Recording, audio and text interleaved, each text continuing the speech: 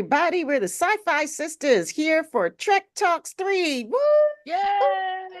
Yay! Woohoo! Welcome, everybody. We're going to have a great day today. We're going to celebrate and raise some money for Hollywood. Cash money. Sorry. Cash. Okay. We're so excited to be here. What are we going to do today, sisters? We're going to what? Donate! Donate. First thing, off the bat, you guys can donate at trektalks.net, or you can scan the QR code on your screen, or you can text. What is it, Yvette? Trek. Text Trek to 53555. So it couldn't be easier. It couldn't be easier to open up your wallets and your hearts for this amazing cause.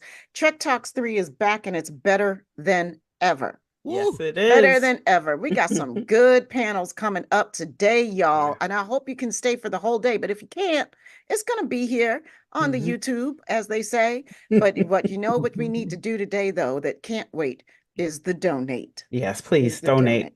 Donate. That's it. That's Sister Fran. What's that? I know, right? I know that you got something you're super excited about to see on this coming up today, or somebody. Oh, it's hard to pick, just one. right. I'm really excited about our panel. Oh yeah.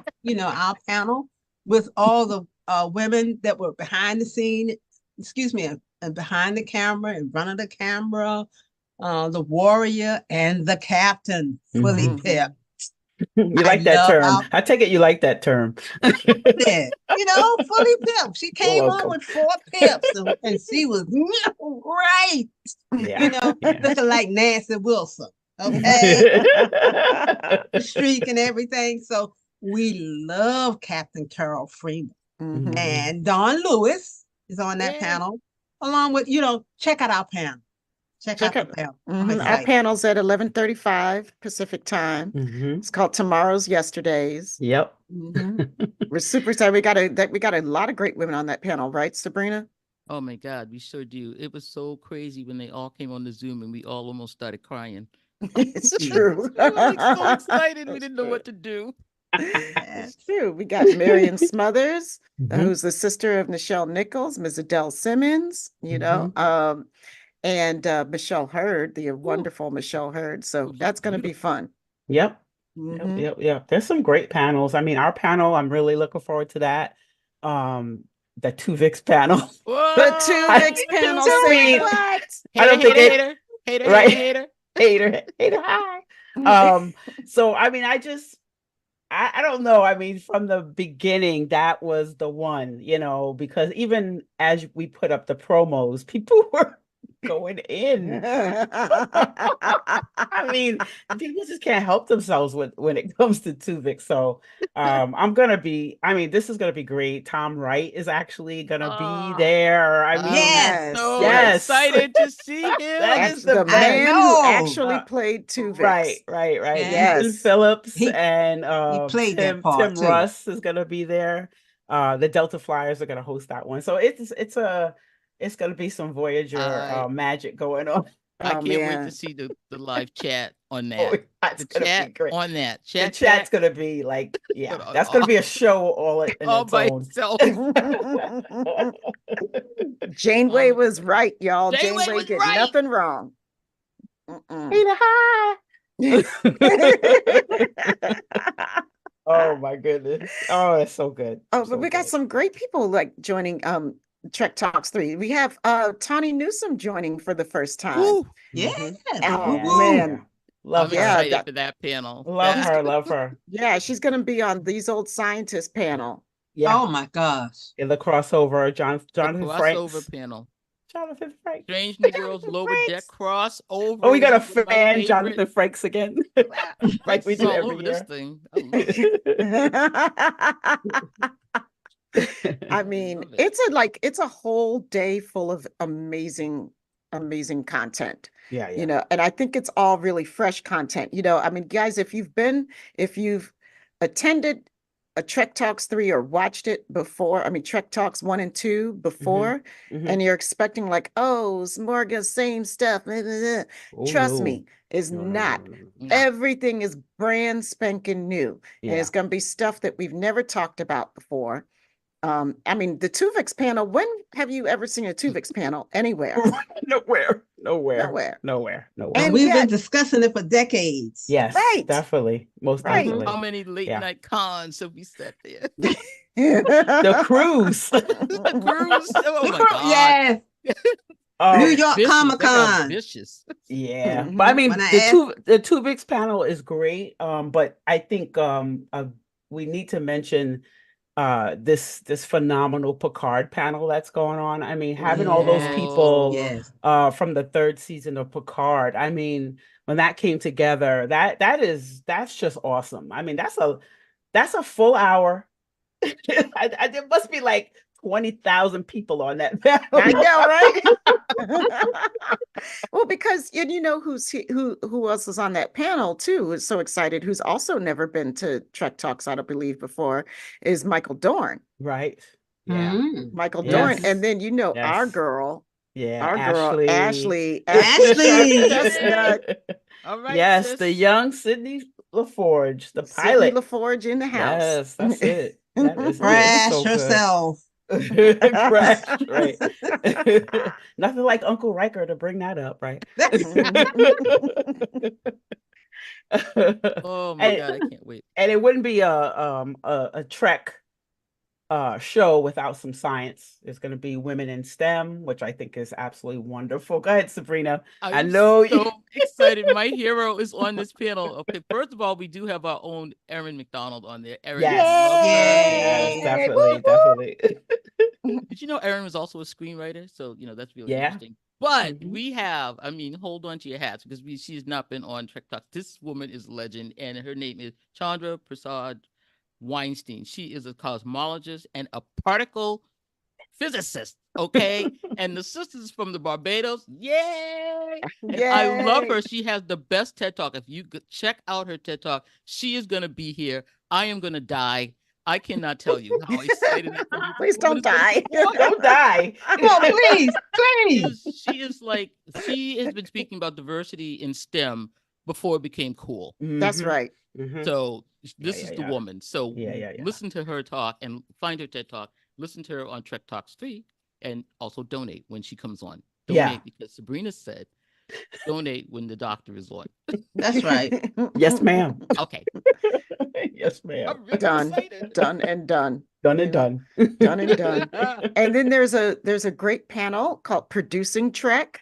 Mhm. And Oh. that's got Our favorites. yeah, it's got our guys, our brothers, the Hageman brothers, Dan and Yes. Kevin. Yay! Yay! If you haven't seen the Hageman brothers with the sci-fi sisters, boy, you are missing something. These is something else. It's like they're our brothers from another mother. Like, Right. Yes. Really another mother. like, how did Oh, this my happen? goodness. We just love each other. So, and Aaron Waltke, and that's going to be really cool. And y'all, Brandon Braga. Yeah. So, I mean, that's a heavy hitting That's a heavy panel. load right Yeah, there. that's the panel there. Don't That's really forget good. our celebrity spotlights. Woo. Oh, we got Yeah. a lot. Heavy a hitters. lot this Heavy year. hitters. Heavy A hitters. lot. Yeah, You know, heavy Connor I is mean, hitters. going to be there. well, I you know, mean, I want go to ahead. just starting back with Rod Roddenberry. Yeah, man. I mean, starting off. Yes. Starting off with Rod Roddenberry, yes. I mean, because he's so amazing, and you know, his commitment to, you know, obviously carrying on his father's legacy and shaping Mhm. it and helping direct what we're experiencing now. Right. You know, but more than anything, what I love about Rod Roddenberry is that he puts his money where his mouth is. And Every time. he Mhm. supports worthy causes Yeah. like you wouldn't believe. You Yeah, know, yeah, there's yeah. and a lot of people have him to thank for a lot of good things. Oh, yeah. And he's just a really nice human being. So, I mean, that's one I'm really excited to hear about. So that's Let just it me. before we let move it on, rain. Before we move on, since we're talking about donating, let's make sure everyone knows how to donate. Absolutely. You can use the QR code on your screen. You can go to trektalks.net, hit the donate button, and you can text Trek Trek. Trek to 53555, triple nickels. And again, let it rain. Let it rain. 5 minutes. 5 minutes. 5 minutes. 5 minutes. 5 minutes. 5 minutes. 5 minutes until Trektivism. We still have to showtime. talk about Whoop, Trektivism. whoop, whoop, whoop. Oh, yeah. They got Trektivism. There's a great Trektivism panel coming up today. Yeah. Yes, with our buddies, Matthew, Simone, and Heather Ray Barker, both our friends, Yes. leading off this panel. Trek Geeks. So I just want to talk a little bit about Trektivism. They have a new podcast that's coming out, so check that out. They have a website. They're doing a lot of good work out there, so check that out. Trektivism is definitely a big part of Hollywood Food Coalition, Trek Talks. So check those out before you donate, and then go and check out Trektivism. Yeah. and to go on to these celebrity spotlights that are coming up. I mean, we got a big one. We have a lot. All of them are big. So yeah, they're all big. I don't even know. They're all pretty big. Nami Melumad. Did I pronounce your name right? I think I probably messed it up. I'm so sorry, Nami. But God, I love your music. I mean, love it. Oh I my mean, God. you're amazing. And I'm so excited that you're part of the Trek family and lending your talents to us and making all these shows, making the shows sound so beautiful. I know Sabrina's man, Connor Trinneer. Trip with his fine self. He's another one that just looks better and better. Yeah, he does. Podcast He really is does. pretty Oh good. my I love his gosh. podcast, so if you're not listening to that, you should. True. And we got a special for the Sci-Fi Sisters. Yes, we do. We have a really special one that I'm really excited about. Miss Nana Visitor. Oh, yay. That I get to interview. So yay. You'll see me at that time. Yes. With Nana, and I'll be fangirling like all the rest. Yes, 4:30 p.m. Pacific time. I'll try to keep it in check. There you go. You got this. And Mr. Ken Biller, producer extraordinaire from Voyager. Yeah, that's going to be I cool. really want to see that one. Yeah, I'm really interested in that one. I want to know I really want to know, all those years on Voyager. I just want to know more. Definitely. All that stuff. He did everything. Yeah, definitely. And then, I mean, come on, y'all. He's the sweetest man on the face of the earth. He plays some of the most amazing creatures we've ever seen. Mr. Doug Jones is going to grace us with his presence. And I do mean grace. He's like the epitome of grace. Yes, he is. He is. I mean, he walks with grace. He does. Whether he's swinging his arms or not. Yes, exactly. 2 minutes. 2 minutes. 2 minutes. 2 minutes to showtime. 2 minutes. That's right. Don't forget, let's donate.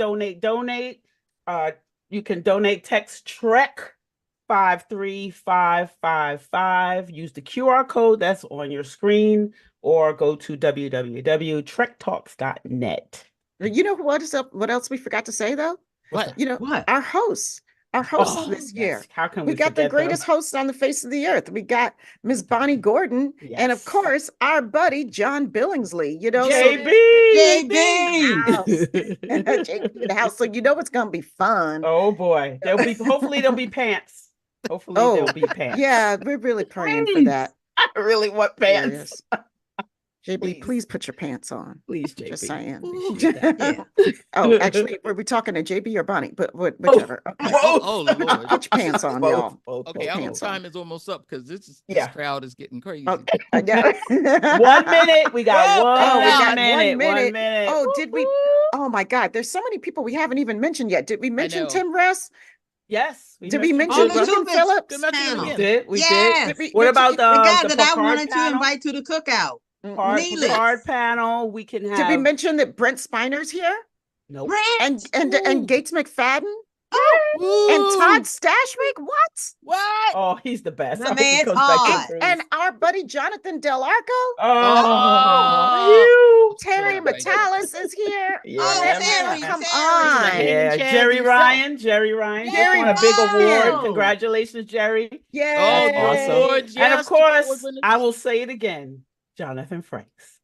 Jonathan Frakes. Jonathan Frakes. Yeah, we know you. We love you too, buddy. 10 seconds, 10 but seconds, 10 seconds. Oh my God, 10 seconds. We gotta go. We gotta Donate. go. Don't forget to Donate. donate. Open up those wallets. Donate. Donate.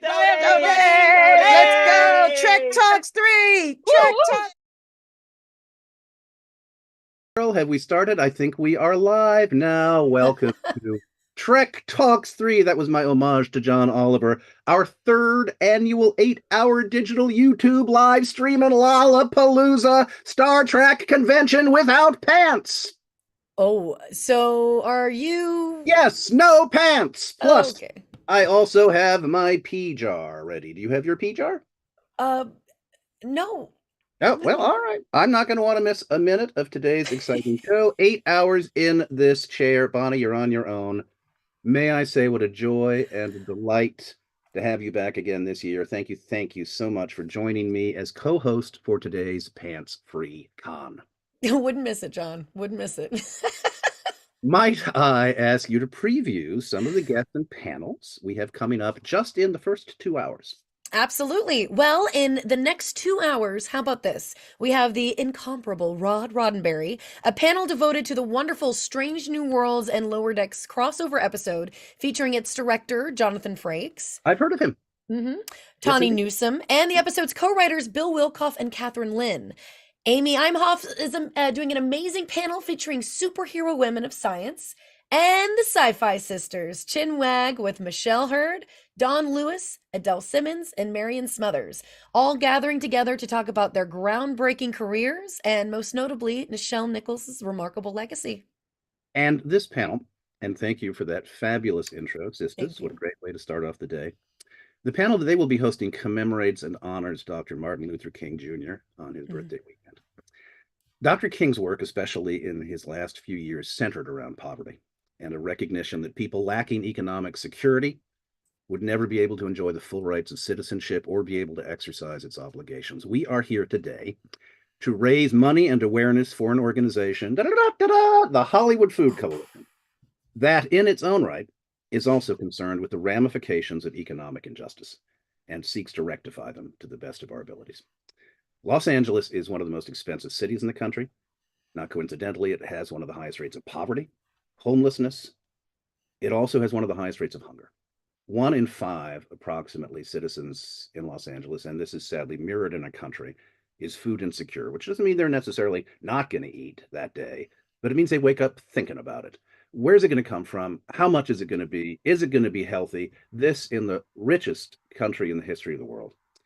We will be showing some short interstitial videos today about the Hollywood Food Coalition, telling you our story. We'll be showing you what we do to help people in need all across the Southland. And in a minute, we'll be introducing the Food Coalition's executive director, the splendiferous Anali Ray, to talk about some of the reasons why HOFOCO's work as coalition builders, as social safety net menders, has significance that transcends the concerns of just our region. Such a wonderful organization. And later on today, we have the Picard Season 3 panel, a retrospective, with a jam-packed panel of stars, and you are not going to want to miss that one. We have the Delta Flyers, Robbie and Garrett. They're going to host Tim, Johnny, and special guest stars Tom Wright and Lisa Klink. They're going to revisit Voyager's controversial episode of Tuvix. We have Nana Visitor joining us, composer Nami Melumad, Connor Trinneer, Doug Jones, hey, Connor Trinneer, isn't he dead? Not yet. Doug Jones, Ken Viller, music or interludes for myself and the Roddenberries, and so much more. And in return for providing you with a free day-long convention experience. A convention experience in which you do not have to wear pants. This is the only convention in the world, I hazard the guess, that you do not have to wear pants at. Pants optional. We ask you to consider making a donation to the Hollywood Food Coalition. Please do that. And Bonnie, can you tell folks as we get ready for our first exciting guests how they can donate? And maybe as well, talk a bit about our silent auction, which will be taking place throughout the day. Absolutely. Donating to the Hollywood Food Coalition is super easy peasy. Go to www.givebutter.com/Trek Talks 3, or you can scan the QR code on your screen or text Trek to at 53555. That's And that's the word Trek. Trek. Trek. Yeah, I've heard of that. Trek. Yes. In case you forgot how to spell it, to 53555. And our silent auction is amazing. It features 2 incredible packages. The one that I can talk about the most is a trip to the legendary private members-only Magicians Club, the Magic Castle here in LA. Not only do you get to go, you get to go with us, me and John. I tried to get John to not come, but he refuses to. He's Second going to prize show is up 2 anyway. weeks in Philadelphia. He's going to show up. Come on. Okay, you're going to show up anyway. But we're going to be your escorts and your host at the Magic Castle. There's going to be lots of food, lots of drinks, and most importantly, lots and lots of magic. We also have VIP invites to attend the Trek Talks Vegas cocktail party hosted by the marvelous Amy Britton this upcoming August. All proceeds are going to the Food Coalition, so just visit the site and bid by going to hofoco.org/Trek Talks. That's And this is hofoco. my typo, because really you should just go back where you went before, which is www.givebutter.com/Trek Talks 3. There's been some controversy as to how we should direct you to give. The important thing is you'll figure it out. You can go to So go to the other one that I mentioned before, not to this one that John told me to say right here. I know. No, I'm just kidding. I'm kidding. Don is You can click on the auction table. He's a screw up. I'm just going to throw you under the table and under the bus and under a lot of things. Just click on the auction table at the top of the page to place your And that's bid. auction tab. I wrote table. It should be tab. It's a tab. The auction tab. And I wrote So I really should have gone through and pinned this entire I'm not script. going to throw you under the bus. You're doing fabulously. Thank Doing you. fabulously. We have 4 minutes left. It's technically a virtual auction table. See, it's like pretend like there's a table there, and you click on the tab. But please note, like we are over the moon because we have accumulated so much cool stuff this year. So many different things like memorabilia and other cool Trek stuff. People were so generous that we're actually going to be holding off on the other type of giveaways and do a separate mid-year Silent Trek Stocks 4 kickoff auction. I want to thank Jeff Happ, Bill Smith, Jordan Schwartz, and Factory Entertainment. Their generosity through the roof. Stephanie and Trek Long Island, Dan Curry, Stephanie Jakowski, so many others for your fabulously generous contributions and your kind permission to hold on to those contributions until we do our first exciting mid-year auction. And special thanks to the amazing Amy Britton, whose praises we'll be singing throughout the entire day because they need to be sung, for being a sponsor and a dear, dear pal and supporter of the Coalition. Lastly, free Tribbles. We have free Tribbles coming, and here's how you can get them. The folks over at Tribble Toys are carrying the live stream of this show on their Facebook and their other social medias. In 1967, most of you know that writer David Gerald wrote the classic original series episode, The Trouble with Tribbles. Tribble Toys, which David runs, will be giving away 8 toy Tribbles to viewers of Trek Talks. So enter the following URL, tribbletoys.com/Trek Talks. That's tribbletoys.com/Trek Talks, and enter your name there for free to win a Tribble.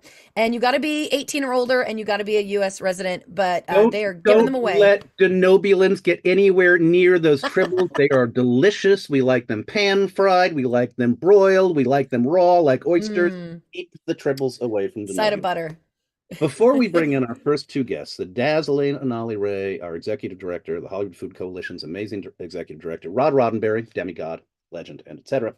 One last word. Totally get it that you might not have the scratch to donate. Even 20 clams, though, helps. It provides about 5 amazing multi-course meals to our nightly guests. We always offer a vegetarian, vegan, or carnivorian option. We want our guests, who may not have a lot of options in their lives, to come to us knowing that at least one time a day, they can choose what they want to eat that evening. But and if you can't contribute financially, there are still ways to contribute hugely just by getting on the interwebs and your social media and spreading the word right now and throughout the entire day. Keep people apprised of the stuff that you're watching and encourage them to tune in. Tell them how to do it. Just go to trektalks.net and push the button. Boop, boop, boop, boop. yeah, truly, that is as much of a contribution as you can make. Absolutely. It is equally important because we are trying to build audience and awareness. So call your friends, text your friends, open the window, go, hey, everybody, watch your Trek Talks. Are you out of your mind? I would did love that to last hear year. it. They called the It's cops on me, but that's like okay. It's like in Network, if you remember that movie. You don't. Who remembers that movie? I do. 10 seconds left. Ta-da. Without further ado, our first guest of the day, the splendiferous, as mentioned, Anali Ray, and demigod Rod Roddenberry. Wow. Yay. Yay. Hey guys. I got to start Hi, this by good saying morning. we had a number of fans last year saying we want to meet Anali Ray and we would love Anali Ray to meet Rod Roddenberry. But you guys have already met. Right? We sure have. At your facilities, which you keep growing out of because you're doing so much good for LA. Seriously, I mean, it's a great problem. Yeah. When was that? Was that now? I've worked all of time. Was that 2 years ago? A year? No, couldn't be 2 years ago. I haven't been with the Food Coalition for 2 years, but probably about a year and a half ago. Shortly after you came in, and Rod was generous enough to come and tour. We had a marvelous dinner together that our the generosity comes from you guys having me. It's very easy to show up. Well, we appreciate all the support, of course. In the time we have, I'd love to ask you, Anali, a few questions about some of the work we've got coming up, some of the ways we're going to be helping to grow our capacity to serve the community. But before I get started with that, I know that everybody's going to want to hear from Rod and hear about what's going on in his life and what exciting news he might have for us. You don't have any exciting news, you can make stuff up, Rod. I do it all the time. I know you have a few questions that you'd like to ask. I turn it over to you. Oh, thank you. Rod, well, first off, it's so good to see you, even virtually. I know and I love your necklace. Busy. That is gorgeous. Oh, thank you. Isn't that lovely? Absolutely. I'm trying to remember the company's name. They're based out of Arizona, do a lot of cons. They do amazing jewelry pieces. It is beautiful. I know. I love it. It's more of a weapon than a piece of jewelry, by the way. It's very heavy. Probably to where no if ever I was in a bar fight, I could just probably throw this like a ninja star. And there's the story. There's the breaking story. Bonnie Gordon gets in bar fights. That's only on good. Tuesdays. Only on Tuesdays. Not today. Today it's all about the Hollywood Food Coalition. I wouldn't mess with you. That's the only fight I'm gonna get in. It's the best. Don't you fight me on it. Bonnie, I know you have questions. I do. I really do, Rod. Yes. What are those questions? So, Rod, recently there was an incident that I know you've already commented on this before, but I'd love to hear more of your thoughts on this besides what the articles have written. The ashes of Star Trek actors and legends that were supposed to land on the moon that didn't quite make it and are now floating throughout the interspace of the world, of the galaxy. I know you've commented on this already in some interviews, but I just would love to hear your thoughts on this. I'll give the very quick version. First of all, it's very cool. But I have very little to do with it in the sense that Charles Schaefer, who runs Celestis, is the company who started this. Back in the 90s, 96, 97, approached my mother. He didn't have a company. He just had an idea. And he said, hey, I'm doing this crazy thing. Would you like to send up Gene's ashes? And of course she said yes. And, that snowballed a little bit, and he helped leverage and use that to get more support and get more money and fundraise. And I mean, to send something into space is quite expensive. And so he went up, my father's ashes went up and orbited the Earth for something like 7 to 10 years. And then they burned up in the atmosphere. But my mother said after that was successful, she said, this is a weird thing to say, but she said, when I die, I want you to send me and Gene out into space. And that was 20 years ago. Wow. And he kept his promise 20 years later, trying to get something aboard a rocket. It's not easy. Not easy. So so they did it. It went up on a Vulcan rocket through ULA, United Launch Alliance. And yes, there was a mishap, I believe, with the propellant. So the idea, it was carrying a lunar mission, and that was going to be the first private vehicle to land on the moon. My current understanding, and things may change because they're always working the problem, is that may not happen. But the idea was for my parents in ash form, symbolically, to go where no one has gone before. And they will still be doing that. Now, Rod, did you kind of carve out some of your dad's ashes specifically to be held back? Yes, these are very small amounts that they take up. Obviously, weight restrictions and all that sort. It is a symbolic thing, and we all have our beliefs and our thoughts. But the other cool part of it, or I like to think fun sci-fi part of it, is that you too can send up your DNA. You get a little cheek swab, you send it in, they turn it into a powder, that also goes in. And so I have DNA either crashing on the moon or going out with my parents. And then the fun part of this is to get all sci-fi and wacky and think about maybe as this goes way out there, some aliens in 100,000 years will find my DNA, find out how to remake me. And then my friends made fun of me saying that's all we need is a planet full of, dumb rods running around into each other. And, Yes, I love it. populating the galaxy. We will But be didn't- asking them to come and appear on Trek Talks, I guarantee you. Correct me if My I'm wrong, father is but still sitting on the mantelpiece, I got to say. He passed away a few years ago. I can't even get the energy up to put him on the rowboat, send him out and put him in the ocean, which is where he has to go. So you guys are lapping the field on me. Sorry.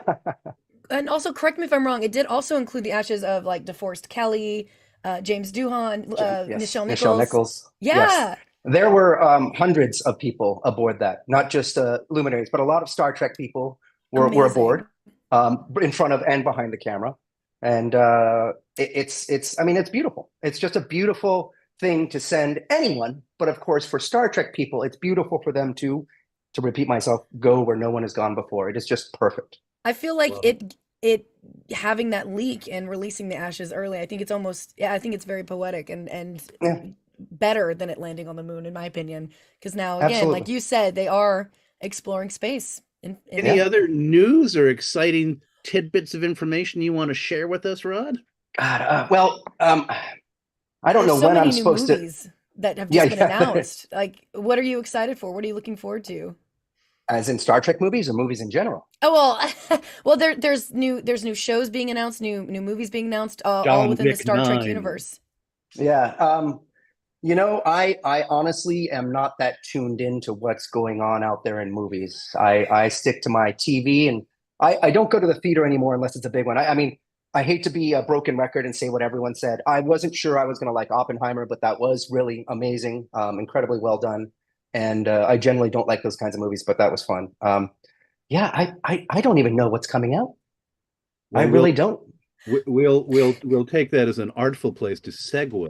And Yes. I'm with you, honey. I'm like usually reading a book and I'm like zip over what's going on in the movies these I'm days. not saying I only watch caliber stuff. In fact, I always say I come home and pretty much watch crap TV all the time because I'm just trying to turn off from the day.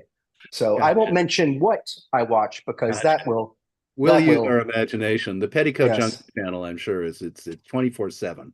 That's yes. Anali, here it is, your opportunity to tell us a bit about what you're excited about for this year upcoming at the Hollywood Food Coalition. Woo! We have a lot going on. I'm so excited. As most people maybe might know, we do something that's so unique, which is to use the climate crisis to solve the hunger crisis. And obviously, we've got a lot of folks to feed, and people who are also in housing, but are struggling with inflation and all of that stuff. So we have these incredible programs, and we've been really just growing.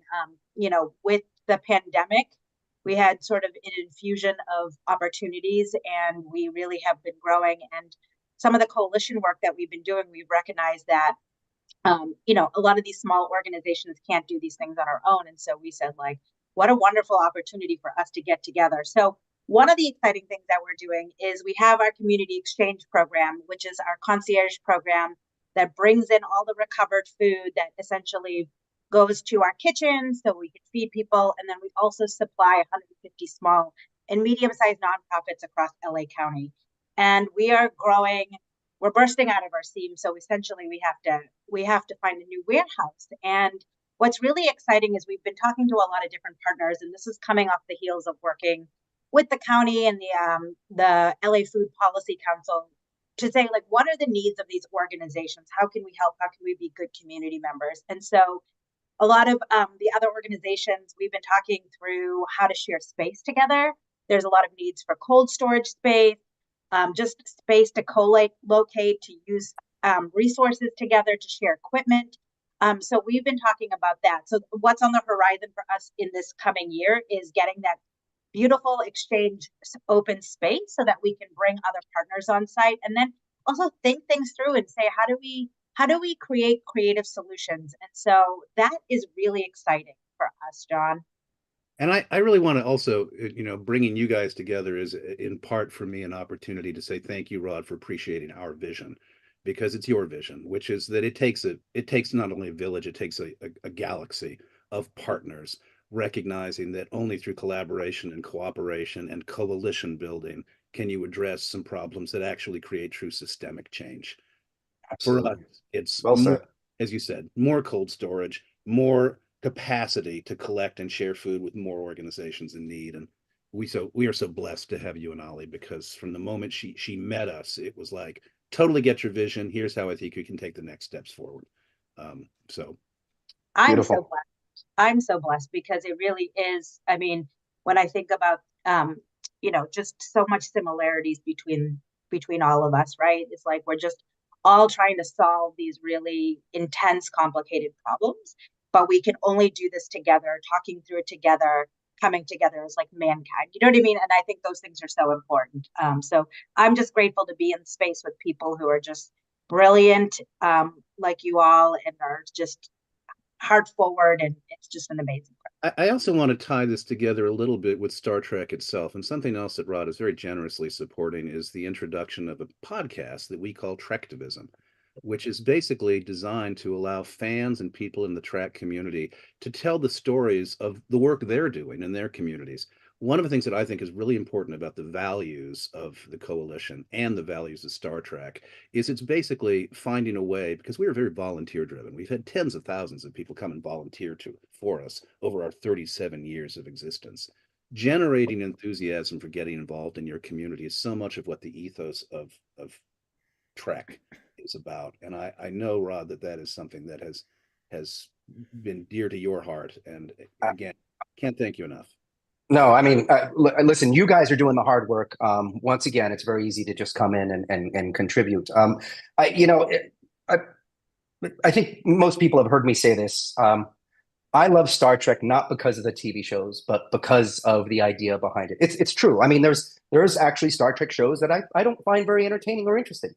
For me, and we all have different tastes. I'm not saying they're bad. I'm just saying there are ones that aren't my cup of tea. We killed the franchise. I know. It resuscitated. The messaging is what's so important to me, because I truly believe in it. I mean, people will say it's just a TV show. It is more than just a TV show. I understand there are other great concepts and organizations and people out there that are making change for the world. I'm not saying it's the end all be all. I'm just saying, in terms of my family, my last name, and what Star Trek is, I want nothing more than to promote the philosophy, the messaging, the ideas behind Star Trek, more than anything else. And your organization is a perfect example of doing that. People coming together to help humanity, not relying on outside sources, but saying, we need to do this because this is our people. These are our problems. We need to just put our boots on the ground and make this happen. That's incredible. Yeah. And our fans who are watching and who are doing so much in their communities, it is a universe of support that we all offer each other. Mm-hmm. Rod, at the 2-minute mark, I will ask you if you don't mind, because you have so graciously volunteered to come forward and kind of kick us off, as you have in years past, with what I can only say is, as always, a gift that is generous and kind and incredibly appreciated. I turn it over to you. Well, yeah, I mean, I genuinely love what you guys are doing. And I love that you guys are going to be spending a lot of time. Everyone here is volunteering their time to make this happen today. We've got Earl Green in the background who's making this. We got plenty of people, especially on the waiting list, coming to participate and give their time. Mm-hmm.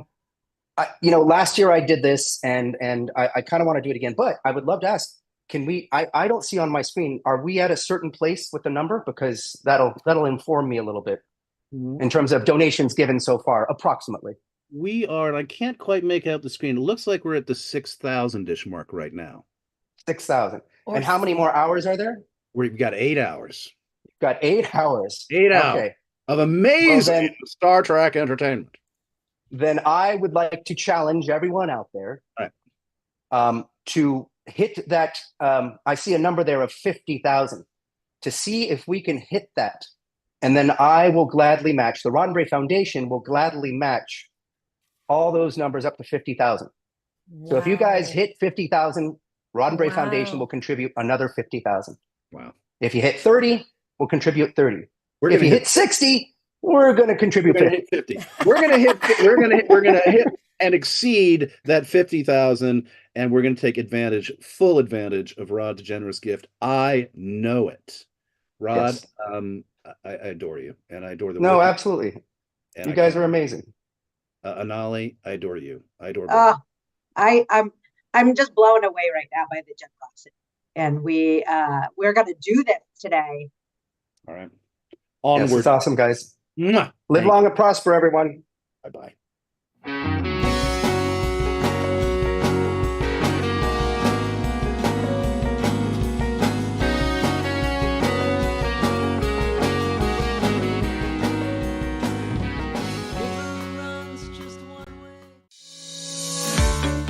Welcome to the Hollywood Food Coalition. Our longest standing program is our community dinner program, which is located right here in Hollywood, 7 days a week, 365 days a year. The team prepares a 5-course restaurant-style meal from rescued food through our community exchange. At the dinner, we strive to create a welcoming and dignified experience that allows us to build trusting relationships with all of our guests. To be able to plan a menu as a chef, to be able to provide nutritional meals as a chef for our guests, the idea of hospitality really does excite me. On average, we serve about 200 to 250 free nutritious meals each night to our unhoused and low-income Angelinos, with absolutely no barriers. Leveraging this trust, our community wellness program identifies barriers to meeting their additional health and housing needs. We collaborate with other local nonprofits to more effectively provide services such as housing navigation, physical, mental health care, and other essential services. We partner with UCLA so that people who are not comfortable going to the hospital can come in and get regular medical care. We have the UCLA Vision Clinic, we have showers, we have haircuts. We try and do all the things that people might need to have access to and make it easy for them to have access in one location. Our Community Exchange is one of our newest programs. It was launched in May of 2020 in response to circumstances brought on by the COVID-19 pandemic. There were businesses who wanted to help by contributing their excess food that would otherwise go to waste. And there were also a growing number of nonprofits who struggled to access nutritious foods for their communities. Leveraging technology, we developed a concierge service that allows nonprofits to customize the quantity and type of food they want to receive. We are able to bring in larger donors like farms, distributors, and grocery stores to greatly improve the quantity and quality of food that we are able to rescue and provide to our dinner program and provide to our neighboring community organizations that are feeding those in need. To date, we have served over 130 small and medium-sized nonprofits who would have otherwise been unable to collect from traditional food banks. Some of the temporary shelters that we serve only have like a little hot plate, so they love the fresh romaine, the cucumbers, the squash, all of these fresh tomatoes and things you can eat, just really fresh salads. They absolutely love getting all of the fresh stuff. There's so many stories about why people fall out of housing or fall out of employment. But at the end of the day, everybody is a human being. At the end of the day, if no one has spoken to you nicely, if no one is treated like a human being, you get to come here, and everybody who comes here respects you as a human being, talks to you, engages with you, gets to know your name, and helps you connect again with being a person of value. Thank you so much for watching Trek Talks 3 to benefit the Hollywood Food Coalition. Hi, everyone. I'm Bill Smith. And I'm Dan Davidson, and we're here to tell you how you can make your secure donation to Trek Talks. It's so incredibly easy to do that even Bill could do it. First, you can go to the Trek Talks portal on GiveButter at givebutter.com/TrekTalks3, or you can take out your cell phone and text the word Trek to 53555. You can also scan the QR code that you'll see on your screen to go directly to GiveButter to make your donation. Plus, new this year, you'll see an auction tab on the top of the GiveButter portal. We have 4 silent auctions going this year. 2 of the auctions are for a magical night of tomfoolery, as described by John Billingsley at LA's legendary Magic Castle, with John and with Bonnie Gordon for yourself and one companion. The other 2 auctions are for a Vegas cocktail party with the stars during Creation Entertainment's 2024 Vegas Con, thrown by our dear friend Amy Britton. Now, past celebrity guests have included Robert Picardo, Nana Visitor, Anthony Montgomery, Dominic Keating, Connor Trinneer, Sirach Lofton, Rod Roddenberry, and others, just to name a few. You never know who's going to show up at this party, and trust me, it's always a great time. You can get all the details by going to the auction tab on the Trek Talks 3 Give Butter portal. Every dollar donated goes to help the tremendous work being done by Hofoco, and your help is greatly appreciated. And remember, your donation to Trek Talks 3 may be tax deductible, so be sure to check with your tax advisor on its eligibility. On behalf of the entire production team, thank you so much for watching Trek Talks 3 and for supporting the Hollywood Food Coalition. There are more great panels coming up, so stay with us.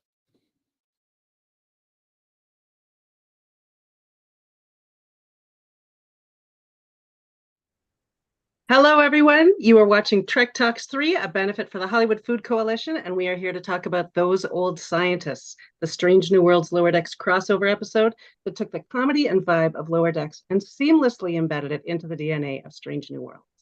I'm with some of the people who made that happen. We're going to start with the writers because you can't start anything without the writers. Right on. Yes. So we have Bill Wolkoff, who's co-executive producer of Strange New Worlds and co-writer of the episode. We have Catherine Lynn, supervising producer on Strange New Worlds, who was a writer on Lower Decks and is still their canon consultant. We have Tawny Newsome, a writer and an actress who voices Lieutenant Beckett Mariner on Lower Decks and played her in live action for the first time on Strange New Worlds. And last but very not least, Jonathan Frakes, the episode director and basically the king of Star Trek. Yes! King. So Patrick Stewart. That was what about sad. SPS? What about Wild Bill Shatner? No, I think it's you. I think it's you at the title. You've directed a lot of episodes. You've been in all the shows. We can get on the phone. Good point. So let's start at the very beginning. You find out there's going to be a crossover episode between these two shows. What are your emotions going into this when you find out that you are going to be involved? Anyone can throw this. I was the assignment, I was told, because they needed somebody who knew something about Star Trek. That was the conversation. Who should direct this? I don't know. Who knows something about Star Trek? Well, according to their mandate over there at Strange New Worlds, they assign a director who allegedly fits into the genre of the episode being done. And because I'm so famous for shooting sitcoms, it seemed to me, and animation, that it was a logical. And you were available. And exactly, tech avail. Writers, how about you?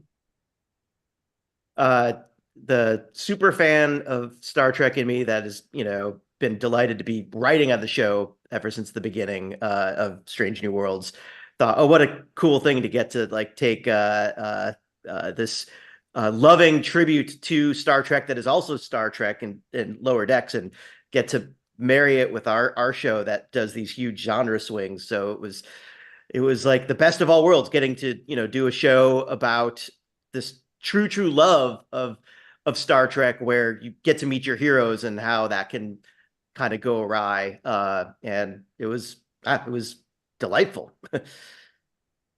Connie, did you have any concerns or worries about doing this? Worries? No worries. Just like excitement, just wanting to see. I was so eager to see a script. I was hounding their lovely showrunners. I didn't know Bill and Kat yet, so I was just like, show me a script. What are we doing? I got to see this. And yeah, it was great because I think we knew about it for a long time before, we actually all got to get in a room and do it. So there was a lot of lead up, a lot of anticipation. And then once, I know Catherine and Bill, you were both on set too. Once everybody was on set, what was the vibe like during filming? It was not like we were even shooting a show. I feel like we were just messing around and trying to make each other laugh and have fun. And somehow an episode got shot in there. Was there singing? I assume there was singing. I said I'd move the mountain. Don't get them started. Yeah. Yeah, there's a good amount of singing. If you've never heard Jonathan Frakes call action on a set before, you haven't lived yet, because it gets you singing, it gets you energized. And then I assume that there must have been stuff cut between the ad libs and script ideas and directing choices. Is there anything that was cut from the show that any of you wish had still gone in, even though the episode turned out great? A salat. That's right. Bill, We Bill and I had an animated salat at the end that got cut. Oh. Which is I don't know, it's a Vulcan. We all know what a salat is, but yeah, we all got know. cut. And we've spent the last year trying to get a salat back into Strange New Worlds. The salat that could have been. Could have been. Ooh.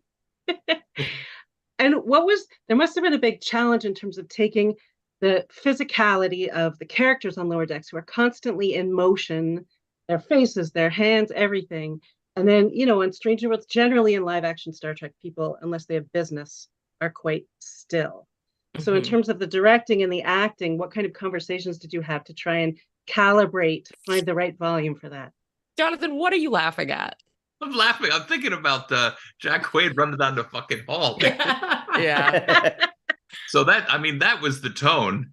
And then he'd look at me, he said, "Do you think that's too much?" I'd look at Tawny and she'd say, "No, that's a character." And it was the bar of first of all levity aside, Kat and Bill allowed us to ad lib, which was absolutely forbidden on all other Star Treks that I've been involved in for 38 years. So the idea that we now had, brilliant ad libber. We had Tawny, who's, famously can't say the words on the page. Have a real struggle. I've never done a show where I had to. I've never done a word perfect show. It's just not the type of actor. You don't hire me for that. So I was like, thank God that's how this one went, because I wouldn't have survived. I would have been like, I would have suddenly, you would have seen all the cracks in my talent. No, but it also freed up Anson and Ethan and Rebecca, who I've worked with a lot, all of them, and they're very funny people. So once the permission was sort of given to us by the writers, and then we didn't have any adult supervision really. Chris came down occasionally to say, "Hi, how you doing?" This is Chris Fisher. But we were left to our own ways, and only when they realized that there was a lot of laughter and that there was plenty of footage, I think they realized they were best to let them get this done. So we got the call to say more. Yeah, exactly. Oh, really? After a couple of, I get the same call. Feel free to do whatever it is you're doing, because these dailies are a blast, and you don't get that call. Yeah, that doesn't fit in with the history of Star Trek as I've heard it. Yeah, exactly.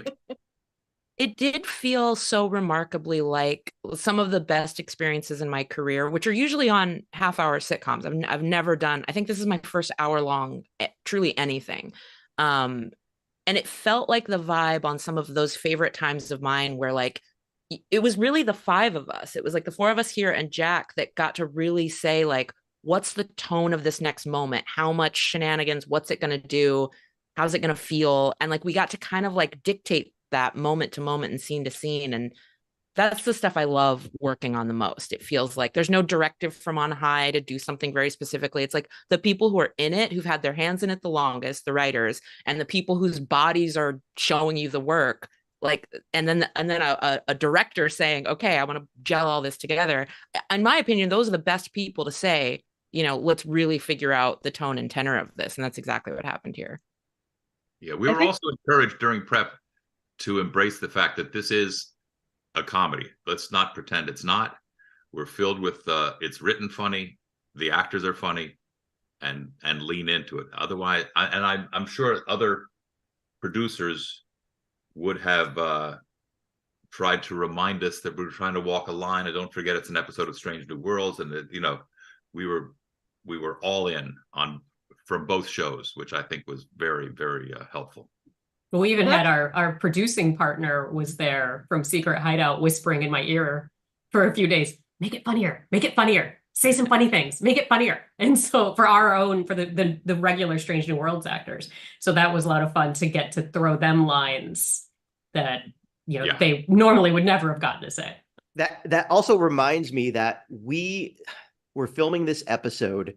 So I would say that everybody on set when we were filming season 2 was a little on edge right before we started shooting Those Old Scientists, because season 1 hadn't premiered yet.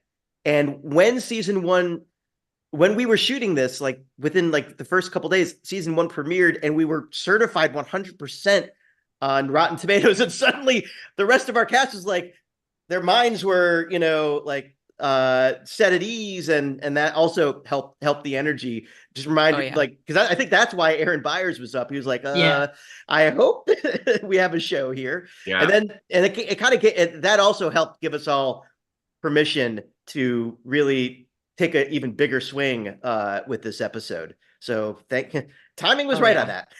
Yeah, there was a big vibe shift when y'all came back from the premiere and stuff. I was like, because we first got there and we were like, y'all are stressed. What is happening? And Jack and I are just like, and everyone was so tense. And then you guys came back and you had these amazing reviews and the public and the fans just loved it. And I just felt everyone go like, okay, we're a hit. Now we can have fun. It was so great. But Tawny, me and you and Jack didn't go to the premiere. I feel like we were like, we did karaoke, and I feel like I think one of my favorite memories is you showed up at my room, and I think we were like both in pajamas, and you had like luncheon meat, and you were like, I bought too much deli meat. I had a pound and a half of mortadella. Yeah. And I was like, great. I need to give this to someone. Yeah, that was a nice surprise. Yep. One thing you guys did in the episode that was really impressive was that you didn't lose the DNA at all of Strange New Worlds. And I think that scene in the turbo lift with Chaplain Boimler is like the perfect encapsulation of that, because you have your novelty, wacky character going on. And then this deep emotional moment for her as she's realizing what's happening with her and Spock and what's going to happen. And I'm wondering how challenging it was to really keep the characters moving and keep the depth of it along with the wacky, fun stuff that was going on. I didn't know how wonderful an actor Jess was until those scenes. And I know a lot about Ethan's Spock because I spent a lot of time with him on Discovery. So I knew he had a lot in his, a lot of clubs in his bag, if you will. But all it did was make the show better. All the idea that we could change gears into a very emotional, self-aware,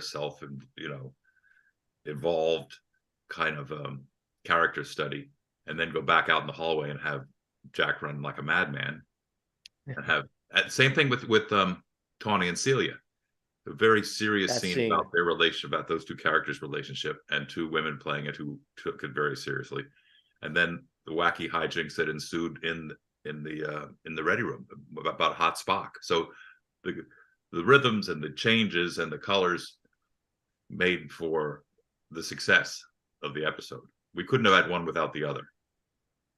Yeah, there's a moment where they're all in the conference room, and very unusual for Star Trek, because you have your Enterprise crew is talking and making their plans, and we hear Marin and Boimler like whispering to each other at the same time, which I don't think I've seen in Star Trek, sort of the dual conversations happening. Was that like a big choice? Was that in the script? Was that a big choice? That was in the script, and I was trying to figure out how to stage it so that we would believe that these two, because neither Tawny or Jack were very quiet. So it wasn't like we could really, even their stage whispers carry. You got to make sure people hear the jokes. Exactly. Because if nobody laughs, it's usually because they just didn't hear it. It's never your fault. Nobody didn't have that. Exactly. I want to say Tawny for me in this episode was really, I mean, not only she's just hilariously funny, I think she's a surrogate for the audience in this episode, because she's saying all of the things that we're thinking. And that's one of Tawny's amazing skills is to be able to like say those things that are swimming in our head that we might not be able to articulate as fast as she can. And it's so fucking funny. It really brings an audience who both loves Trek, but also might not be as familiar with Trek really deeper into the show. So and that's hard to do that. So credit to Tawny. Oh, thank you. It was in the writing for sure. I mean, the only improv or ad lib that works is when the writing is already good and it's just like a springboard to play with. So it was just such a testament to like the script you guys wrote. And I told you all this when we started. the sturdiness of your show, even untested, even before you knew that you had 100% on Rotten Tomatoes, your show is so like sturdily written that it could take this massive shaking that Jack and I did, and that all our little bits and bobs and asides and nonsense could do. It didn't break it. It didn't make it weird or make it sit weird. It just, we were able to enhance something that was already so strong. So. And it also set the stage, which everybody was excited about, for the next, I think it was 2 episodes later, they did the musical episode, which was another massive swing. Yeah, I've been Bill singing all those also songs wrote. ever since. Yeah, another Bill Yeah. jam. It's a great one. Tawny, we heard that on set you were touching a lot of things and maybe breaking some things. Yeah, that's not real. Did you guys know that? That's messed up. Like, shit is not real. And like, but I mean like things that you would think should be real, like a little slider on a console in engineering. My first day on set, I go whoop to move a slider and it just breaks off because it's just a piece of plywood glued onto another piece of plywood. And I kept doing that. And I was like, oh, none of this is like, you can only touch the things that, you know, an art department or props person comes up and says, this is the button you push. I was like, man, this is not a real place. I pulled a thing off the transporter thing. Jack was like counting them. So every time I'd break something, we'd usually like still be rolling and we're trying to like be quiet about it. He would just whisper to me. He'd just be like, that's 6. Whenever we have new actors on the set and they're because it does, everything looks so real. There's always a moment, especially in the bridge. And Jonathan Frakes is like great at like making it easy for us, the actors, to sell that it's real. But like they look at it and like, oh wait, this panel doesn't actually take us into warp. How do I do it? What do I touch? You know. So it's there is like a moment for the actors to have to like understand that a lot of the, you know, what you see on the screen, it's I mean, it's because the art direction is so great, but it's also the actors being able to sell it and, you know, possibly break it and then, you know, run the ship down. Was anyone on the production team freaking out when that breaking and touching was happening? No, they're used to it because like we all broke stuff. Even when the writers, when we first went to set, I sat in a chair and I was like, oh my gosh, I can click all these things. And I just like popped off 3 things. And I was like, I'll just like back away from this and pretend I didn't do that. So yeah, they're used to that. Yeah, we climb up the Jeffries tube really We quickly. climbed up the Jeffries tubes that's not supposed to be climbed. Yeah, only to realize there's nothing on the other end and you just break your neck if you go to the top of it, you know, and Yeah, fall off. I think I have a picture, Bill, of maybe it was me and you in a Jeffries tube that we were not supposed to be climbing up, and someone took a picture of us from above. So there are some almost sort of cartoon-like shots I found in there that are unusual choices for Strange New Worlds. Like we get Boimler's point of view a couple of times, which I'm not used to seeing. And after the explosion in the lab, like when their heads are popping out, it's very cartoony. And Jonathan, did you worry at all about going too far with that stuff and having it not fit in? Sounds like no. I thought that somebody would pull me back if I was too far. I mean, the comedy's, you know, comedy plays in wide, and comedy's funny in symmetry, and comedy's funny when people do shit that you can see, you know, like people falling is funny. And the stuff that I think you're referring to with our friends Spoimler, the staging just lent itself to these 2 guys who look similar, who were similar heights, do similar, you know, it was there to be eaten. And did you at all, and Tanya, I'm asking you the same question, watch Lower Decks to get a sense of the physicality of those characters? Because you voice her, but you don't act her. Yeah. No, it's interesting because so much of her is in me, but I did have to recalibrate and be like, okay, but there are like cartoony signature moments that I really need to hit. So one of them was like the sitting with the knees up in the scene with Celia. Like Mariner always has her little hands around her knees, like tucked into a little ball.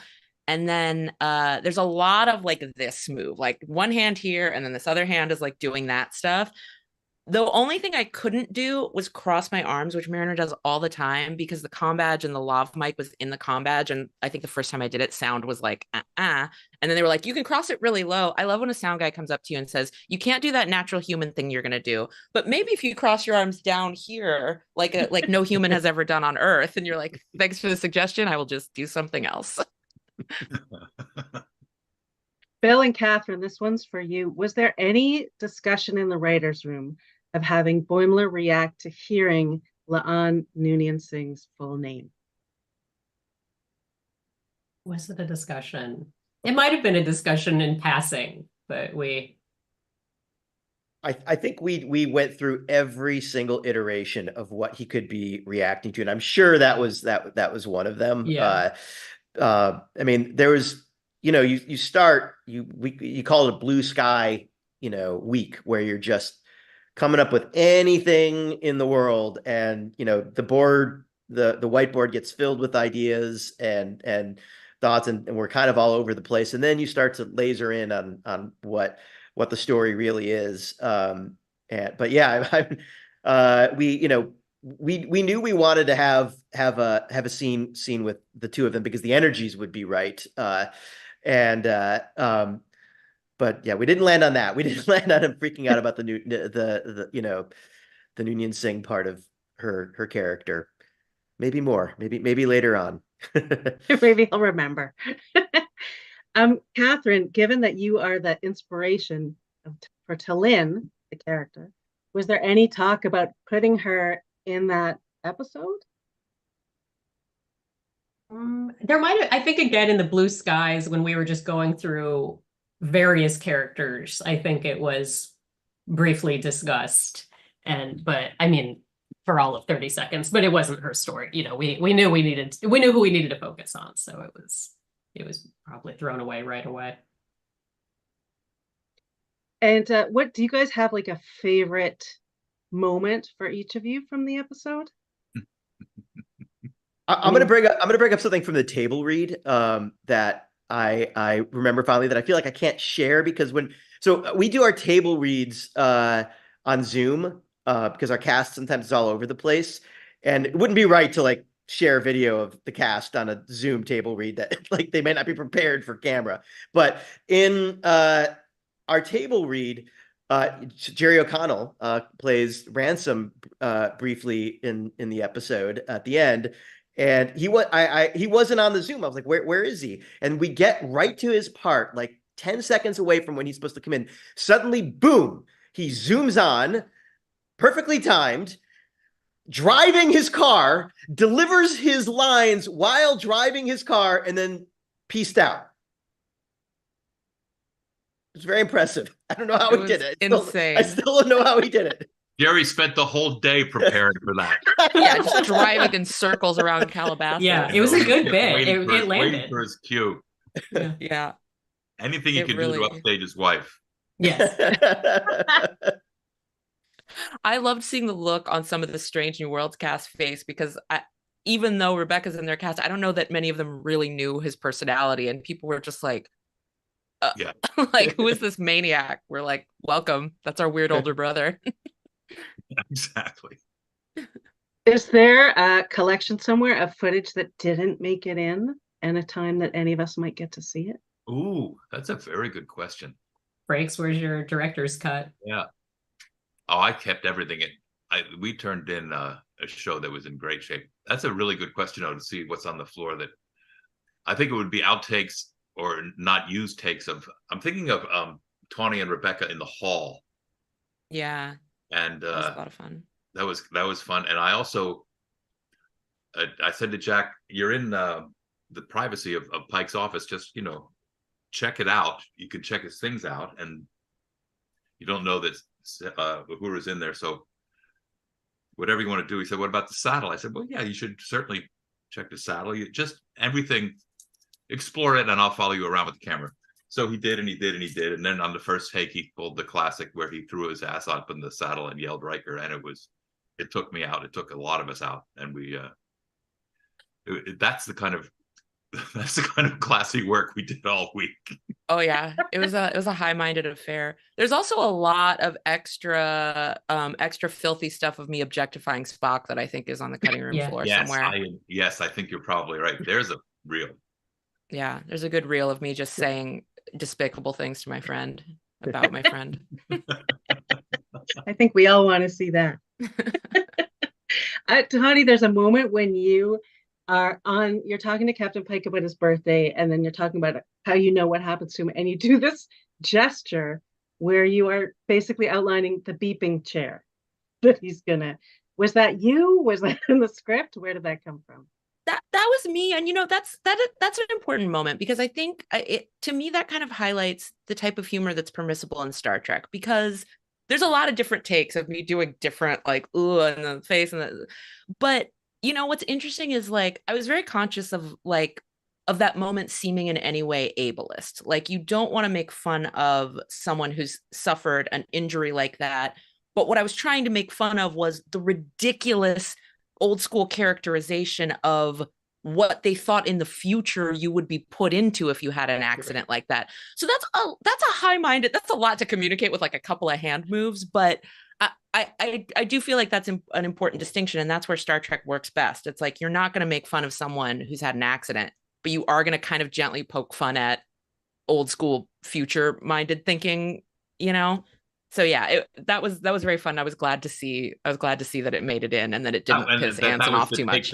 That was the take that we chose because it was clear by the physicality. Yeah, but the exact tone that you just described was what you did for us.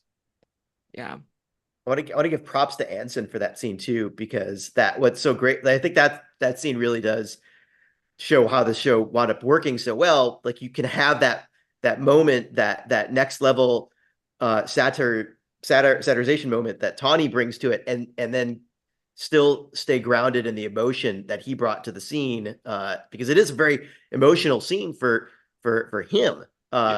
And that, like, he did that so well. So that was I love that scene, showing how the worlds of Lower Decks and Strange New Worlds were able to meet on common ground.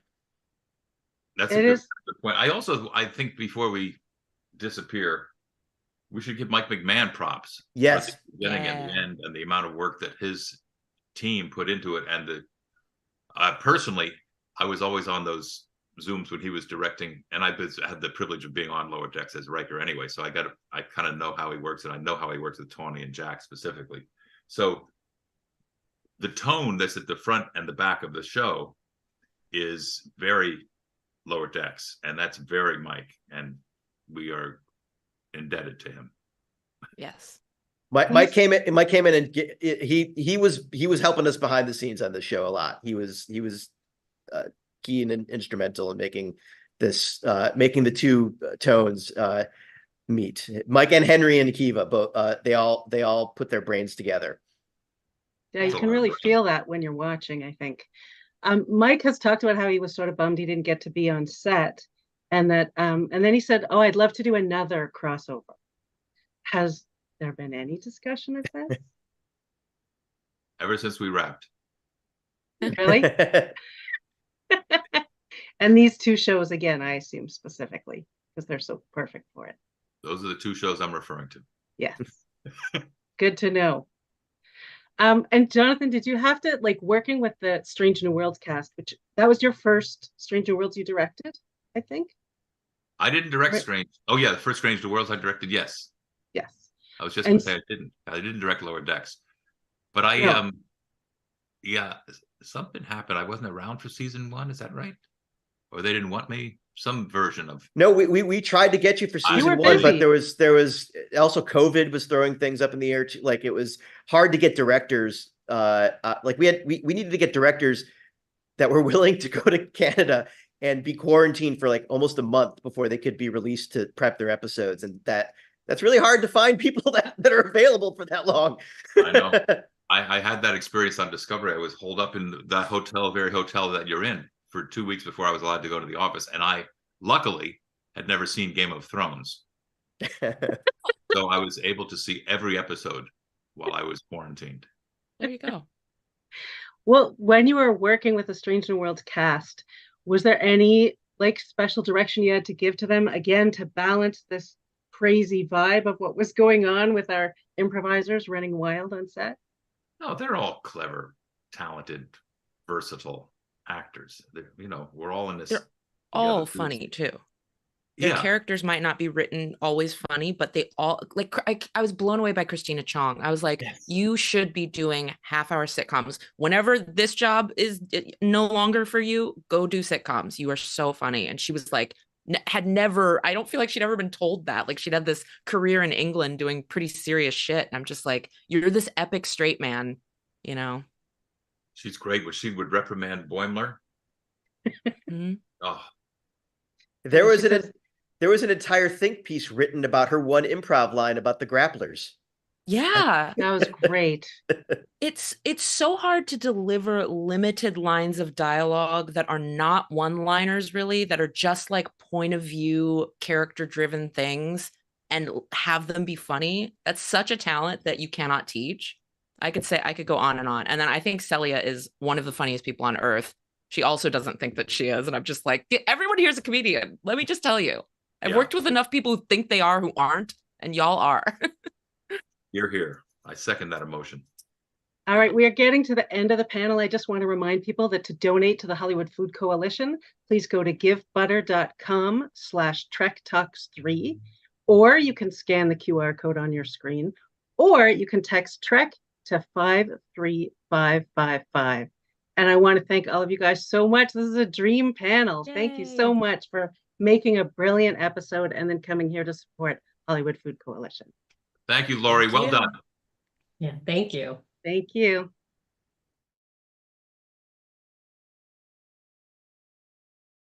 Let's bring forward my second favorite nephew, not counting my niece, Riker Ricardo. Are you ready to dance? Soy Ferengi, págame. Que quiero ganar más Platinum, so págame otra vez. Soy Ferengi, págame. Que quiero ganar más Platinum, so págame otra vez. Ferengi, págame, págame. Págame otra vez. Quiero ganar más Platinum, págame otra vez. Paga, paga, this is our tradition. Paga, paga, paga, paga, trust the rules of acquisition. Come on, dance.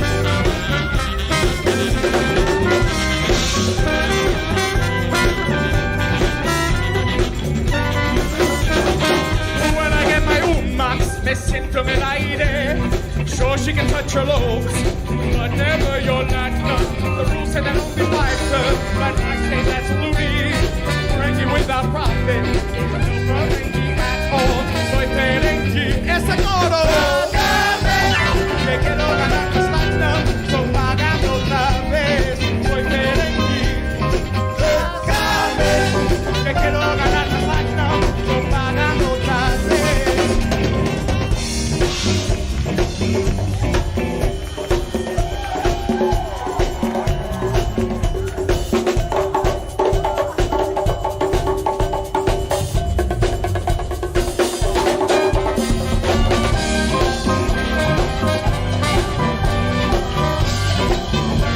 Take out your wallets.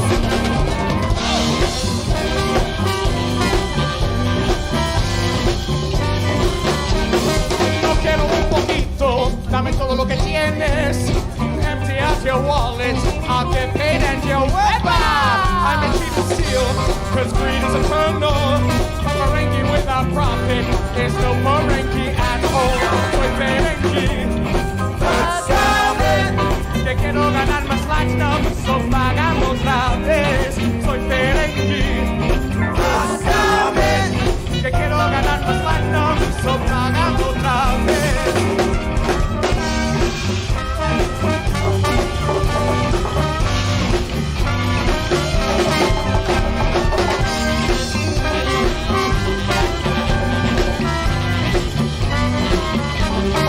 Try your luck at Tabo, buy a stick of Junja. Have another bottle of my best syrup of squill. When I become contagious, it's business all the time. Otherwise I can hear the profit in the wind and in this this rhyme. Soy Ferengi. Pásame, que quiero ganar más platinum. No pagan otra vez. Soy Ferengi. Pásame, que quiero ganar más platinum. No pagan otra vez.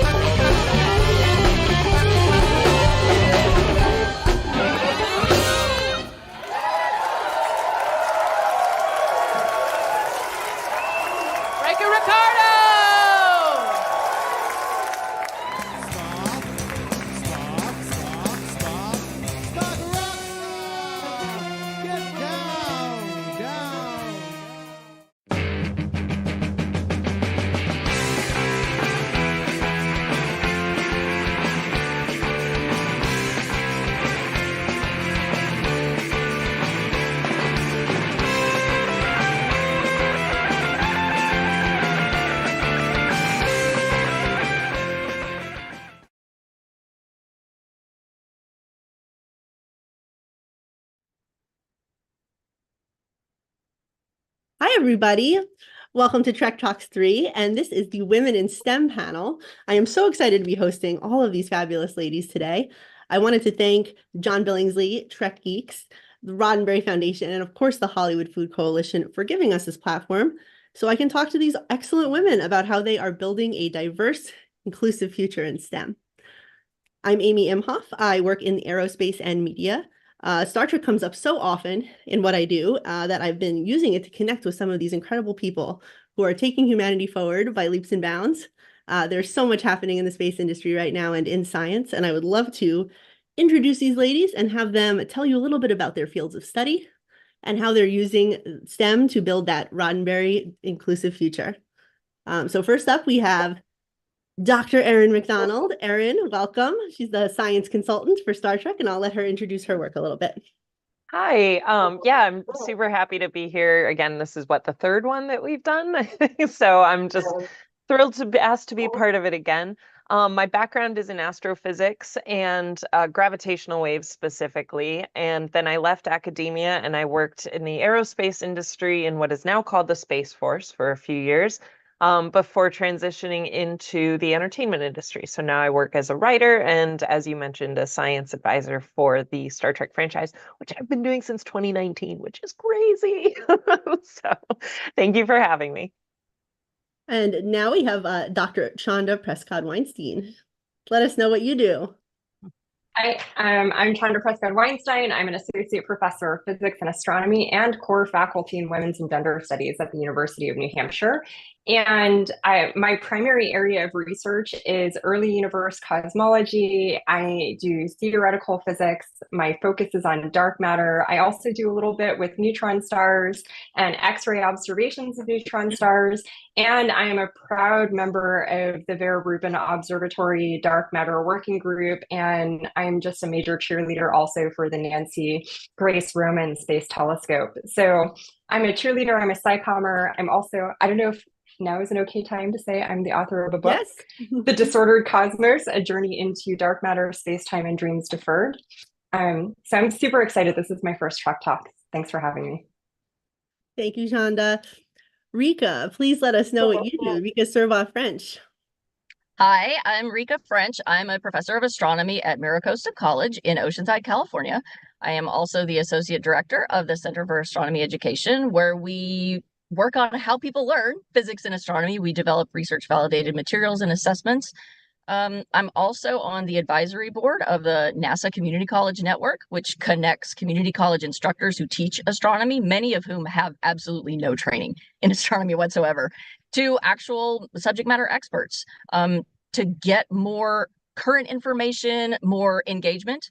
I'm also an Astronomy Airborne ambassador with the SOFIA group, and we kind of bridge the gap between, again, educators, middle school all the way through community college instructors, bridge the gap between them and getting real science, particularly infrared science, into the classroom. Awesome. Thank you guys for those intros. What you do is so interesting. And I love that you're all involved in these, adjacent groups, especially like working with NASA, working with the Roman telescope. These are things that I think a lot of the public might not, and even, the fandom, even though we're tapped in and we're big space fans in the Star Trek community, I think that we don't necessarily know everything that's going on in space. The Artemis missions are going to put a woman on the moon finally, hopefully in 2025. They just released that new timeline. And I want to talk a little bit about what it's like to be part of the next generation of teaching these students, and for Erin, Prodigy, bringing in the kids into STEM, because as I've learned from working in the industry and most recently from the Space Force, we're experiencing a big brain drain. When the the boomers are retiring, Gen X will be next up to retire, and we're going to need to be replacing all of those people. And the Space Force considers it a matter of national security. We need to have these people behind our science so that we can continue to keep up with the rest of the world. So I wanted to talk a little bit about how you guys go about that, whether it's through teaching like Rika and Chanda, or Erin through Prodigy. So Chanda, why don't you kick us off on that? I think you'd be the perfect person to start that. So as someone who works not only in astronomy and physics, but also who does research on feminist thought and gender studies, I'm obviously thinking a lot about what are the working conditions that scientists are going into, and how does that shape the enthusiasm that students are able to sustain as they pursue their degrees. So research shows, and I'm sure Rika knows this better than I do, that we have a lot of students who come in with high levels of enthusiasm, particularly as first-year university students.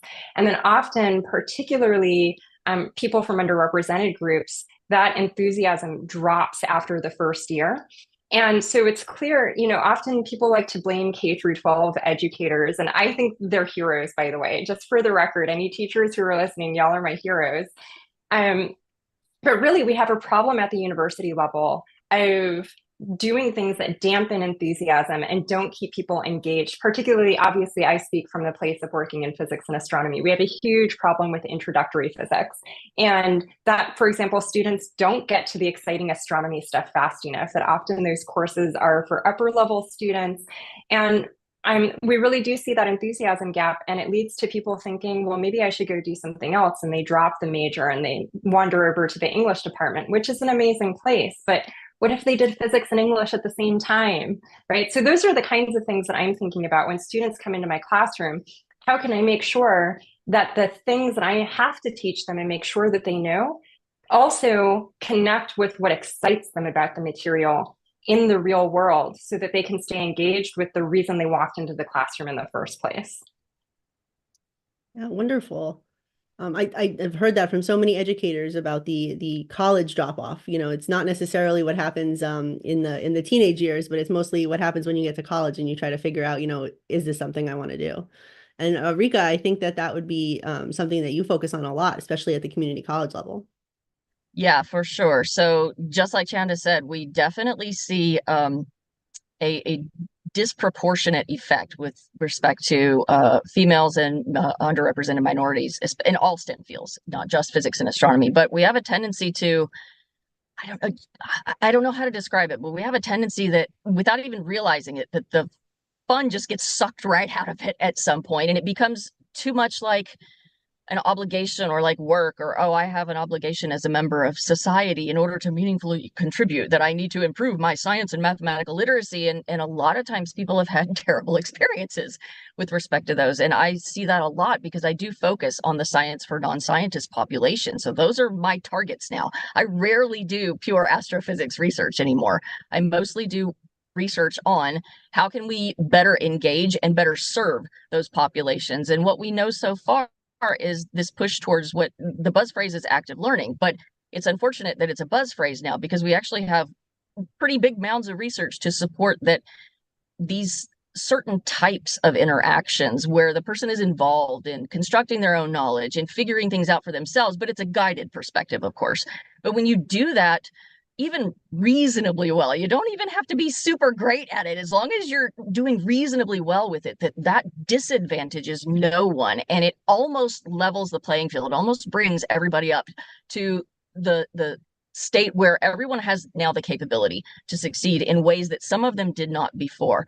So it's a big thing also too, because if you teach astronomy or an introductory geophysics course in the first, typically what's a freshman or sophomore course in college in the United States, there's anywhere from 300,000 to 500,000 students in the United States annually that take a course like that as quite literally their last formal exposure to science in their lives. So no pressure, right? This is your kind of your last chance to show them that humans are born scientists. This is not something that's accessible to only a few of us. If you have a human brain and it works reasonably well, you have the makings of a scientist. From the tiniest humans are always knocking things off of the table, and the parent tells them, oh, please stop doing that, right? And they keep doing it. But what a lot of us don't realize is they're not always doing it just to annoy you. They're conducting an experiment. They don't know yet that literally the same thing is going to happen every time they knock that same pen off of the table.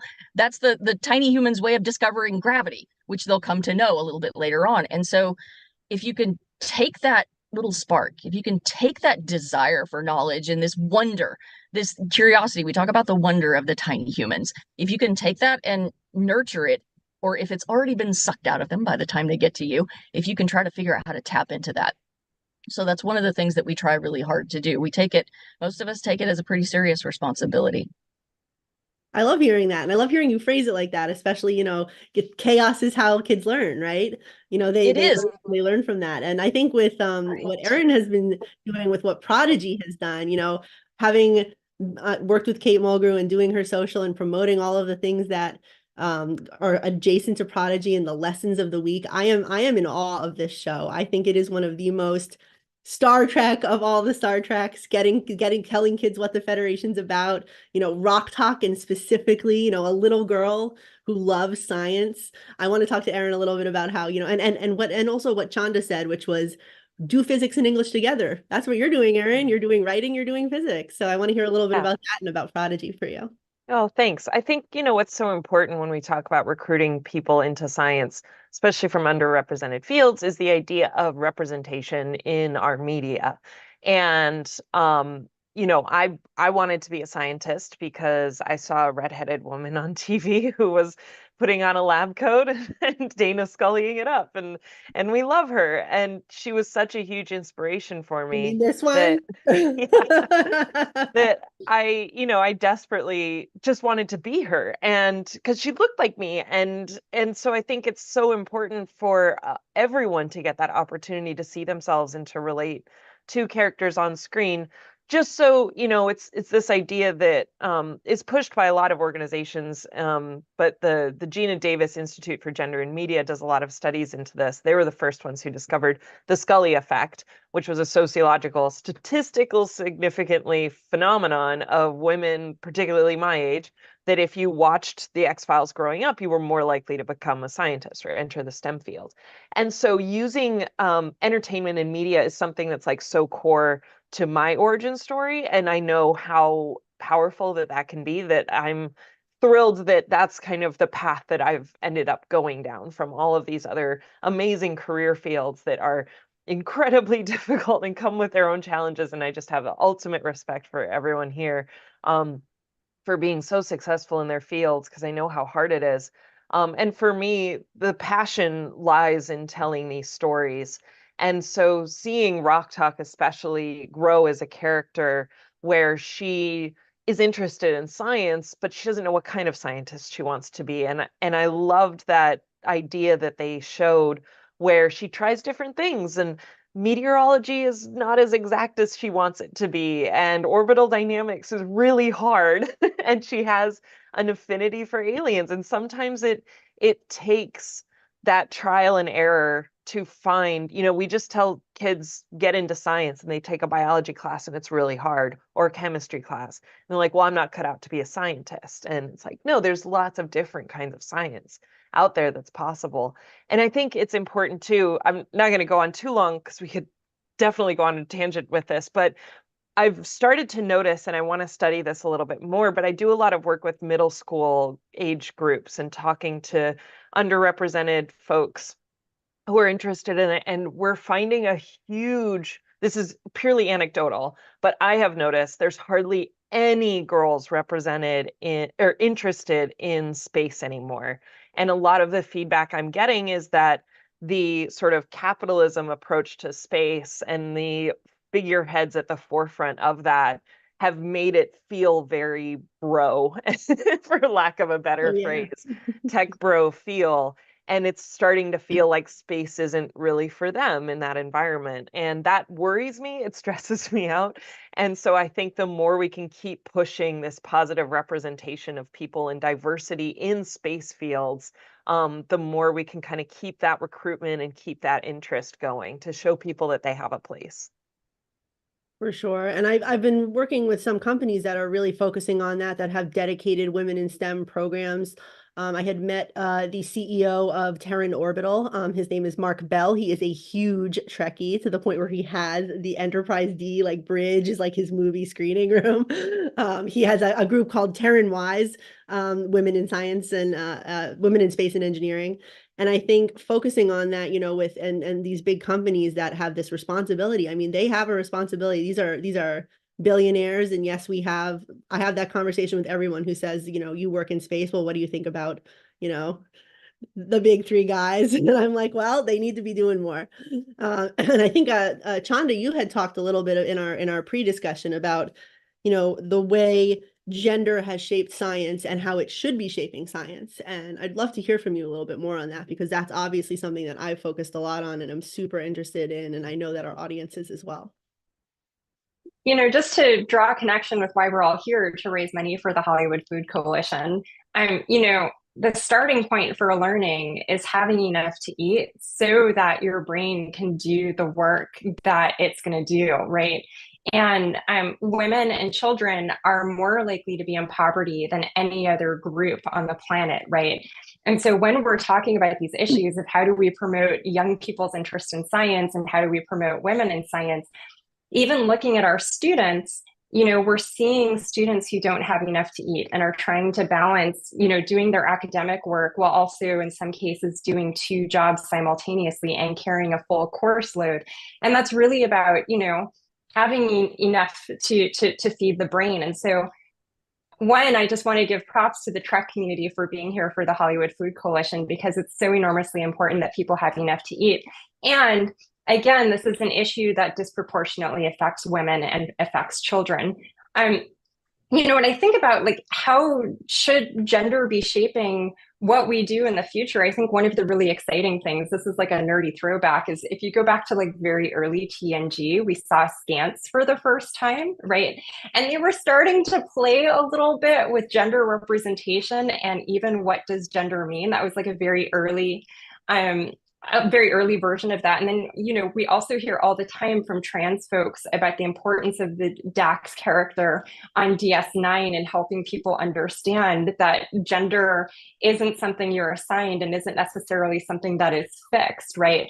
And so I think all of these perspectives are telling us that we have a whole world out there of people and thought who are ready to explore ideas if we are willing to literally make space time for them. And so when I think about what does my work in gender studies and what does gender studies as a discipline do for us, it points us in that direction, which says, here is how you make space time for non-binary students who walk into your astrophysics class and are super excited. You know, getting their pronouns right can make the difference between them enthusiastically going on to a PhD in astrophysics and them thinking, you know what, physicists are the kind of people who misgender me, right? So I think it really is like almost, you know, I don't want to say that's a small thing because it's a huge thing in any individual person's life, but I think there can be a misunderstanding of how much we can learn by thinking through these frameworks, that it's, at the end of the day, you know, I'm a hardcore believer in IDIC. It's about building that Trek future where we do have respect for infinite diversity and infinite combinations. And the lessons that we learned from Trek, or that I think many of us should be trying to learn from Trek, is really that if we want to build that world, one, everybody has enough to eat in that world. Everybody's basics are taken care of. That's a fundamental value of the Federation. And that's what the Hollywood Food Coalition is doing. And that's also the work that we should be connecting with as scientists. And I think also as people see scientists concern themselves with these issues, what Erin was talking about, it makes it easier for students to say, scientists care about the stuff my community is facing, my group is facing. That means scientists see me, I belong in science. And so I don't think those things are separate. And I think it's funny you say that, because so many people say to me, why are you focusing on space? We have so many problems here on Earth. That's a common thing that I'm sure a lot of us get, and I know that the space community gets it very often. But when I point out to this, to them, look at this community, look at what the love of space and the love of the possibilities of exploration, look what that has grown for the Star Trek community. It's creating the Roddenberry future with actions like this. That's what excites me. That's what gets me into, working with these groups and working with ladies like you. And speaking about, the diverse future that we need, and how, women and girls. I always think of that quote from the Black Widow movie, with Scarlett Johansson, where she says, who in the world are more underrepresented and less cared about than little girls, because little girls disappear and nobody cares. And to me, that was something that I was like, this is what we have to be working to stop. This is what we have to be working to lift them up, and then when you get to those places, when they get into the places, like you said, using the correct pronouns, putting all of those things together in order to, create that reality through STEM and through that connection. And I think public excitement, like, I want to know what you guys are excited about going forward. I want to talk a little bit about, like Rico, what are you excited that you're seeing, that you're thinking, yes, we have these problems, but yes, I see the excitement of the brighter future. Yeah, one of the interesting connections that I was just making, Chanda, as you were speaking, I just finished giving a workshop at the American Astronomical Society, where a significant shift from some of the ways that professional development workshops for those that teach introductory courses, and not just the introductory courses, but that's usually our target audience, is this inclusion of a section on frames of identity and community agreements, and how bringing all aspects of everyone's identity into the classroom can really change not just the tone, but it can really change quite literally how successful some students are. I mean, everything that seems kind of dumb, but it's really not. If you're starting a class at 7:30 in the morning, have you thought about which populations you might be disenfranchising by starting a course at 6:30 in the morning, 7:30 in the morning? I mean, sure, there will always be people who take it, but who is being disenfranchised by this? From the students that are severely food insecure, because like Chanda was saying, they exist and they're part of the reason that all of us are here right now.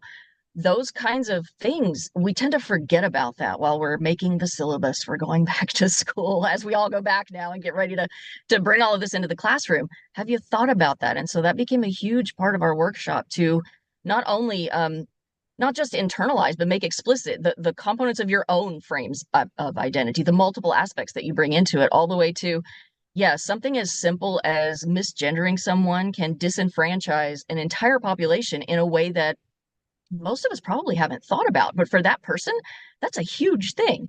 And some of us used to do an exercise where, especially with the middle school and high school kids, draw a scientist. What does a scientist look like to you? And you do that, and inevitably, the vast majority of those pictures are a white male who is older, who has kind of scary hair, like a la Einstein photographs, and usually wears a white lab coat. And it doesn't matter if you change the type of science. It's not just what does a scientist look like. You can do it with what is a biologist, what is a physicist, what does, a geophysicist. It doesn't matter. And you always get the majority of them looking that way. And that, I mean, in the beginning, it was kind of funny, but it's not. Think about what that represents for all of those people. That represents one of the biggest barriers to, like Erin was saying, science is not for me. I'm not a science and a math person. And doing something simple like considering all the aspects of someone's identity and lived experiences that they bring into that classroom, that can be the difference between someone who now sees themselves as, I can.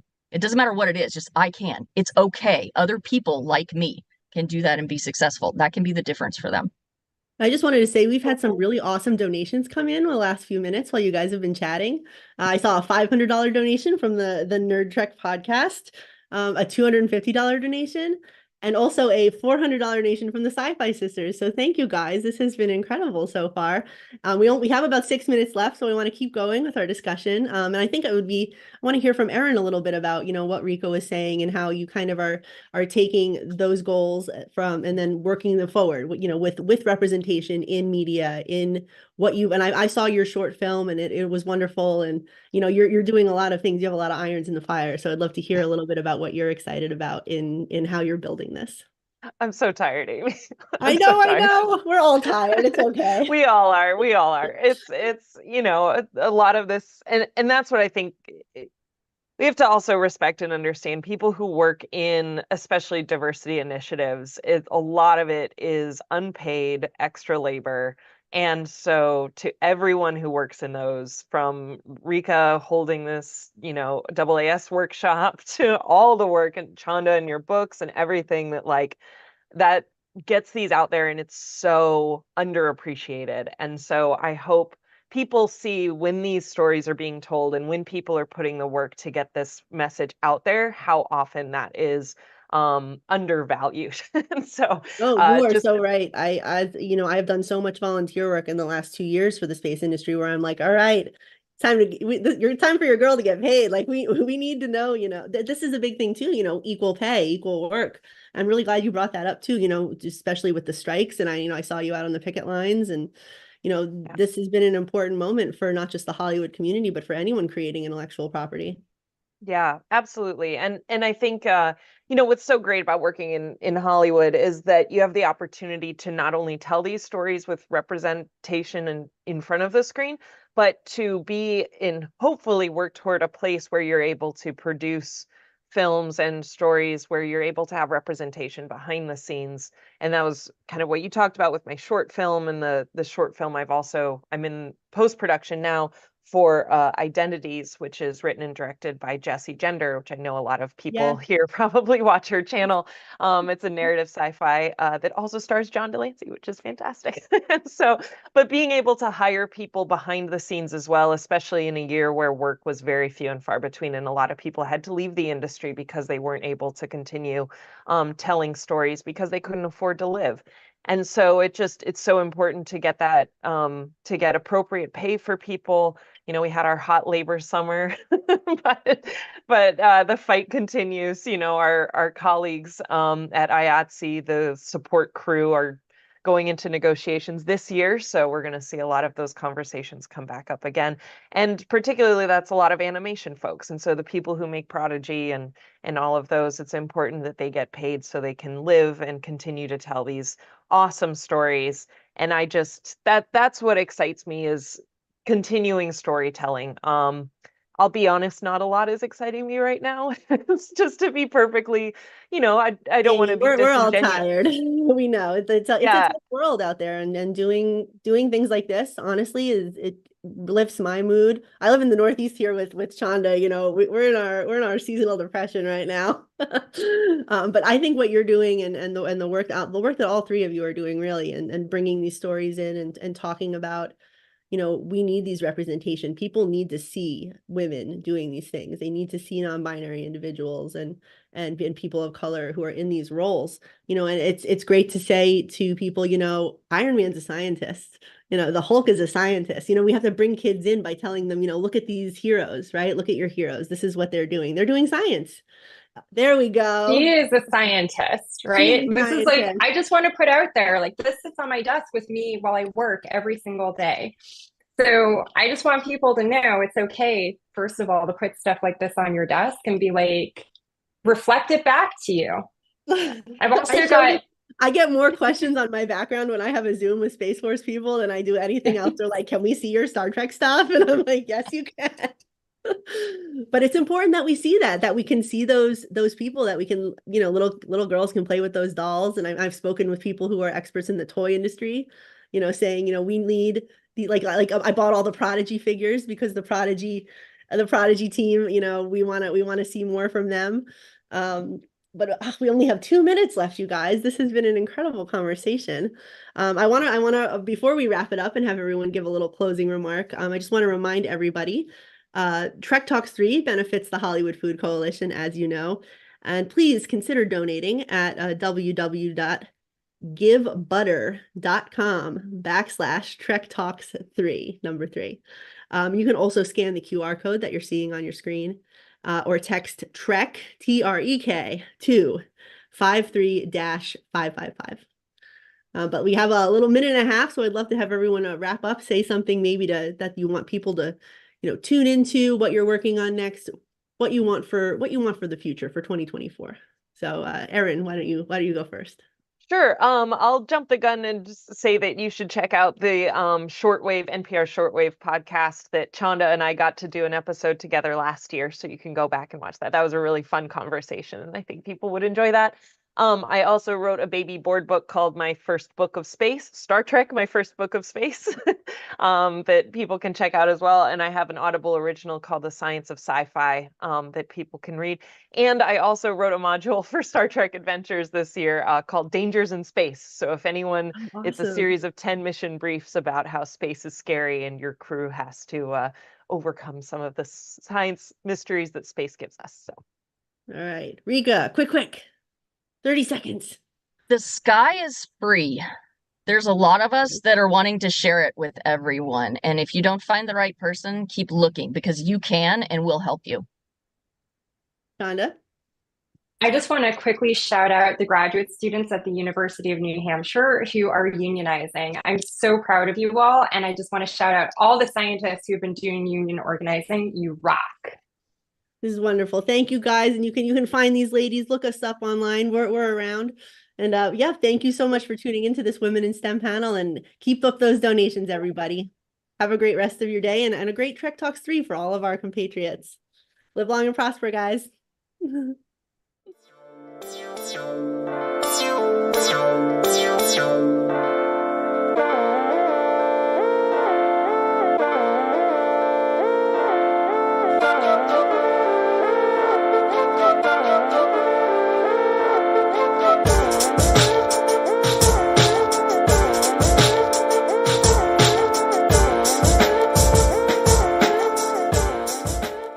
Everybody, we're the Sci-Fi Sisters. We're so happy to be joining you today at Trek Talks 3, benefiting Hollywood Food Coalition. What's up? Whoop, whoop.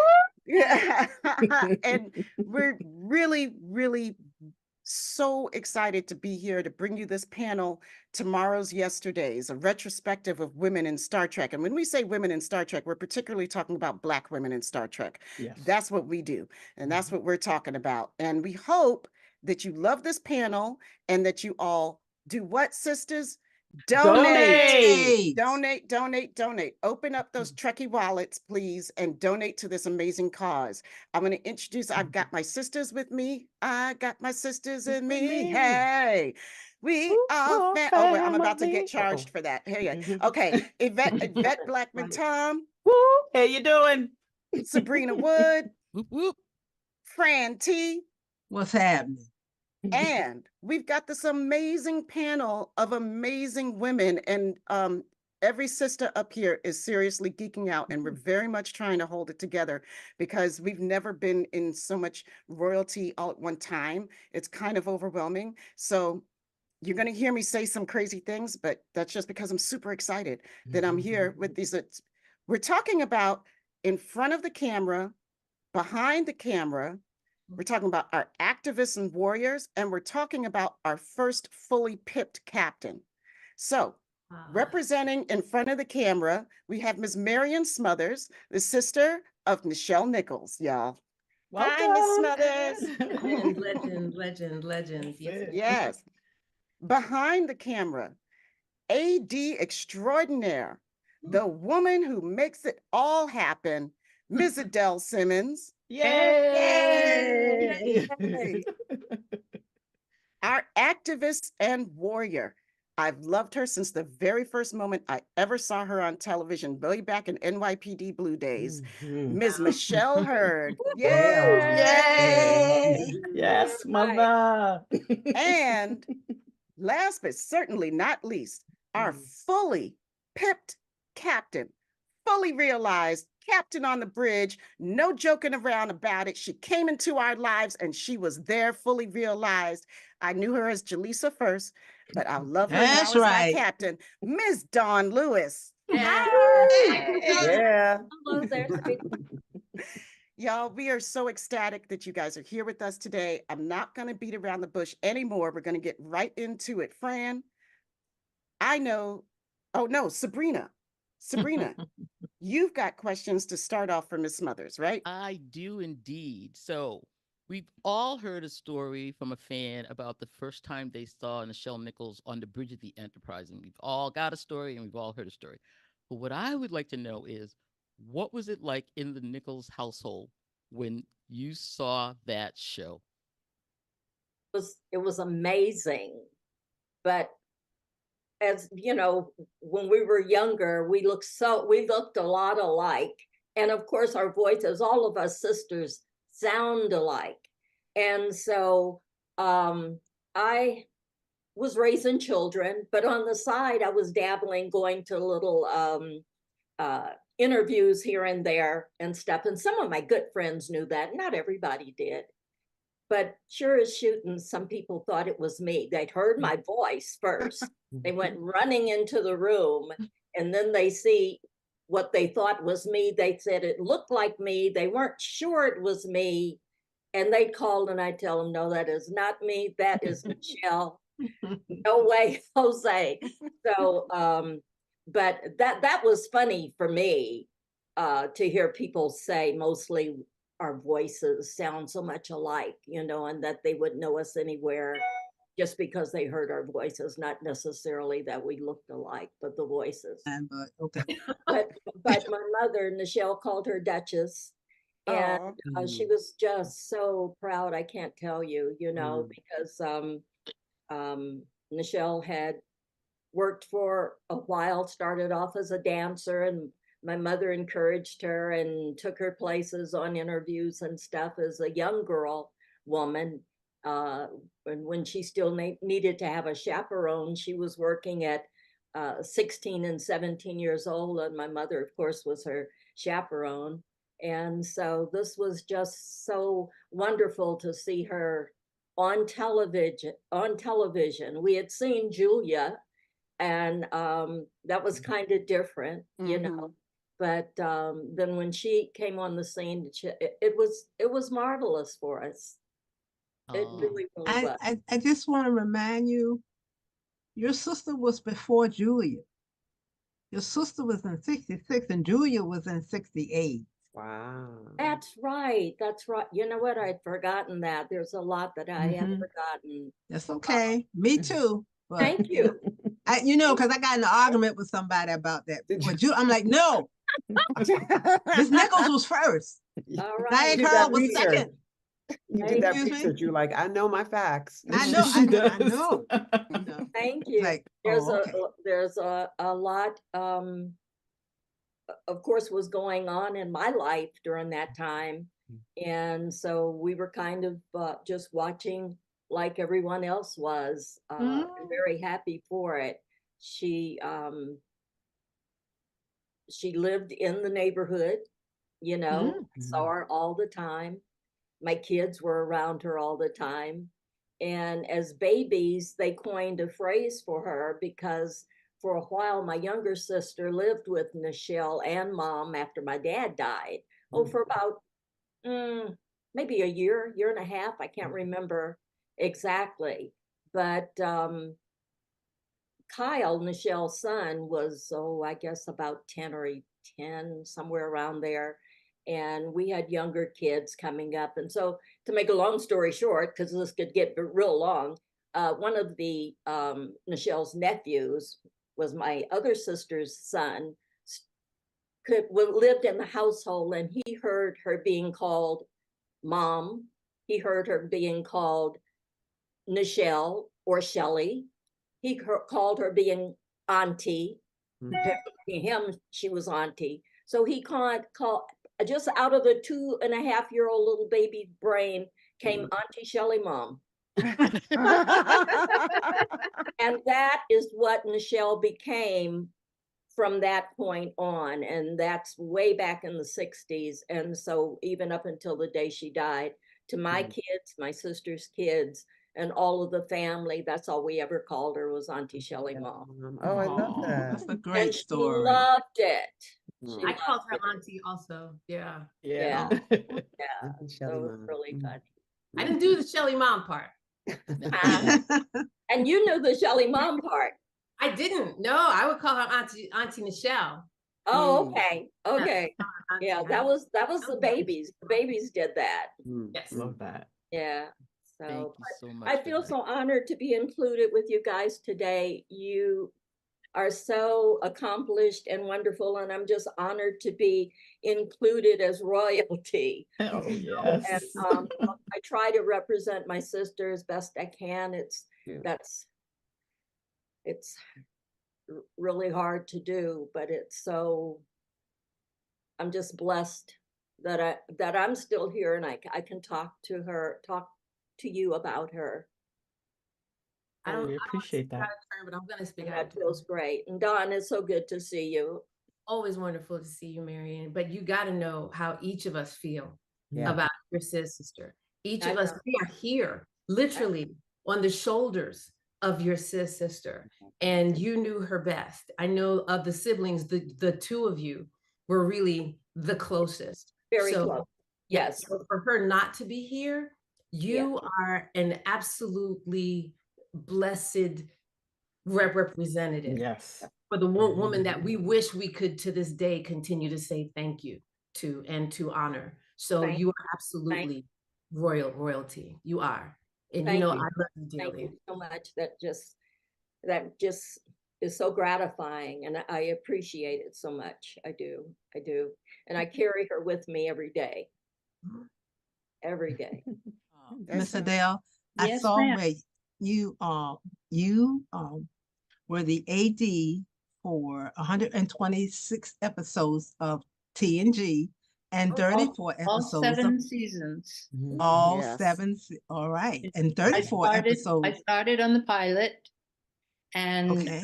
then went on after TNG to do 5 seasons of Voyager. Okay. Can you explain? I'm a credit reader, but not all people are. Could you explain the job you did, please? Yeah, I started off at the bottom of the rung on the production ladder.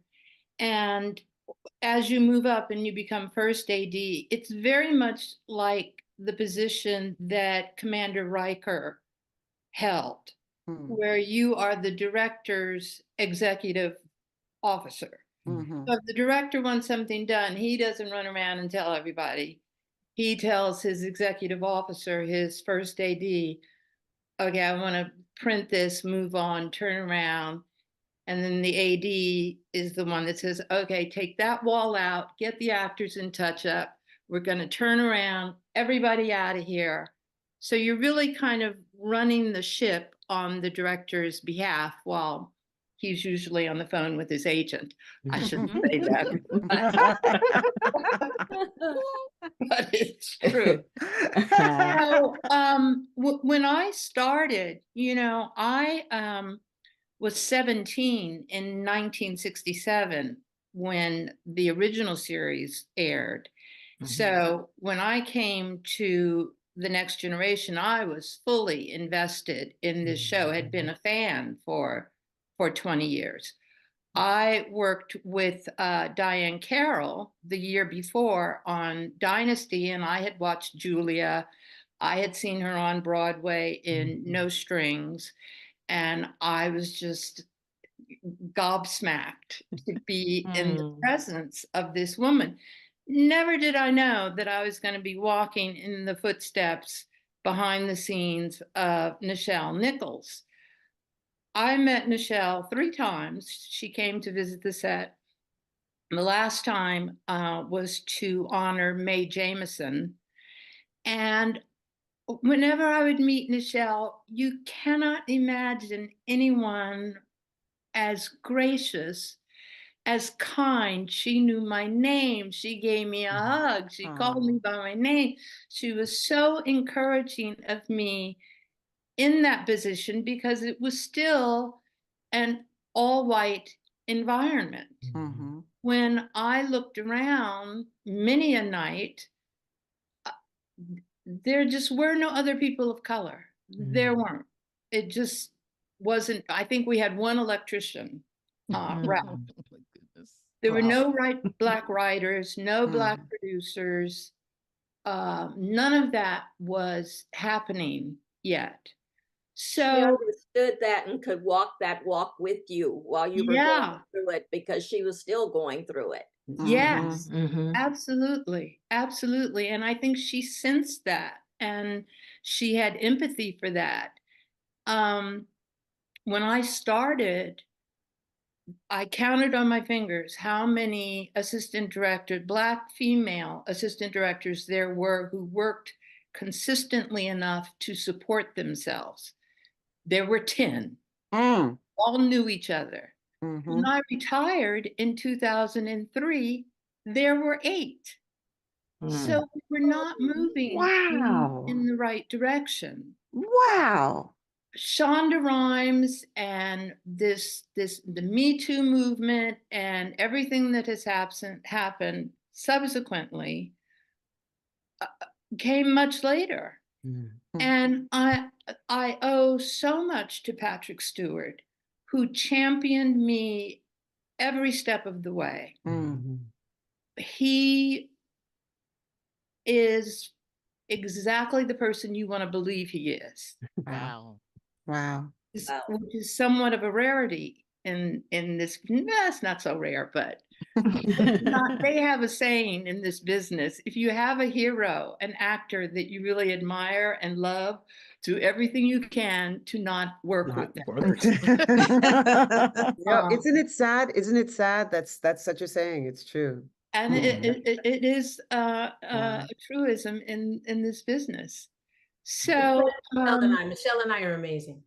That's right. Yes, you are. Yes. Yes, you are. What you see is what you get. So, yeah, I had an amazing ride, very fortunate, considering my very first job interview when I walked in to apply for the assistant director, the Directors Guild training program. The first question out of their mouths, this panel of men that were interviewing me, was, so does your husband approve of you taking this job? What? Yeah, that was the first word out of their mouths. And I was so taken aback. I didn't know what to say. I said, oh yeah, he's looking forward to having a rich wife. He wants to retire. But I knew in that moment, don't tell them you have a child. And I found out later, after I was in and everything had gone well and we all knew each other, they told me, if you had mentioned you had a child, you wouldn't have gotten in. So I was really the first female assistant director who was a parent, and made it possible for the women who came after me to be both a parent and have a career. So, yeah, it's been a long road. I want to move on from there to, we get to our activist and our warrior. And we call you that, Michelle, because we see you fight. And I don't just see you fighting in your roles, but because you fight for people's rights in your real life, you know, and we really admire that and we really look up to that. And I know, like, Sabrina got some stuff to ask you, because she's been like, oh, I can't wait to ask her. Well, and we've heard Viola Davis and Taraji P. Henson come out and make some headlines about pay disparities, and not just pay disparities between men and women in Hollywood, but specifically between white women and Black women in Hollywood. And I'd love to know if the unions can or have done something about that. Well, I mean, what's so insidious is that we all know that that is true. It's just not blatantly spoken about, right? So you could say, why am I getting this lower pay? And they'll be like, no, this is, but business affairs, this is how it's broken down. 1 to 3 is going to get this budget, 4 to 5 is going to get this amount, 7 to whatever. But I know, I mean, one of my first series, I remember knowing that I had already had, no, it wasn't my first series, it was like my third series. And another person who was a white male was having their very first contract. And I knew they were getting more than me. And I, you know, because even back then, little Michelle still had a big old voice. And I was like, excuse me, pardon me, what's going on? And I remember my manager saying to me, I know, honey, I know. It's just you're a woman of color. And that means you're on the bottom of the totem pole for pay. And the fact that it was this sort of given, and I said was, but it still happens. It still happens. There is this concept that I mean, Octavia Spencer, you know, had the whole thing with Jessica Chastain. And when you have to thank our white allies for stepping up to say, hey, wait, how much is she getting? She's not getting a quarter of what I'm getting. No, she needs pay equity. And, you know, I welcome our allies to step up for us. I'm also one of those that, you know, I really encourage actors to talk about what they're making. Don't be silent about your fucking pay. If I don't know, I need to know what pool I am negotiating in. Yes. And it's only told that this is my number, and then I think, oh, well, this is my number. Oh, so that must be their number. Oh, it must be in this number. Okay. And I'm perfectly fine walking about my day. And then somehow I find out from whatever someone else's pay is 2-3 times my pay. That hurts. Absolutely, that hurts. I'm going to take that pain. I'm going to take a moment. I'm going to feel bad. I'm going to cry or whatever. And then I'm going to go, okay, now I know the numbers that we're talking about. Let's renegotiate. And so that's the whole thing. I mean, you know, with our union, you know, I'm a patient person. I will be doing this until we have equity in all of the environments, and equity to all, right? To all. Yes. All marginalized communities. And, you know, like I said this, I think I probably said this the last time. When John Lewis and all of our civil rights activists that we are, you know, here because of, when they marched across that bridge, when they sat at that diner, they didn't do all of this to sit at a diner. Right. They did all of this to own the diner. The fucking diner. We can't own the diner. We can't own the diner until we sit there. And then we work behind it. And then we become the managers. And then we own it. Right. And right now, maybe in some categories, we're working behind the counter. Maybe in some categories, we're the managers, but we don't own our diners, and we need to own our diners. So that's why I do the work I do. I want to empower actors. It can't be me alone. My brothers and my sisters need to step up, stand up, speak out, tell their agents and managers to stop being such wusses and get, you know, be aggressive when you have a person of color that you are fighting for. Don't let somebody say, you know, listen, I know, but I know you just pitched your white actor who's going to get this money, and then you're going to negotiate now with your black actor at this money? No. You need to do that. And I want to find ways to codify securities of that.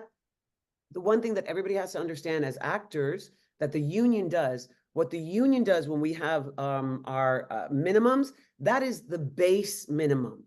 We can only codify the base minimum, which is protecting those who don't have strong agents. So at least they get a concept of a wage that they can try to make a living with.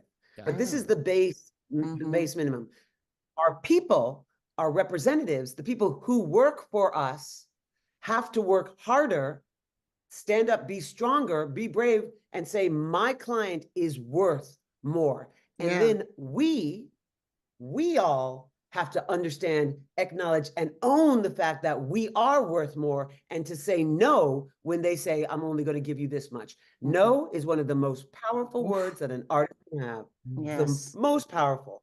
And on that same statement, when people say yes to things that are not their worth, they not only undercut themselves, but they undercut all of us. I understand that. I understand it. I understand needing to take a job. God knows I understand that. And sometimes you have to say, yes, I hear that.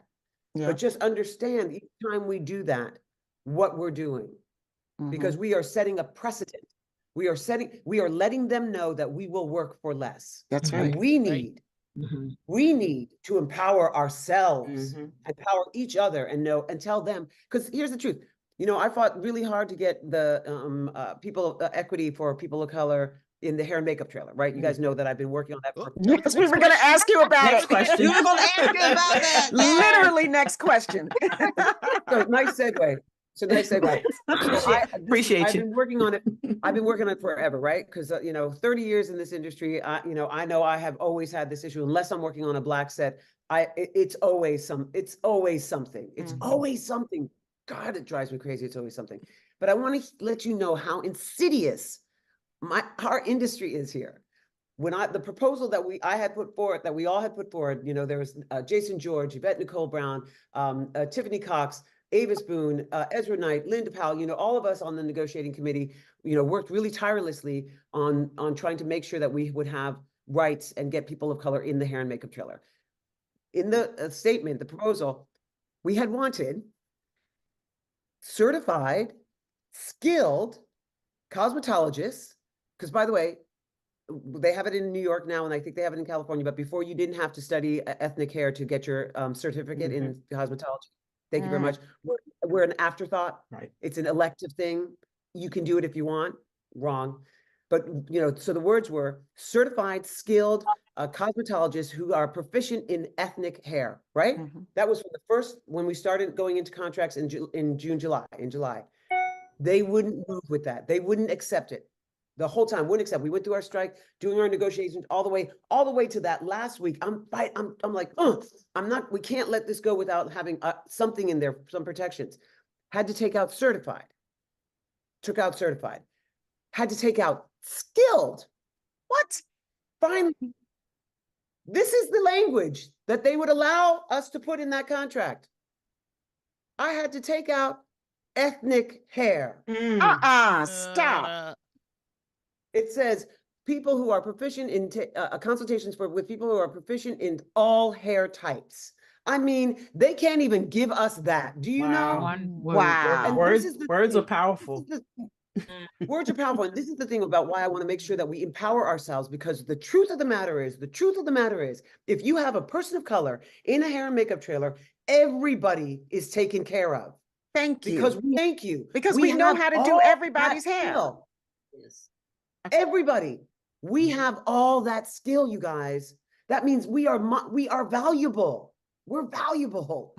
Just in the baseline of what we do, the minimum of what we do, we have more skill and more talent than the ones who are getting certified in these cosmetology schools that don't need to study our skills. You know what I mean? So this is why, I'm going to do as best we can to always, put as much in the contracts, fight for our rights, fight for equity, fight for fair pay for people behind as well as in front of the camera. But we as a community, we have to value ourselves. We have to, you have to empower yourselves, and you got to understand the power of no, and and give yourself, give yourself a number. Give yourself a number. Like, I am worth this. I'm worth this. Right. Let me put that out there. Don't let them tell you. You put it out there. I know I get so long and I get so passionate. I'm sorry. I love it. I love it. Bring it. I remember reading an interview with you, and I heard you talking, and you said something about you were on a show, and they told you that the CEO, most Black CEO women have their hair straightened, and they made you straighten your hair. Girl, they told me, they said, we did some research. Yeah. Yeah. Who are you talking to? They did research. What research exactly? And they said the words they actually said to me, that the audacity, the words that they actually said to me was that the research that we found is that a woman of color will only be taken seriously if she is the CEO of her own business, if she has straightened hair. What the? Yeah. My mouth fell off. Honey, my head. And as I said, I have no problem talking, but that took my voice away. It took my voice away. Yeah. It hurt my soul. Yeah. Because all I could think of was, my name is Michelle Hurd, and this is, I got my braids in now, but I have my crown, I got my curls. And all I could think of is that Michelle Hurd could be a lawyer, a doctor, a barista at Starbucks, work as a bank teller, and she would still have her curly hair. Right. That I couldn't have a career unless I straightened my hair. What, so that I can be homogenized in the concept of beauty that I was never included in the first place? In the first place. Right. In the first place. Can I just give a shout out to Julia Walker, who for decades was the Lone Ranger out there. She was Whoopi's hairstylist, and she had no contemporaries for years. That's right. That's right. Wow. And It's see, insane. and how many of us know her? Like, we don't. Yeah. We do. Yeah. Thank you I for know. saying her name. And now we know, have another Exactly. Shiro. People. We are almost out of time, so I don't want to. I would be remiss if we didn't get to our captain. Very remiss. We started with Ms. Nichols, right? Who was the first on our screen in Trek for us representing, and we get to finally Ms. Dawn Lewis and Captain Freeman, who is fully pipped. That's Fully important. pipped. Fully pipped, Not y'all. a commander. Fully pipped. Right? Didn't start off as no commander and no second in command, no shiggity, none of that. She was fully pipped, That's right. So, I'm just we have some questions here, but I know we're running short on time. So I'm just going to roll them into like one question, and it's a big question. Okay. So, I mean, first of all, we were going to ask you about, since you were friends with Ms. Nichols, what she thought, what was her reaction to when you got this role and being part of the Star Trek universe. And we were also going to ask you, what you think about the importance of Captain Freeman is in the Star Trek universe. I mean, we have some other questions, but those are ones I really want to get to. Let's see. I'll try to sum it up. She was take your time too. Don't rush. Yeah, no rush. Seeing her on television when I was, I don't know, 4 or 5 years old, when Star Trek first came on television, I hadn't seen anyone of color that beautiful, that intelligent, that magnetic, that badass, that, she was doing communications, but she was the one that everyone came to. Everything came to and through her. When you were communicating with any other species, she was given such regard and such respect that I had never seen being given to a woman, much less a woman of color. It was such a man's world. And I grew up in a home with domestic violence. So watching my mom even speak her mind got her back of my dad's hand. So watching this woman communicate with other worldly beings and being smart and able to pick up a phaser with the best of them, and in those boots and in that mini skirt, I don't know, Miss Marion, all 3 of y'all, if y'all were 3 Nichols girls growing up all looking alike and sounding alike, I would have been in a whole bunch of trouble. It was fun. It was amazing. It was remarkable to see all of these men defer to her. Yeah. And undeniably defer to her. And not just because of the way she looked, but because of the excellence that she brought to what she did. Star Trek in itself showed me it was possible to be in a world where you really could be accepted for your excellence. Where you really could, it wasn't unusual for everyone around you, regardless of what color they were, what gender they were, what species they were, to be able to hold their own in the game. And that's the world that I wanted to be a part of. Yeah. So, you go through life and you grow, and realities, smack you in the face of what's what and who's who and who gets what opportunity, etc. So when you see her standing her ground, and not just her ground, but the ground for us as women, the ground for us as people of color, the ground for anybody who dares to be more than what the majority or those in control will give you credit for or give you opportunity to accomplish. When you see her standing in that gap, she was a superhero to me. And then when I got my opportunity to come through my career through stage, through music. We had so many things in common. You get to know she was a singer, she was a dancer, she had all of these other amazing gifts. This one particular show launched her in a specific direction, but it did not diminish the fullness of who she was, which in itself was exciting. So when I got to California to do my first TV series, and I got to meet her, she was one of the few people that I had no. I'm like Michelle. I'm not shy. I'm not. And I have something to say, I will go ahead and say it. And sometimes it gets me in trouble, but I'm from Bed-Stuy, Brooklyn. I don't know how else. I met Beverly Todd and Judy Pace, who were friends. Again, two more women of color that were trailblazers in their own right, as sex symbols, as intellects, etc., on screen that we didn't get to see. But they introduced me. Oh, we want you to meet our friend Michelle. We're going to go out and but no, they said Shelly. We're going to go out with Shelly and we're going to go to this thing and hear some music and da da da. And I walk in and it's Nichelle Nichols.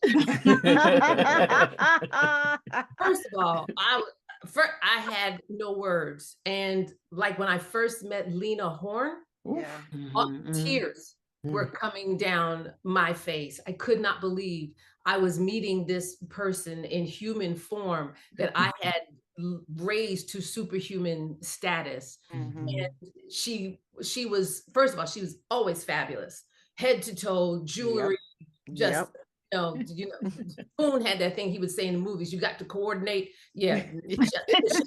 Every time. Always with big bangly baubles and looking like some ethnic put together princess person. I love it. And it was always fabulous. And her speech was always elevated. And while she was elevated, she was right down there with you, honey. She was very, very neighborhood and true to who she was.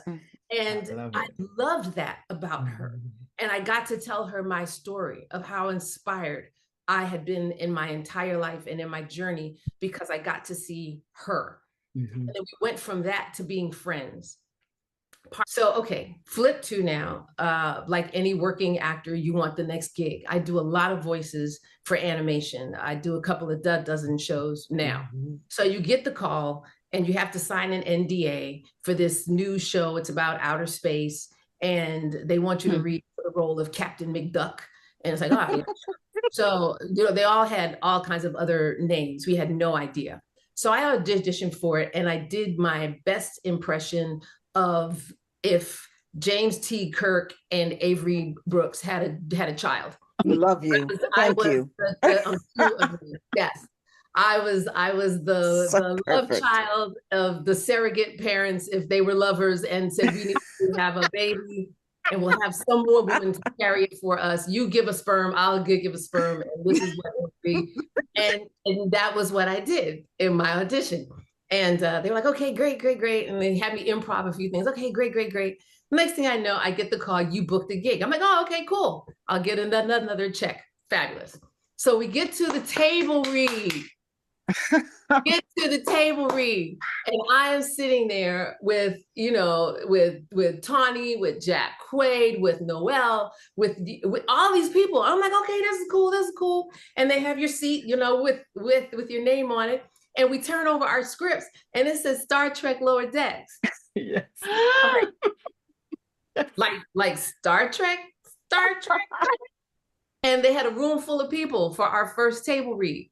And I was like, no, get out of it. And it was everything I could do to maintain my cool. I was completely unsuccessful because up until that point, we had no idea what it was that we had now been gifted with. And I was the captain. I was not Captain McDuck. I was Captain Carol Freeman.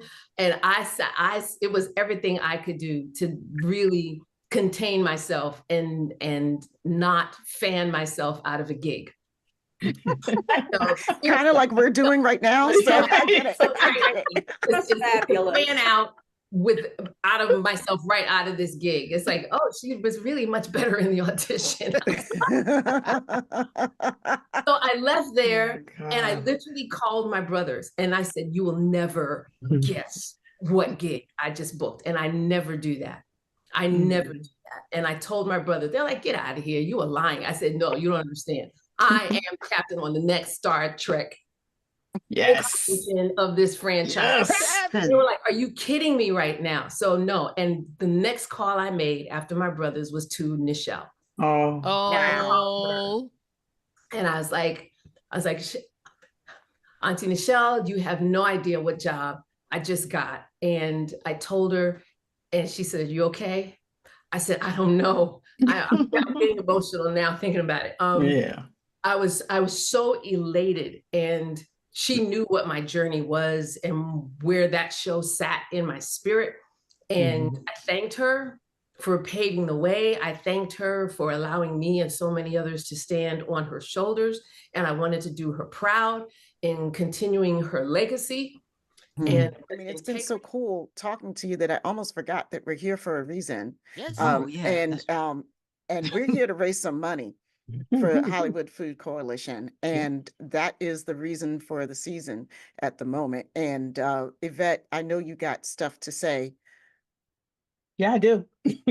No, say it. Okay. All right. Okay. Go ahead. On this Dr. Martin Luther King holiday weekend, we ask for your help. We ask that you donate to the Hollywood Food Coalition as they do the daily work of making LA a city where everyone has food, community, and support. You can donate using the QR code on your screen, or you can text TREK to 53555, or you can go to www.givebutter.com/Trek Talks 3. All right, ladies, what are we going to do? We're going to donate. Make it rain, y'all. Come on now. That's right. That's right. Come on. Ladies, thank you so very much for joining us. We love you all. And as we say in Sci-Fi Sisterland, peace, love, and hair grease. Peace, love, and hair grease. Come on now. Thank you so much. It's a pleasure. Thank you. Welcome back. Welcome back to Trek Talks, everyone. We hope that you're enjoying all the panels. Incredible panels so far. Lots of fabulous guests coming up too in the next few hours. But first, I think we should take a look at how much we're making right now, because this is unbelievable. We have hit over $17,000. Indeed. And remember, we are trying to match Roddenberry's incredibly munificent gift of $50,000. If we make 50, we get 50. If we get 30, we get 30. Let's get 50. We're up to $17,716. And I want to take a moment to thank a couple of really marvelously generous contributors. Amy Britton, who has been such an incredible supporter of the Hollywood Food Coalition for years. She hosts our annual Vegas event. She has donated $5,000 to help us. And I also want to thank a number of other people. I'd like to thank Chris Lamont, Jeff Happ, Ronnie Manone, Colleen White, David Gregory, Caitlin DeMolder, Shara Kabakow, Jordan Schwartz, and Factory Entertainment. Gabriel Martinez has just donated, Janeway Collective, April Mead, the Werthers. Incredible generosity. We cannot thank you enough. And also, just remember, everyone, what it would cost for you to attend a convention like this, you know, with all these wonderful guests, plane fare, cab fare, hotels, bar bills, because, you know, laundry bill, babysitting, pet sitting, losing your shirt at the casino, doctor bills, divorce attorney bills. Well, maybe those are yours, John. But consider how much that you save by just attending Trek Talks instead. Plus, all the other benefits, including you don't have to wear pants. Oh my goodness. I know. You don't have to wear pants. That's the brand. I'm actually not wearing pants either, but no one gets to see that. Anyway, please make a contribution to the Hollywood Food Coalition today. It is so easy to donate. All you have to do is go to www.givebutter.com/TrekTalks3. Or you can scan the QR code right here on your screen, or text TREK to 53555.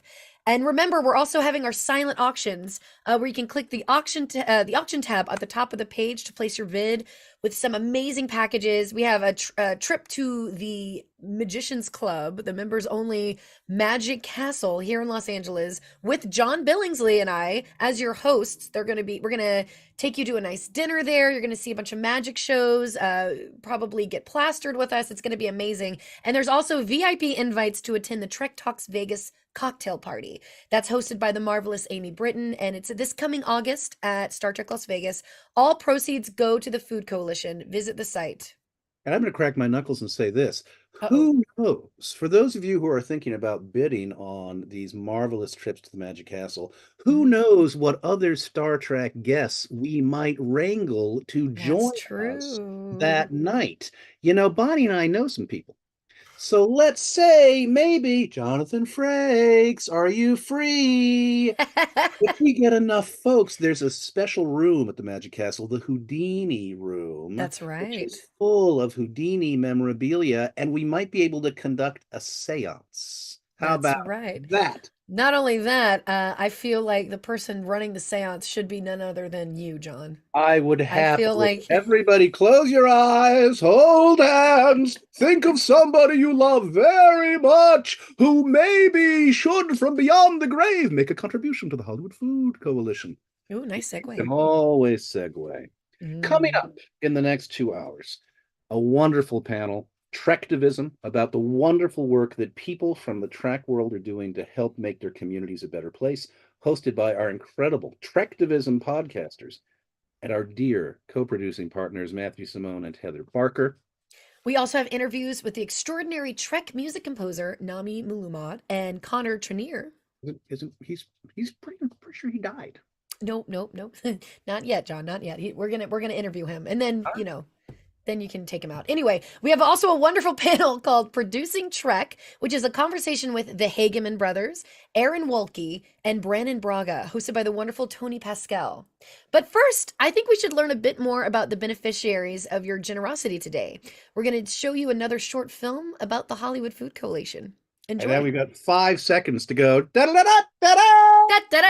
Come to the Magic Castle! Pooh, pooh, pooh.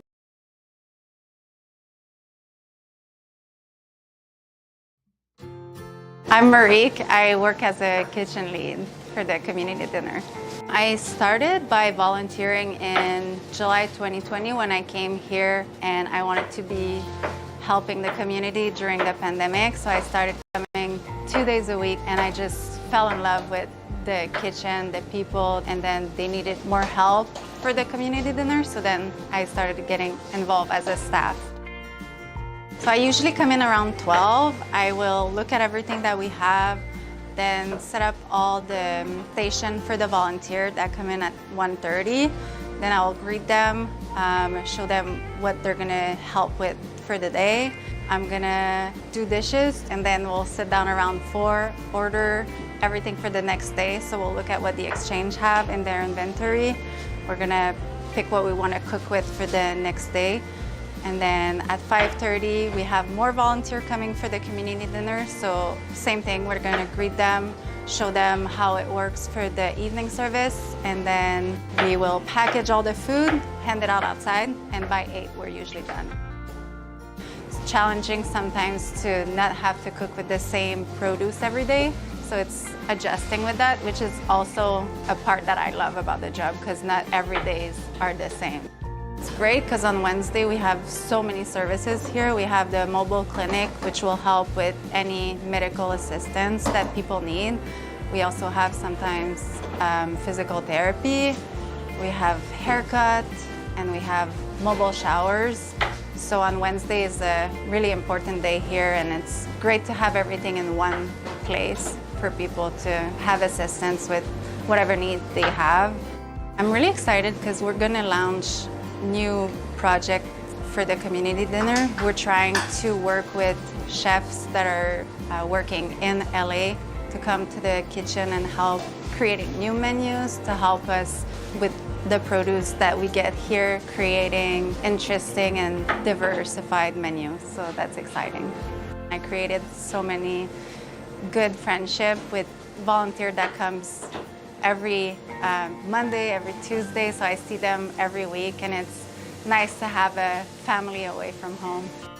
Si vous habitez à LA et que vous parlez français, venez nous voir à Hollywood Food Coalition et ça va nous faire plaisir de vous montrer la cuisine et de rendre votre expérience la plus agréable possible. Merci. Merci.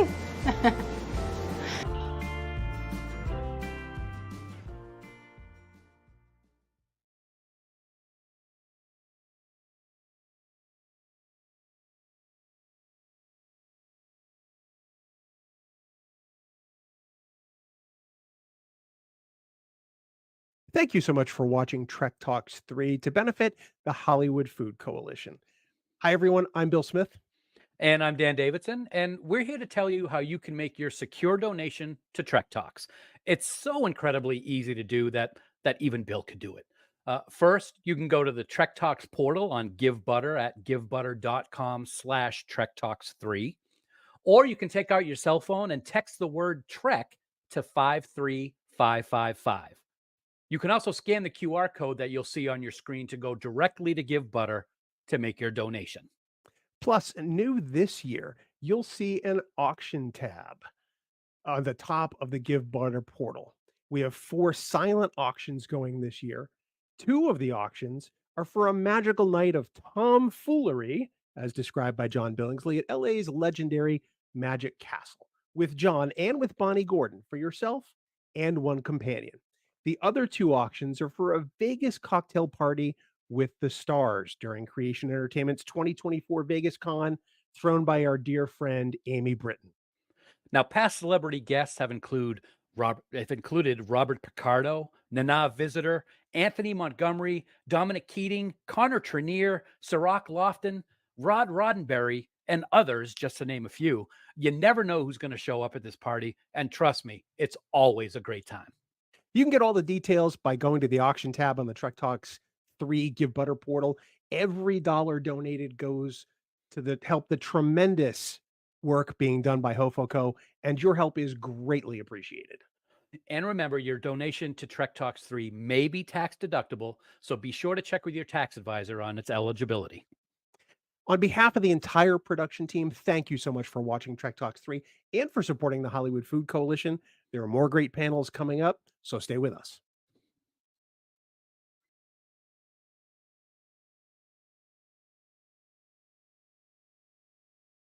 Hi there. Thank you so much for tuning in to Trek Talks 3 and for your support of the Hollywood Food Coalition. We have raised almost $19,000 today with much more to go. My name is Heather Ray Barker, and I'm one of the hosts of the brand new Tivism podcasts, which continues the types of conversations that we're having here today. You might recognize my co-host for the panel. If you've seen the Tivism panel previously here on Trek Talks, then you know him as Matthew Simone. Hi, Matthew. Hello. Welcome. Hello. Hello. So excited to be back. Yay. So today, our panel, we're talking about Tivism as community building. Matthew and I are very familiar with Tivism, but for those of you in the audience who aren't, Matthew's going to tell us a little bit about what Tivism is, as it brought us all here today to raise money for the Hollywood Food Coalition. Yeah, I was thinking actually about what Rod Roddenberry said earlier in the stream. He was talking about how like Star Trek's not just a television show. It's this idea, and it shows these ideas of a better future. And a couple of years ago, we all started kind of getting together. There's a number of us that were all talking and saying like, how can we maybe talk more about those of us, both on the fan side, but also the celebrity side, that are trying to make the present look more like the future that we see depicted in Star Trek. And so not just like television show that we escape into. Sometimes it's escapism, but when we come back from that world, can we bring something of it to make this world seem more like that future? And those things are happening, and there are people who are doing that right now. And so we want to highlight some of those stories. The last couple of years that we've been doing Tivism panels during Trek Talks, we've been had some of the celebrities on board talking about some of their fundraising that they've been doing, both for the Hollywood Food Coalition, but for other organizations too.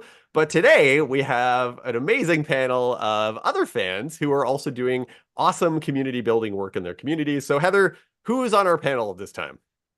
Oh, I'm so excited. So excited for everyone here today. So we have Ethan from Trek the Vote. Hi, Ethan. We have Yez from the LA Away team. Hi. We have Mark from Star Trek Family. And we have Mel from Sid City Social Club. It's really important to Matthew and I that we highlight the fans that are out there doing this amazing work and bringing communities together. So Ethan, why don't you tell us a little bit about what Trek the Vote does? Sure. Hi, folks. I'm Ethan Truskin-Zoller. I'm the technical co-founder of Trek the Vote for Fair Elections. My co-founder, Tay Phoenix, had a family emergency, so asked me to come and talk about how we do Trektivism. Thanks so much for having us here. Tay and I have both been Star Trek fans since we were kids. And in the fall of 2020, Tay was looking at the chaos around the election and the efforts underway to suppress voting and the apathy manufactured by intentionally polarizing disinformation. From a logistics standpoint, we saw election administrators struggling to meet staffing needs. Volunteer and paid staffer demographics were colliding with actuarial tables. In 2020, 60% of poll workers were over 60 years old, and a whopping 85% were over 40 years old. Election staffers of all ages were increasingly worried about their physical safety just trying to do their jobs. Tay thought, wouldn't it be great if Starfleet could just come and rescue us from this mess? There's 16 million Star Trek fans in the United States alone, and they've been steeped in the Federation's values of fairness, inclusivity, and respect for democracy for decades. They're scrupulous, diligent, and they care passionately about the future. When a media-saturated society thrives on outrage and deprives people of connection, one of the most powerful sources of community is fandom, a shared story, an aesthetic, a set of values around which like-minded people can connect. If we could inspire just some of the people in our fandom to get out of their comfort zones, they could be the heroic Starfleet we need. So, we engaged with nonpartisan partners across the country who focus on empowering the communities most targeted by voter suppression efforts and inspired Star Trek cast and crew to participate in our volunteer recruitment videos that help tell that story. Unsurprisingly, some of the people involved in today's event for the Hollywood Food Coalition are our volunteers too. JB and Gates and Tim and Robbie and Garrett and Frakes and Jerry, thank you all for your efforts. We've had more than 30 folks from the franchise participate. Please let us know if you are interested. It almost feels like an aside here, but my job was just to write software that can perform simple matches, say, for a partner who just needs people anywhere to call at-risk voters, but can also make matches for partners with more sophisticated requirements, like volunteers in this geographic area able to drive and carry food and water to voters at multiple sites, or Spanish-speaking lawyers to field calls during early voting on election day, or any number of other criteria. We had great pull from our videos, and with just a handful of organizers and a budget of less than $2,000 per election cycle, we've matched several thousand folks in all 50 states with our partners.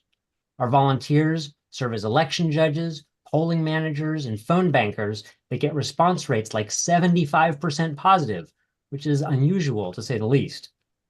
By the 2026 midterm, we envision 0.5% of those 16 million American Trekkies volunteering. Those 8,000 peoples would be a game changer for the partners we've worked with, and we're halfway there. And by the 2032 presidential election, probably needing the cooperation of not just Trek cast and crew, but involvement further up the development chain at CBS, our efforts could motivate 3 to 5% of American Trekkies. That's 500,000 or more volunteers. We want Star Trek to become synonymous with civic engagement, and we're looking toward other fandoms with passionate, public-minded audiences, and because these issues know no borders, expanding beyond the US. There are 297 days until Election Day. Anybody with a newspaper or a pad or a synaptic transceiver can see the issues from the 2020 election have only accelerated. Join us. Join Starfleet and help save democracy. Heather and Matthew. Saving democracy.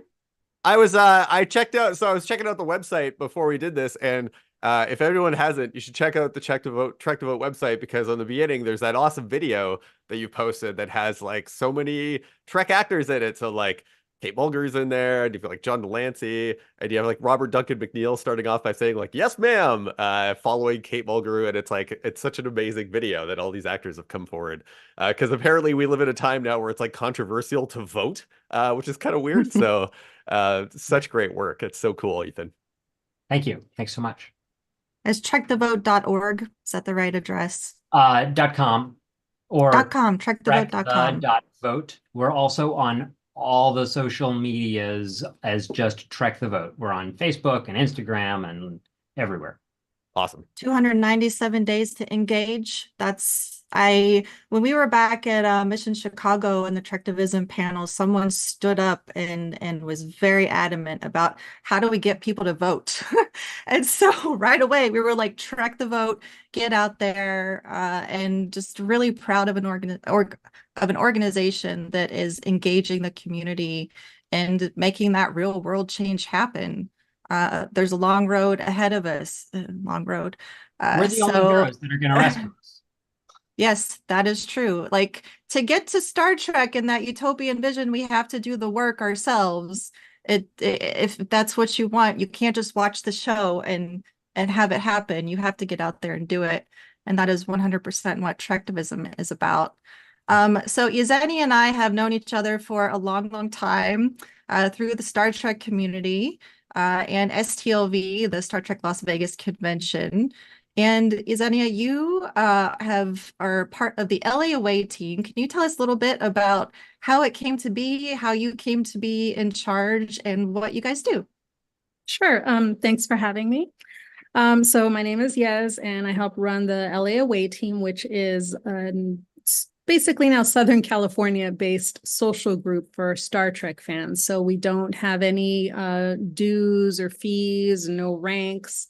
Really no responsibilities. The only expectation is that you just be cool, like just no drama, no gatekeeping. Cosplay is not required. So we're just a social group. We get together for any excuse, anything that has anything to do with Star Trek or Star Trek adjacent, as we call it, Star Wars, Doctor Who, anything space and science related. Even any movie that is about space, or, we will find an excuse to get together and make it an LA Away team event. I can't take the credit, though, for establishing it. That honor goes to our friend Mike Nguyen from New York. So he established the first away team in New York City, the NYC away team, as a way to stave off the con blues. So he wanted to bring back the camaraderie that he felt at STLV and at the Masquerade Bar, and bring that back to his city, which was New York. And since then, he's helped establish away teams in other cities like LA, Orlando, or some in Texas, Chicago. There's away teams in pretty much every major city, I believe. Some more active than others, but I became a member in 2015, shortly after my first STLV. And then the following year was when we really became pretty active, largely owing to the 50th anniversary, which was in 2016. So there was just a lot of Star Trek events happening. So yeah, that's how we started, the momentum that we've had since then. And you keep going. I feel like you guys are at every event in LA. If you have seen like the Star Trek commercials, you have seen someone from the LA Away team at all the premieres. Picard premiere was the one I'm just thinking of, that everybody got to go and do. That was really awesome. There was like, wasn't that big group photo of the LA Away team, like right in front of the screen at the Picard premiere, right? We were all down in there. Yeah. Yeah. Yeah. If you ever hear some crazy woman yelling, LA Away team down at the front, that would be me. I heard that. So now I know that was you. Like, there we go. And that's how I lose my voice.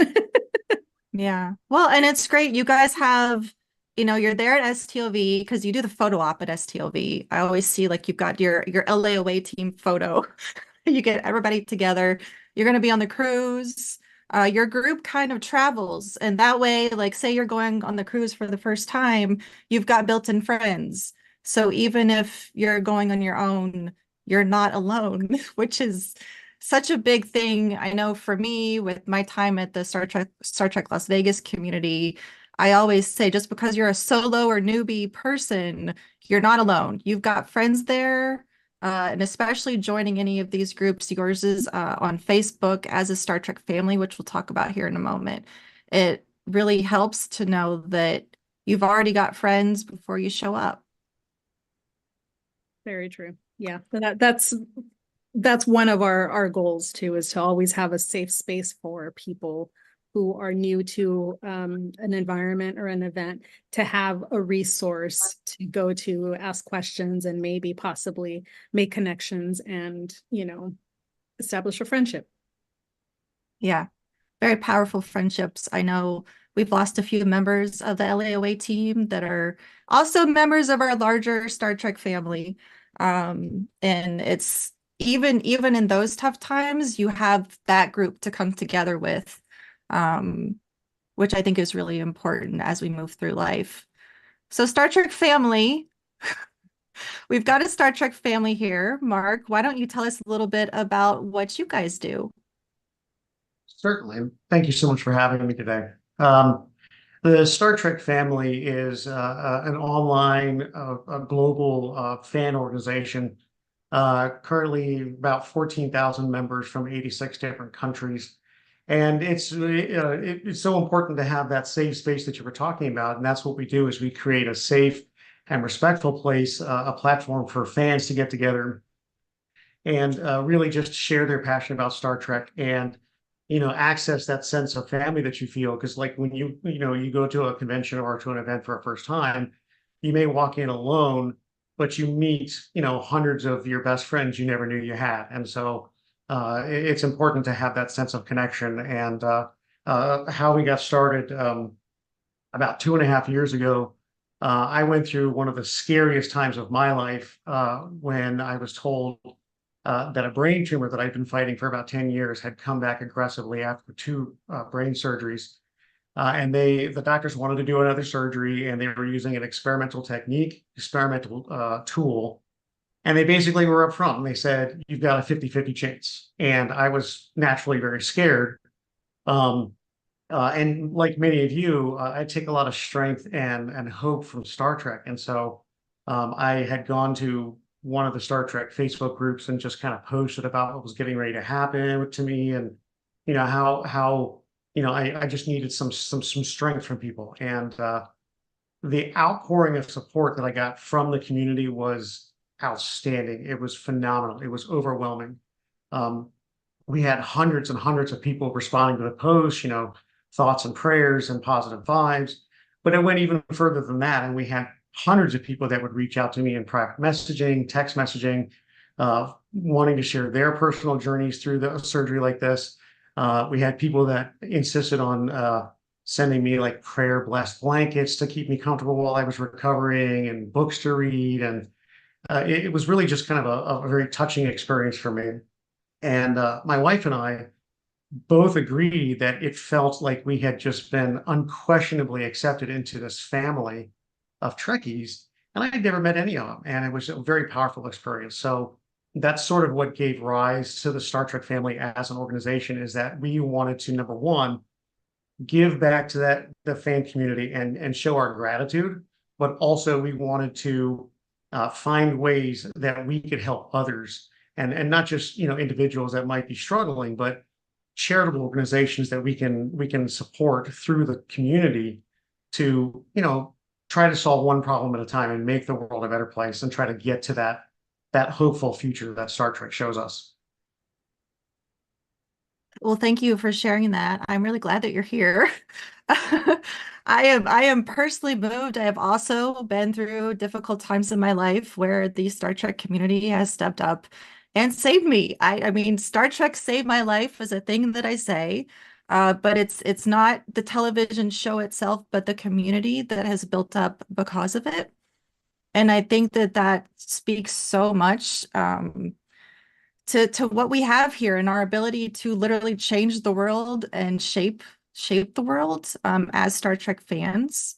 I know that one of the things you did alongside helping out with the Hollywood Food Coalition, which very quickly I will chime in and say we have hit the $20,000 mark, which is amazing. So thank you everyone out there. But I know I've also seen you help out with PanCan. Can you tell us a little bit about that? Certainly. We've just through association have gotten to working with some of the Star Trek actors and some of the production personnel behind the scenes, and I made a connection with Kitty Swink, who is of course the wife of Armin Shimmerman, and I felt very moved by her story, her personal story, and wanted to help out with that. And so, accessing that sense of family that we all share within the franchise, and the incredible generosity of Trekkies as a community, we were able to lend our support to them, and I'm very excited to work with them year in and year out, and we're getting ready to do again this year. So I'm looking forward to see what we can do for them. Awesome. Well, thank you so much for those continued efforts. And again, I'm just super, super glad that you are here. So Mel, Sid City Social Club, I hear so much about what your group is doing, all the cool things. Like, I want to be a member and I just haven't signed up yet. So will you tell everyone about all the amazing things you're doing? Of course. And what a privilege to be here with all of these people. I've got the warm fuzzies from being part of this community and all of the stuff that you guys are doing. The Sid City Social Club is a branch and offshoot of sidcity.net, which is the official fan site for Alexander Siddig. I launched that in 1996 because I wanted to learn how to make websites. And he didn't have one yet. No one had a fan site for that particular actor. And I was like, I'll do it. So I did. And it's been the official fan site since 1998. In the process, in the last 25 or so years, he and I have become pretty good friends. In late March of 2020, he emailed me and said, hey, what's going on right now? It looks like this is going to be going on for a while. And I'm concerned about the mental health of the fans, because we were told to stay home. A lot of people were in isolation. And that's not good for people's mental health, especially, if you're already neurodivergent. Isolation is not the healthiest thing. So he and I had an email in my drafts folder to him along the same lines. I was just trying to come up with some ideas before I emailed him. He doesn't have any qualms about just saying, hey, I have this concern, let's fix it. So we brainstormed for a couple of weeks and tried some different software, different platforms, different ideas, and we came up with the Sid City Social Club, which we did twice a week for the first year, and then once a week for a year after that. So for 2 years, or at least once a week for 2 hours per meeting, fans could log in to the Zoom room, and we kept it at 100 because he wanted to still be kind of intimate. And they could just chat with him. You could sign up to chat, and he'd spend 10, 15, 20 minutes, depending on how involved he got in your story and what you were doing. Some of those talks went quite a bit longer because he's just fascinated by everything. And he really wanted it to be him reaching out to the fans rather than the fans. Like, he didn't want to be interviewed. He wanted to do the interviewing, and he's very, very good at it because he's so interested in everything. And so he talked to more than 600 people, many of them more than once. And this community grew up around that. A lot of people never did get the courage to sign up and chat, but with him directly. But they're in the actual chat, talking to the other fans. And we've done, oh my gosh, we've just done so many things. There've been a lot of in-person meetups, either at conventions or just people who are like, hey, I'm going to be in this city, and I know there are people from the social club who live here, so let's get together. So they'd send me photos, and we would, get to share them in the social club. And we did a community cookbook, international cookbook, with contributions, both recipes and artwork from all over the place. He's talked to people from everywhere, from Siberia to South America to Australia, New Zealand, the Great White North, up in Canada, just all over the place. And it's just been fascinating to really get to know the Trek fandom literally around the world through this. So we're not doing regular meetings anymore because we don't really need to. It was supposed to be a pandemic thing. At the beginning, he was like, I think we'll probably do this through the summer. And then two years later, he's like, okay, I think we might need to put a cap on it because I've got, he was starting to get work again and was gone for long stretches. So we worked around that for a couple of things when he was filming in Australia and Thailand. We were able to work around it a little bit, but we just, this community has built up. It's been about a year and a half since we've done regular meetings, but we just had a pop-up meeting this past Sunday. And we maxed out immediately. Like people were like, yeah, let's go. And they were, and there was as much conversation happening between the social club members in the chat room as there was, actually happening on screen. It's just wonderful to see. There's lifelong friendships that have sprung up. There's romances that have sprung up. There's creative collaborations. It's just been really terrific. And we've had the opportunity to have a lot of special guests on. Robert Hewitt Wolf has been on several times. Nana, of course, has been on several times. We did some original fan fiction productions that you can see on our YouTube channel, Sid City YouTube channel. There's a 2-season series called Alone Together that has several of the DS9 folks coming back and reprising their characters that I highly recommend. We were finally able to post season 2 over the holidays. So it's just, and that's just the tip of the iceberg. It's just been a wonderful experience. And I have a lot of emails and notes and letters that have been handed to me and mailed to me that I get out when I'm having a down day, just to say, you know what, we did a good thing. This has been, we did something really worthwhile out there. So I think, going through that. Oh, go ahead. No, I was going to say quickly, I think I made more like friendships at a stage in life during the pandemic that I had in years. It was kind of the opposite of what I expected. And mainly that was all through the organization of different Star Trek communities who had all kind of rallied together online and were like, hey, like, listen, we all know we're going to be in this really difficult period. We're kind of like this alone together. Let's like find a way to connect. And so that's amazing that you have that particular example. And same thing, like, I thought I was just going to be, I remember getting the emails where I'm like getting successively like laid off from like multiple jobs and then just being like, oh man, it's going to be a lot of home by ourselves. And yet all these Star Trek communities kind of came forward and were like, hey, let's jump in let's use the Zoom thing. Let's connect with each other. I mean, in Star Trek, it's how you talk to everyone anyway. It was on a screen. So, I mean, we're all used to that. So That's cool. Thank you so much, Mel. That's awesome. If I can just say very quickly, Mel's group, City Social Club, was like a lifesaver for me. And I actually met a really good friend, Liana Ahmed, who ended up being one of our LA Away team admins. We hadn't even met in person. It was just from interacting on Sid City that we became friends, and she joined LA Away team because she moved up here during the pandemic from San Diego, and then she became an admin. And so the first time we saw each other, actually met each other in person, was at STLV after she'd been an admin for like a year already. I love that. We love Leanna. We miss Leanna. I love Leanna too. Shout out to Leanna.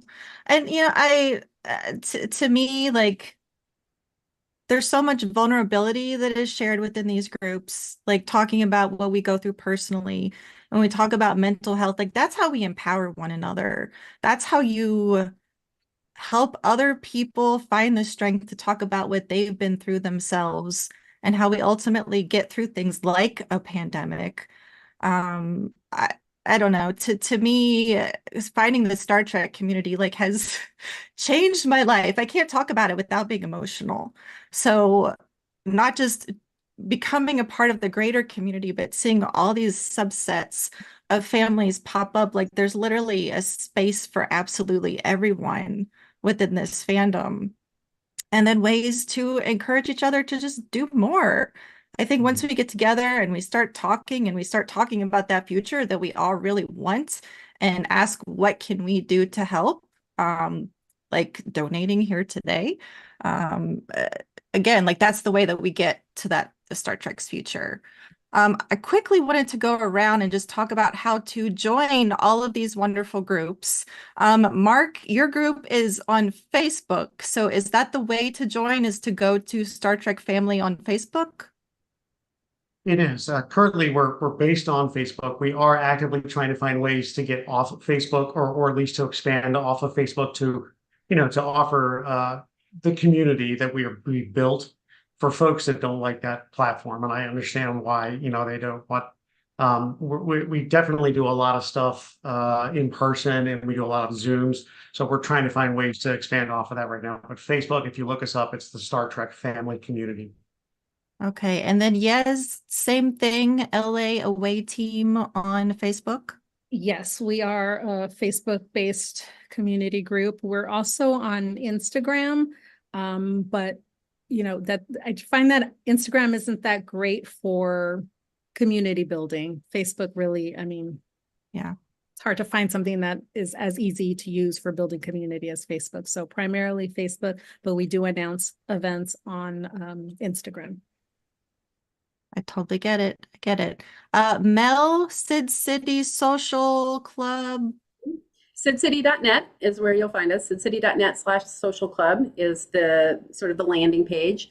And we'll have information about upcoming events there. There's links to all kinds of things. We also have the archive. We recorded each meeting that we had, and then they get edited. Some people don't want everything out there, which is fine. We edit some of that stuff out, and for clarity and length.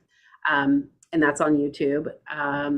I think we're just Sid City on YouTube. We're Sid City online at Facebook and Twitter, which we don't really use much anymore because why would you? But SidCity.net/social club is going to get you where you need to go, and you can just go from there and find. There's a calendar of activities that are going on. And there's a newsletter there that if you sign up for that, you'll get in your inbox, the next time we're having a meeting, you'll get that delivered right to you.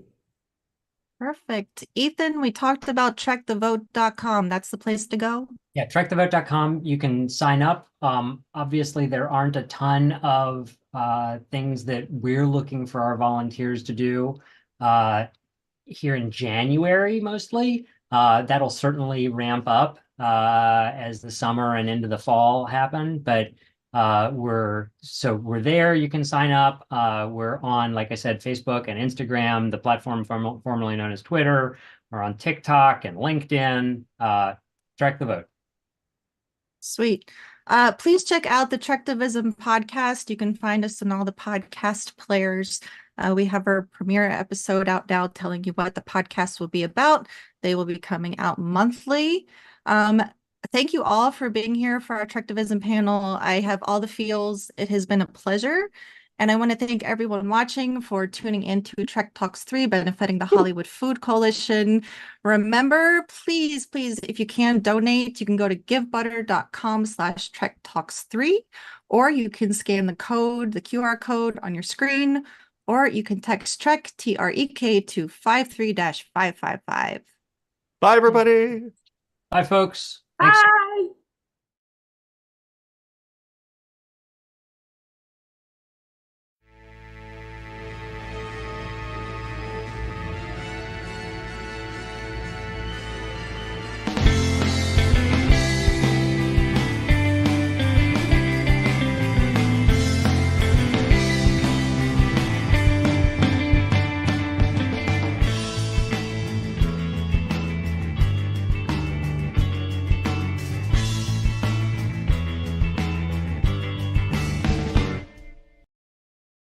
Thank you so much for watching Trek Talks 3 to benefit the Hollywood Food Coalition. Hi, everyone. I'm Bill Smith. And I'm Dan Davidson, and we're here to tell you how you can make your secure donation to Trek Talks. It's so incredibly easy to do that even Bill could do it.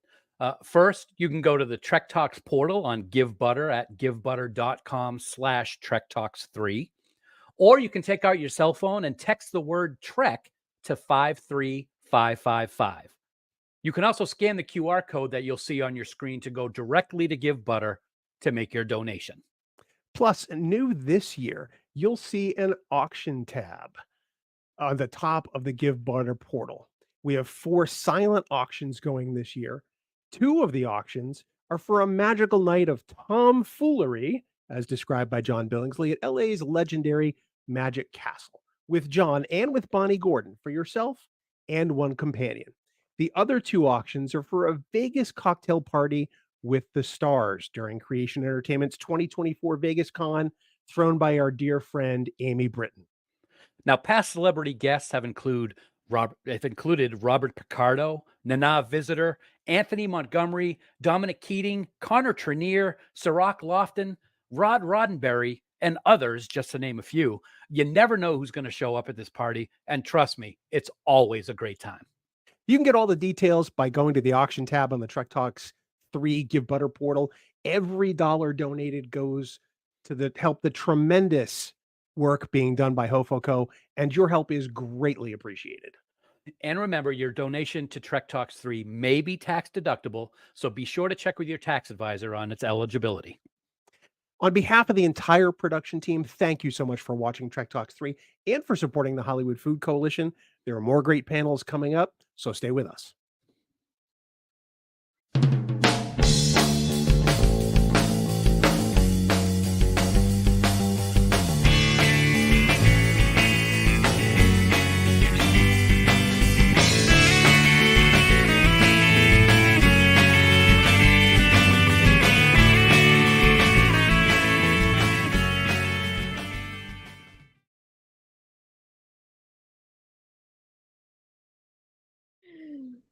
Hello, everyone. My name is Norman Lau, and I am co-host of Mission Log, a Roddenberry Star Trek podcast, Mission Log Prodigy, and Mission Log Genealogy.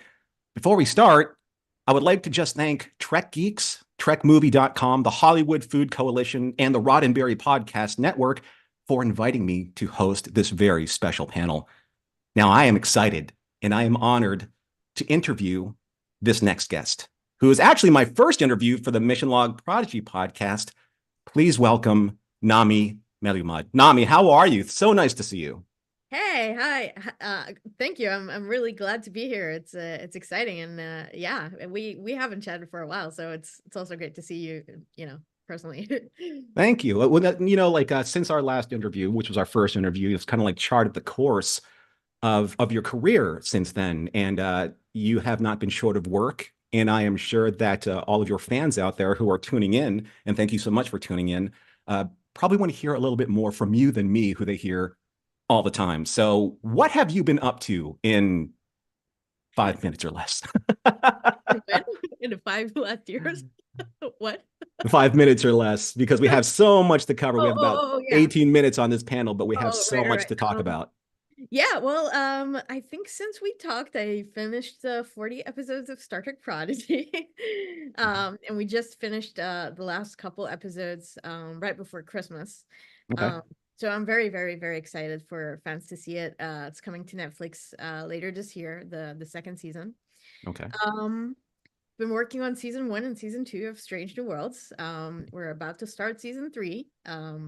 So I'm excited for that. I'm already seeing the screenplays coming into my email. I'm like, this is, it's finally happening after the strike and everything. So I'm glad that this is on the road. I have worked on, I think since we talked, I also did a Netflix show, The Woman in the House Across the Street from the Girl in the Window, which was a very thrillery kind of a dark comedy thriller. That starred Kristen Bell, right? Yeah, with Kristen Yep. Bell. Mhm. And I worked with Michael Giacchino on Thor: Love and Thunder Mhm. for Marvel. And right now I'm doing another animated show that is very different from Star Trek. It has a lot of jazz. I can't really talk about it yet. Sure. But No, I understand. Yeah. I think a lot of fans had their ears to their speakers or their sound systems and trying to listen in on when is season 2 gonna start on Netflix? So nice job dodging that bullet. I don't know though. I wish I knew. I think that's a question for Dan and Kevin that are coming after me on the panel. So We'll have to ask him the hot question, put him in the hot seat. Now, I have read your webpage extensively, and I just wanted not to put you, not to embarrass you or anything like that, but I do want to talk about some of your accolades and awards here. So among your awards and accolades, as the composer for Star Trek Prodigy and Strange New Worlds, you have made Star Trek history by being the first female composer to write and produce music for Star Trek. What does that mean to you? That means that the door is now open for more female composers, and I really hope that I'm the first but not the last. And I'm glad that because Star Trek has been very diverse from the very get-go on screen, and I feel like it's a great time now that we're seeing more female directors and female writers and female editors and female composers also behind the screens. So in terms of crew, and it's not just in Star Trek, it's in other productions as well. So that's a very welcome change, and I'm glad to be part of it. There's also a sense of responsibility because with great power comes great responsibility, and you have to do a great job because you're sort of being judged for a lot of other things than only just your music. And so I feel like I just absolutely cannot fail. So it's a drive, it's an incentive and a drive, and I have to do the absolute best, which I do anyway. So Before you were tapped to do Star Trek, did the level of responsibility, the weight of that responsibility feel different because it is Star Trek now, because Star Trek represents a certain ideal, for the audience? I've always, strived to do the best in every project that I do, even like long before I even worked on any studio production. Like I've always, even if it was a little indie film or a student film, like, from the get-go, it's always about doing your best job. But the thing with Star Trek is that it's such a, as you say, there's, it's such a huge thing, and there's history and there's magnitude to it, and it's probably going to stay for a while. It's a phenomena. So, and then you have all these great amazing composers that started a musical tradition, and you want to honor it, and at the same time you want to bring new things and new elements and create something unique for the shows that you're doing. And so, yeah, of course, there's a bit of pressure there to be part of a great thing. And the thing is, like, everyone around me is so talented. Like, for example, on Prodigy, you have such a team that is just, each one of them is absolutely inspiring. And a lot of times I would watch the animation and I'd be like, oh my God, I have to do something, that honors this and serves this and is as great as this. And sometimes it's a little intimidating, but I enjoy it. And same for Strange New Worlds. Like, a lot of times I'll watch a new episode and I'm like, oh my God, like, how do I fit into this? How do I make it even better? I mean, it's already great. So you want to, I feel like the team, a lot of times the team lifts you up because you're like, oh, I need to be as good as them. So yeah, it's great to be part of this collective, and also with the fans, like especially me as a Trekkie, like I share that love. I share, I love to do that thing that I'm passionate about, and also see the reactions and you hear the theories and like where our storylines would go or should go, and it's really interesting. A lot of times I'll listen to podcasts and I'll think, oh, they have a great point here, and I never thought of that, and all sorts of connections to other Star Trek shows and things like that. So it's really exciting to be part of it. Well, speaking of Strange New Worlds, also on your website, you have won an award, the David Raskin Award for Emerging Talent. You won that in February of 2023, I believe. And it's for your score for Strange New Worlds. So what does that award mean to you? And in retrospect of what we just talked about, for you being the first female composer for Star Trek, I mean, that is a major award for your industry, and rightfully so. Your scoring on Strange New Worlds is brilliant. It's beautiful. Is that something that just caught you out of the blue because you just, you are a professional and you like creating and you're into Star Trek, and then all of a sudden this is just probably the tastiest cherry on the cake, right? What, to work on Star Trek or to receive that award from your peers? Yeah, it's a great honor because it's from the Society of Lyricists and Composers. So this is basically by it was decided by the composers community and the lyricists. So it's musicians. And so all the projects competing are all, they're judged solely on the music. So obviously it's an amazing feeling to be recognized by the peers and the community. And what I also feel like it's more, this award is designed for an emerging talent. So this is for, somebody who is sort of young and starting, a longer, with a long career ahead. And I felt like, it was a really good thing that it was, uh, given to us, in terms of Star Trek, because I felt the first Star Trek episode that I did, it was about being new as well. Like it was about Spock's first day on the Enterprise. And I felt the same, like, and even with Prodigy, I felt the same. Like I am new to this ship. I am like, those kids are new to the Federation. They don't know how to fly a star. Like they don't know how to operate any. They don't know what, like. So you almost feel like a kindred spirit. Yeah. Yeah. And I felt those journeys are very much connecting to how I felt when I started out working on Star Trek. And then also the idea of like going boldly, and here you go. Alex Kurtzman went boldly and hired someone who did a good job on the first episode that she scored, and then he took a chance. And I feel like if you take a chance on younger talents, then they'll deliver. You just need to give the opportunity. It's almost like you're reading my notes, because you feed right into my next question, which is, and I know that there are, again, many fans of yours out there that are watching this, and maybe in that audience, there are people that are trying, younger fans, both younger men, women, that are trying to get into the industry, that are following your career, that see you win an award like this as an emerging talent and say to themselves, I have a passion towards music. I have a passion towards, bringing my voice, to a project. How do they go about, how did you go about doing that? And in turn, maybe they can learn, how do they go about trying to pursue that particular dream of theirs?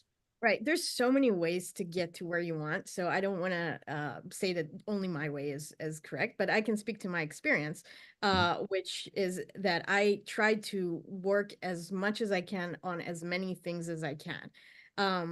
And in that way, I sort of developed, like, even if I didn't know a certain style or a certain ensemble that the director specifically wanted, or a certain genre, I would sort of just learn on the job. So I would say yes and be confident about it, and be confident that I can learn it and do a good job. And so I practiced as much as I could on student films, on shorts, on web series, on animation, even just little practices from even 30-second shorts, but everything counts toward your experience and toward your confidence as a composer, and to your language, because now I feel that I can write jazz, and I can write Star Trek, and I can do a lot of things. So I feel like developing that as well as developing what people say here, people skills, or like communication skills, or how to speak with a filmmaker, and how to speak with how to talk about the picture, and how to serve the picture as well. The other thing is, I watch a lot of movies and a lot of shows. Like, I watch so many things just to know what has been done before, what is being done now. And it really helps you develop your cinematic language and storytelling. So these are the things that I went through, and then I simply wrote and wrote and wrote, and I started working on features, and then I landed a TV show for Amazon. And that was my first big entry to the industry. It was called Absentia. And then after that, I did American Pickle with Michael Giacchino. And that opened up a lot of other doors, like Star Trek. And so that's how it went down. Do you watch these TV shows because you're a fan of the TV shows, or you just watch as much as you can because you want to see what other professionals are doing for their specific shows, and almost kind of like learn through the process of just absorbing as much information as you can? Because I think that's for a lot of artists, writers read a lot, and painters, they study a lot of painting and a lot of art history. For a composer, you have the body of work of the entertainment industry at large. So is there something that you specifically tune into, something that you feel like, I need this in my skill set, I don't have this in my toolbox? How do you, what's your listening intent when you do that? My listening intent is mainly to see how music connects to the story. Because you can listen on, you can go on Spotify and listen to a score by one of your heroes, say John Williams or Anne Dudley. But it will be more interesting to me that after I get to know the score is to actually watch a film one time or twice or even three times, and sort of analyze how the music actually relates to the scene. What is happening? When does it start? What is it trying to achieve? What is the accentuation of it? Like the purpose that it makes, the orchestration. Like there's a lot of nuance, and this is particularly with composers that I like their musical ability and style. Like Tom Newman does that really well, Michael Giacchino. And so it teaches you a lot about storytelling. And Jerry Goldsmith, by the way, also really a masterful with like storytelling. Because you can be a great writer, but it's a different art to write it for a story, for film or TV. Like you're basically serving a bigger purpose. Like it's a bigger art form to me. Like your music is not the center of the thing. It's it needs to not take so much attention from the viewer. It needs to help the story move forward. It needs to maybe add a layer of something that is just being hinted, or it could add so much, and it has a great power. So you have to learn how to use it. And to me, by learning from references and learning from the bigger and the great, that's very helpful to me in the selections and the choices that I make later. So yeah. When I mean, I'm glad you brought that up with the association with the accompaniment of music, to the narrative, because there are so many times, like I've watched Star Trek Prodigy, and for all your viewers out there, I've had the benefit of being able to talk to Nami minutes before we were able to get on the show. And I said, there's this one scene towards the end of season 1 of Prodigy in the last episode, and I'm not going to spoil anything, but it's just one of those scenes where everything swelled and connected and evolved and crescendoed together. And it brings you to the point of tears, because that's what like the power of music and the power of the narrative do when they all come together all at the same time. When you're given the work, which obviously isn't scored. I know that before in our first interview, you said you temp track, but since you've worked on so many projects, do you temp track to your own music now as a placeholder, or do you still temp track to other music or other pieces or other, composers? It's interesting because on shows like that, a lot of times what happens is after you scored season 1, they already have the music that you wrote, and then they'll often place it somewhere else as temp. But there's a lot of other references as well. The one thing that's interesting to me when they choose my music to temp is a lot of times it's completely unrelated to what, to the theme that it's supposed to represent, or like it appears completely differently. So oftentimes I'll just listen to the temp once or twice, but I'll do something completely else. It's usually what happens, because the temp is there to mainly give you a general pace, a general feel, like or a reference point for the director or showrunners to say, oh, I like this less, this is not working at all, and stuff like that. And it's basically I know that in Prodigy particularly, it wasn't, it's scratch music. It's not really going to see the light of day. So it's mainly to help approve the scenes and to help, to help the process move forward, with knowing, okay, there's going to be music here. It's going to move things around. But it's not, I didn't feel like it was serving my purpose as a composer so much. Like it's a little less important in my creative process. Is there a moment in time where you, say the Hagemans or whoever you're like reviewing, like both the final cut, the final score, and the mix, where you just look at each other and say, that's it, that's the moment? Or can you find that moment on your own and really push for that to be part of the final production? Yeah, I mean, there is a lot of proud moments that I experience on my own and also on the mix stage. When I find something I'm really proud of, I'll sometimes like really jump at my studio. Like I'm like, yes, this is working, because it is a challenge, and it's like doing a puzzle, and you find the right piece, and you're like, oh, this is what it needed, And so you're proud of it, and you're like, yeah, that's it. And a lot of times, like if I'm not sure about something, I'll come back to it. And if I remember it the next day, like a certain melody or something, I'll be like, oh, okay, so that's it. That's the one. If I remember it the next day or 2 days after, and I can sing it somewhere else, unrelated, that's when I know, okay, this is the right thing. And yeah, of course, at the mix, like usually at the end of the first playback, I think we're all very proud of it. And yeah, it's I'm so proud of our show, really. It's amazing. Well, we have just a little bit of time here, so it would behoove me to make sure that everyone out there knows why you're watching this, why you're here, and thank you for giving us your time, Nami, for talking to your audience and being part of Trek Talks 3. And I just want to let everyone know that if you would like to donate to Trek Talks 3, remember, this is benefiting the Hollywood Food Coalition, and please consider donating. And you can do this at www.givebutter.com/Trek Talks 3. That's the number 3. www.givebutter.com/Trek Talks 3. Or you can scan the QR code on your screen, or you can text Trek. That's TREK to 53555. That's Trek, TREK, at 53555. And I just want to remind everyone, remember, every act of kindness is one step closer to the Star Trek utopia that we want and that humankind deserves. Nami, thank you so much for being here. We appreciate your time. I'm sure all of your fans were thankful, and we will see you next time. Yeah, thank you so much. Thank you so much.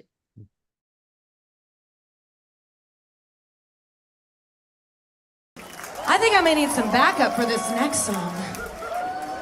We got you, girl. Oh, goody. Hi. Ask and ye shall receive. Yes, ma'am.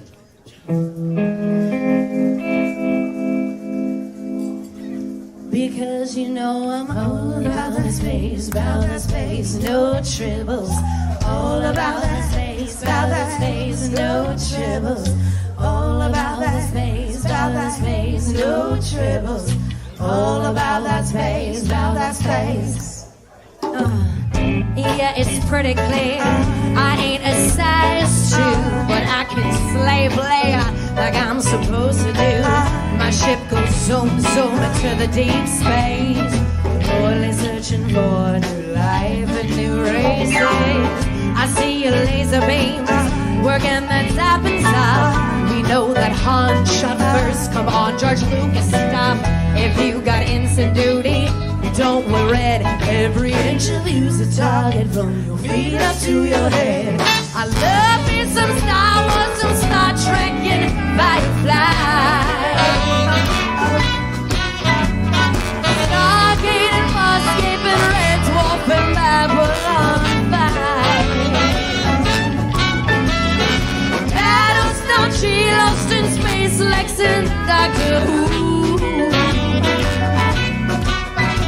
Move along if you don't think that bow ties and fences are cool.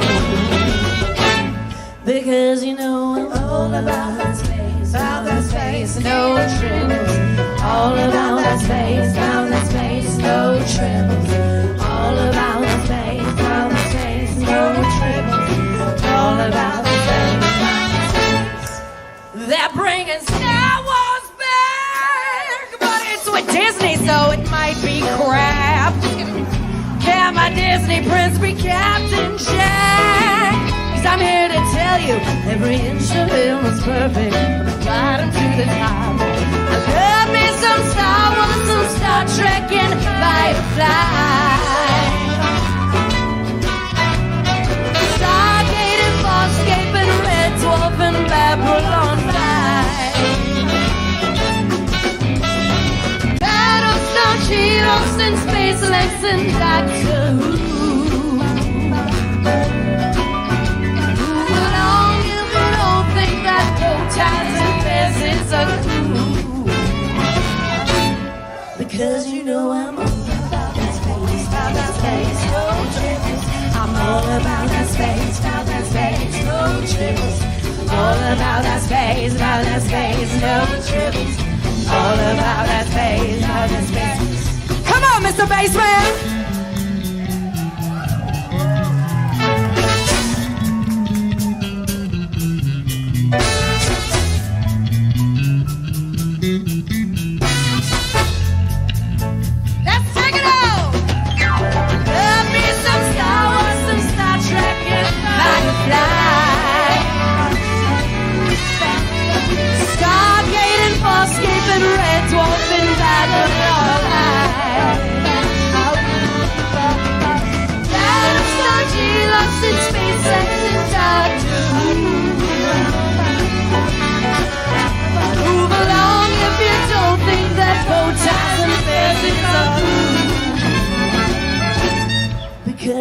All about that space, no tribbles.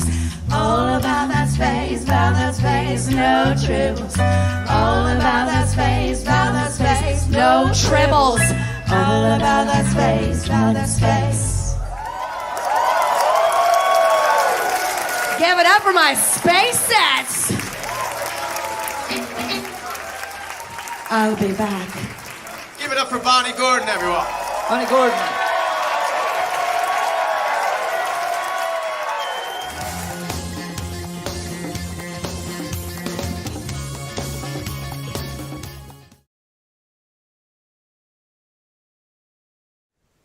All right. Welcome to the producing Star Trek panel for Trek Talks 3. And on this panel, we have some great guests. Let's start in order of appearance in the franchise, shall we? So Brandon Braga, who I assume has the record for most episodes written and no one will probably ever beat that. Joining the Next Generation in season 4, if I remember correctly, all the way through season 4 of Enterprise and 2 feature films, including show running on Voyager and Enterprise.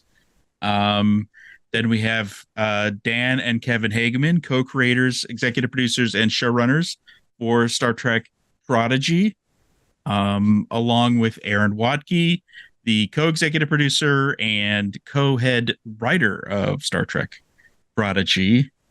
Or as some people think of it, Voyager Season 8, kind of, as it's slowly evolving. But we'll get into that. Can I just first say, I feel like, I'm sure Aaron would agree, like Dan and I feel like Wayne's World, like we are not worthy, like to be a part of this. Star Trek royalty. It's Oh, it's nice to meet you guys. And it's nice wonderful to I'm meet not the only one with nerdy posters on the wall. Yeah. Where's your standee, though? You need a standee. Yeah. It is kind of an interesting dynamic that you all can share, though, as producers, in that you're standing on shoulders. I mean, Brandon, you dealt with this early on with Next Gen. You guys would bring in legacy people, Scotty, and obviously Nimoy, and with the movie you did Shatner, which I'm sure could be a whole podcast on that. But and these guys are standing on your shoulders. I'm just curious, when you're making a Star Trek show, bringing on legacy people like that is, do you feel like that's required, part of nostalgia, or what are the pitfalls of bringing in the legacy stuff into something totally new that you're trying to do? Well, in my case, way back in the 90s, bringing in legacy, there was only one set of legacy characters, and that was the original series, unless I'm missing something. And I remember the first time it happened, it was with Spock, and for a 2-part episode called Unification, and it was a big deal. Like, should we bring Spock on the show? Are we going to be able to even get Leonard Nimoy to agree to do this? What's the story going to be? And I think at the end of the day, and as you say, we brought Scotty on and Sulu. We tried to get Kirk on Enterprise, came very close. I think that ultimately the challenge isn't getting the actor and paying the actor, and it's the story, and I think in some cases, and this is just my opinion, the story's worthy of the character. And in the case of Spock, I think there was something a little drab about that 2-parter. I mean, with all due respect to Michael Piller, my mentor, did we use Spock good enough? I thought I think you guys used Janeway in a great way. The fact that she's a hologram when she first appears was really cool. Thank you. Yeah, we had a moment too where in our Kobayashi episode, we got to fill who's the all-star cast that's going to come on to this Kobayashi. Well, he's on a holodeck, right? So he Holodeck. gets to, like, fill out the bridge with the best and the greatest. And we felt like our audience was people who have maybe have never seen any Star Trek. And so we really wanted Leonard Nimoy, and so Aaron Walke, God bless him, dove through so many audio tracks. You want to talk about that, Aaron? Yeah, sure. So, I mean, just to your point, Brandon, we always on Prodigy, we recognize the power of nostalgia and the power of fandom, but I think first and foremost, we wanted to say, are we servicing the character, and are the characters serving a purpose for the main characters of our show?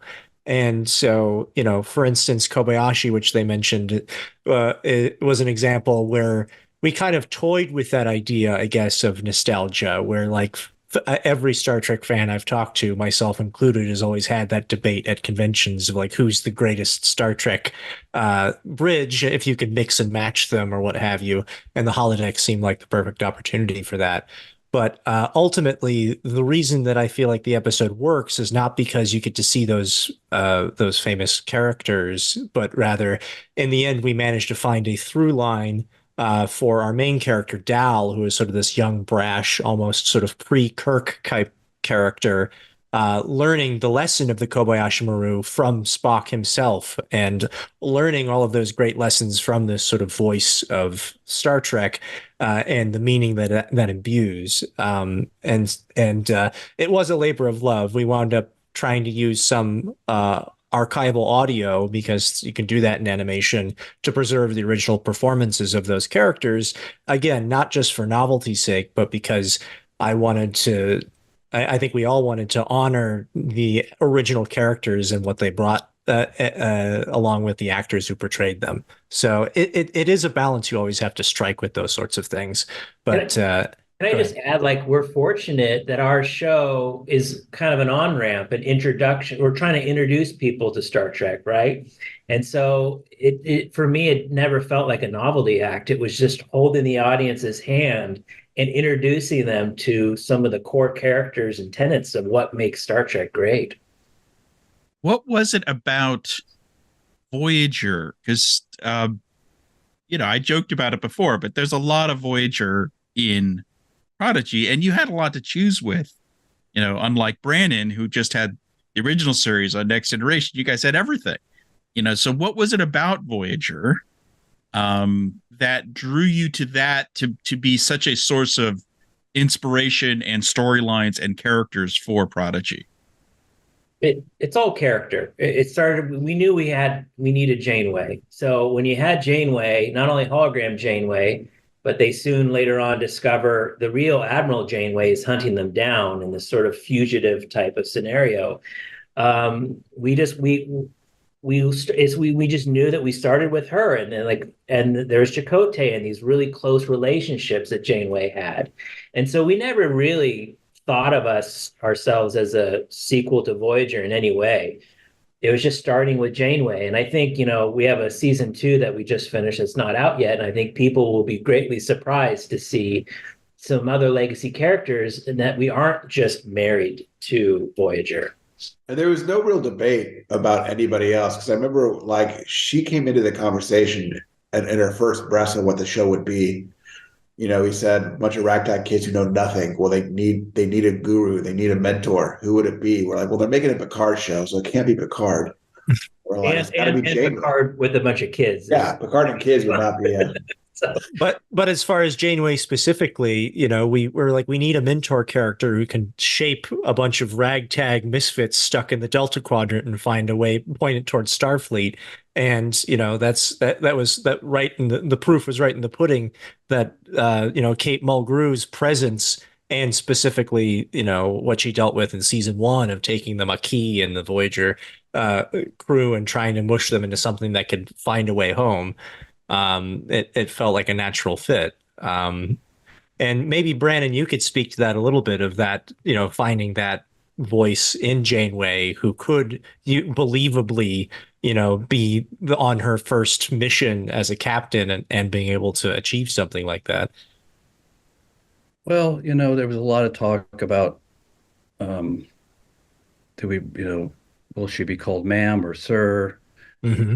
Does it mean to have a female captain? And then, should she be written differently? I mean, but at the end of the day, again, it's all about story. And once the stories got going, she's just the captain. And then enough can't be said about kind of the symbiosis that occurs once you've cast an actor.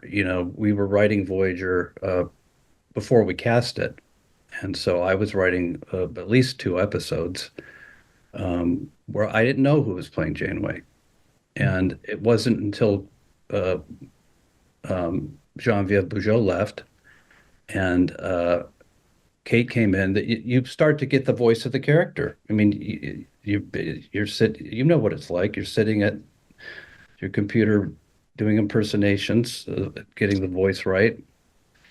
And so once Kate was cast, it wasn't that hard. It wasn't that hard.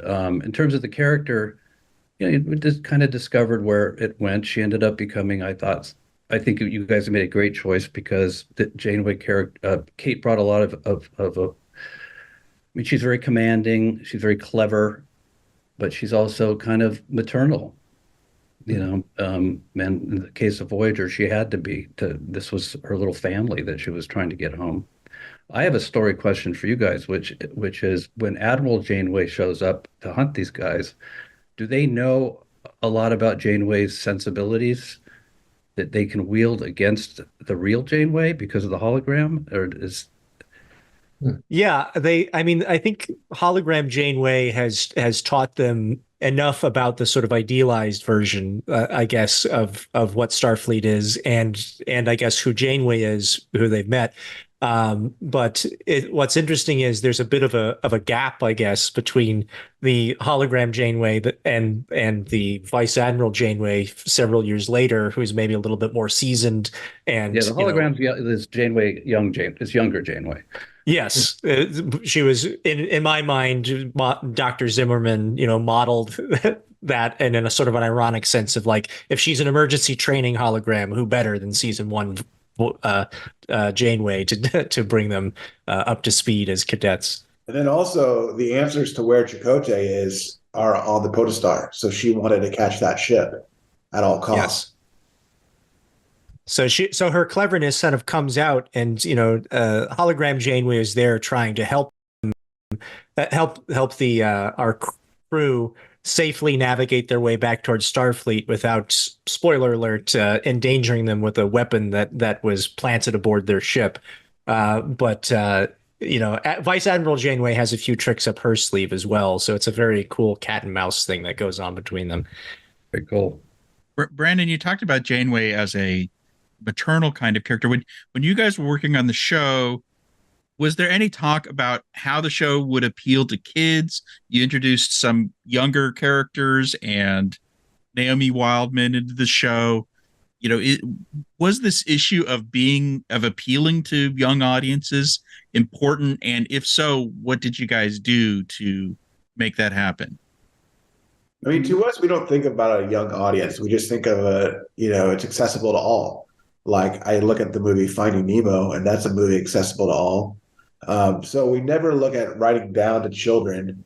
The stakes are always real. And so I think, and also I think on another point I remember it took us a couple episodes, but hologram Janeway to us was Mary Poppins. She was like, she's going to whip these kids into shape. And so there is touchstones to family movies that I think that that the audience can relate to.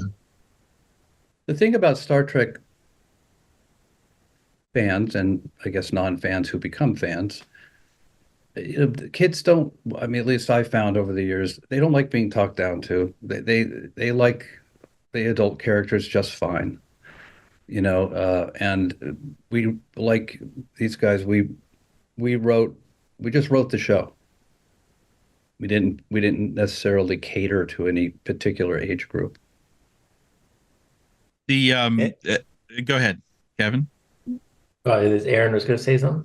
Oh, I was just going to say, as somebody, who was a Star Trek fan growing up as a young man, I appreciated that, because even if I didn't understand every single technical jargon or technobabble that's in there, I always liked the sort of the big swings that Star Trek took, and I would stay up late, under the covers, thinking like, so how old was Data's head when they reattached it after he was buried in the sand, and how did they? So it was a retrovirus that turned them into mutant animal people. It was it like that's the sort of thing that I adored, because it set my imagination stirring, specifically because No, you were already hunting for plot holes, it seems like. No, I came up with original answers that I've since learned that a lot of other Star Trek fans also agreed with me. So we can't all be wrong, right? Creators or fans. The someone mentioned Chakotay. Kevin and Dan, you guys recently were hinting, joking, teasing the kind of Janeway Chakotay fan, obsession with shipping those characters. Yeah, there's a bunch of fans right now turning this up, going boop boop boop boop boop. What are they going to say? So, but here's my question: so, when you were watching Voyager, and the same for you, Aaron, was that the vibe you were getting from them, and then turn it to Brandon to say, was that the intention? So let's start with the. Can I first say, like, we're fortunate in what we're doing because it's all serialized, where Brandon was, handcuffed to no matter almost what happens in every episode, you got to restart it in the next episode. You can only change it, by an inch. So I think for us, we were just excited about what's the next chapter between these two. What does she care about? Yeah. Mm-hmm, mm-hmm. And we're never looking to. We first started talking to Kate. I mean, we felt like Kate deserves to have a voice in this, and because she's the one who's been closest to this character for all this time. And I just feel like, I don't know. It's a dance, as I'm sure Brandon knows. We're sticking our finger in the beehive, and so we got a lot of consultants to figure out what is the best play for how this plays out. Yeah, but it's a lot of love and respect, and we're very careful. Yeah, but in any case, I think as far as like what we took away from Voyager is like, I think it's unquestionable whether it's season 1 or season 7 that there is a strong bond between these two. That when we kind of looked at the list of people who would Janeway go back to the Delta Quadrant for, Chakotay was certainly near the top of that list, because you even see it in Endgame that one of the reasons, at least, why older alternate future Janeway goes back and violates the temporal prime directive is because Chakotay dies, and she wants to, and her other compatriots are also in a mess. So it kind of made sense to us that whether those feelings are how shall I say this? Whether they're requited in a really intense way, or like a personal way, or like a romantic way. I think there are different moments throughout even Voyager where you see glimmers of all of that. It's a complicated relationship. It's more than just a relationship. They've been through quite a bit. One of the things, I mean, you guys come from literally different eras. I'll say Brandon from the Berman era. The 21 seasons, and you guys are under the Kurtzman era, kind of the new era. But I'm curious what is common and not common between those two eras of, as producers, what keeps you up at night? Is it the network? Is it budget? Is it schedule? Is it the fans? Is it actor egos? What's top of mind, that's keeping you up at night? Well, I want to say for me, back in the day, it was always stories. Now, I'm very impressed to see you guys are doing 20. You did 20 episodes. I don't know about your second season, but you did 20 episodes. They're half hours, but still, that's a lot of. They're still stories. Each one needs a story. So we were doing 26. So you know very well what it's like to come up with that stuff. And I don't know about how much time you were given, but in my case, no time at all. You were writing a script every 10 days. Story. That's what kept me up at night. And I think what's new with the serialized kind of, place where it's not just stories, it's overall story. Like what moves the character in this season? Where do they start? Where do they end? And how have they changed? I think that's an added thing. And I think for us too, it's just like in the digital age of streamers and things like that, we've gone through the ringer, at Paramount, now on Netflix. So that's the thing that keeps us up all night is we 100% believe we have a good show. Will it be seen in a day in which there's so much content? I think the thing that kept me up at night when we were doing season 1 was we felt, the need for Star Trek to find a new, younger audience. And we knew that our show was designed for that. And we didn't want to screw that up. And we knew that when we were writing it, that it wasn't just for kids, it's for anyone who's new. And we wanted to be treated, equally along with all the pantheon of amazing, past series. So we really, from day one, we really wanted to win over the adult Trek audience, the fans too. And so that was a huge thing that kept me up at night. And I know when our first few episodes started to drop and we started to see Trek fans start to really respond to it well, I was just relieved because it was such a small target to hit, It's gorgeous. Yeah. It's absolutely gorgeous. Thank you. And I feel like Star Trek is one of the few franchises that you can say, oh, I hope this version of it is accepted because, and, Brandon, you were on multiple iterations and it's a very strange cycle, I feel like, to introduce a brand new show and hope that the fans will come on board. And then, you just wait a few seasons and then people's like, hey, this is really good, even though it's different than the other shows. And then sometimes it takes decades. Right. Yeah. True. But, to that point, I talk to Star Trek fans all the time and people are like, I don't think that there's a Star Trek series that anybody universally says that one was a dud now. Everyone says they're great. And I think that's kind of the beauty of Star Trek in a way, and of television, of like, ultimately there's gut reactions to things, but the stuff that sticks with you are the characters and the stories that you love. And it just sort of becomes a sort of cosmic background radiation of like, I enjoy that. I have a question for Brandon on this topic. Like, for us, we were feeling like, okay, we're shaking up Star Trek a little bit. Our crew is not going to be this well-seasoned crew, and we're really worried. Nor human.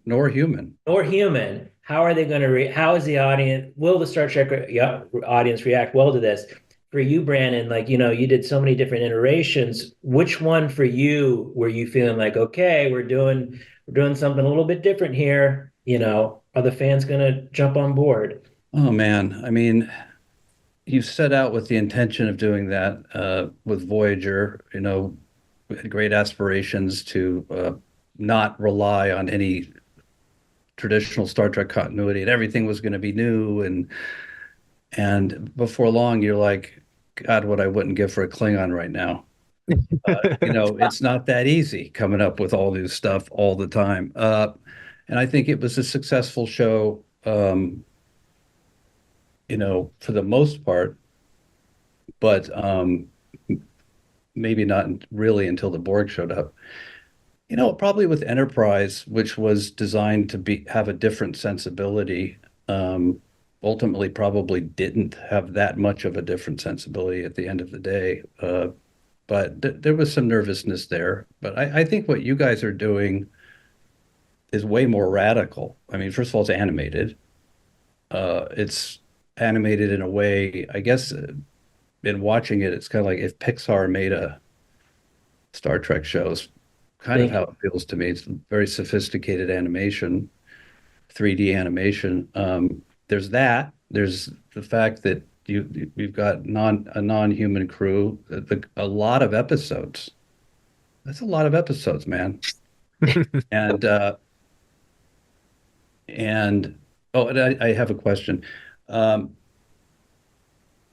I think you guys, and making all these changes, or all these things being very different, and yet you're trying to impart what the essence of Star Trek is at the same time, I think is really interesting.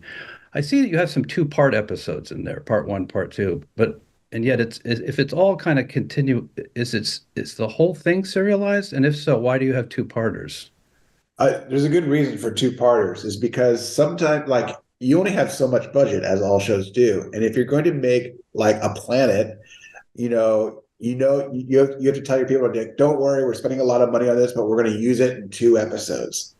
So it's just being fiscally sound on things like that. And I would also add that our episodes are 22 minutes. That is so short. Doesn't matter. You still have to have a concept. Yes, but for the emotions to land, sometimes you have to allow for a 44-minute, in essence, episode.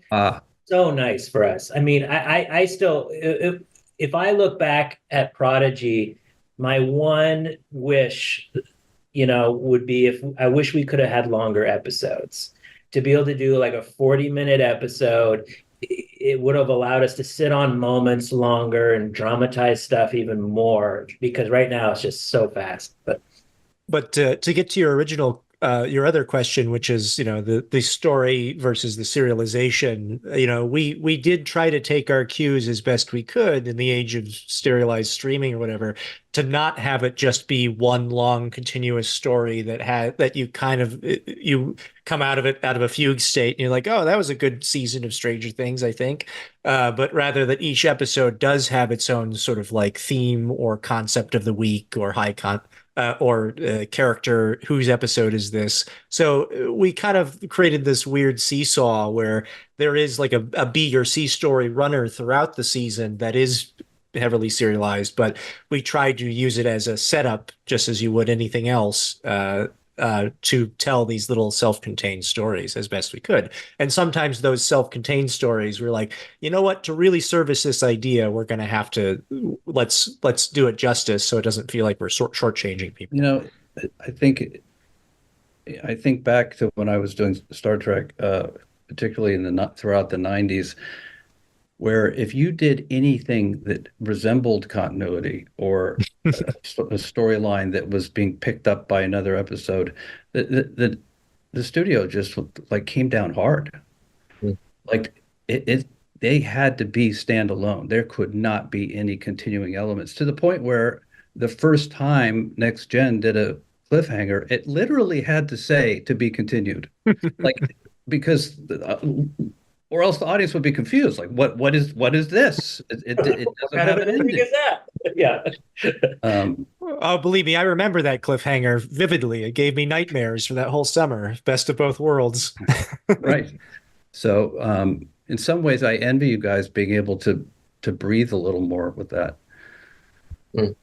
Yeah, it's really kind of digging into the characters, and every episode we're like, where are they now? Next episode, where are they now? And it's tracking everything, and they're all moving in different ways. And it creates opportunities for episodes. You're like, well, this is interesting if you really kind of connect these 2 stories here. But again, we give a lot of credit to our writers' room. We had a fantastic writers' room.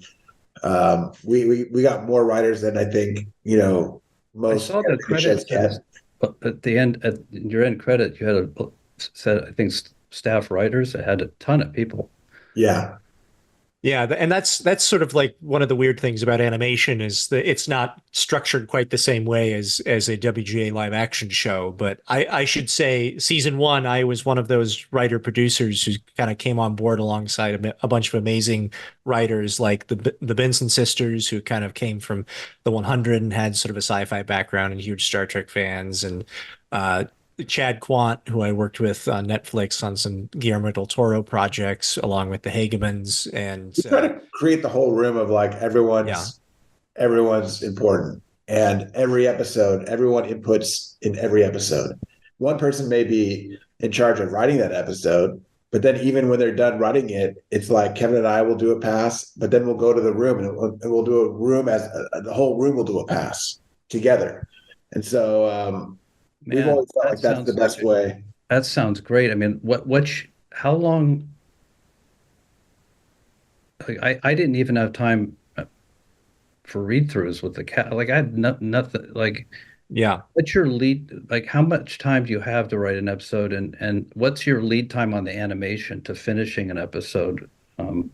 I think we had, roughly 3 weeks to write an episode where we let the writer. Well, I don't know, maybe 4 weeks. We break the episode. We break it as a room. As a room for like 1 week. The next week, the writer would go off and write it.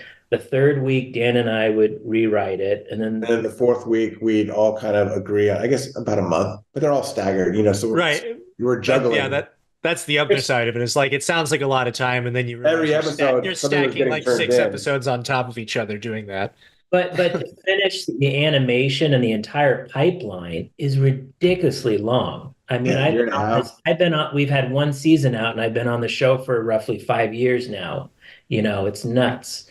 So, but we have all 40 episodes done. So that's true. We have 40 done. How long did it take? I mean, because Brandon was comparing 26 episode season of Star Trek to your 20 episode seasons, but I feel like it took longer to make 20 episodes than it did for them to make 26.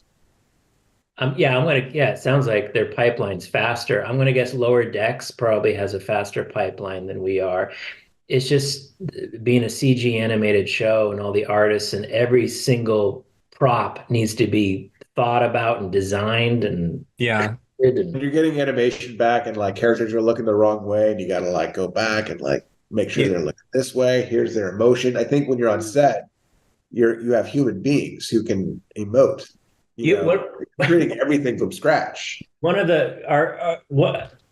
we had a wonderful animation house in India named Technicolor, but it was just funny because sometimes you get these artists who might not be familiar with how things are done in the Trek universe. So one of the constantly funny things that would come back to us was you'd have these ship battles, and they didn't know how phasers would shoot, or torpedoes. It would just be like, it looked like machine gun fire and stuff. We're like, wait a minute, this is not how it's done. Yeah, that was the biggest thing was, all that continuity that you burdened us with, Brandon, that we had to make sure we had to synced up with. Yeah. Well, the Prodigy can always have its own unique weapon systems, That's true. Well, we tried anyway, and people seem to compliment us for it. But it's so ridiculous how much detail and mythos there is to everything, that we have to, the sounds, like, yes, we can play with it and stuff, but still, we can't just part and forget how this happens or what, so, and I give so much credit to our crew, like our designers who did the props and the costuming. I'm seeing people comment about, oh, wow, they used this from this one episode of Voyager or from TOS. And I'm just like, yes, like it's working. It's all working. That's in this day and age, it does feel like in this wave of Star Trek, you just have to hire people that are passionate about it. And that's the only way that you can catch everything, because it is very much takes a village, and it's an all hands on deck situation just to try to make it as coherent as possible. I love hearing you guys talk. I could hear you. Any other questions for each other before we go? Because we are running out of time. Brandon, I don't know if you know this, but they're bringing on Bob Picardo. Do you want to, Well, I wondered when I saw the hologram Janeway, I wondered if there were any other holograms lurking. Well, yes. I think, we just announced a month ago, I think that, Bob Picardo as the EMH is in fact coming to join us on season 2. So that's very exciting. We have some other surprises that aren't necessarily Voyager. That's true. We have I do, Brandon, I do recommend when our season 2 comes out, make sure you watch our pilot of season 2 because, yeah, it's, I think we've already shown that, there's a new Voyager and we really want to get, our kids are getting deeper into the Trek universe and they're now going to learn what it means to be on a big ship. And it's fun. And I just, it's not a last question. I just want to say thank you, Brandon, so much for everything that you've done for Star Trek and inspired all of us. And it means the world, I know for all three of us to hear that you have enjoyed Prodigy. And so thank you. Thank you for keeping it going. It's so beautifully. Really, it is a beautiful looking show, and I mean I can't speak highly enough of it. When does the season 2 drop? We don't know. Sometime. I mean, they just redropped season 1 on Netflix over Christmas, and so I can't guess. Season 2 is coming out later this year. That's all we know. Yeah. Oh, come on! You were just about to guess, Dan. Let's hear it. What's your guess? But what is a guess though? I guess I don't think Netflix would like it if we put out guesses. Okay, fair enough. Well, what's your guess on, because it's Netflix? Do you think they'll split up 10 and 10 or all 20 at once, or do you have any idea? These are guesses. Who knows? I don't know. Okay. Whatever it is, it'll be the exact way it was always meant to be released. Because their strategies are always changing, right? Like they used to drop things a certain way and now they're experimenting with different ways to drop shows. So I really don't know. At Trollhunters, they originally dropped 26 episodes all at once. And I was like, oh my gosh. Can you imagine, Brandon, if they dropped like an entire season of Next Generation at the same time? No. I mean, yeah, to some degree, we dropped the Orville 13 episodes at a time or so. Oh yeah, I guess. But the problem is it takes years to. I mean, Next Gen and those other shows to do 26 took a year. Yeah. But now things seem to take longer, and if you want to drop them all, I don't know. Dropping them all at once is a whole different schedule. Yeah, yeah, it's a weird time, but I'm glad that we at least get to keep making these types of stories. That's what I'm most grateful for. Well, thank you. Thanks, everyone. I also want to remind everyone that this is Trek Talks 3, benefiting the Hollywood Food Coalition. If you want to donate, you go to givebutter.com/Trek Talks or scan the QR code, which is somewhere around here, or text TREK Trek to 53-555. And once again, I want to thank Aaron Watke, Brandon Braga, Dan Hageman, and Kevin Hageman. Thank you. Thanks, guys. Thank you.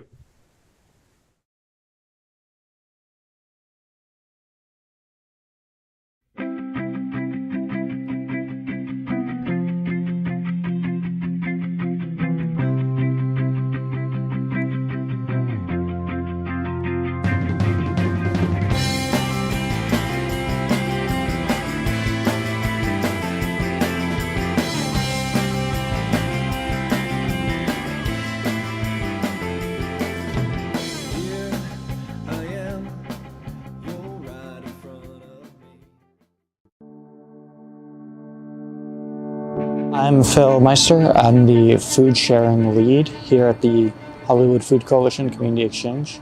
Day to day, I contact a bunch of recipient organizations around LA to have them come pick up food orders, and then we build out orders of all donated food that we get and try and keep them varied with healthy produce, some good shelf-stable things that'll last a long time, and basically whatever their particular recipients need, like 10 and 20 orders a day.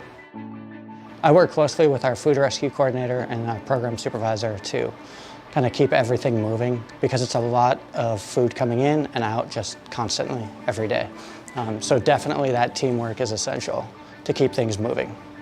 I also oversee our California Action Climate Corps Fellows, and that's an environmental sustainability program.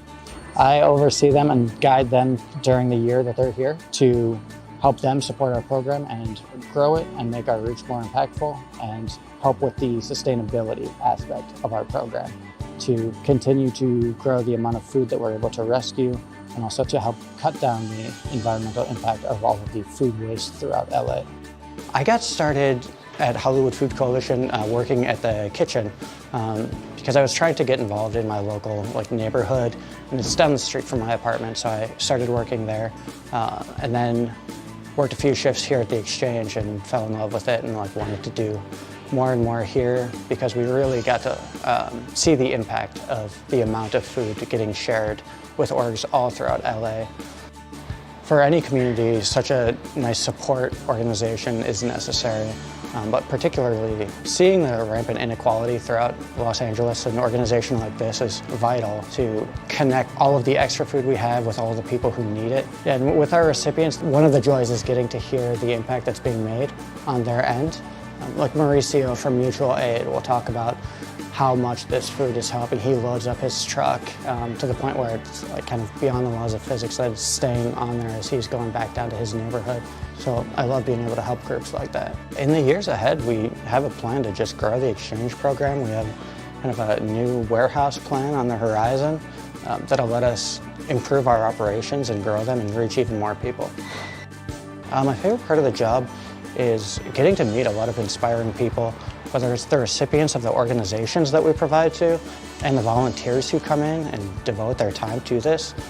Basically, everyone that I get to meet and interact with day to day is just really kind and generous and thoughtful and wonderful people. It's nice to have work that I'm proud of and see the effect of and the impact of, which is a change of pace after working a lot in offices over the past decade. So it's been nice to work a job with a mission.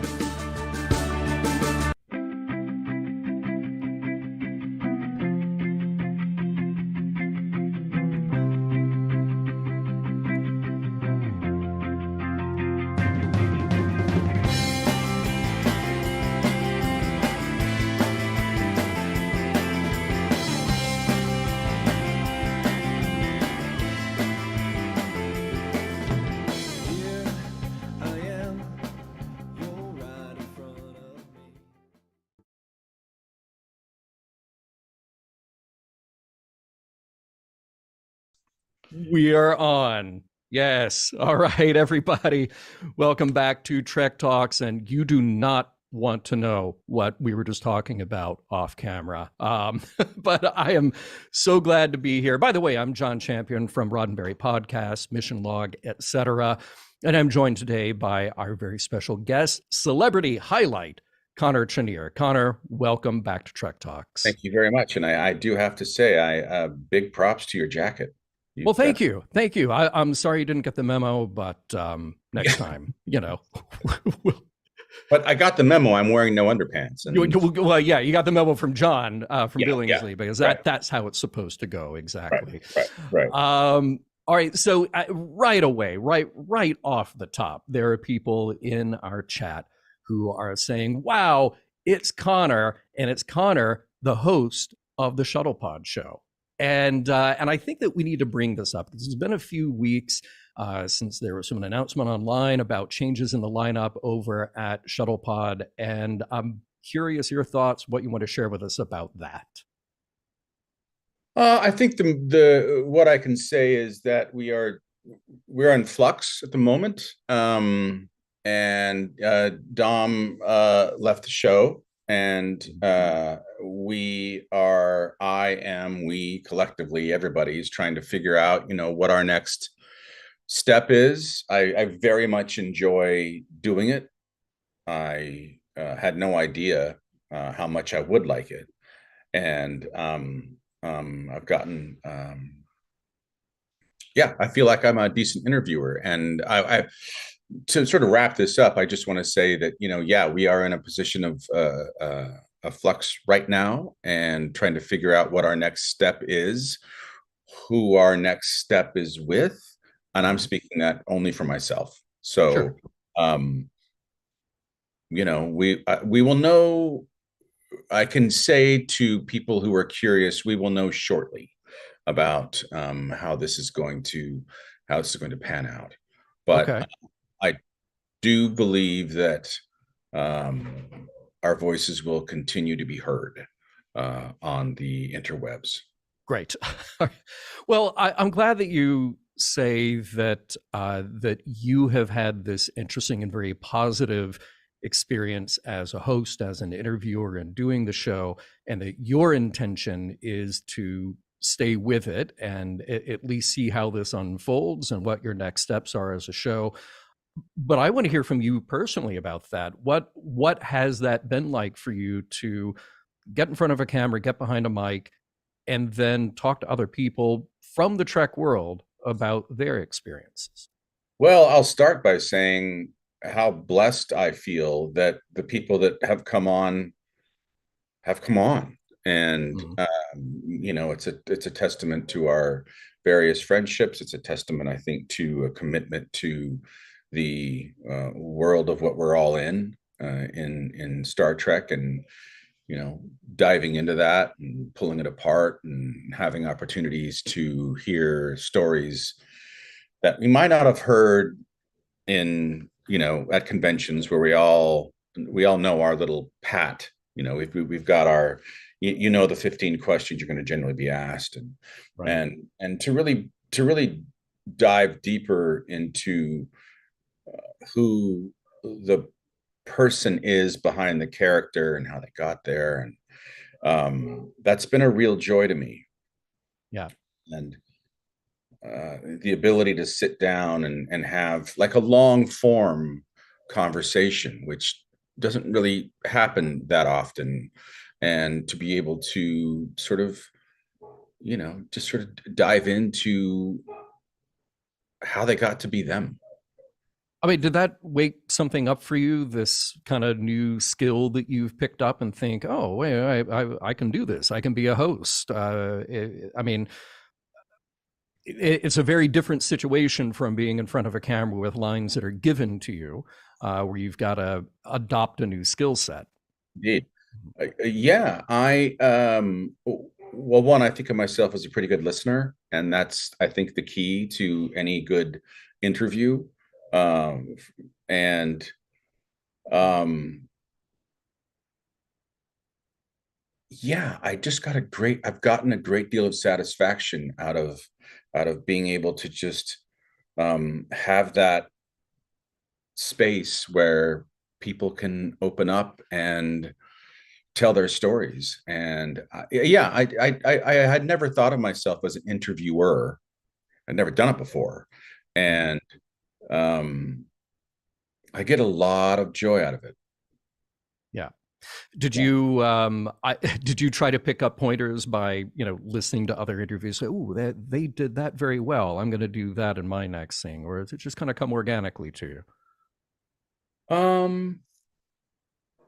I think there's a combination of those things. It did come organic to me, and there were, you know, there's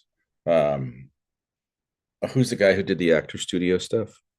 Oh, James Lipton. James Lipton. Yeah. You know, I always loved watching those and what he got out of people, and also, oh my God, he was the 70s, 60s and 70s interviewer. Dick Cavett. Dick Cavett. I'm in your head. Thank you. Thank you. Dick Cavett is the one I model after how I approach something. He's the best, and I couldn't agree with you more. In fact, I want to buy pieces of furniture that look like his set from about 1971, just so I can kind of be in that environment, get in the right headspace for it. Right. Yeah. And the suits.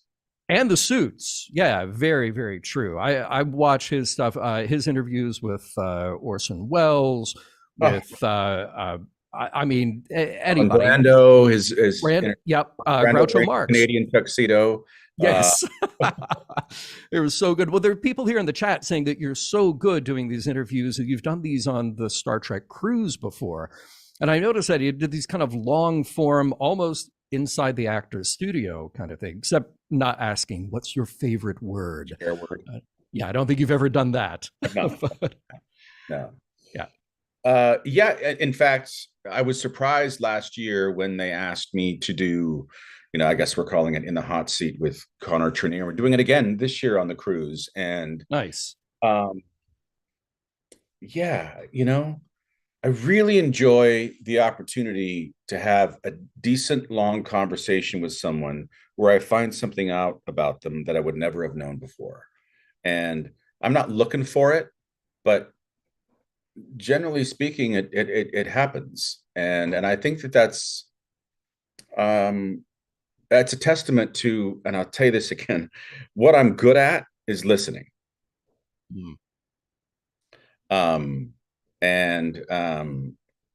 Yeah, so yeah, in this sort of, what third chapter of whatever my career is or going to be or is right now, yeah, it's something I didn't know that I was going to be good at, and I feel that I am. Well, let's talk about that for just a second, because you just said that this is the third chapter of your career. And I'm curious, does doing this kind of thing, without putting words in your mouth, I'll say that it kind of scratches a creative itch for me, being behind a mic and talking to people and hopefully presenting that to an audience in a way that's entertaining. Does that do that for you in a way that being in front of a camera on stage did as well? In a way, in a way. I mean, I think that there's something so dynamic about the opportunity to be an actor and work with another person and figure out text and dialogue that wasn't written by you, but how it lives in you and sits in you and how it courses through you and how you express it. That is different, obviously, than sitting down and having a chance to talk with someone about their life, but you're still keeping the ball in the air. That's a job. You're still working at and thinking as you're going along, as you're listening and as you're talking about, how you can, find your way into a deeper, more dynamic exchange. And that's kind of my goal. Nice. All right. Well, now I promise our audience that we will get into some Star Trek questions at some point, but I've been doing a little bit of research, and the first place that I turn is IMDb. I had to look up some of your other credits because I'm most familiar with you through Enterprise. But I was so happy to see that I could stream online a short film that you did just a couple of years ago called John Hamm. And it wasn't just that you did a short film called John Hamm. It was that you did a short film called John Hamm co-starring Jill Whelan. And I have to ask you about that experience because it was funny. You were very good in it, and you were doing a thing that is very difficult for an actor to do, which is to be an actor present in the moment, playing somebody who is being a bad actor in the moment, right, and then switch to the reality of the scene. And I thought you did a really nice job in that. Thank you. Yeah, that was buddy of mine, Max Martini, another actor. His son Sean Carlo was doing a project for school, and my son and Jill's son are friends with the younger son and Leo. And so, he called me up and was like, "Would you do a project for me?" And I was like, "Absolutely." Funny thing is I thought that so Jonathan Mangum and his wife Leah were also in it, and I had gotten the script and I misread it, and I thought I had Jonathan's part, which is a little weird. Yeah. Which only had like 7 lines. Right. And the day before, I'm told, no, actually, you're the guy with all the lines. Well, because the other guy in the film is called Connor. Yeah. So you would think, yeah. Right. That was, it's one of the things that we all do to stay busy. And, we shot this at Max's house, in his office. And, Sean Carlo he's a fantastic young director. He's going to make his way very well in the business. And, and there was Jill and Jonathan and Leah. And I was like, it makes sense now that I'm not playing your husband because your husband's here. Right. Right. But let's talk about really the most important part here, which is that you got to work with Jill Whelan. You got to work with Vicky Stubing in a project. Yeah. And that is the coolest thing to me, because you cannot tell me that 10-year-old Connor Trinneer did not have a crush on 10-year-old Vicky Stubing in The Love Boat. I mean, yeah. Yeah. Yeah. Yeah. And not only that, now I'm 6 degrees away from like Richard Burton. Yeah, right. You know. Yeah. Well, I mean, that lineup is the best. I was just talking to Bill the other day, and we were saying it's a shame that The Love Boat isn't on the air, because you then, just by proximity, you'd be on like every other season. You know, you'd have a guest star bit, and I worked it out in my head already. Like the first time you're on, it's your character and your wife and your mystery novel writers. Gopher, Gopher mishears something and he thinks you're literally trying to kill each other. So you got to do that. You come back next season and like you're a single dad and you've lost touch with your daughter, but she's actually a dancer on board. So you reconnect. She's going to come visit you in Iowa when she's off, you know? Yeah. I think by the third season, you've graduated. Like you're an older husband. You have a younger wife. She's embarrassed. She feels like she's being made fun of. But then you have like Captain Stubing gives you some advice. She gets some advice from Doc to follow her heart, and happily ever after, right? Listen, I love that storyline. Yes. I got a million of them. If Love Boat comes back, you're on. And Jill Whelan's back on. Why hasn't it? They brought everything back. They brought back everything. They tried to bring back The Love Boat as new wave, and it had let's see here. It had Robert Urich, the late great Robert Urich.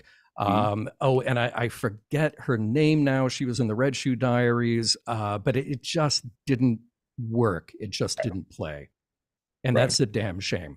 It's a damn shame. What I loved about The Love Boat was that they would trot out all of these amazing film actors, TV actors, character actors, whatever.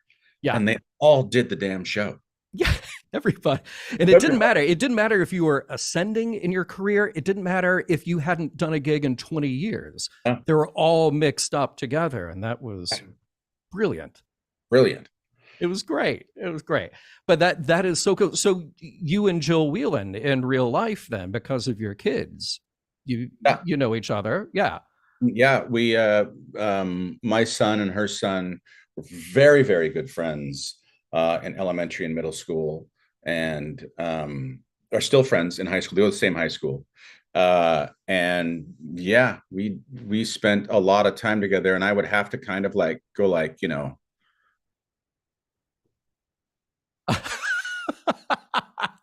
hi, Jill. Yeah, you did. By the way, check in from the audience here. Joan Severance, that is from The Lady in LA. You're 100% right. So thank you for that. Very critical. Yeah. So of course, Joan Severance, Robert Urich. If only that show had lasted another 10 to 15 years. Right. Would be. Yeah. If only. All right. So look, we do need to switch to a little bit of Trek talk, because we are here for Trek Talks, of course. Right. And we will check in a minute about how we're doing. Thank you, everybody, for your donations. Absolutely appreciate that. We'll check in with that again in a moment. But let's talk about Enterprise a little bit. I wonder, are you the kind of actor who, on a show like that anyway, where there's some built-in long-term assumptions, and you have this cast, you're together for a number of years, are you the kind of actor who then feels comfortable going to writers, producers, sharing ideas, getting feedback, or do you just kind of get the script and go like, yeah, okay, I'm going to do that? There were times, I am the kind of actor who does say something. Okay. There were times in our show where, you know, as we all know, Star Trek, you know, you wrote the lines written. You didn't make anything up. There was no ad-libbing. Right. So there were a couple of occasions where I was protecting what I thought was the integrity of Trip's character.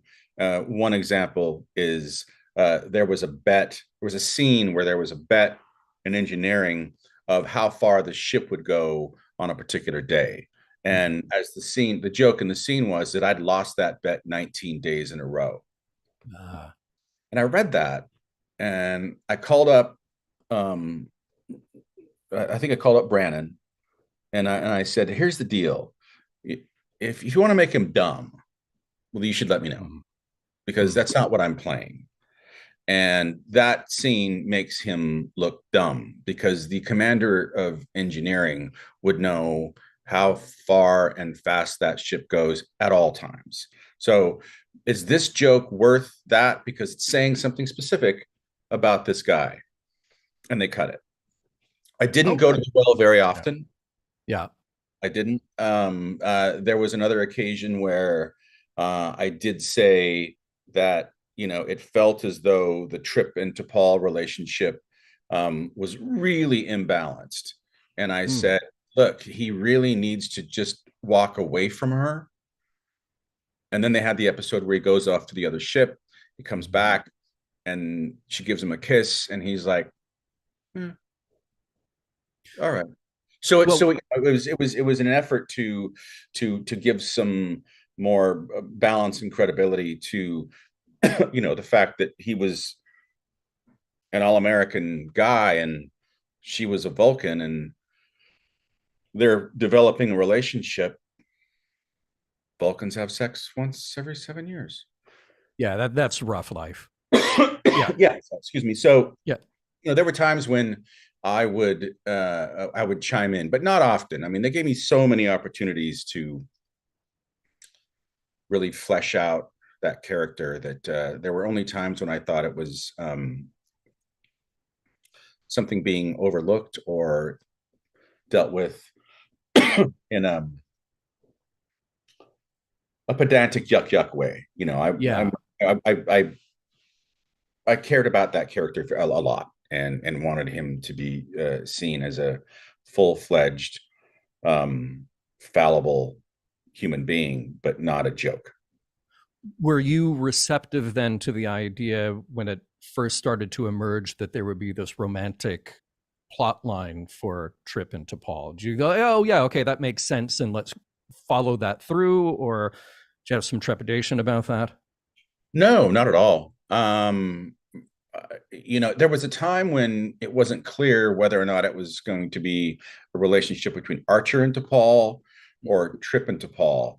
And again, one of the things that really made me have this conversation with them was when Trip went to T'Pol's wedding. And it was like, come on. Really?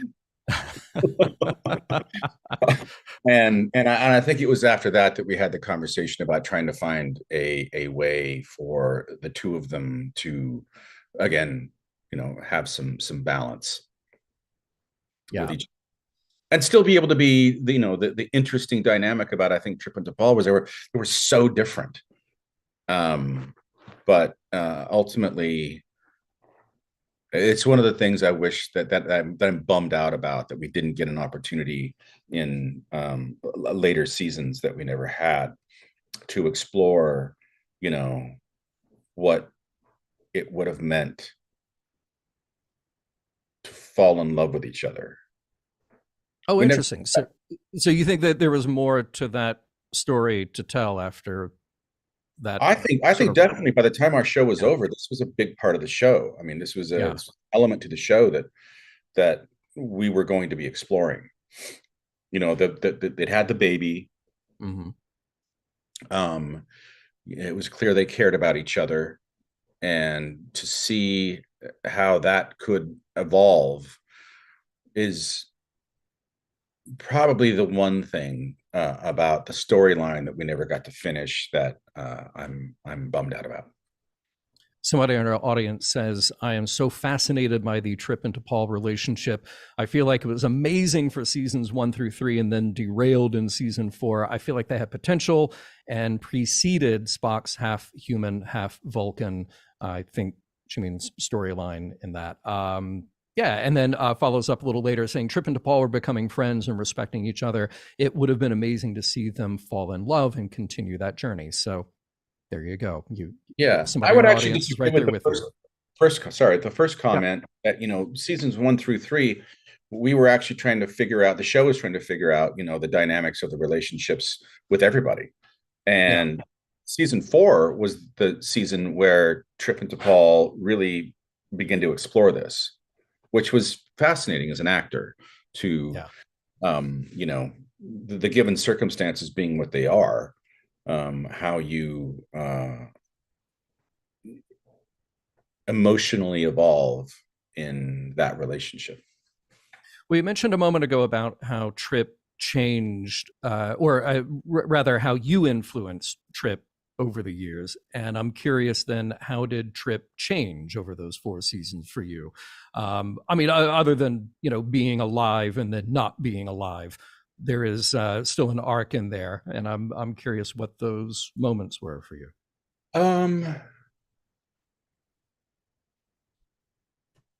In the beginning, I was given a number of episodes from which to hang myself. and they worked out. And so I knew pretty early on that, and I was told this pretty early on, that, and this is what you want the writer's room to hear your voice, because then they write for you. And they did. And I didn't have it wasn't until season 3 when the whole Zindi arc happened. And sorry, I've got a cat here.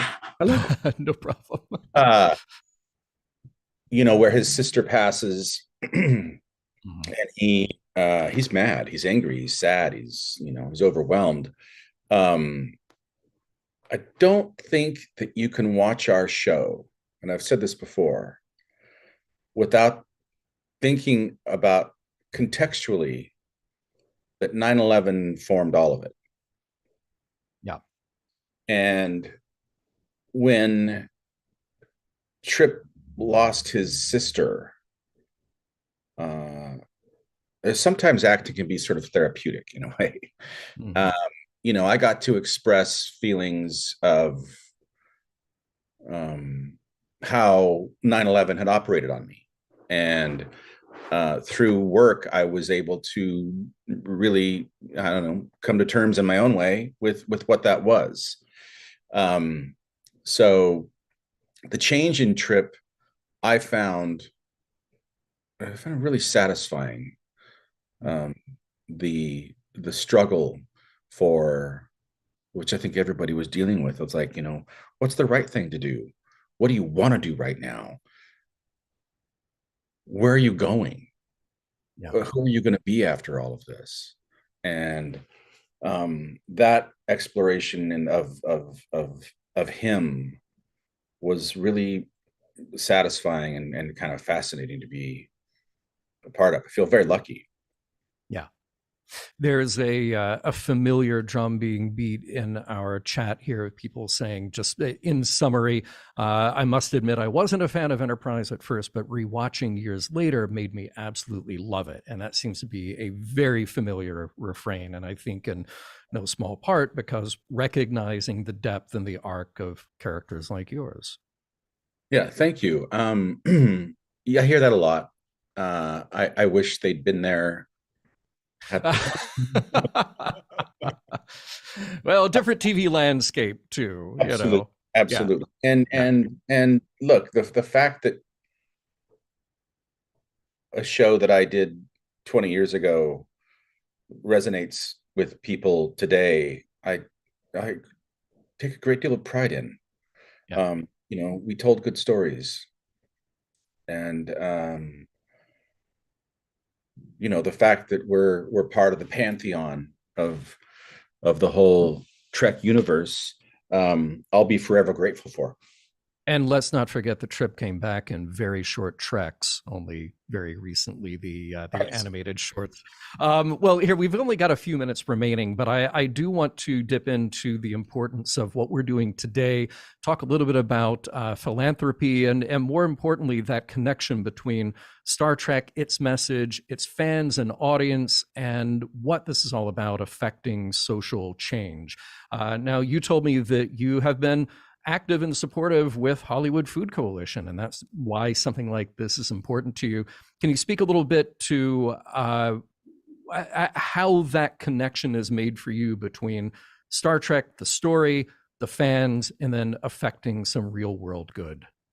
Yeah, I think that the wonderful thing to me about Star Trek and Gene Roddenberry's message is the effort. We are fallible. We do make mistakes. We make bad decisions, but at the end of the day, we're looking out to the universe and trying to make connections, help, and really actually doing those things. And with what John and Bonnie have done with the Hollywood Food Coalition, when we had the opportunity, with our show to, be a part of giving to them, and it was really important. Even before the show, before the Shuttle Pod show, my son did his community hours for school at the warehouse, the Hollywood Food Coalition. Nice. And if you can make any sort of translation between what the show is doing in space and what we're all doing collectively here in Los Angeles specifically, is we're trying to help people, get them off the streets, give them food. Yeah. And that matters a great deal to me. I think that there's the altruism that courses through every Star Trek actor I've ever met lives strong. And I think that we also have a responsibility to it, because we are a collective that believes in the ethos of, live long and prosper. Get out there, do your best, just do your best. And I couldn't be, I will forever be grateful that I have been a part of this, because that's what I would like to think of myself as, and, helping. Well, perfectly said. And everybody here can help by donating at givebutter.com/TrekTalks3. You can scan the QR code that's on your screen, or you can text TREK to 53-555. Thank you so much for helping out. Let's blow past that goal. And remember the Roddenberry Foundation match up to $50,000. Thank you all for your support. Yeah. Thank you. Thank you. Thank you. And thank you for being here. And I think it's time for us. I think so. I was like, did we just totally crash the panel? I think we basically were dropped It's okay. to the end of this panel.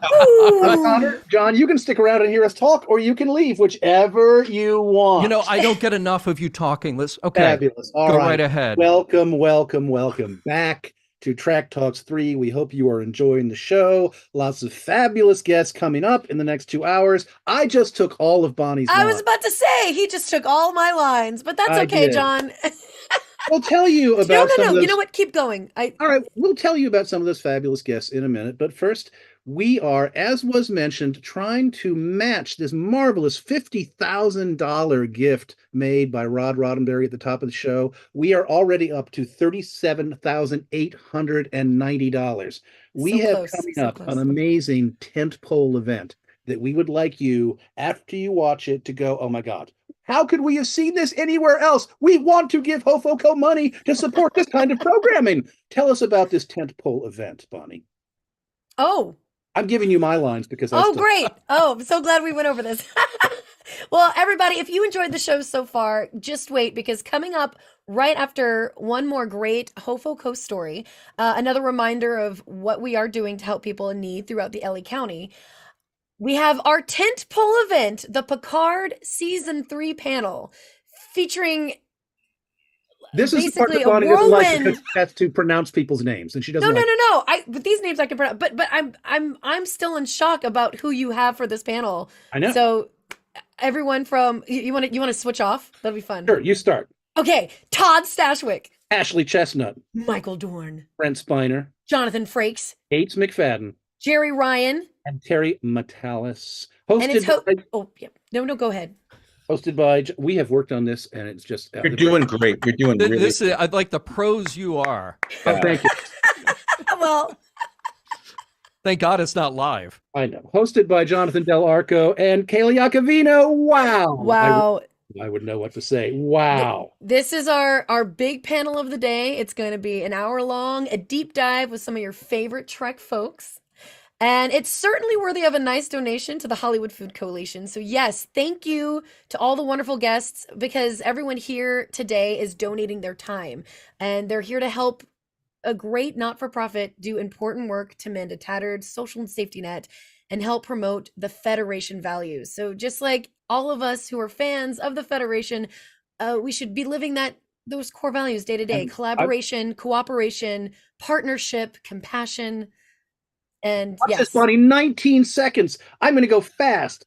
Go to. I know you haven't been watching the time. www.givebutter.com/Trek Talks 3, or scan the QR code on your screen, or text Trek at 53555. Also, amazing silent auction. We're out of time. we'll do it next time. Woo! Panel.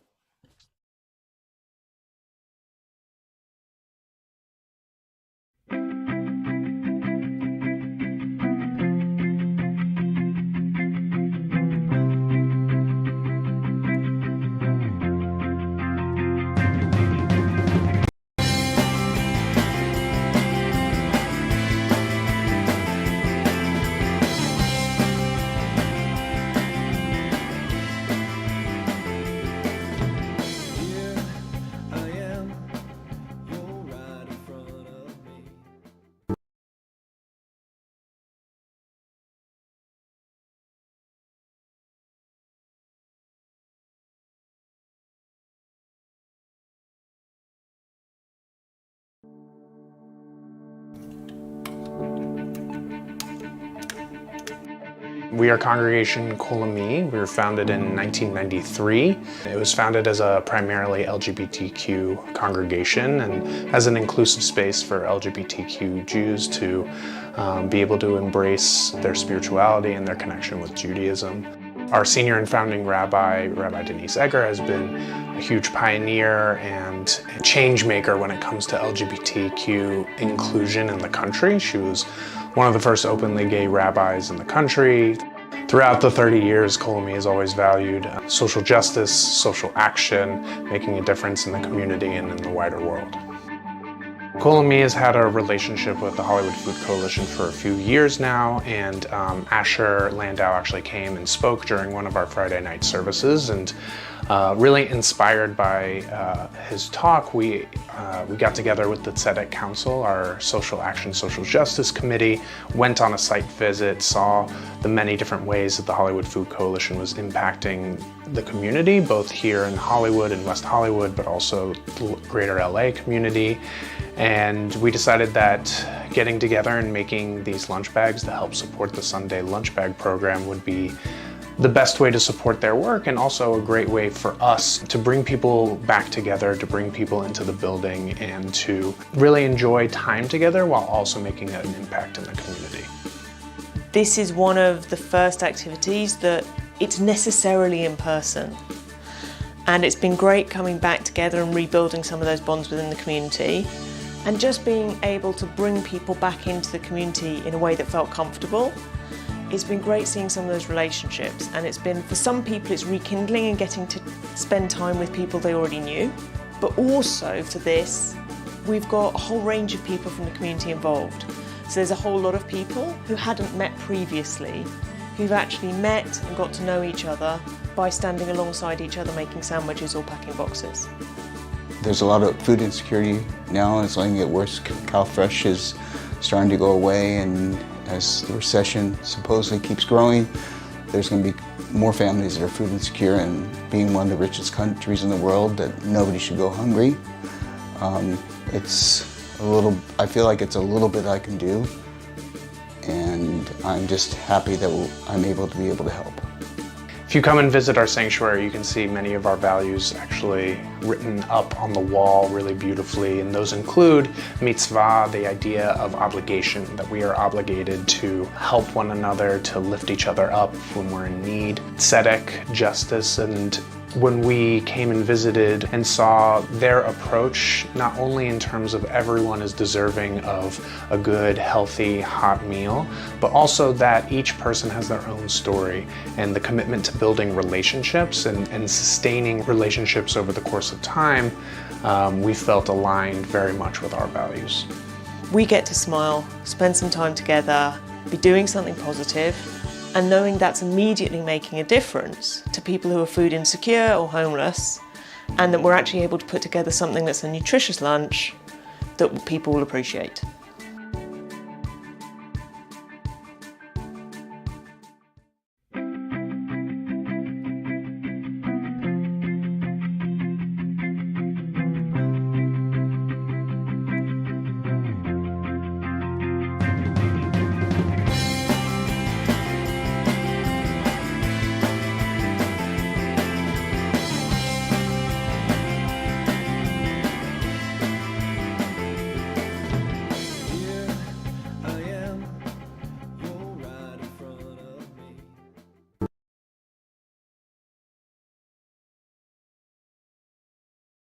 The one that's Origin. Is it out? Where do you see it? Because I see people posting about it, but I'm only seeing like SAG screenings, so I don't know where. Yeah, there's like I think it's online. I mean I don't have a screener. I think it's online. I would really like to see it because I love the book, but I want to see it. Oh, it was a book. Oh, well, it was based on Cast, and then Based on she has Cast. done her own thing with it, but she worked with the author, so. I think we are live now. Am I live? we're live. Hey, you caught us all in a little Hello. backstage discussion of movies. Hi, everyone. I'm Jonathan Delarco. Welcome to Trek Talk. Hi. Before we get started and we introduce everyone, including the fabulous co-moderator, Dr. Kyla Iacovino, would you tell them what you do for a living? Because you have a very big title that I don't even understand. Sure. So I'm a scientist and I work for a company called Jacobs at NASA Johnson Space Center in I call it the geology department of NASA. So at Johnson Space Center in Houston, Texas, is where we have all of the collections from the moon rocks and some Antarctic meteorites. The OREX samples, if you're aware of that mission, just came back there.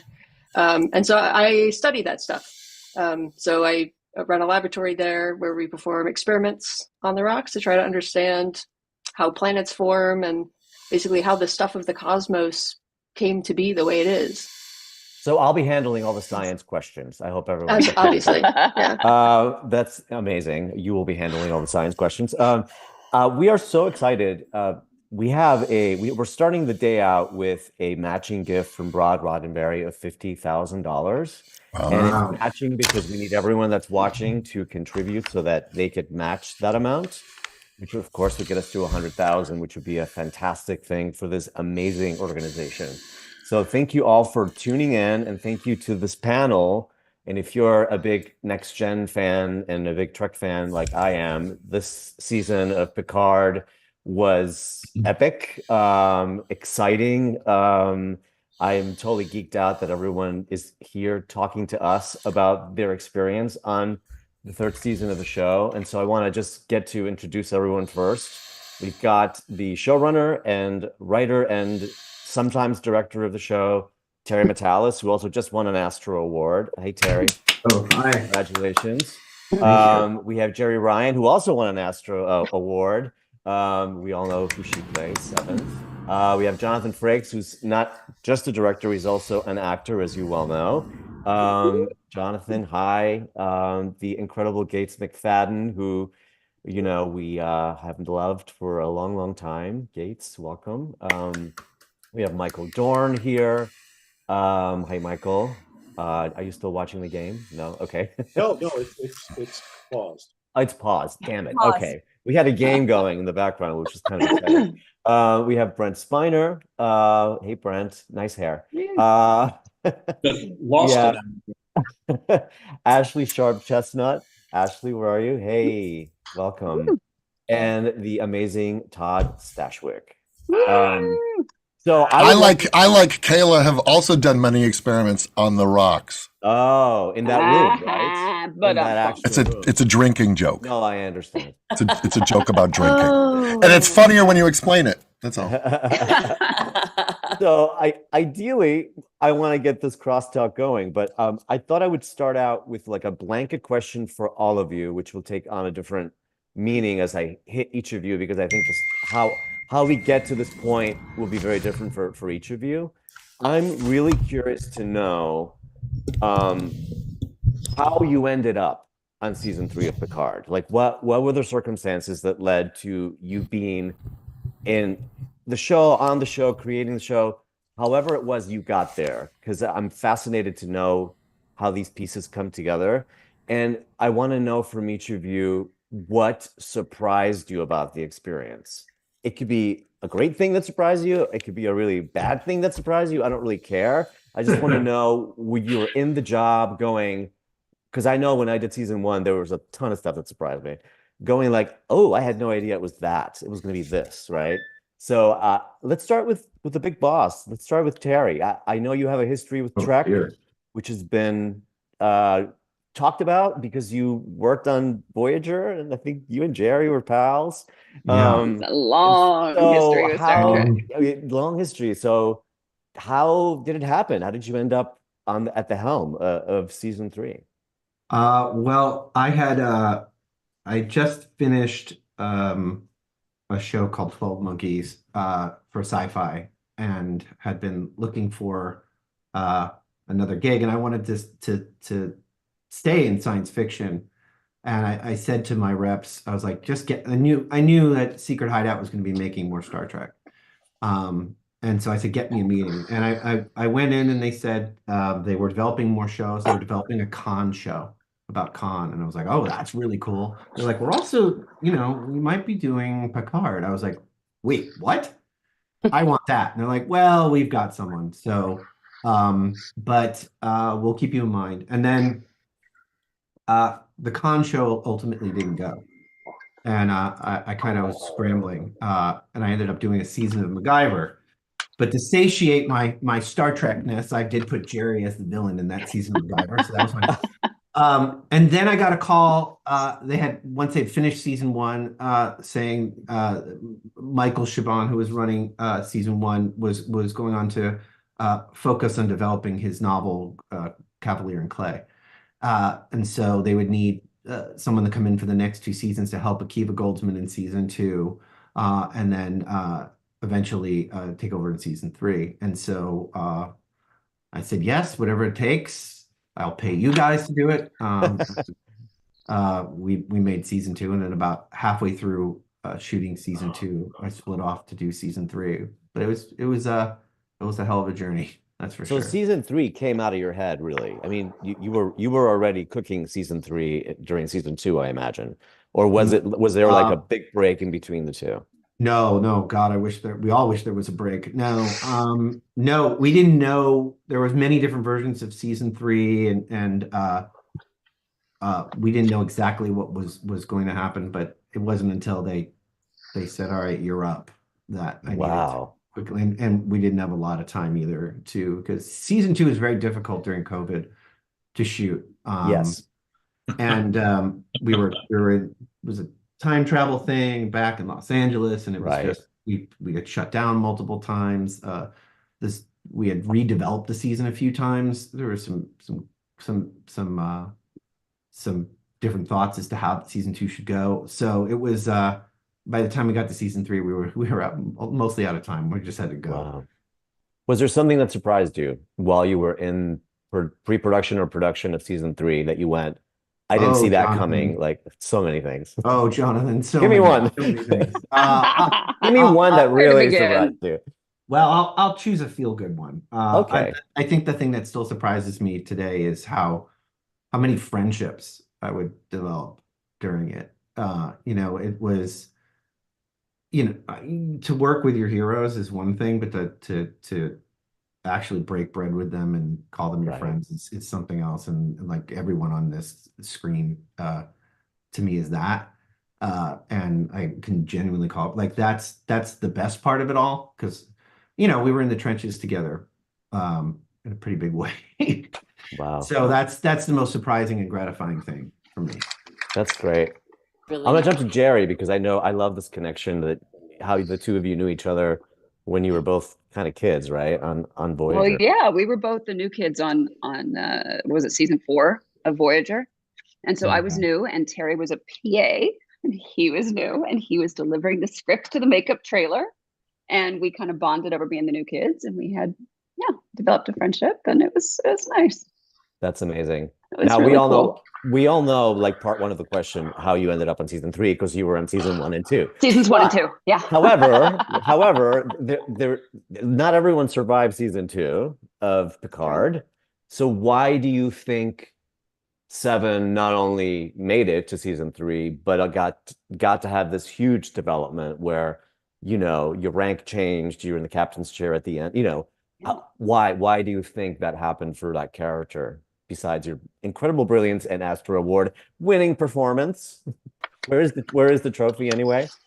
Oh, it's in the other room. Oh, Terry, I think Terry has his. Can we see yours, Terry? No. Oh, look at him feigning like he didn't have it an hour ago. He's like, oh, I have no idea where it might be. Oh, here it is. That's a major award, as they say in Christmas Story. So why do you think Seven got to go on, Jer? Well, I think I can thank Terry for that. The first meeting that I had with him pitching his idea for the season, he said, so here's what I'm thinking. She's back in Starfleet, and we're gonna end with her becoming captain of the Enterprise. And I was like, wait, what? Which was not anything that I saw coming or expected. You knew this before you began shooting? Before we started shooting. Wow. That was always endgame in Terry's mind, which was pretty cool. That's exciting. She didn't believe it. Yeah, I remember you were like, what? No. Really? No, I'm like, yeah. Wow. Yeah. He's like, no, I'm serious. I'm serious. So I guess that would go to what surprised you most. Yeah, that'd be it. I answered the question for you. Okay, cool. Jonathan. I'll take the next one. Yeah, no, the next one is for you actually, because I remember being in Vegas right after we finished season 1, and I think you brought up like how weird it was to be an actor again, or how.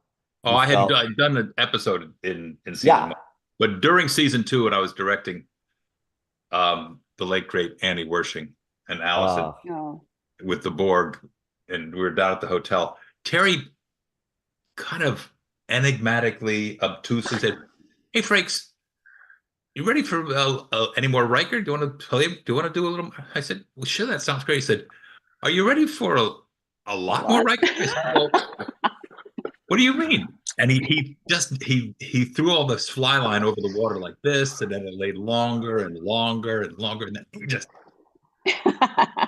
and it was the best stuff I ever had to play in all of my 38 years on Star Trek. Came out of a young man's head. Well, it shows. Breaks that you were never better. You were never so incredibly good. You were at your best, which obviously makes sense with great writing. But let me get my ACTRA award. Yeah, we didn't get one. Sorry, they totally robbed you, dude. But you were amazing. How do you feel now about acting? Do you want to like do more, or are you just like not that interested? Now you got a little taste for it, after this. Yeah, I got a little taste. I'm available. Tech avail.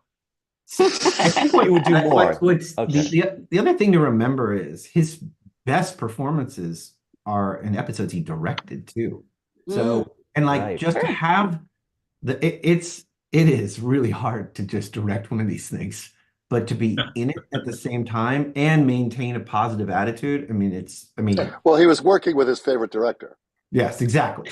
That's so true. Brings out the best in him. Good Oh my gosh. Okay. Kylie, do you have any follow-ups on these folks before we continue with this question, and then I'm going to hand it over to you to get your fan questions in that we're burning to ask. I have so many burning questions. I think you should finish this up because I'm just going to otherwise derail everything. Okay, no worries. Okay, great. So, Gates, same with you. I'm really curious about the circumstances that led to you doing the show, because I see you at the supermarket all the time and you never told me. So yay on the mum's word. I do see Gates at the supermarket all the time. But you had to have known really early, because had you said no, an entire house of cards would have had to be rebuilt, because your season revolves so deeply around your relationship with your son and Patrick and all that. So did you know really early? How did it all come about? I don't know if it was really early, but again, it's like he's the man, Terry. Terry was, and Akiva, I got somebody, I don't know if it was probably your secretary who got in touch and said they'd like to, know if you're interested possibly in doing something. And it was really nice to feel there was a really cool story. And I loved the way everybody was being used. I didn't feel it was not just like, only my character. It really sounded different, and it sounded very family. And I loved that there were these new people coming on. I think that it really is. I know, Terry, this is like, you're so sick of hearing it, but it really has so much to do with your personality and who you are and your excitement about it. You win. Yes, you win people over. And really, I would say that the biggest surprise was how much I enjoyed it all the way through, and that I loved the story, and I loved the collaboration with everybody, with every single person on the screen that I worked with. It just was so much fun. So, that's really it. Wow. It was so much fun to watch you be back. I mean, like I said, as a fan of Next Gen, that to me, that season. Bad? I was bad. You were so brilliant. To me, that season was such a gift to the fans, that we've all been waiting for such a long time for a Trek that resembles what we grew up with. And I feel like it's finally that payoff happened. I think that's why the fans love the season so much. And then Ed Spaliers, I have to just do a shout out to Ed. I mean, he's just so great. Great. So great to work with. I mean, what a presence. And he was great. He did a great job. Would not have worked without Ed. No. I don't think anybody else could have played that role. And Brent, you, like Jerry, did all 3 seasons. So what surprised you about season 3 that didn't happen in season 1 and 2? I mean, did you have a special affinity for it, or? Well, I think the biggest surprise was that Data was still alive. Right.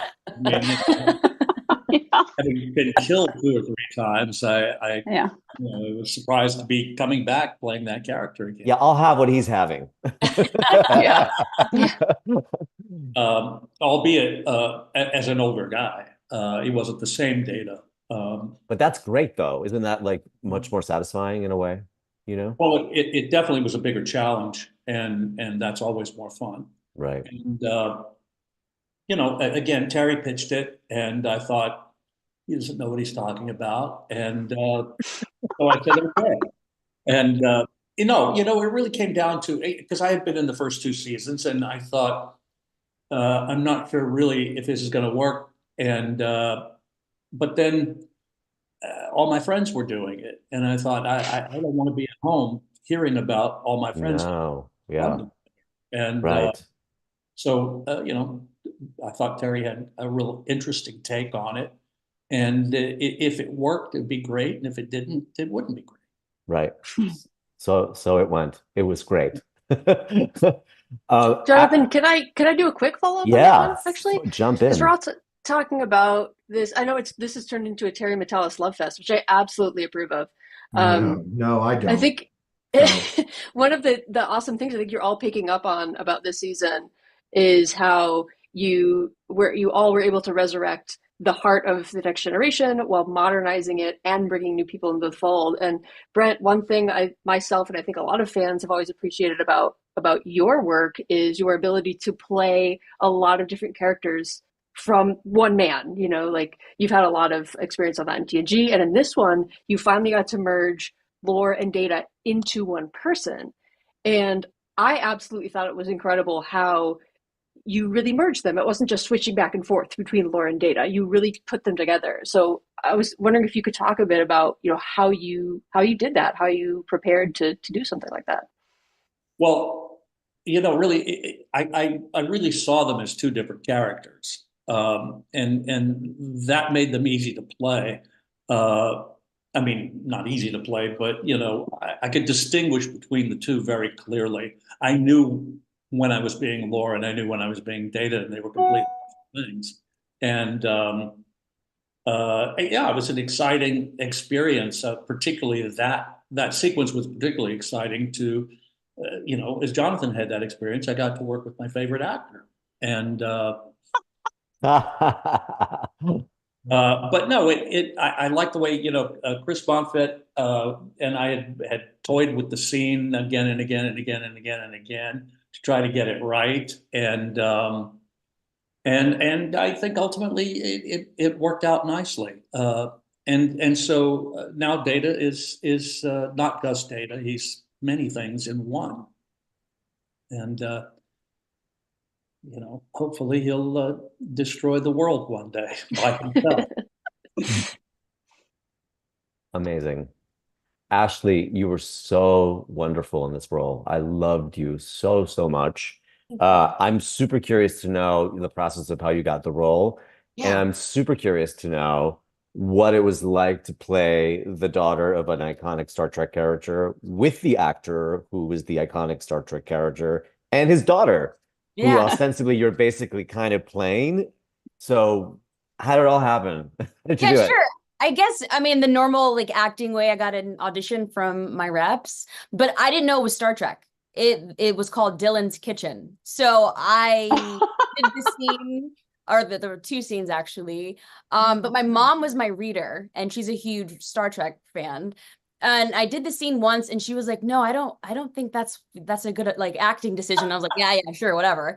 And she was like, "It feels like Star Trek," and I was like, "Yeah, okay, whatever." And so I did her adjustment, sent the tape off, and then found out that I booked it. And not only did I find out that I booked it, but I found out that I was playing Geordi LaForge's daughter. And I guess the sweet part about it, my mom was actually in the room too when I got the call. So I guess like circle moment. But to answer your second question, yeah, I mean, Geordi's he's an iconic character. So like a lot of, I don't want to say like they were big shoes to kind of fill, but it was nice. And I think they welcomed me, and so did Mika. I think Jonathan actually told me that LeVar and Mika were actually related. I didn't know that was his real daughter. Oh, okay. I didn't know her last name was Burton. I just was introduced to her as Mika. And I was like, hey, nice to meet you. But yeah, I mean, they were so welcoming. They're awesome. That's great. Yeah. Amazing. And Todd, you've been a Star Trek fan a long time. Yeah? It seems like. Well, you're not wrong. I'm not going to say a thing until we get that number to $40,000. Uh-oh. The We're not burden far is from it. on the viewers. This is a telethon, people. So we need to step up. They're so excited. We're here to hear we got some more money. There you go. Well, we did. Imagine that. It's a telethon. Why don't you tell them a little something, and then we'll wait and see if it gets to 40. I'm just going to be a shameless shill for the cause because I believe in this cause. I agree. So, yeah, I've told this story before. My first action figures, I don't know if you can tell, but I'm kind of nerdy. My first action figures were Kirk, Spock, and McCoy that I got from my cousin Tori in 1974. Yeah. So I have been pretending to be a Starfleet captain since I was 6. Wow. So you get this role. What, did you like lose your mind? Well, you know, it's interesting because it's you know, people have asked, how did you, like, what was the audition like? And I said, well, it was 4 seasons of 12 Monkeys, because I was fortunate enough to get to work with Terry and those writers for 4 seasons on that. And I think from that, Terry sort of understood what I bring to the buffet. But when he called and he's like, so we have this idea to make you a Starfleet captain, and I've told this story. I'm like, your immediate thought is, thanks for thinking of me. I've been in this town long enough to understand that if a role is written for you, it eventually goes to somebody else. Right. So I was very.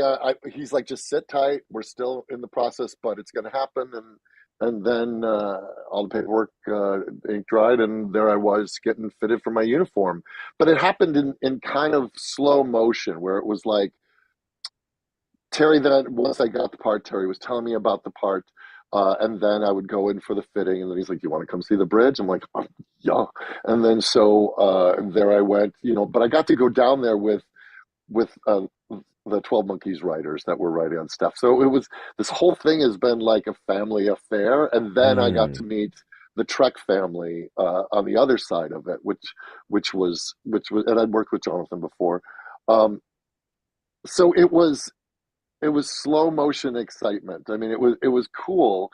And then, to answer the other part of the question, which is what was so surprising, part of me thought I was going to be a lot of like, here's your coffee, Mr. Picard. Like I was going to, Terry was doing me a favor and including me in the process, but I didn't really understand the breadth of how much Shaw was going to really kind of figure into the plot. And I called it.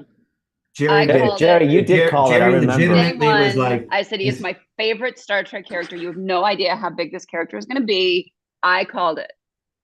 And then Picard was brilliant. Brilliant. Thank you. It was. I mean, look. We've talked about this. That a performance, and every actor here knows this. A performance is not a solo thing. It's the writers. It is the people that you're acting with, and it's the room to take those risks and take those big swings. That atmosphere is set by the directors and by your scene partners. Right. And then the permission. Like, if you don't feel trusted on set, you can't take risks. And right. From day one, I felt embraced and trusted, and that is no small shakes. The tone that was set from day one was so beautiful. Yeah. Wow. Michael. Well done, Todd. We're at 40,000. Yeah, look at that. You got it nice out. Job. Nice job. Thank you, everybody. Yeah. Wow. So, Michael, I think all us Trek fans were delighted to see Worf again, and surprised because I think the sort of knowledge in the fan world was that you were waiting for a Worf series, right? Like that'd been out in the water. People had been talking about a Worf series for a long time.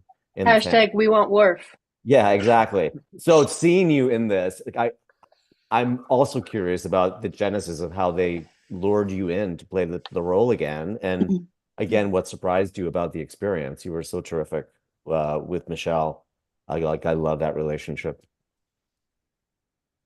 It wasn't so much luring you in, and just as much as once they called and said, "Hey, would you be interested?"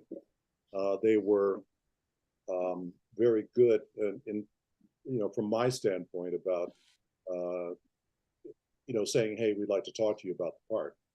We want your input, and we want to tell you what we have in mind, and I like that.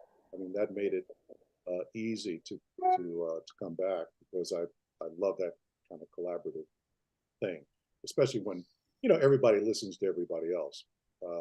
But I think the surprise to me was it was the makeup has always been a challenge. Yeah. But the surprise was halfway through the season. I remember it was November, and I just kind of thought to myself, like, I'm having a blast. Just like I kind of went, I'm really having a good time. Looking around, and yeah, and that was sort of the surprise of, you're gonna have a good time. I'm with my friends, and that's spectacular, and like you said, working with Michelle was just an added bonus. Mm-hmm. And it's just sort of the idea that, like you're really having a good time, and They said, "Are you?" No, I'm really having So that was the surprise for me. That's wonderful.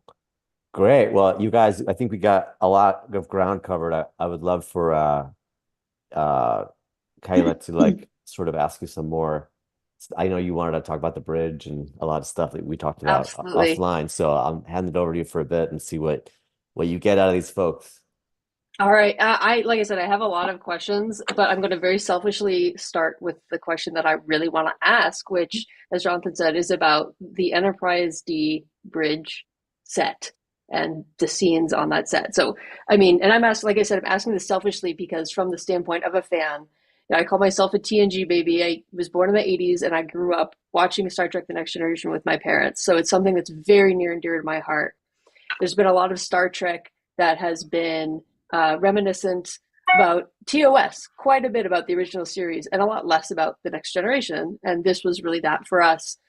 When we saw the characters we love step onto that bridge scene, onto that set, recreated piece for piece, and for the first time ever in modern high definition clarity, it was like, I think I may have cried during that scene because it was like, it felt like it was for me. It felt like Terry put pen to paper and said, I'm writing this for Kayla. Like, this is for her.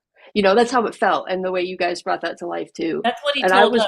He said it was for Kayla. Yeah, it was for Thank you, dude. Appreciate it. But yeah, no, like, I think everyone felt that way. All of us who have that in our hearts. And I was wondering what it felt for you guys to see that again. You probably didn't think you'd ever see that set again that way. So, you know, what was that experience like?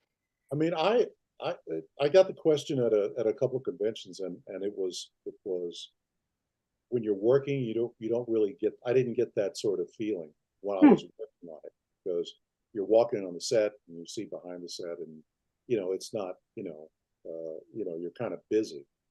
But I felt the same way you did when we saw the screening, and you saw the set in its full glory without cameras and people walking around and stuff like that.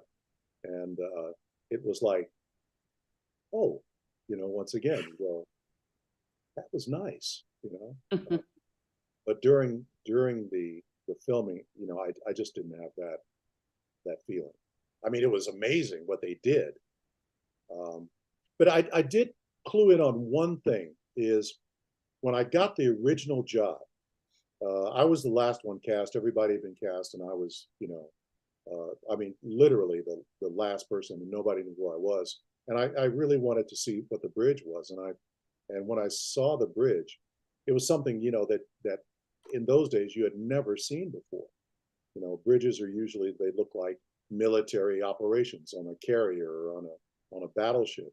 And this was like a comfortable living room. I just remember the takeaway from that was, things have changed where, you're out in space for like 5 years or whatever the case, you got to be comfortable, and I remember that. And that's the same thing I felt when I watched the screening.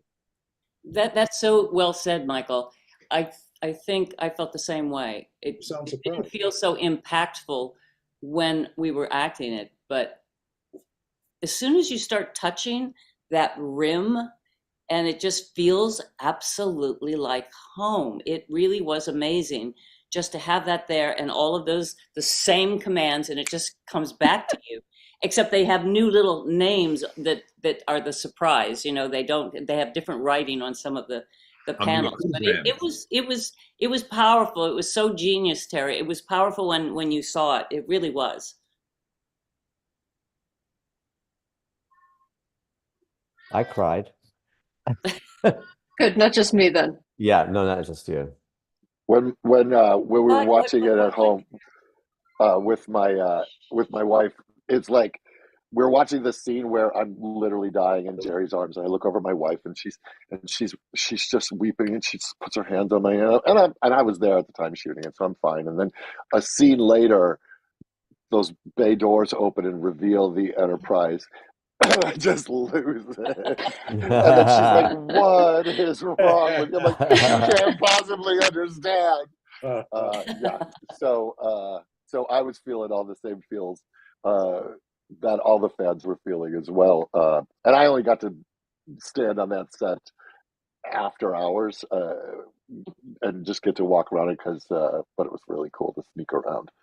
But it was moving. Is that set preserved somewhere now, Terry? Because it was not I cheap. I believe they yes, they The have one that I think they saved. yeah, that's Okay. the one, or most of it at least. Yeah, no, they have it. They have it saved. Okay, But I great. mean, the thing that for me, as directing that was we only had 2 days, and it was a lot of material. Wow. For 2 days, and it's the whole next gen cast together, and that's that's brain going. Like they are every bit as insane and as joyful and as playful and bursting into song every 2 minutes as you've seen in all the behind the scenes footage ever. And you're like, and the other thing was I would be sitting in the monitor. Everybody came to visit, like executives would just, today's the day we're coming because, right. To see it. And then how does it feel to be at the helm of this legendary moment? I'm so terrified that because we didn't have a pre-lighting test. I did not even, it was the first time we ever looked at that bridge in high def and went, well, we can't light it like they lit it in the 90s, and we can't light it like we light our sort of darker starships. It has to feel right, but also can't be the same. So if we don't get that right, and these were gigantic moments. So there was a bit of terror. Again, it wasn't until I'm much more with Michael, but in editorial, when my brilliant editor Drew Nichols finally got it together with music and sound and showed me, then I was able to have an emotional connection to it. But not before that, let me tell you. Did you have like at the end of those 2 days, did you feel in your gut you had gotten it? Or were you still like, ooh? You never know. You never really know. You hope. It was fun. I mean, there was there's a great time I had with it was an action scene with LeVar and Brent and Gates and Marina as they were going through the Borg cube, and Jonathan was just off camera reading the action and the shakes, and that was really fun to be part of that. I wish there was a lot more time to have fun like that, but yeah, no, it was tough. I'm so glad you mentioned the lighting thing, because that's something that depending on just how discerning of a fan you are in terms of looking at that kind of stuff, that's really stood out for me. Because like you said, a lot of the newer stuff is really dark, but then if you go back to the 90s lighting, it's like bright, flat lighting. Yeah. And I always assume that's because you're like cranking out episodes like crazy on those shows at 22 episode seasons. And so it was for consistency is what I always assumed. Yeah, but here you really blended the two perfectly. I thought I like the brightening up of everything. Yeah, and I think if we were ever to do more, we would. I wouldn't. You can never go back to that. It wouldn't feel. I mean, like we tested it and it looked like it was awful. And I think the other thing is as far as like darker lighting and DPs these days, one of the things is we have the best monitors in the world in show business. Guess who doesn't? The people at home watching. People at home. And that is something. And then by the time, so when we see it, it's rich and beautiful and glorious.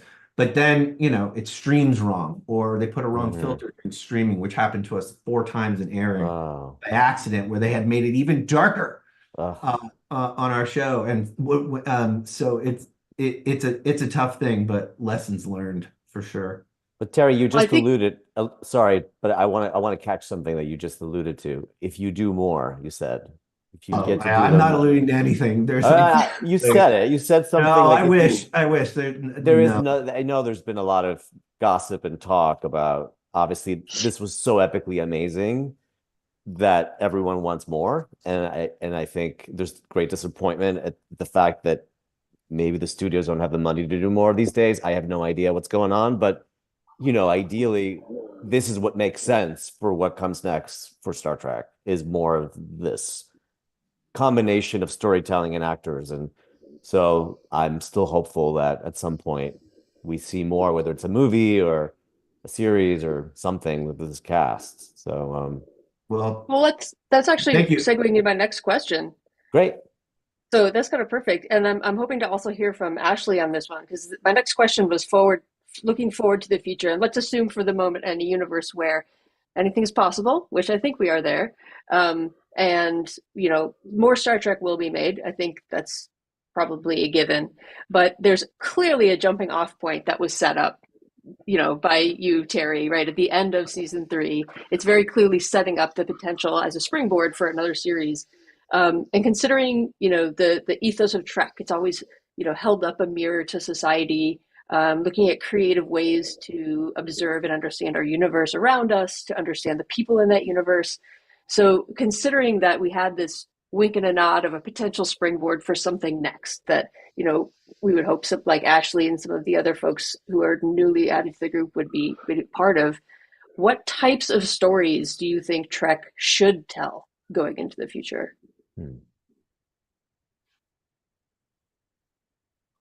That's to Terry, right? I think it was That's you. everyone. That's everyone. I love your thoughts on that, ahead. actually. Yeah. Oh, sorry. I thought you were talking to Terry still.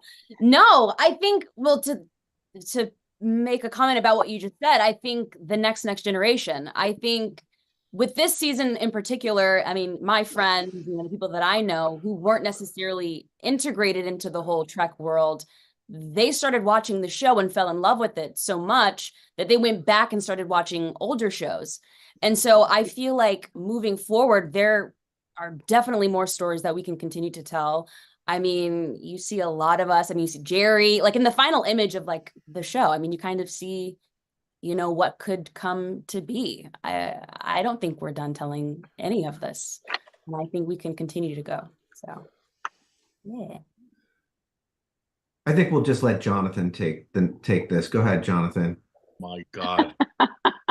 Guys, I'm just barely recovering from the wounds that CBS has given me from leaking shit before it happened. Is that in and of itself a leak? No, Yeah, no. right. There truly isn't. It's interesting because the end of the show, that last scene really wasn't. Although it is a setup for a spinoff, wasn't designed to be a setup of a spinoff. Like the right ending. I don't believe you. No, well, I understand, but the right ending for the next generation is passing the torch to the next generation, and that like without doing that, it wouldn't feel right. So that was the watching literally their children go off on the Enterprise and paying off Seven of Nine's wonderful arc from Borg to captain of the ship. You know what I mean? That it just felt like a proper ending. But for me, I mean, I think what's interesting about a series that has been on the air for so many decades is the evolution of things. Like Michael and I were talking, what if we did more? And you think about, all right, well, what's the Klingon Empire like? Right now. I mean, the last time they were in Allegory was the Russians, kind of, and the Russians friends anymore, and what would they be up to, and what does that mean for Worf, and what does that mean for like Alexander? So there's what's so great about this kind of long, very, very long form. I mean, the fact that Leonard Nimoy played Spock for how many years? I mean, that's incredible. I don't think you ever really need to fully say goodbye to any of these characters or storylines. I think that's what's so special about what we're all I think it's interesting that you brought up Spock because he died and came back to life. Yeah. I mean, I wouldn't. Look, I think I did it with Data. I wouldn't do it again. You did it with Picard. You did it with Picard. Yeah, as well. Picard. Yeah. So I think. I mean, so it's kind of an established trope. Yeah, Anyway, I think we gotta move on. I think we gotta move on from that. It's just. But Todd, did you know you were gonna get killed before you?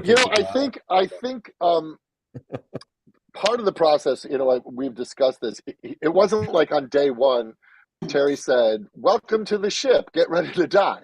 It was, and I don't think, I don't think it would have been good for me to, as a character or as an actor, to go and get ready in 10 episodes because your character is going to be dead at the end. It was never like expressed that way. the sort of poetic karmic circle of Shaw's arc and story and what we learned about him and his survivor's guilt and him not understanding why this dipshit got to live, and then we get to find out that this is why he gets to pay back that debt in the same situation to put an end to the Borg for good. It felt it was a beautifully karmic thing, and so it makes absolute writing sense to do that story. And it's always fun to play death scenes, and especially when you get to do it with, you know, in the arms of Jerry Ryan. What a wonderful way to go. But I didn't know, like, from day one that he was going to die. I think as we got closer to those episodes, then yes, it was communicated to me. Yeah. Cool. Jerry, what was it like to be submerged in another in a weird way? Like, your Voyager's your history with Star Trek, and then Picard was its own thing, and then like the last season was like Next Gen, right? And you were a part of it. Did that play at all into your psyche in any way, or did you just think of it as season 3? I don't know. It was so fun for me because I've known these guys all since I was on Voyager, just socially and at conventions and Star Trek events, and you know, Frakes and LeVar, I've worked with as directors, and so they're my friends. And so when I realized I was going to get to act with them, that was crazy. But it was acting with Frakes. I mean, it was really fun and crazy and cool. Yeah, it was absolutely delightful. And I think Terry sort of alluded to the fact that it was absolute chaos from one moment to the next on the set, because everybody's so happy to be together, and it's such a fun group anyway. So yeah, there's a lot of laughter and goofing off, and it was so much fun working with these guys. So much fun. That's such a great point. I'm sorry, Terry, but it's such a great point. I bet a lot of people don't really understand how well we all know each other, because we spend entire long weekends in weird places in very strange circumstances. It's sometimes on a ship for 10 days. You know, we spent a lot of time together as a Star Trek family from different shows. So we do that. It didn't even occur to me, that notion, right? That all of a sudden you're working with people that you were partying with, right? Yeah, it was really cool. You know, I think people actually do know. I think that's a pretty well-known thing amongst the fan base. From like, maybe it was you, Jonathan, who said about all the behind-the-scenes things we've seen. I think it's, at least from our perspective, it seems like the Star Trek actor crew is one of the most tight-knit ones that you see. And I think that can come across in a lot of the scenes where you're having a moment where the characters are showing their deep bond for each other, and it has the second meaning. Like at the end of Star Trek Next Generation, the finale, and then again that the poker scene was brought up again in Picard. And if you look at the two scenes, you know, it's a special moment for fans for the characters, but it really felt like we could also see the actors sharing a real moment together, particularly in Picard. They're all sitting around the table, and you can imagine, you know, from seeing interactions amongst you guys behind the scenes, we can imagine like that your guys are feeling the same moment that your characters are feeling. So I think that's really lended something extra to the characters for the fans actually as well. I'd like to point something out while you mentioned that. The reason the poker scene reverberated so beautifully, obviously reminded people of the end of Next Gen, but the reason it worked is because Terry took the chance to have us ad lib, which we had never done. And he spent a long time with a lot of cameras just having us play poker and take the piss out of each other. Wow. Got looser and looser and looser. Some of those reactions are what are in Drew's cut and or Terry's cut. And it's why I believe we as fans felt, oh my God, these are my friends and they really love each other. And it was because Terry gave us the time to, you know, cross the lines. So Data and Brent were, you know, both playing poker, and it was very clever and very, very effective. Hey, absolutely, it worked. Can we say one thing right now, just because it hasn't moved, the money thing hasn't moved for a while? Oh yeah, let's do a money call. Coalition is such a brilliant organization. It is really, they do the walk. They walk the walk. They really do make meals. People make meals every night for this area. And they have found ways of using food from restaurants that instead of getting thrown away, they pick it up and they use it in meals for that day. It's a really good organization. I've been a monthly donor for quite a while, and I really, really urge people to jump on board with, I don't care if it's $1 or 25 or 50,000, but please do donate, because it's a very worthy organization. And on the heels of that, I'm going to tell you all that the way to do it is to text Trek at 53555, or you could go online to givebutter.com/Trek Talks. And I think there's a QR code on your screen as well. So there's a bunch of ways to contribute. And if you're enjoying this conversation, we're all doing this for the cause. I hope you all pitch in. Thank you, Gates, for that plug. Cool. We have like 11 minutes left. Just a quick clarification. It's givebutter.com/Trek Talks 3, the number 3. Thank you. Because it's the third one. That's because it's the third one. I think, yeah. So sorry, did you want to go ahead, Terry? Yeah, I just wanted to go back to that thing Jerry said about how they all know each other. It actually led to things on set. In fact, there was a scene in the hallway where Jerry and Brent were very briefly in a scene, and she's like, "This is the first time I've ever been in a scene with Brent." And I was like, "Oh my, well, that's a moment. That's a 7 of 9 in Data moment, and we don't have one." And so that led to the little moment where she said, "The robot's right," blah, blah, blah. Like, we want to call it out. No, that was right. improv. Yeah, I mean, it wasn't improv. You just whipped that up on set set when we said, "Oh God, we've never had." Yeah, I was like, "Well, we gotta have, we have to have a moment between those two, even if it's just that. That's where you wish you had more." But yeah, anyway, I was very grateful for that.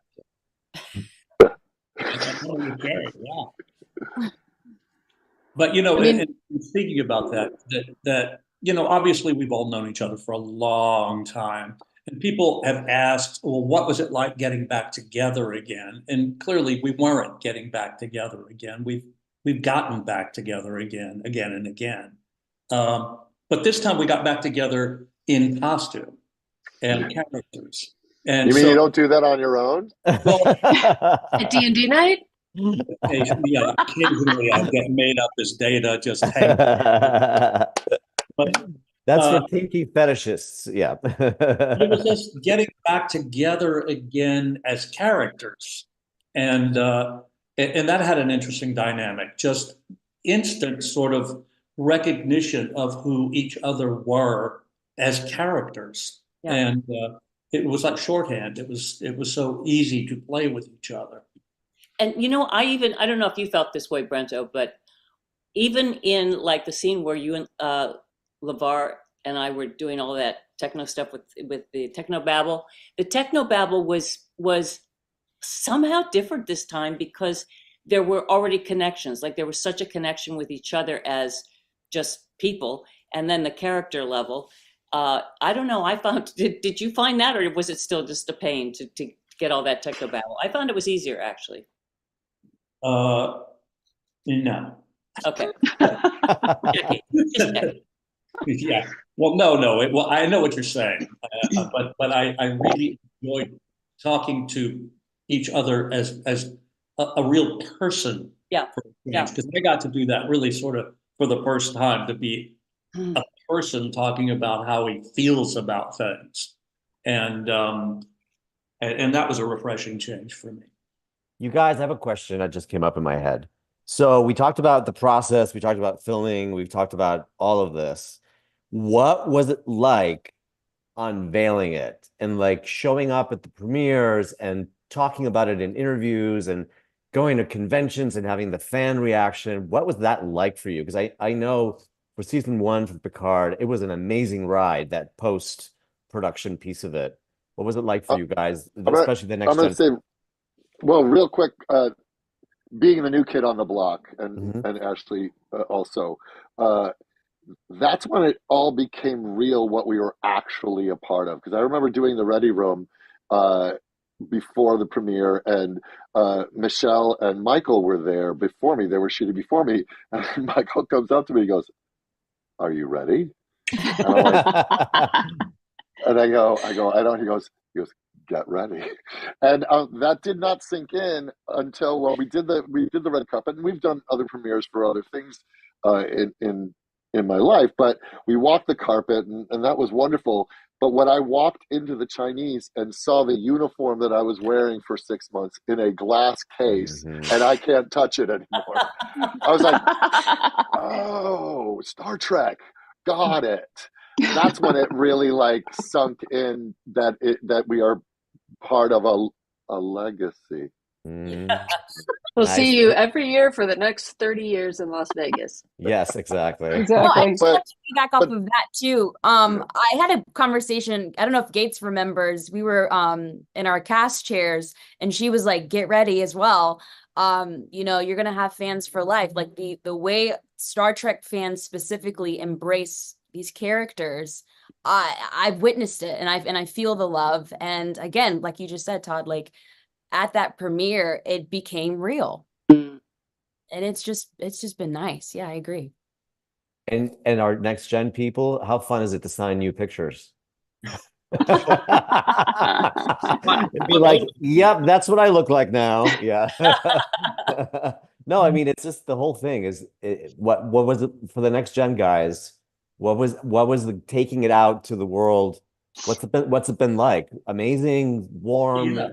Well, I'm an eternal optimist, as you probably all know, and I didn't dare hope or dream that it was going to be as successful as it has been and as well received as it has been. And I'm, of all of us, very Pollyanna, very pro everything, and it was, and it continues to be astounding to me how well loved it has been by the fans and by the new fans and by the public. And I think it's we should all be very proud.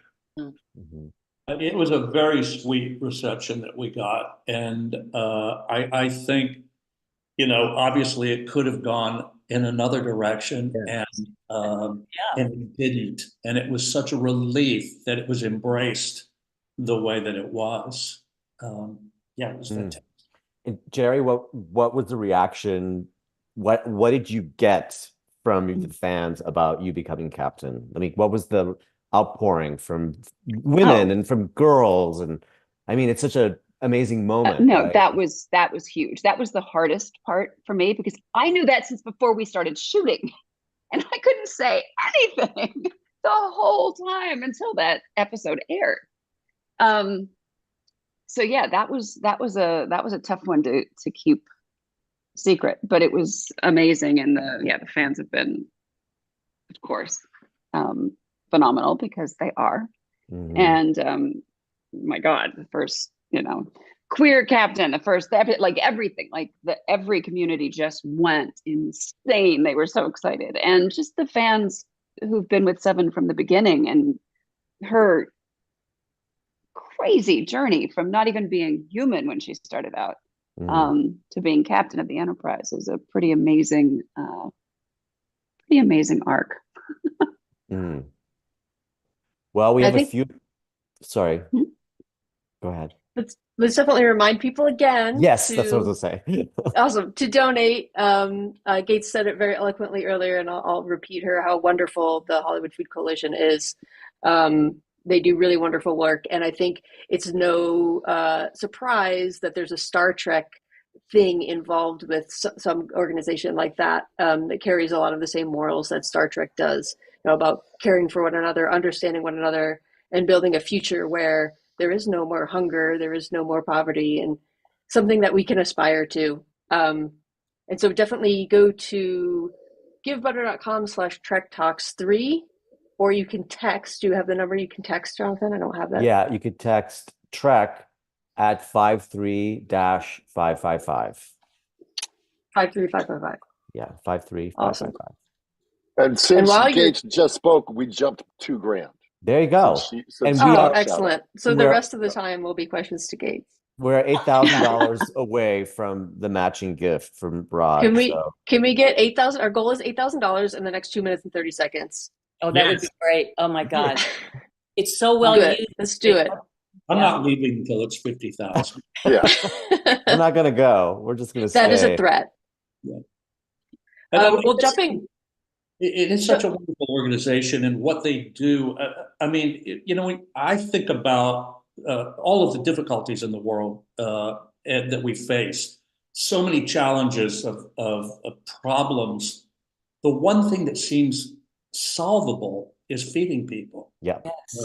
There's so many questions about other things. I mean, obviously there are other charities that deserve a lot of help. But there's a big question mark about a lot of them. There's also much research has to be done in order to finally come up with the solution to those problems. This one is simple. This one is like feed people. We have food. We have people who are hungry. Put them together. And that's what this organization's doing.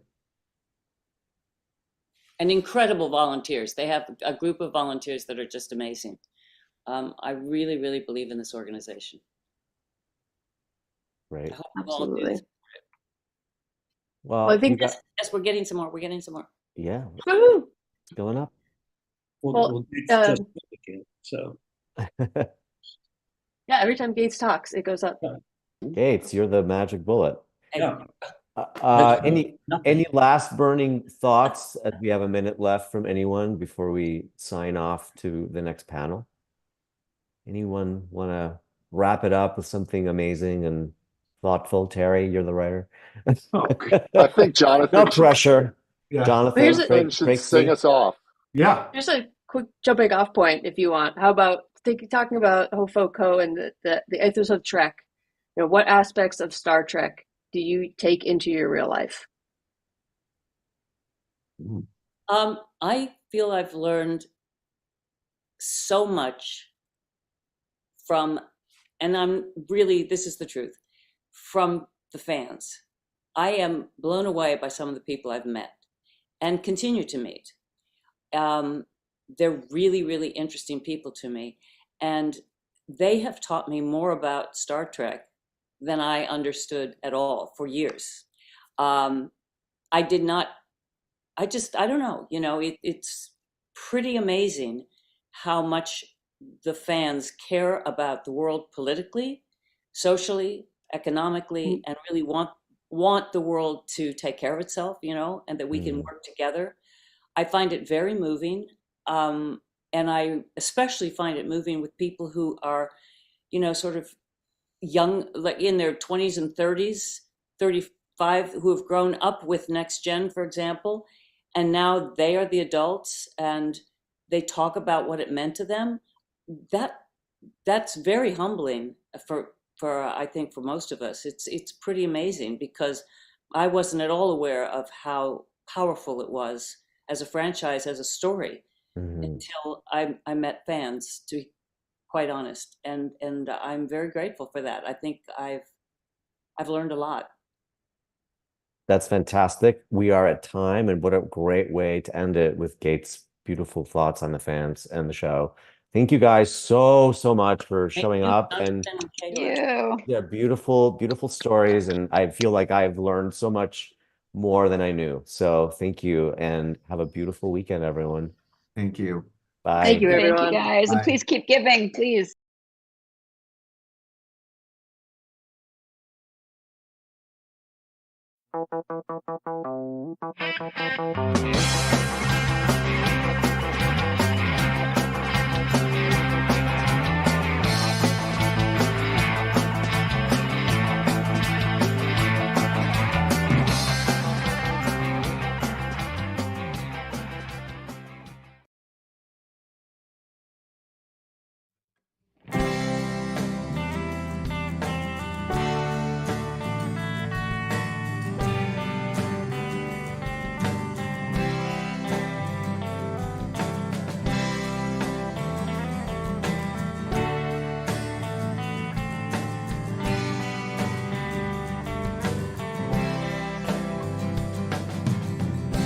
Tried to reason, I tried to change your mind, but you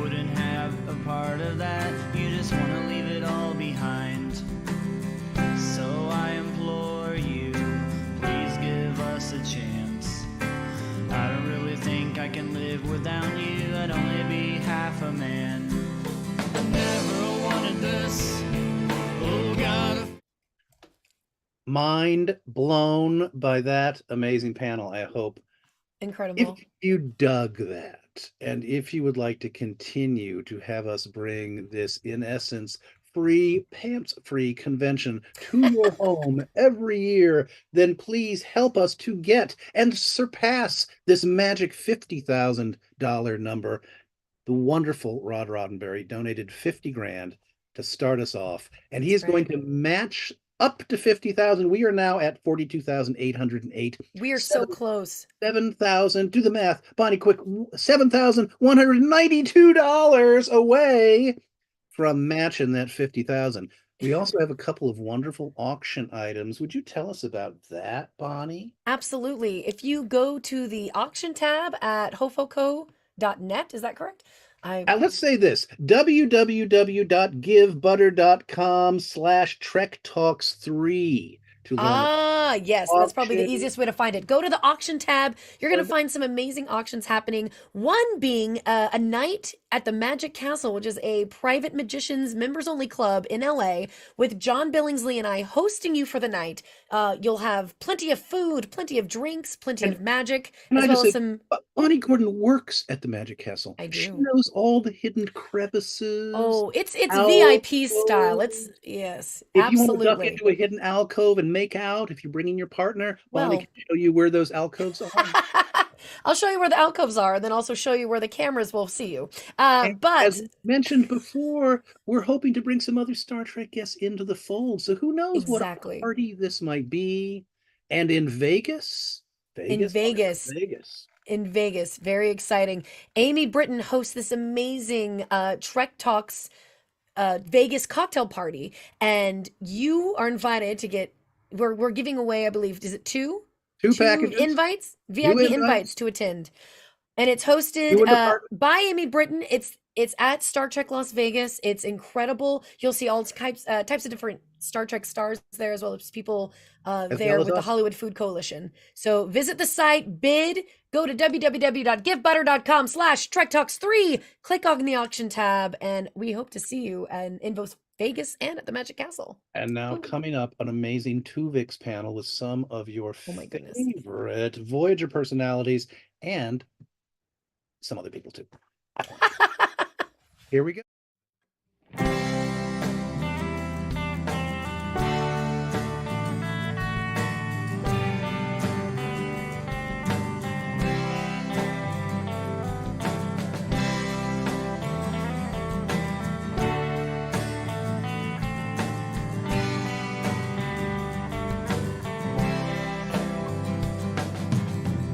I tried to reason, I tried to change your mind, but you wouldn't have a part of that. You just want to leave it all behind. So I implore you, please give us a chance. I don't really think I can live without you. I'd only be half a man. I never wanted this. Oh God, I feel so pissed. My rage, it burns inside. And now I have to hide from everyone I see. They don't believe it's me. I may be an angry man, but I know who I am. Having trouble thinking.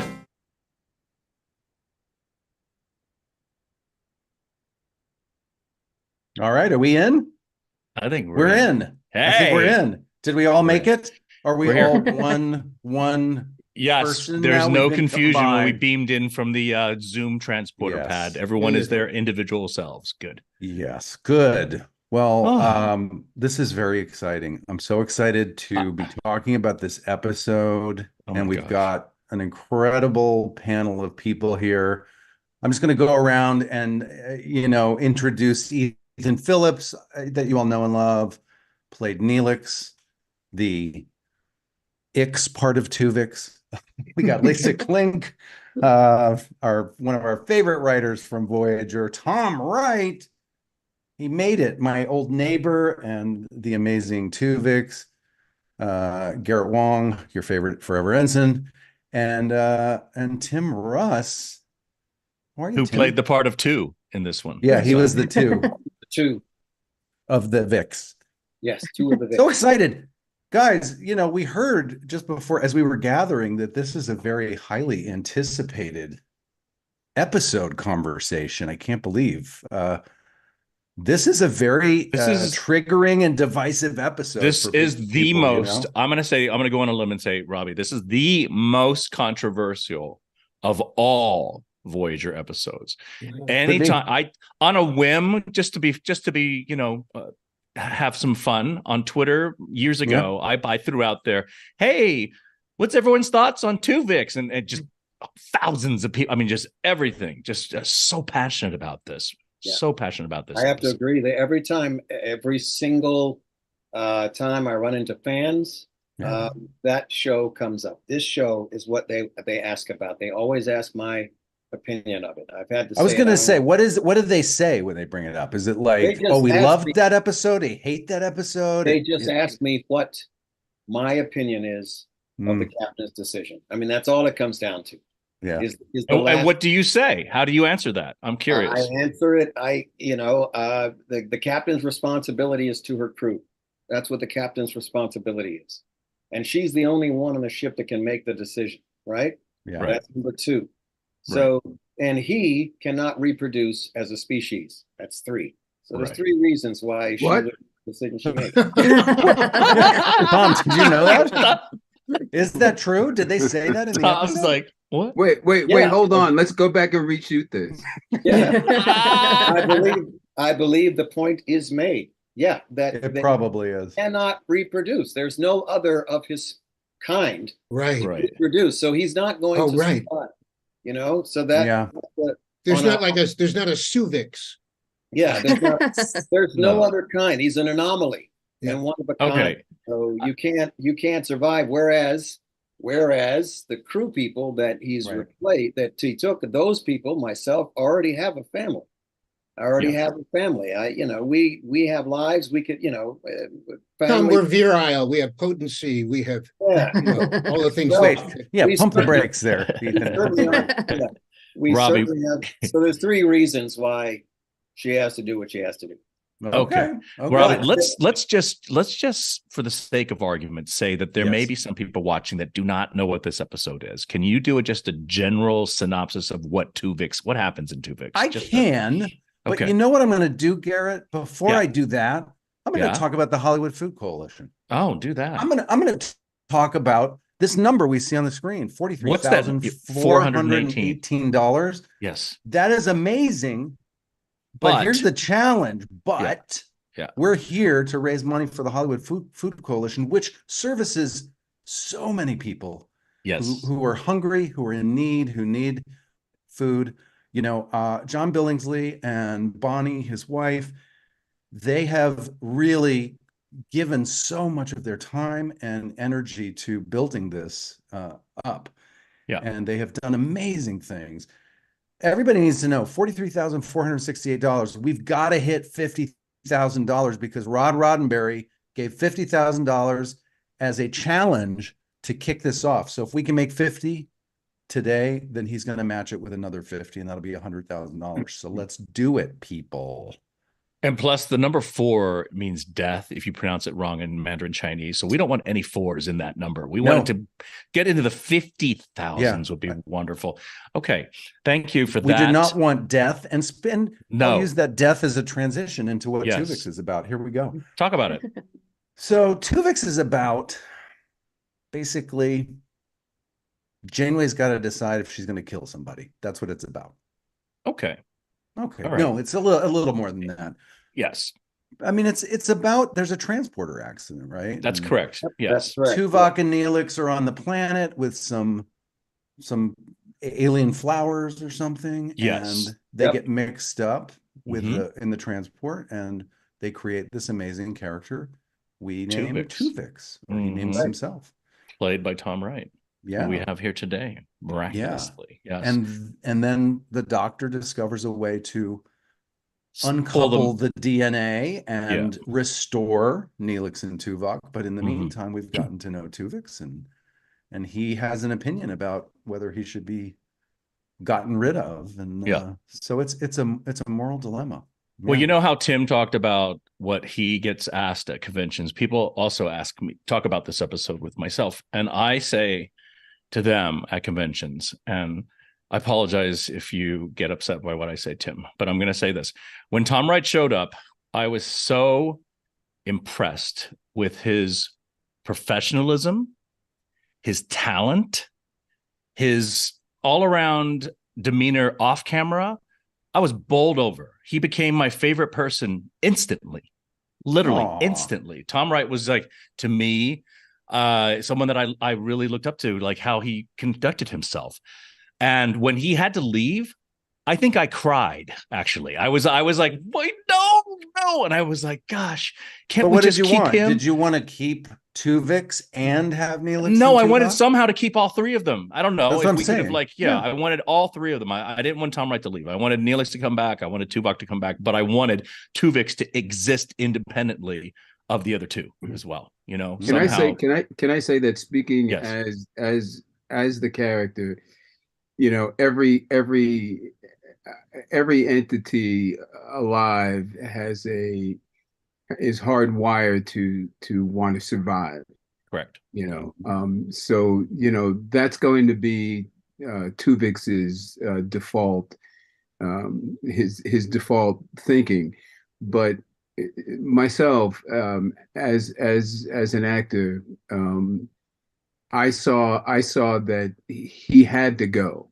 There wasn't enough justification for losing two entities in for the sake of one. And I get asked this question. I mean, I can't tell you how many times people want to know how did I feel about it. I felt the reason I had any feeling at all is because I absolutely loved the character. I loved being able to take. I know both John and I know Tim's separately from the show, so to be able to have those two people as back pocket resources for the creation of this character was to me invaluable. And there's an artistic side to me that really would love to keep on playing that character for forever and ever. But the practical side of the entire ball of wax dictates something different. I did notice, because I rewatched it today, Tom, and I did notice a lot of things. What I loved about your performance was I knew that you must have studied Ethan Phillips and Tim Russ and looked at some episodes, or he came to the set. Tom came to the set for a week before, didn't you, Tom? I did visit. Yeah. Oh, I didn't know that. Really? I did. Oh my gosh, that's awesome. But I also it really helped that I knew them as human. Yes, I knew them as people. I knew what they were doing in terms of their characters, and I knew what their characters were meant to be. But I also knew each of them. Yes. Yeah. So for me, it became a really open book on mixing and matching at any given moment whose was more dominant and whose was more recessive. Wow. And it opened up every single scene to a multitude of possibilities. Right. The same line being interpreted by Neelix would not be delivered and have as much as it would have a totally different meaning if delivered by Tuvok. Yeah. So for me, it was one of the more joyous experiences I've had as an actor of 40 plus years. Yeah. Yeah, and Lisa can speak to the way the dialogue was written, because right in the middle of a paragraph, the two characters would switch. So he would start off as Tuvok, and by the time he got down the end of the paragraph, he was Ethan, he was Neelix, and it would he would go back and forth. It was a lot of those lines were so nuanced. Yeah, they went back and forth within the dialogue, within the phrases. But seamlessly, though. Seamless, absolutely. But the other thing I noticed today, Tom, to give you some credit here, because sure, Ethan is awesome and Tim's great, but you were interpreting through your lens so you were kind of creating a third character, just like the story says, because you were taking their characteristics but putting it through your own, interpreting it through your experience in a way that was an original and wholly new kind of thing for me. Well, what was really interesting was if there was a Neelix type reaction to something, there'd be this other side to the character, the Tuvok side, that would be sort of bemusedly disgusted. and when Tuvok would express himself, very very clinically. The Neelix character, I could feel this Neelix character going, "Oh, come on now." So there was, and Tim, you're right. The writing lent itself to the creation of this character with incredible directness and simplicity. It was a really, really good script. Yeah. Well, I have to give credit to Ken Biller. He's the one that actually wrote the script. I was in the room when we were, developing the story and all that, but the dialogue was really Ken's, and I agree. He did a really good job balancing the characters. Yeah, I have a question for you, Lisa. So Ken did the teleplay. Story was by Andrew Shepard Price and Mark Gaberman. Yes. Cliff Bull directed this. This is season 2, episode 24, late in the second season. But this story by Andrew and Mark, was that a spec script or was it a pitch? Do you recall? It was a pitch. They had actually come in and pitched several times. And this was one time that I believe they pitched this story to Brandon. And when they came in, it was really just the basic premise of what if two characters got mixed together in the transporter. I don't think they even specified whether it was Tuvok and Neelix. Really? Yeah. Okay. But who then made that? who Who ended up making that decision, Lisa? Narrowing in on that then. Well, it came to all of us in the room, and so it was probably Brandon or Jerry Taylor. But I'm sure we all talked about who would be the most disparate characters that we could put together. If Harry and Tom got combined, that wouldn't be so unusual, because they're kind of, they have a lot in common already. But Tuvok and Neelix have so little in common that combining them would really make for an interesting combination. And Tuvok sounds so much better than Hom. So yes, it does. Probably why.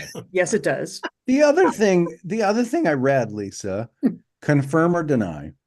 I read that the original pitch was kind of more a comedy, that it was kind of broader and sillier, and that it was taking. I'm actually going to deny that because, I spoke to Mark Gaberman, who was one of the writers that pitched it.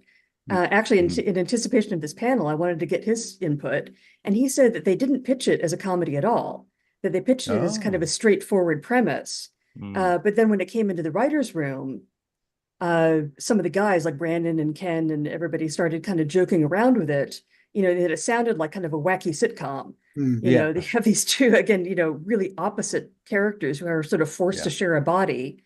You could see how it might come across as kind of goofy.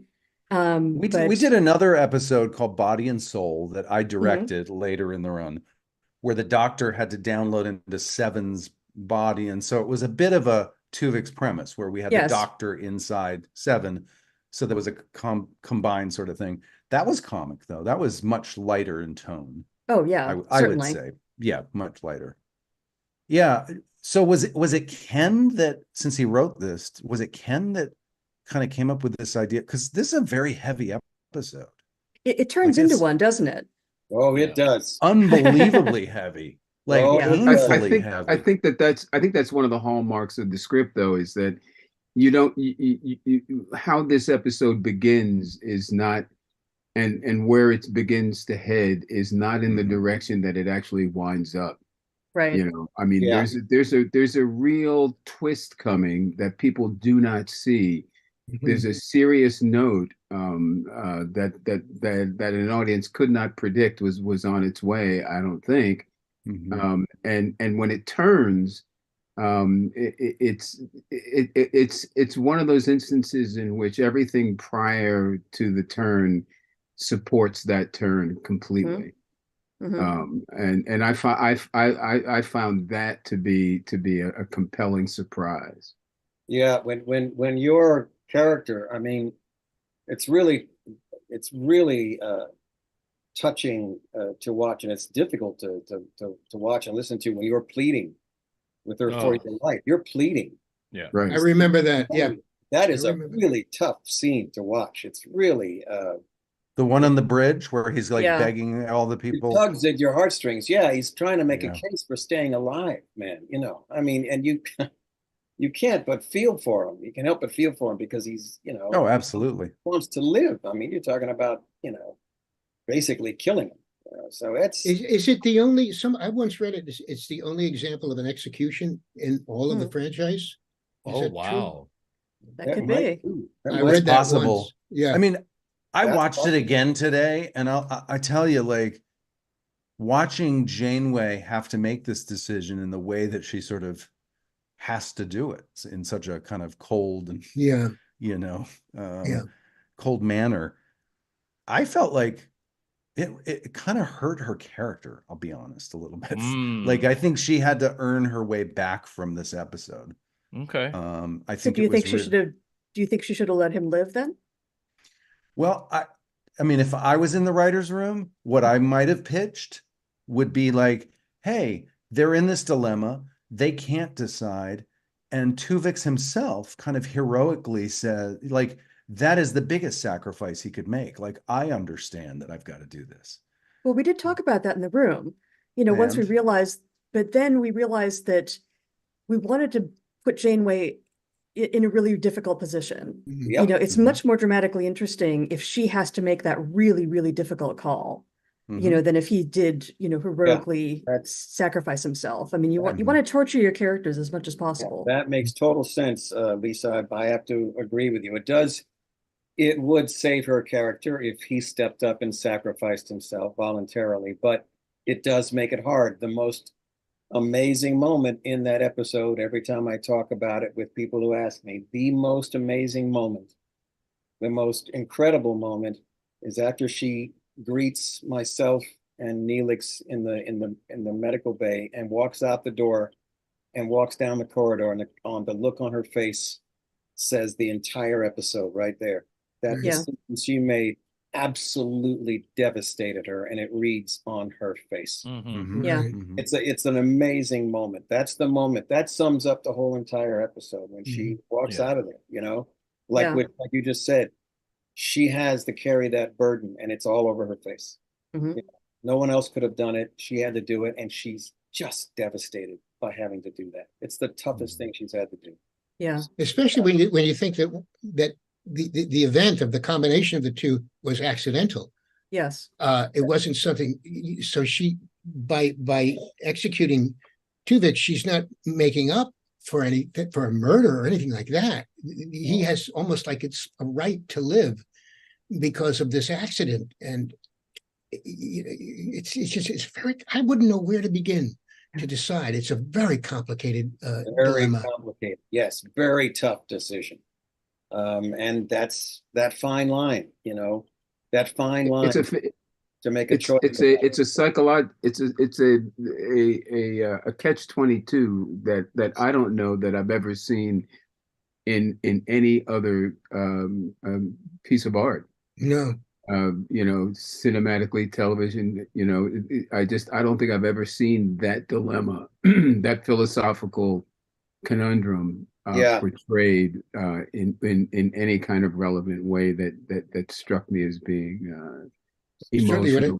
It would have to be science fiction to address it, you know, and that's what's amazing about sci-fi. That's true.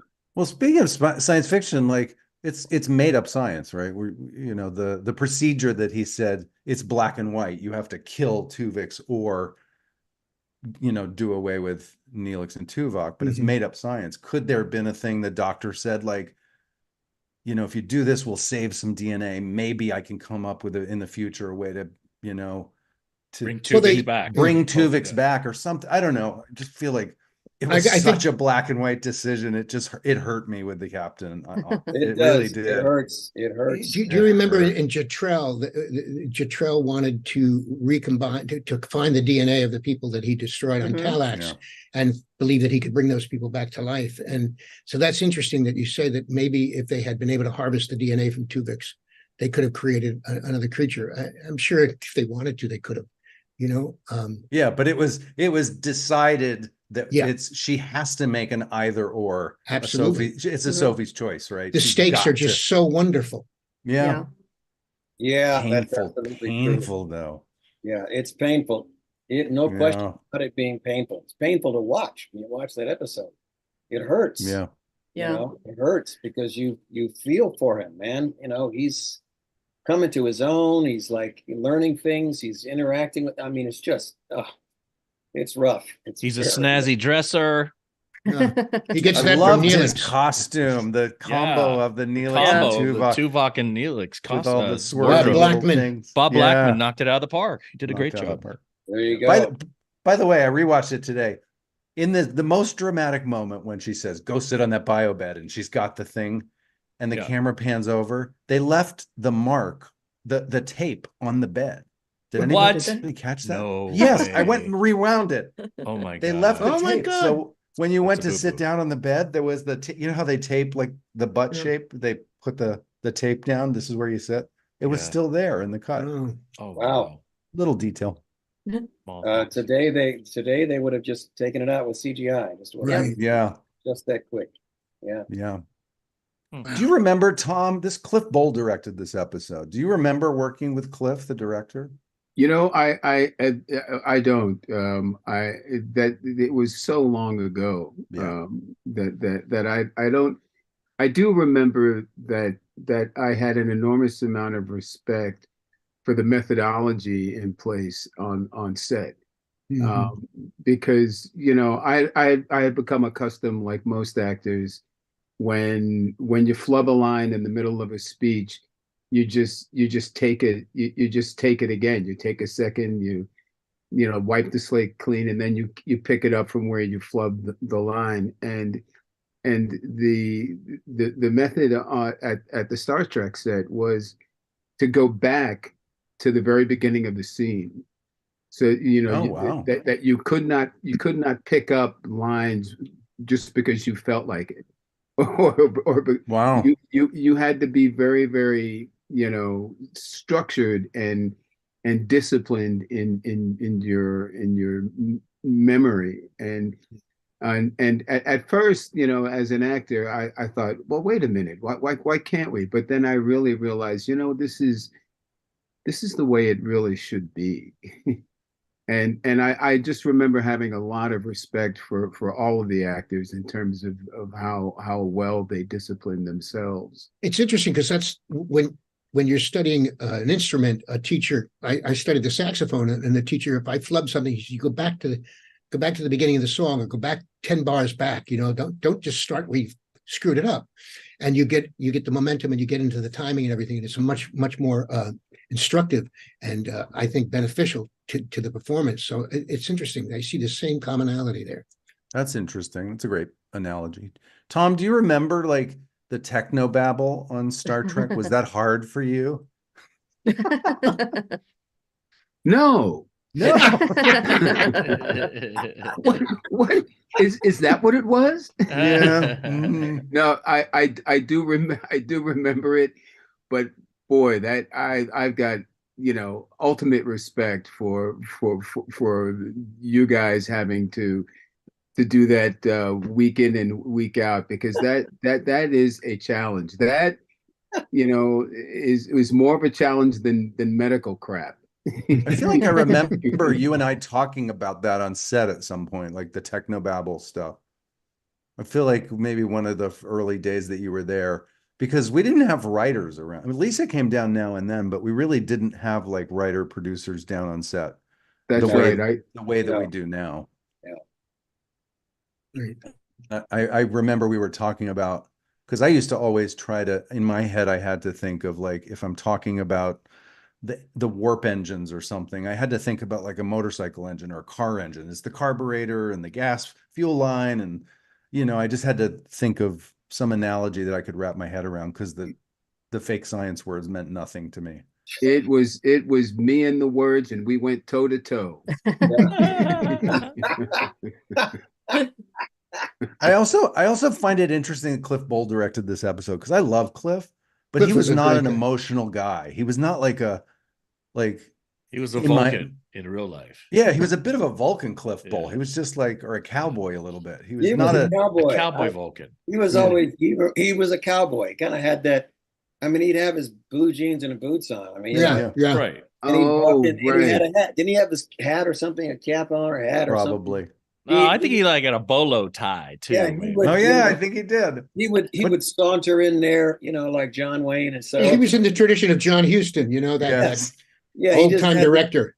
Yeah, he was an old time director. That's exactly. And he'd walk in and say, "Okay, let's do this," and he had that. I liked Cliff. I did too. I totally liked him. But this is a really emotional, like nuanced, emotional episode, and Cliff is not that kind of guy. So I was just curious, like, Tom, if you remember, like, how that went for you. To be honest with you, this was such a complex role, and it was, it was my first time doing being a part of the Star Trek universe, with the speed in which things have to happen on an episodic show, with the words that I was doing battle with, trying to juggle between these two characters and find the right moments that fit.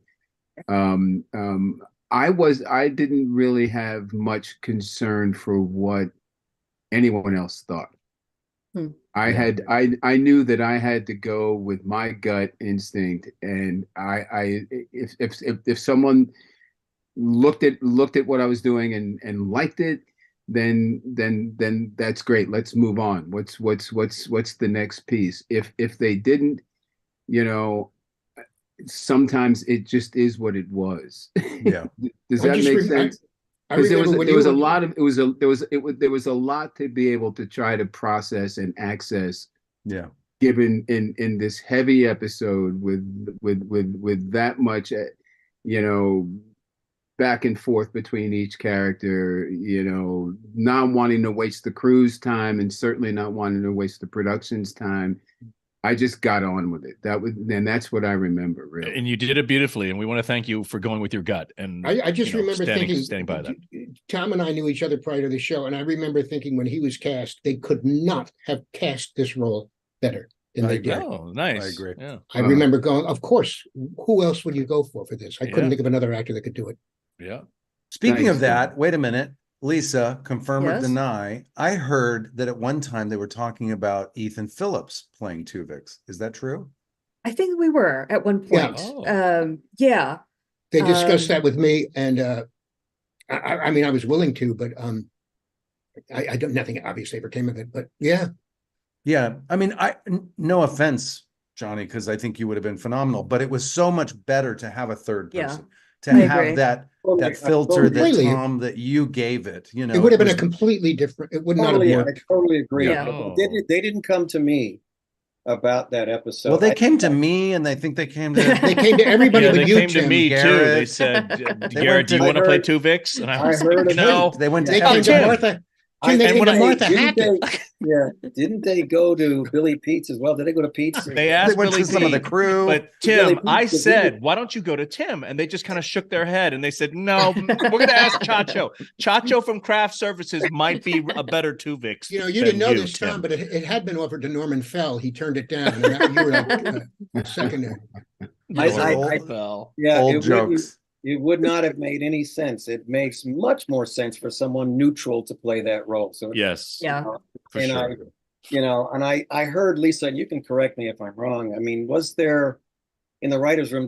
Wasn't there some discussion about possibly having a malfunction between the transporter and the replicator, so that there would be a roast beef sandwich would be a half roast beef sandwich and half person. Wasn't there something along that line? I believe you were right. Yeah, a really interesting story. They were going to do. Well, I could have done that. I could have done that. I know a roast beef sandwich really well. There you go.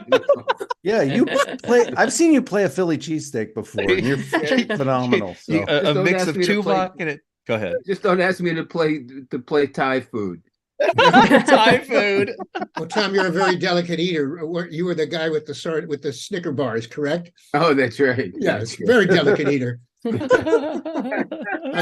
Seinfeld. Oh my God.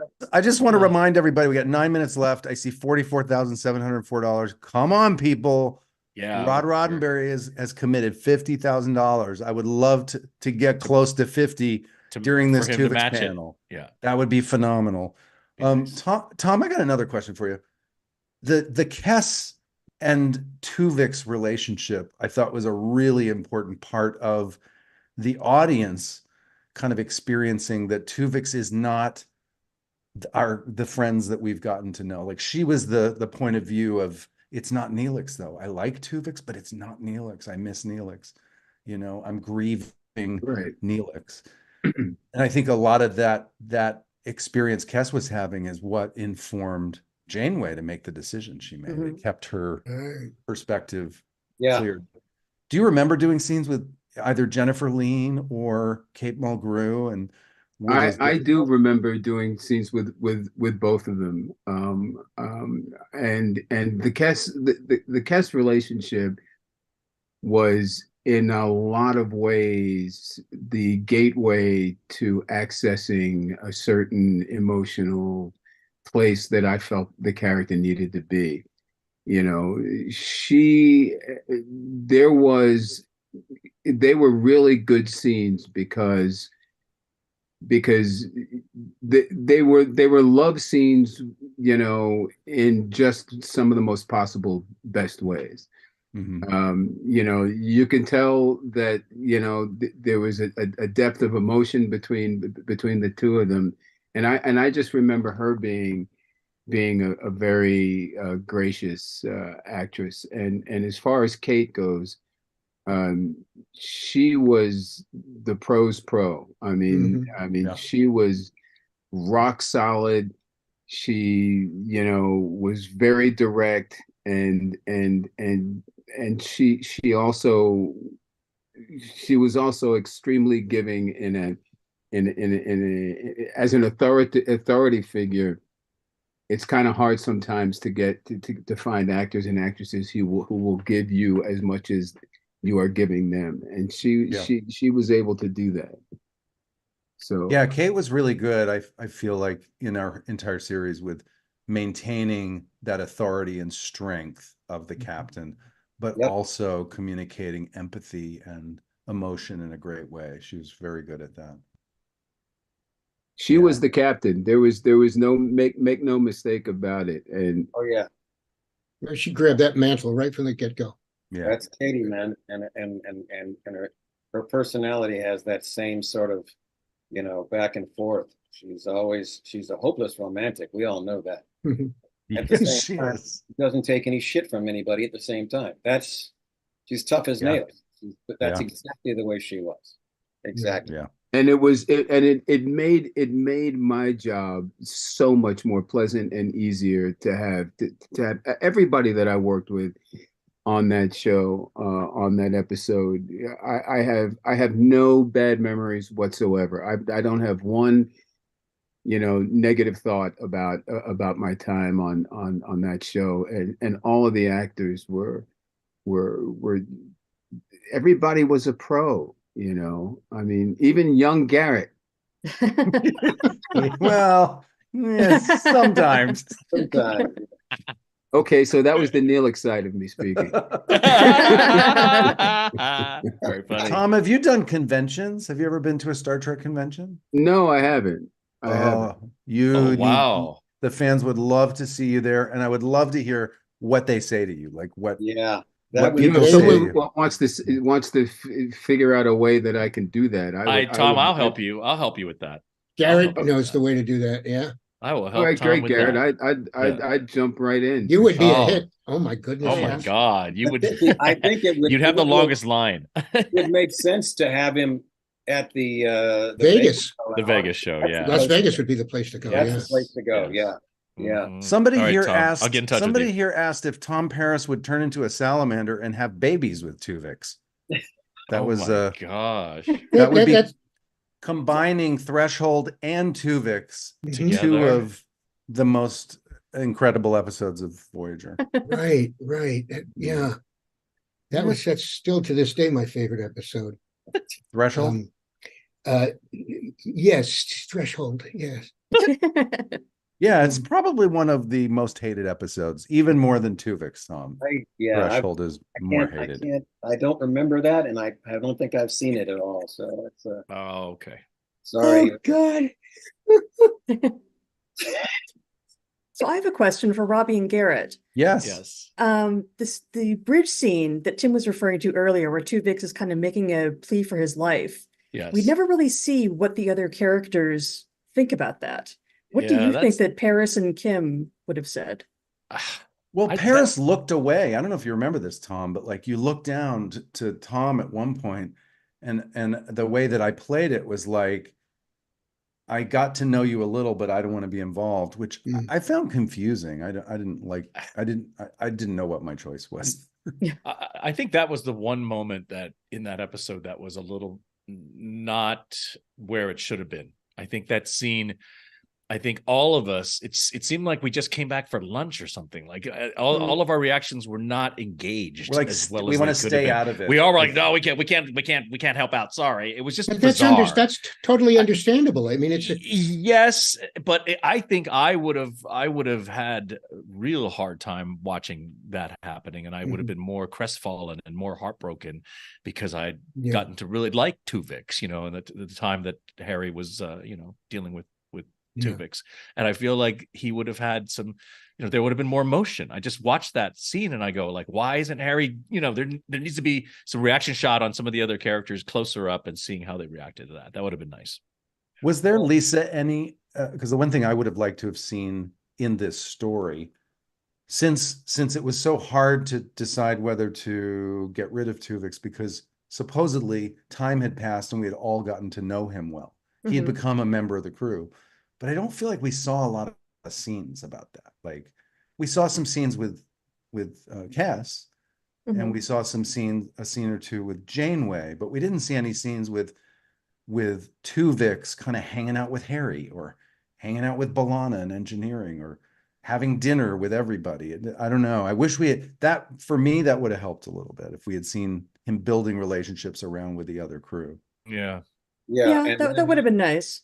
Yeah, and then having to, like that moment, like you said, it's on the bridge, that would be, I think, Robbie's intuition to kind of turn away or not say anything or feel like, I don't, or that's awkward, man, because it's not your decision and you're glad it's not your decision. Yeah, that's what I'm saying. There's a relief knowing that I don't have to be the one calling. You don't have to make that call, Yeah. Well, we could reshoot it. We could go back. Yeah, let's redo the whole episode. Yeah, I'm ready. I think you're right. We should just reshoot the whole, and change it so that he doesn't come, he's not, separated and we don't come back and. Okay, I've got a few contractual problems. We've got less than a minute on that clock. I don't know if you want me to do the outro. Can I do the outro? I'll do. You could do an outro. I don't know how close they're going to be to this, but yeah. Well, I'm going to say Go to the QR code. Yes. Give money. There you go. Over $45,000. Keep going. Yeah. So Robbie and I would just want to thank everyone for showing up here. Lisa Klink, Ethan Phillips, Tim Russ, and the lovely Tom Wright. So thank you for tuning in to Trek Talks 3, benefiting the Hollywood Food Coalition. And please consider donating at www.givebutter.com/Trek Talks, or scan the QR code, as Robbie said, on your screen, or text Trek, that's capital TREK, to 53-555. Thanks, everyone. It was wonderful. Great to see you, Tom. Thank you. Good to see you, Tom. Yeah, good to see you. It's good to see everybody. Yes. Garrett, hook me up. Las Vegas. I will. Come, yes. Baby. We're going to work on this. We're going to work on this, Tommy. Okay.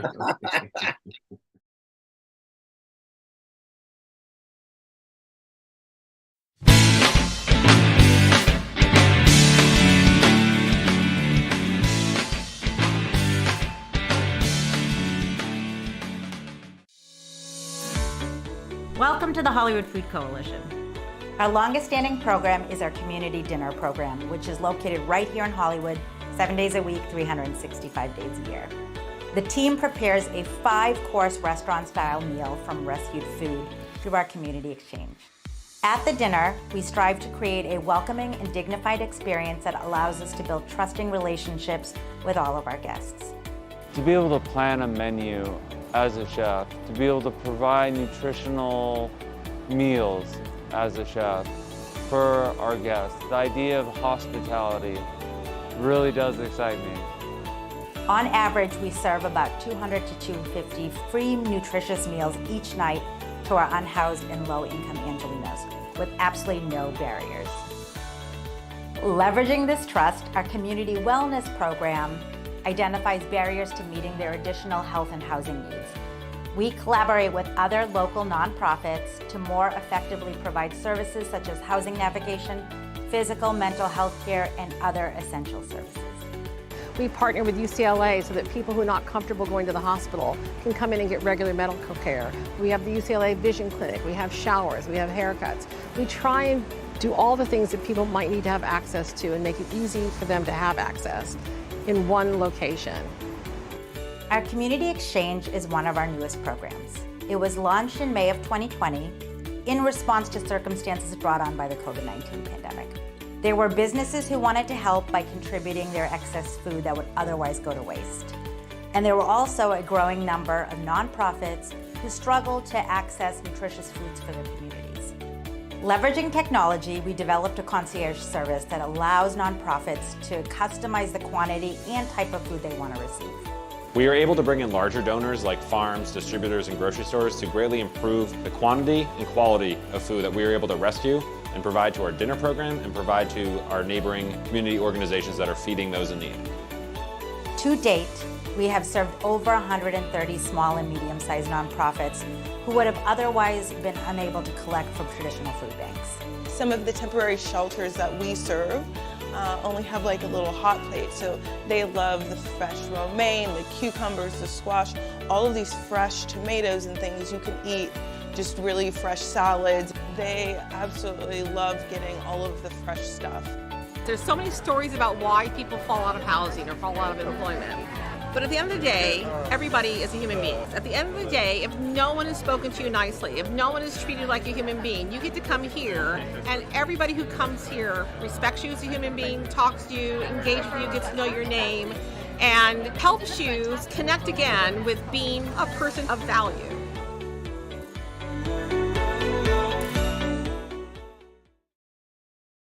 Thank you so much for watching Trek Talks 3 to benefit the Hollywood Food Coalition. Hi, everyone. I'm Bill Smith. And I'm Dan Davidson. And we're here to tell you how you can make your secure donation to Trek Talks. It's so incredibly easy to do that even Bill could do it. First, you can go to the Trek Talks portal on GiveButter at givebutter.com/TrekTalks3. Or you can take out your cell phone and text the word Trek to 53555. You can also scan the QR code that you'll see on your screen to go directly to GiveButter to make your donation. Plus, new this year, you'll see an auction tab on the top of the GiveButter portal. We have 4 silent auctions going this year. 2 of the auctions are for a magical night of tomfoolery, as described by John Billingsley at LA's legendary Magic Castle, with John and with Bonnie Gordon for yourself and one companion. The other 2 auctions are for a Vegas cocktail party with the stars during Creation Entertainment's 2024 Vegas Con, thrown by our dear friend Amy Britton. Now, past celebrity guests have included Robert Picardo, Nana Visitor, Anthony Montgomery, Dominic Keating, Connor Trinneer, Sirach Lofton, Roddenberry, and others, just to name a few. You never know who's going to show up at this party, and trust me, it's always a great time. You can get all the details by going to the auction tab on the Trek Talks 3 GiveButter portal. Every dollar donated goes to help the tremendous work being done by HoFoCo, and your help is greatly appreciated. And remember, your donation to Trek Talks 3 may be tax deductible, so be sure to check with your tax advisor on its eligibility. On behalf of the entire production team, thank you so much for watching Trek Talks 3 and for supporting the Hollywood Food Coalition.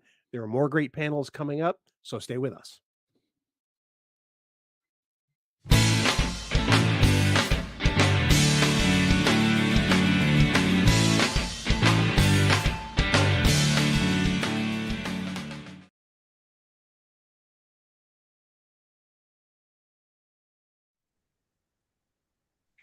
Hey, everybody. Sister Tamia here from the Sci-Fi Sisters, and I'm joined by none other than the most wonderful Nana visitor, Major Kira Nerys from Deep Space Nine. Welcome. Thank you so much, Tamia. I'm happy to be here. Oh, we're so happy to have you here. I'm excited to be here with you. Trek Talks 3, celebrating and benefiting the Hollywood Food Coalition. It's a really exciting time. You guys, I'm looking at this number. We're at 45,000. We get up to 50,000 and Roddenberry is going to match, baby. So please, yes. Please, come on. Let's do it. We can get this up to 50,000, right? I mean, and all of those fans out there who are super fans of the character of Kira Nerys, this is your time to shine. Let it be known to everybody that this is the time that you choose to drop your money on this cause. Come on now, we can do this. Come on, let's get it up there. Okay, so I'm going to start back in the beginning in Deep Space Nine. Yep. And you know, I was a little bit beforehand, I was just telling you how much Kira meant to me. You know, Kira was a character, one of the first characters that I ever saw on television that I really related to. And I felt like I sort of grew up with her. I really matured along with her character. And I was watching Deep Space Nine in college, and a lot of I was like really pro-Black, like, yay, I just started learning Black history and I was like down with the man and all this stuff, you know, and I felt very revolutionary minded at that time. And I felt like Kira, when she came out of, you know, she's coming out of the Cardassian War occupation. When we meet her, she's a freedom fighter or a terrorist, depends on the point of view. But to me, in my mind, she'll always be a freedom fighter. And, you know, but she was sort of shell-shocked with the world, and she saw things in a really black and white way, you know, but then she really matures and becomes this woman of a lot of grace and a lot of nuance, and she has a more refined way and more knowledge of looking at the world and experiencing the world, you know. And I wanted to know if there was anything about Kira that got imprinted on Nana. Like, what did Kira bequeath to Nana?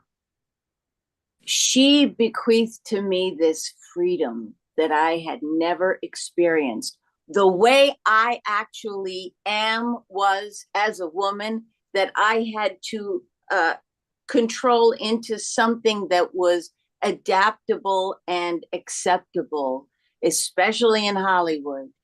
I suddenly, because I had a little thing on my nose, I wasn't human. I behaved the way I wanted to. And look at those first scenes. I am back talking the lead actor on the show, and I am not the evil woman. I'm not in the box of evil woman. I am equal to him. And that, I had never done that as an actor, not once, not allowed.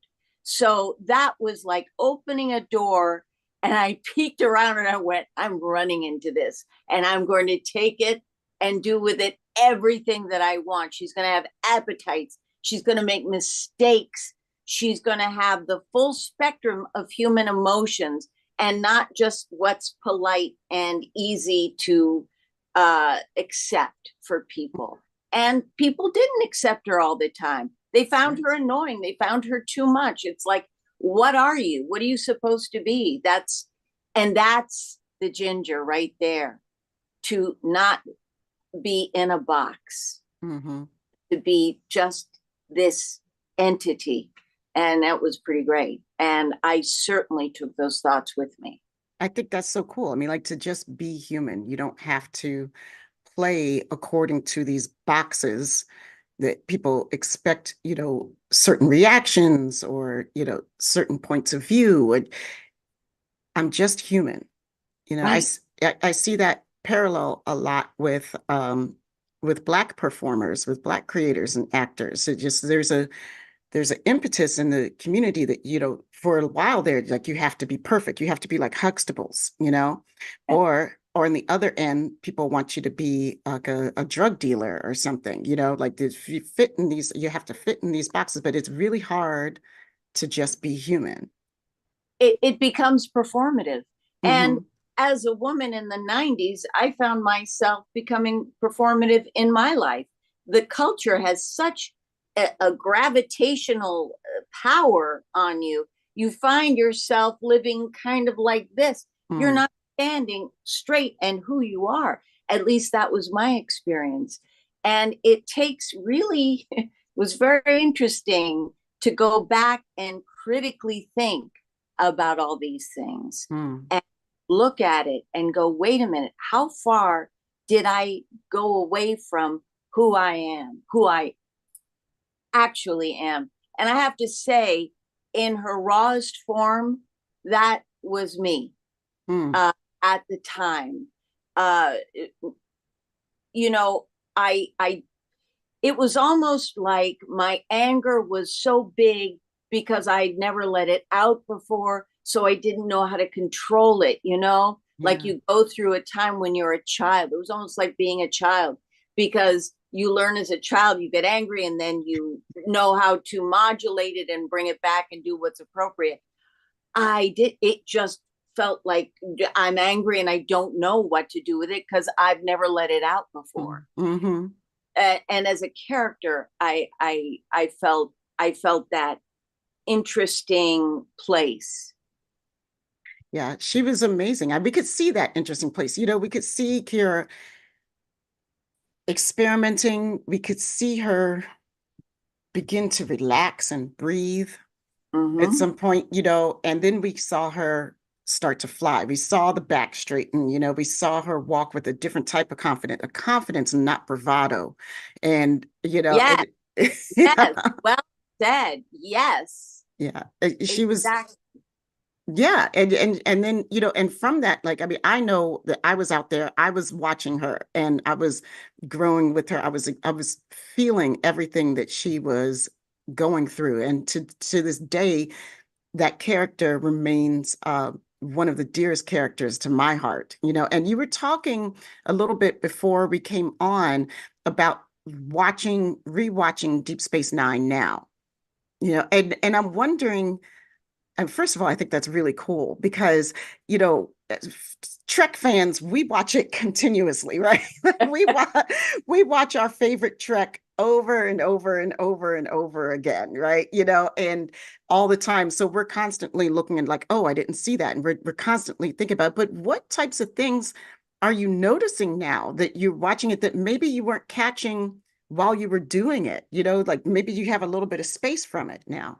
What I'm noticing is that the things that I worked on came through, and I didn't know at the time if they did or not. A different attitude toward violence, you know, so often violence toward women. It was a whole women in peril thing of, I think, the 80s and 90s. I'm not sure it stays in those 2 decades, but women in peril was kind of sexy. And there was that element to it. And I was very interested in taking that out and making the violence be just a little more, no one knows what's going to happen here. And everyone's scared. And there's an energy in the room and no one knows what's going to happen. It's not, I'm powerful and you're not. It's like a ping pong ball violence sometimes. And I was very interested in having that land. And I felt like it did here and there.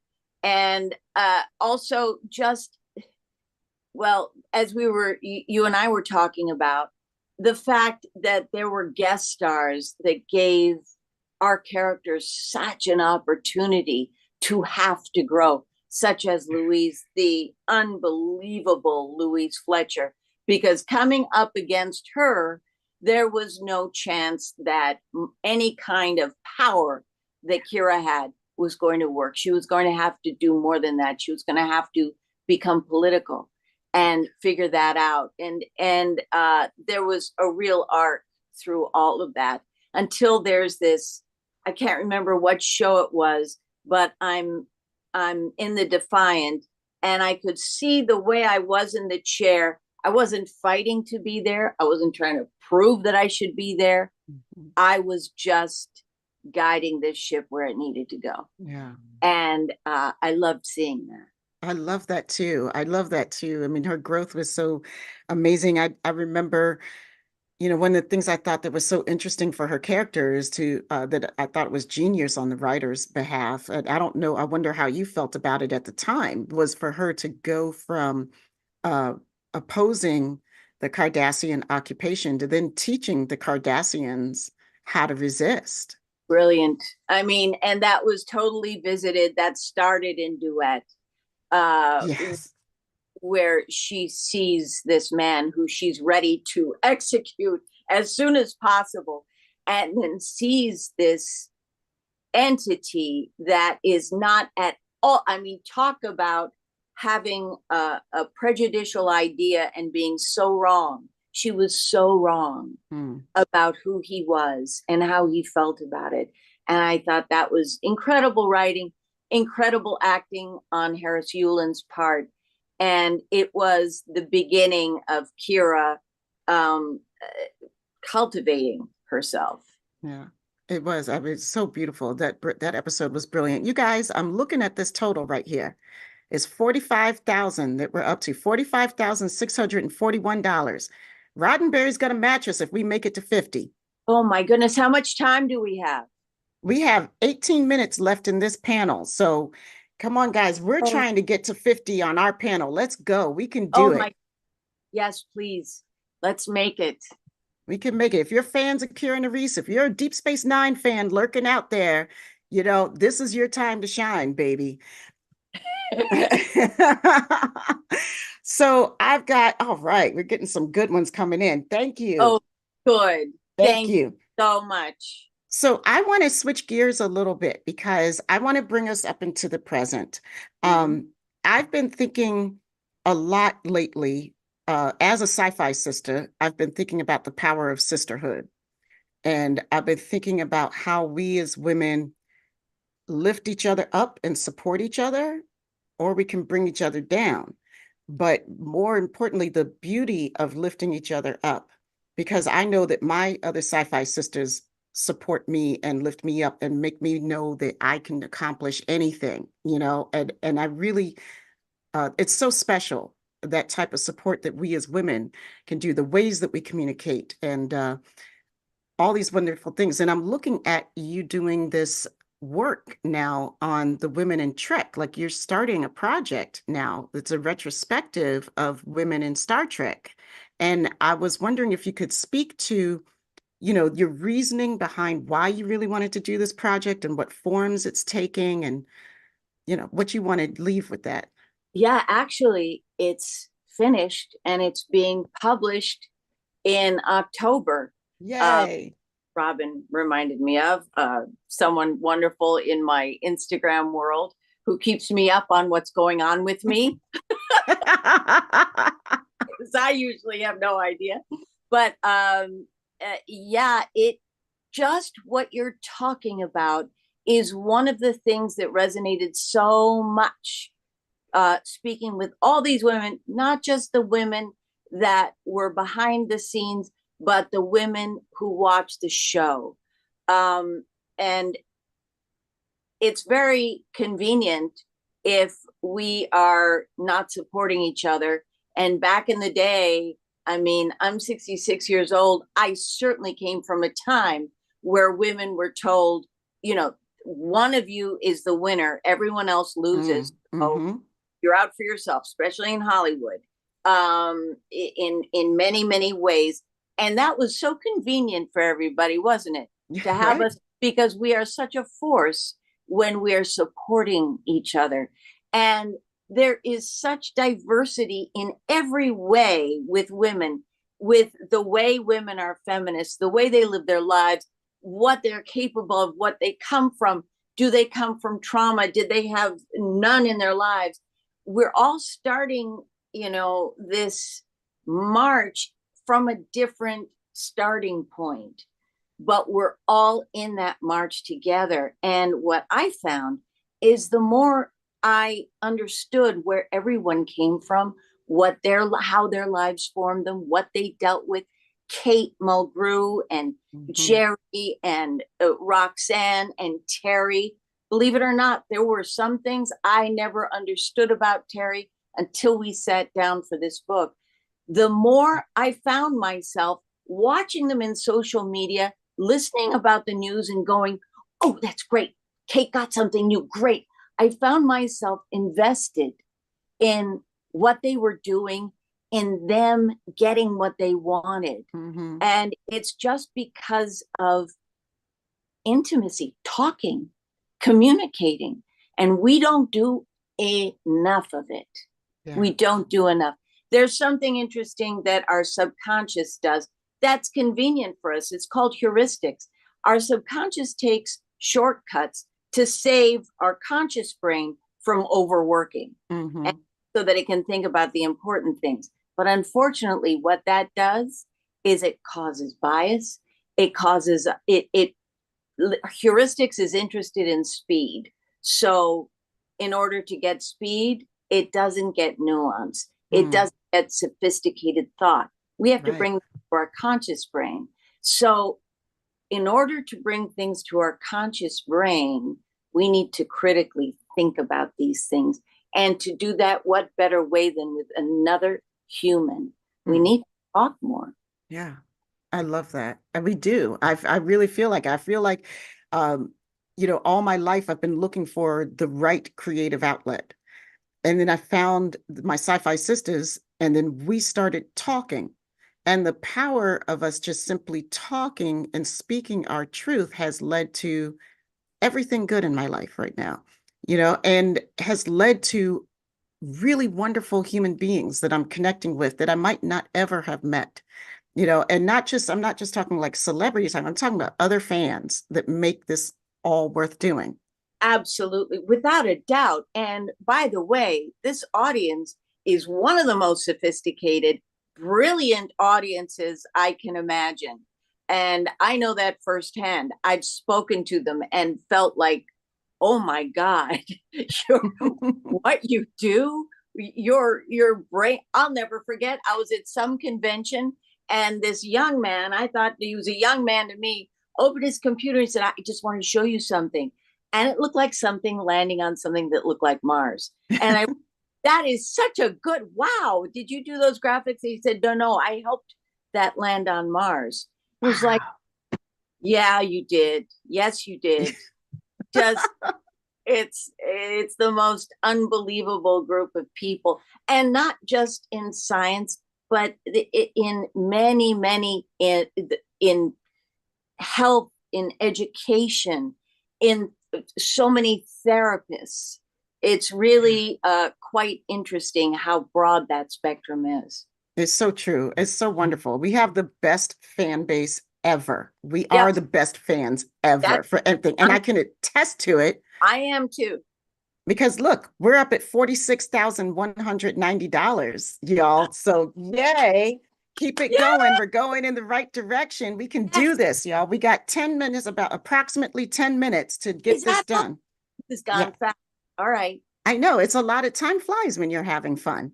Now, I can't remember what sci-fi sister it was, but when I spoke to you all, one of you said that the first time you saw Nichelle,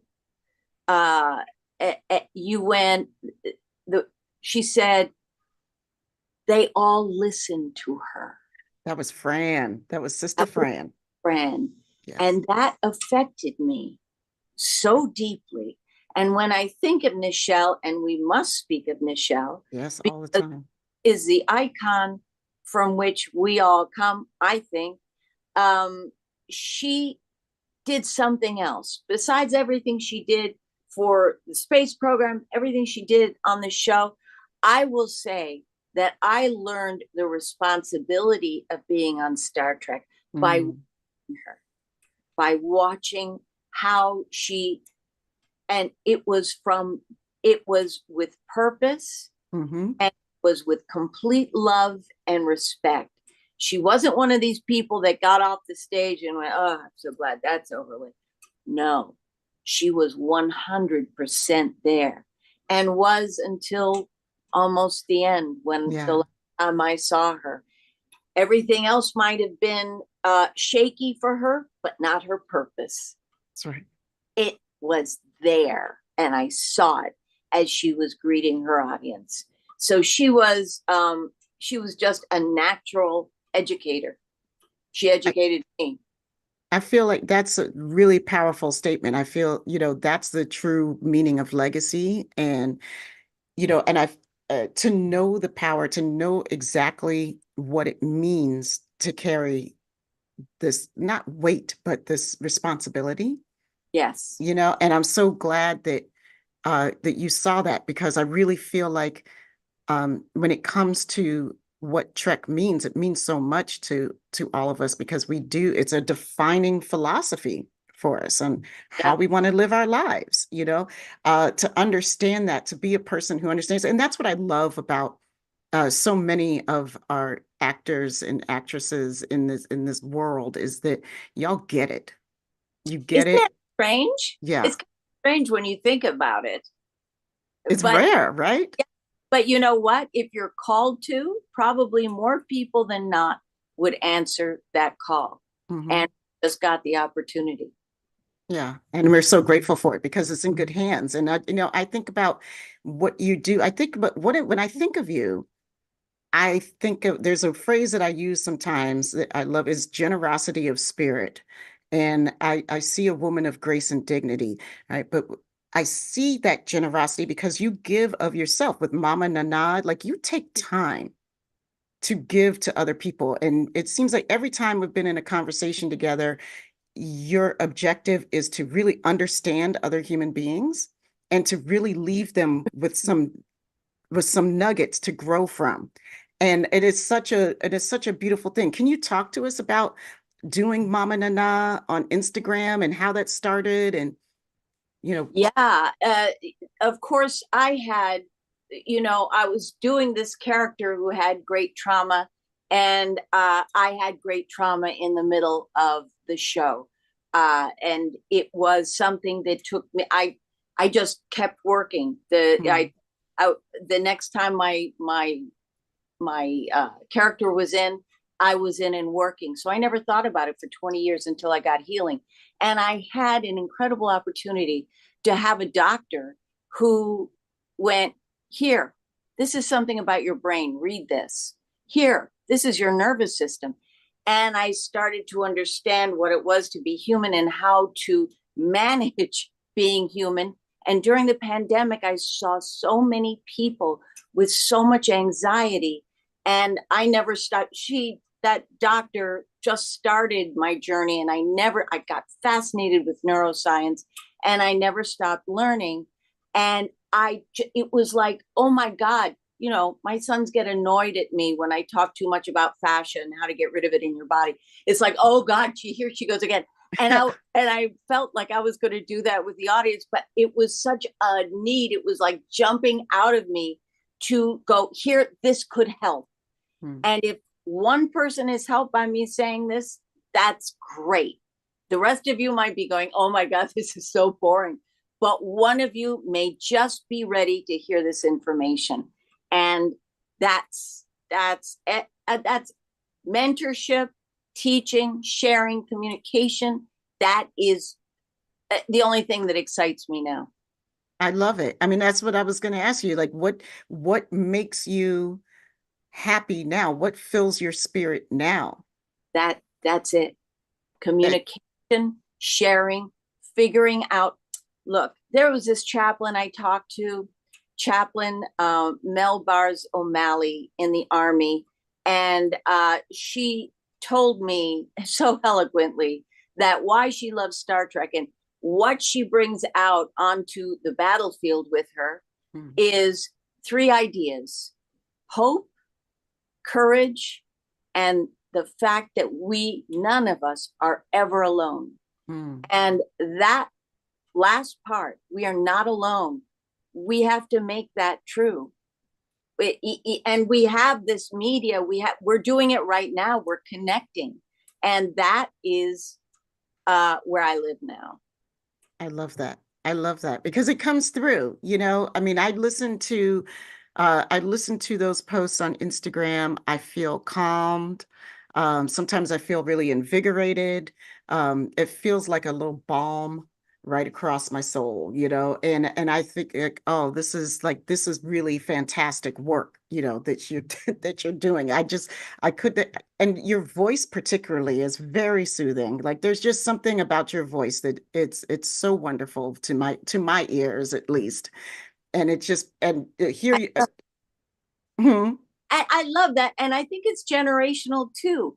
I'm an older woman in the position to go, look, you all are, you know, doing this and that and raising children and having this. Right now, I've been reading. Let me tell you what I'm learning, because I have the time to do that. So, and I have the heart to do that. Well, that's the most important thing. You have the heart to do it. You know, I mean, it really speaks to, you know, it really speaks to. Before we go, I just want to make sure people know what the title of your book is that's coming out. Open a channel. And that's it. Open a channel. Find a frequency that works. That part isn't the book. It's just open a channel. But I do believe we need to find frequencies. If we can't talk on this frequency together, we got nothing going on there. Let's find another one where we can. There is one where we can all speak. Star Trek is a frequency we speak on, and a great one. And we meet here, and it's like we can just start. We can just go, you and I. Right. We don't have to, you know, where are you from, all that stuff. No, we just go deep dive into the real stuff. Right. Speaking of real stuff, I had a question about, you've been in the, you've grown up in entertainment. You know, your family was really famous entertainers. You were surrounded in this industry. So you've seen a lot in this industry.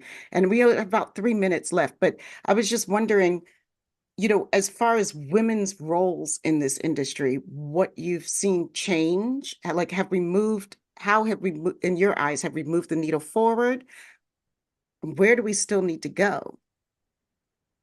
Well, in terms of Star Trek, when I look at Strange New Worlds and I see that they're all shapes, sizes, diversity, there's everything. No one has to fit in some kind of box. I go, we've come a long way. When I talk to those young women and I say, you know, how much did you feel like you had to be performatively female in order to get this role? And they go, what?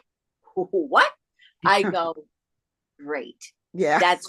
We are making changes, and having women on the crew and in the writer's room and as producers and people who are, you know, running the shows. Of course, that's going to make an enormous difference. But I think there's, you know, 2 steps forward, 1 back. There's always a little reactionary thing that goes on. But I do believe these young women now, like Sonequa Martin Green, I completely expect to see her running an empire one of these days, a creative empire. Absolutely. Because I don't like the hierarchical thing, but creatively, I think she could have a lot going on, because she truly walks her talk. She does.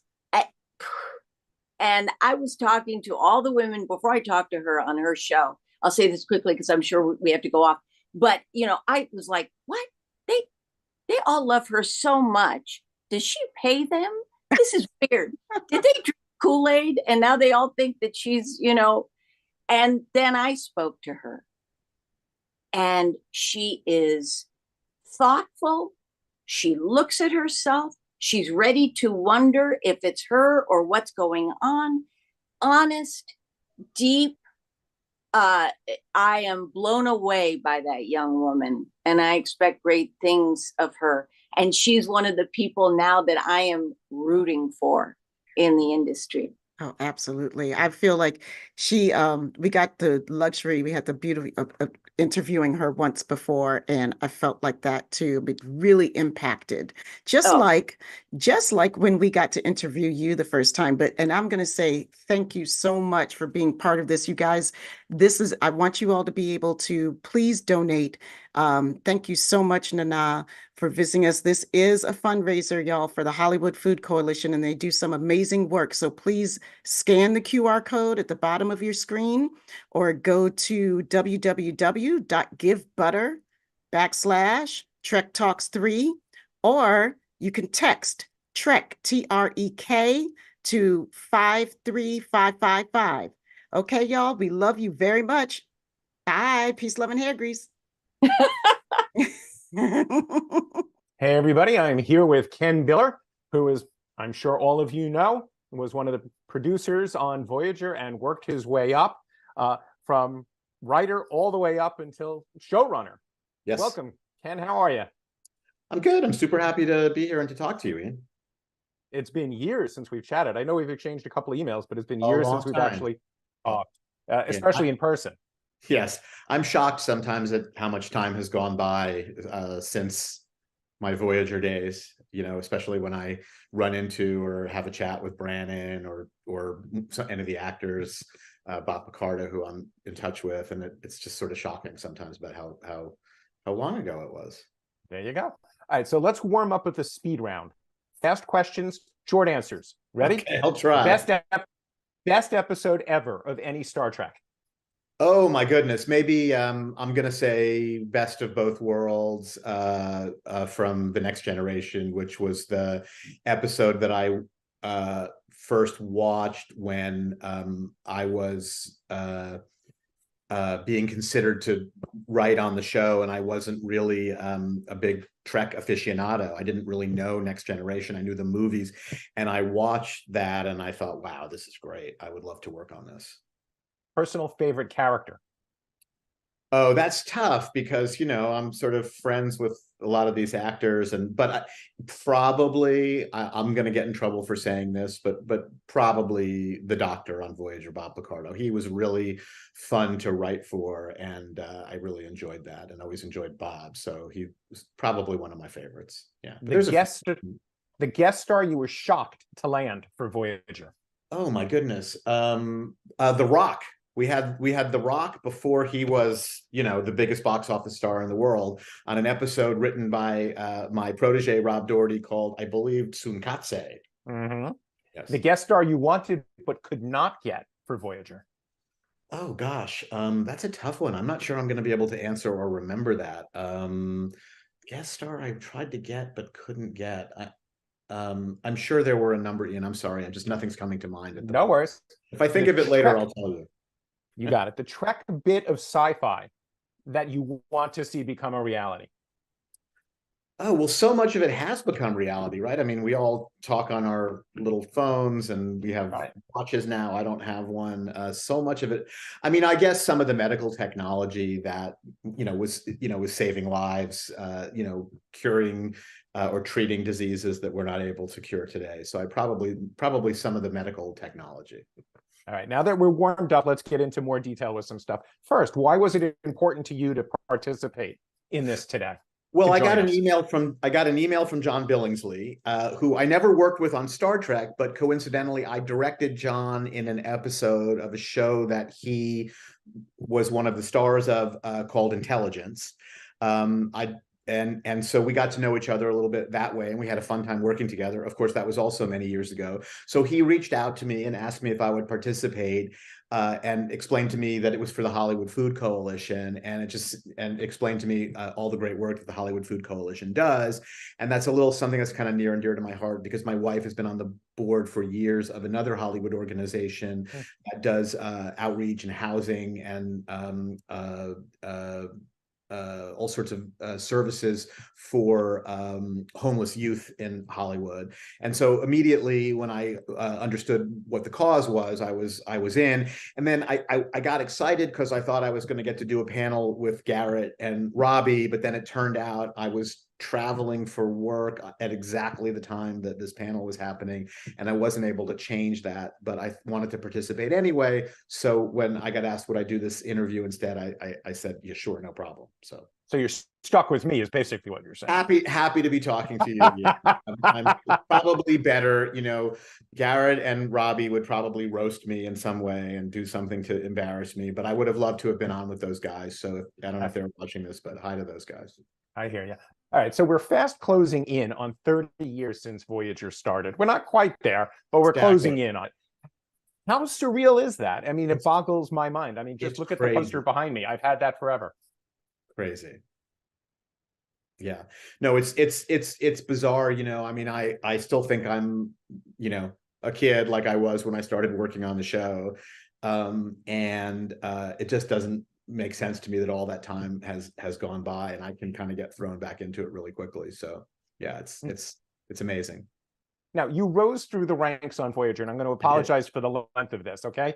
The hats you wore included executive story editor, writer, co-producer, producer, supervising producer, executive producer, showrunner, and director. So what were the biggest lessons you learned on Voyager that carried over to the subsequent parts of your career? Yeah, I mean, I probably the biggest thing that comes to mind immediately is just, you know, the process of breaking stories, which is what we call it when we go into the room as a staff and figure out, you know, every single scene of an episode, which is a highly collaborative process. And I would say that learning that skill, that craft from Michael Piller was probably the thing that has been most significant in my career as I have gone on to run other writers' rooms and mentor other writers and sort of pass on Michael's wisdom to a whole group of other people.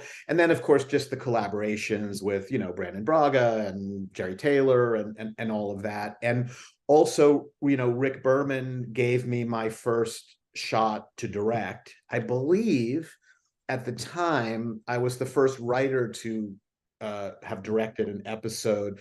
Of course, many of the actors were given opportunities to direct, and many of them, like Robbie McNeil and Roxanne Dawson, have gone on to big directing careers.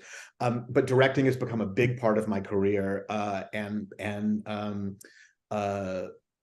it was Rick Berman who gave me that first opportunity. So I would say that sort of the combination of learning those story breaking skills and getting a shot to understand what it meant to direct would be two huge legacies and gifts that I was given by Star Trek.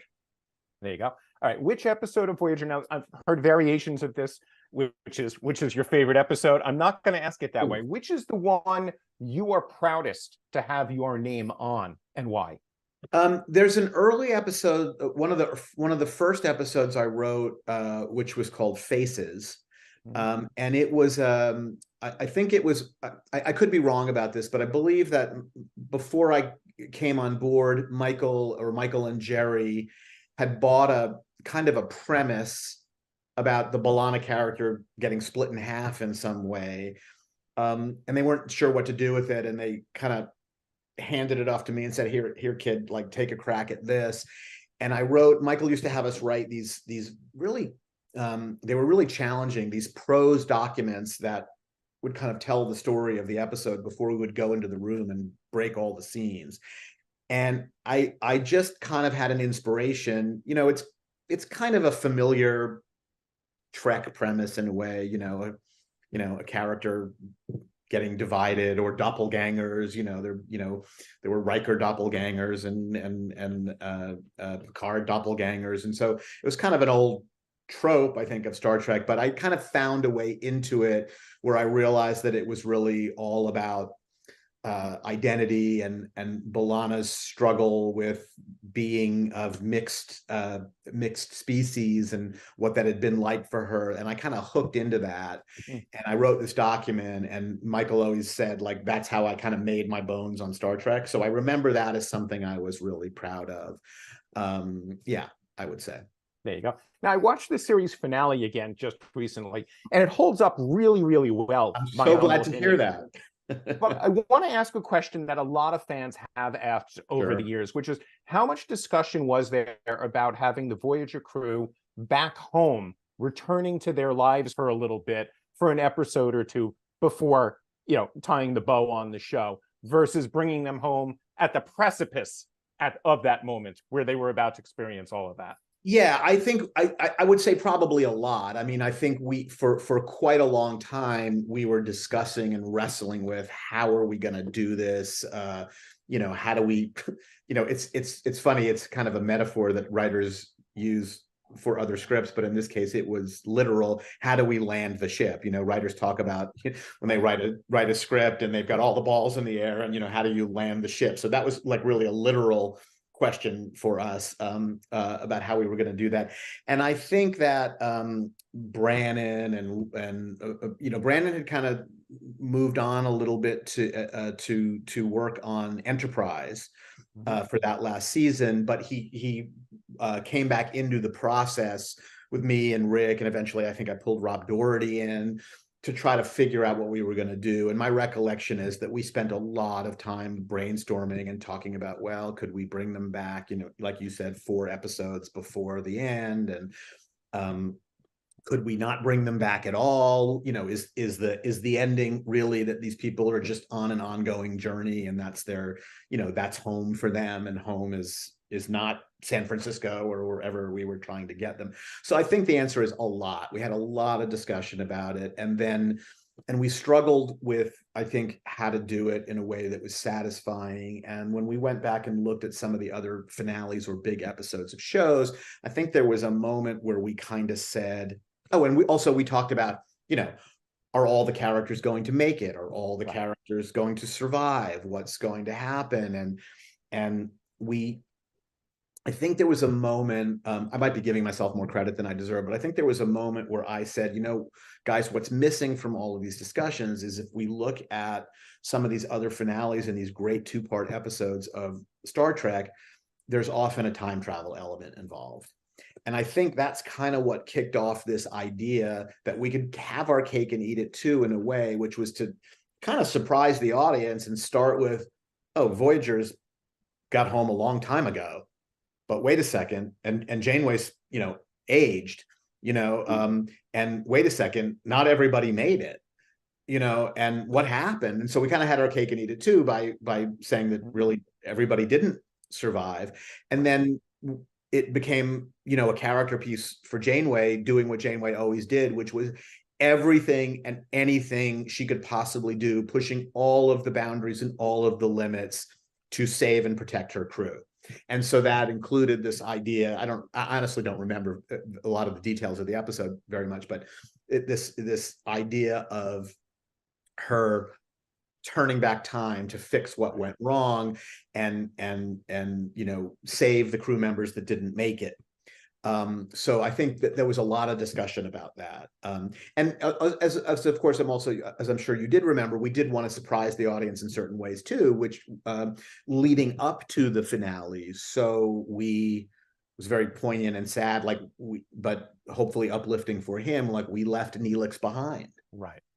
So there were things that we wanted to do to not jam it all into the last episode. Right.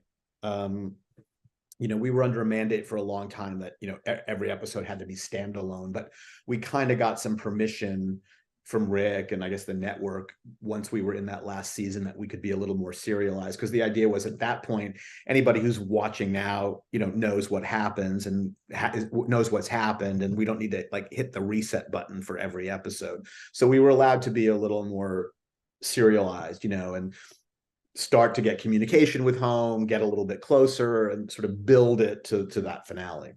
There you go. If the phone rang tomorrow and they said, hey, let's visit the crew, would you redo it? Would you go back?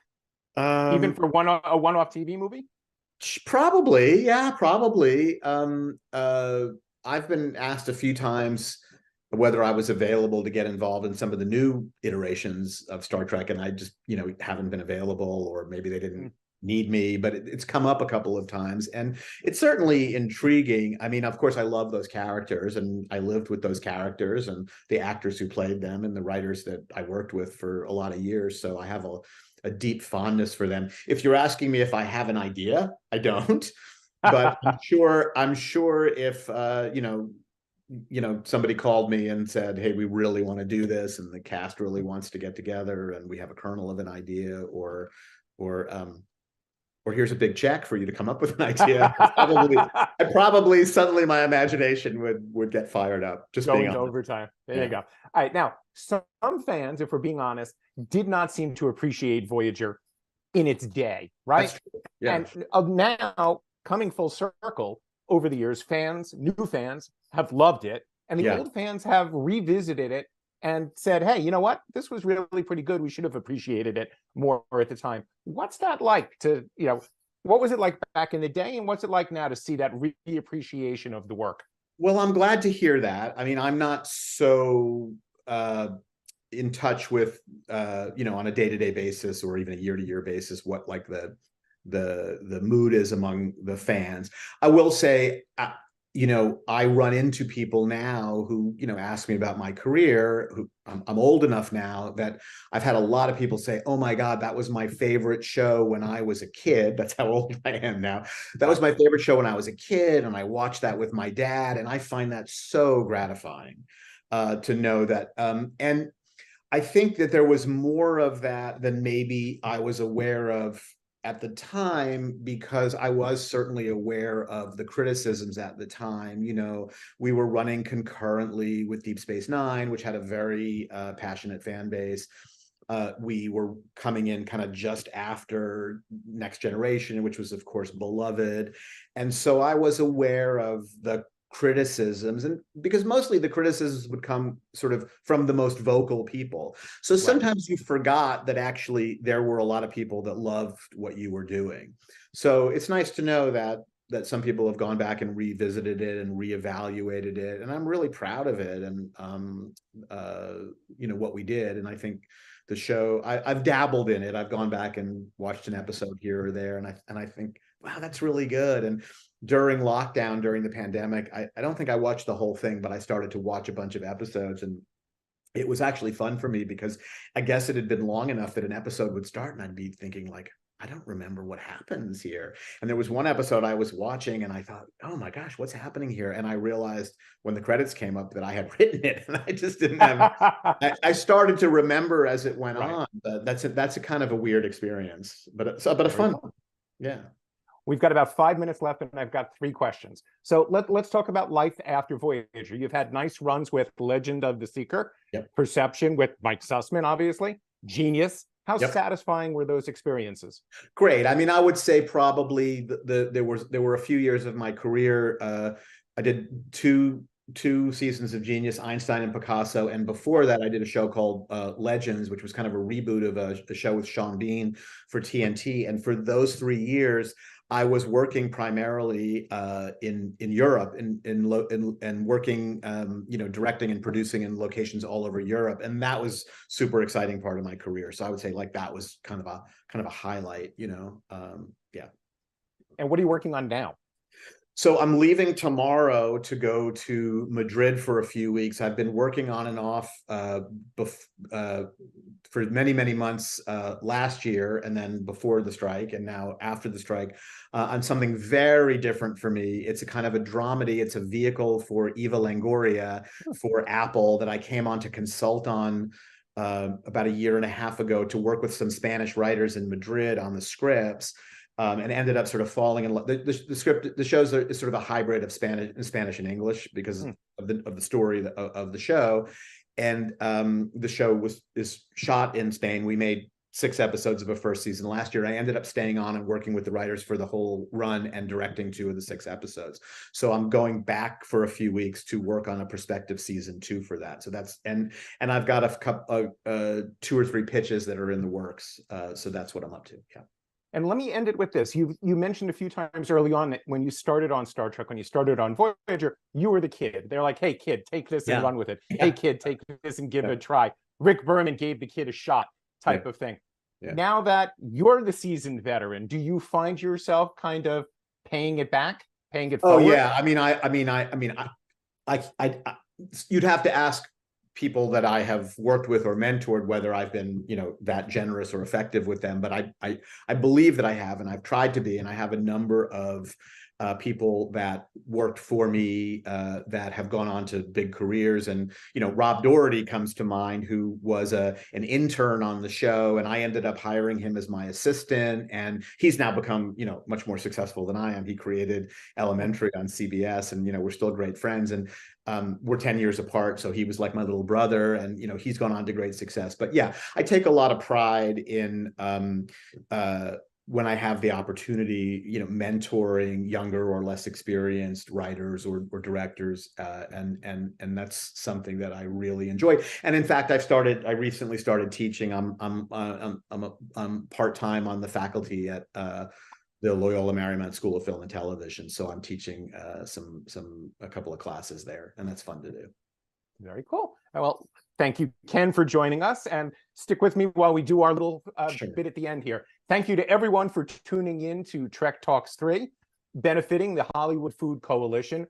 Please consider donating if you've watched this at hollywoodgivebutter.com/Trek Talks, or just scan the QR code on your screen or text Trek, all caps, to 53-555.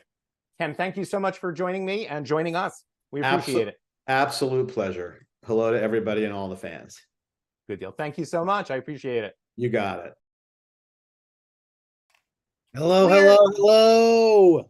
We are now over $47,000. John, this is amazing. How about that? With one panel left to go, a marvelous conversation with Doug Jones.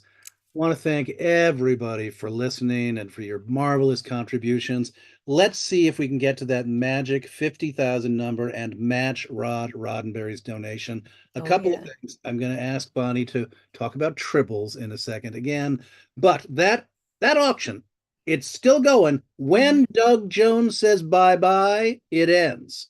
And we will announce the winners when Bonnie and I come to wrap up. So we wanted to give you one last whack at the piñata. Remember, on the Magic Castle front, Bonnie and I will do whatever we can to bring other Star Trek folks to the party with us. Can't guarantee, but it's a wonderful, wonderful evening if you get yourself to Los Angeles. And if you're going to go think about the Vegas possibility, it's a marvelous cocktail party with great folks. We will treat you like the princes and the queens that you are. And thank you again so much for watching today. Talk about triples for a second, would you, Bonnie? That's right. Don't forget, everyone, we are giving away free triples thanks to the amazing folks over at tripletoys.com. So go to tripletoys.com/Trek Talks and enter your name, and you can do this for free.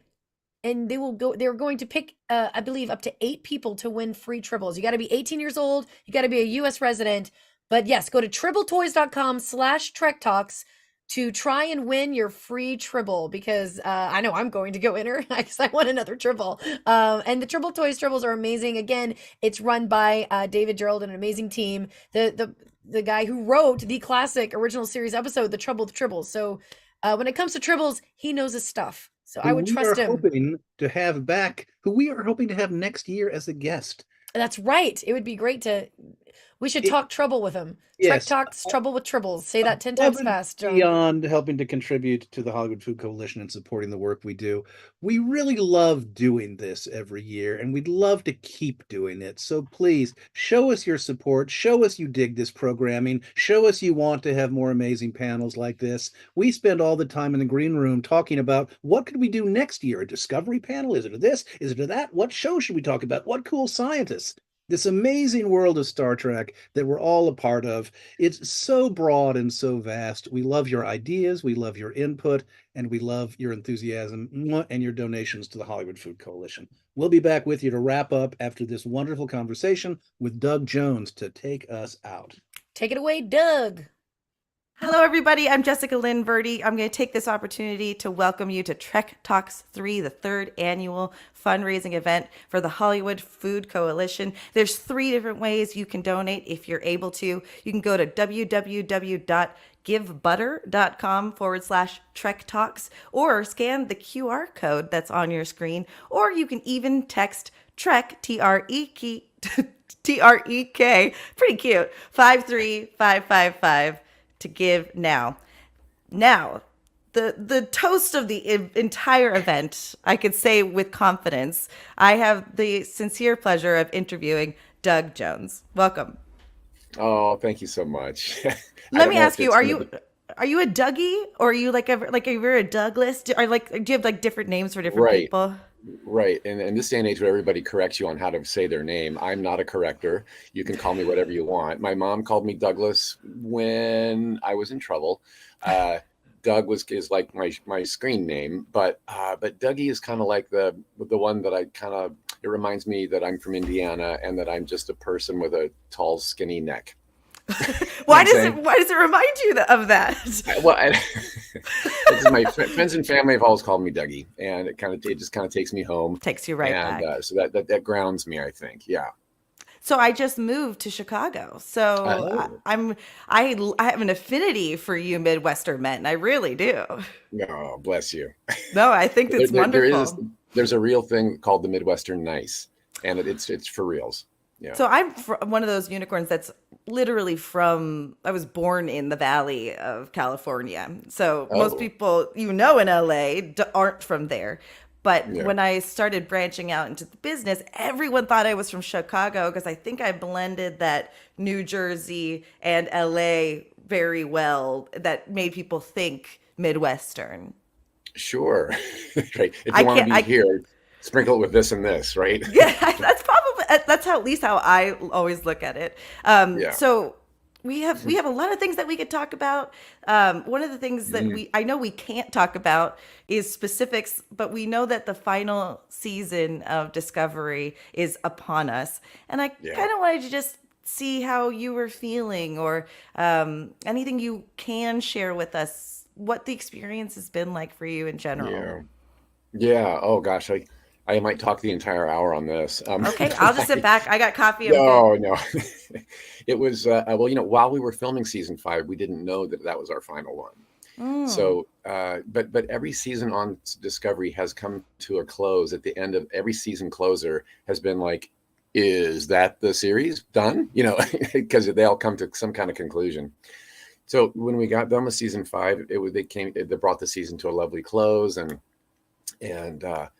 but then we found out, well, actually during the Star Trek cruise last year in February, got a Zoom. We had to get on an emergency Zoom call with the whole production, and that was when we were told that it was going to be that season 5 was our last one.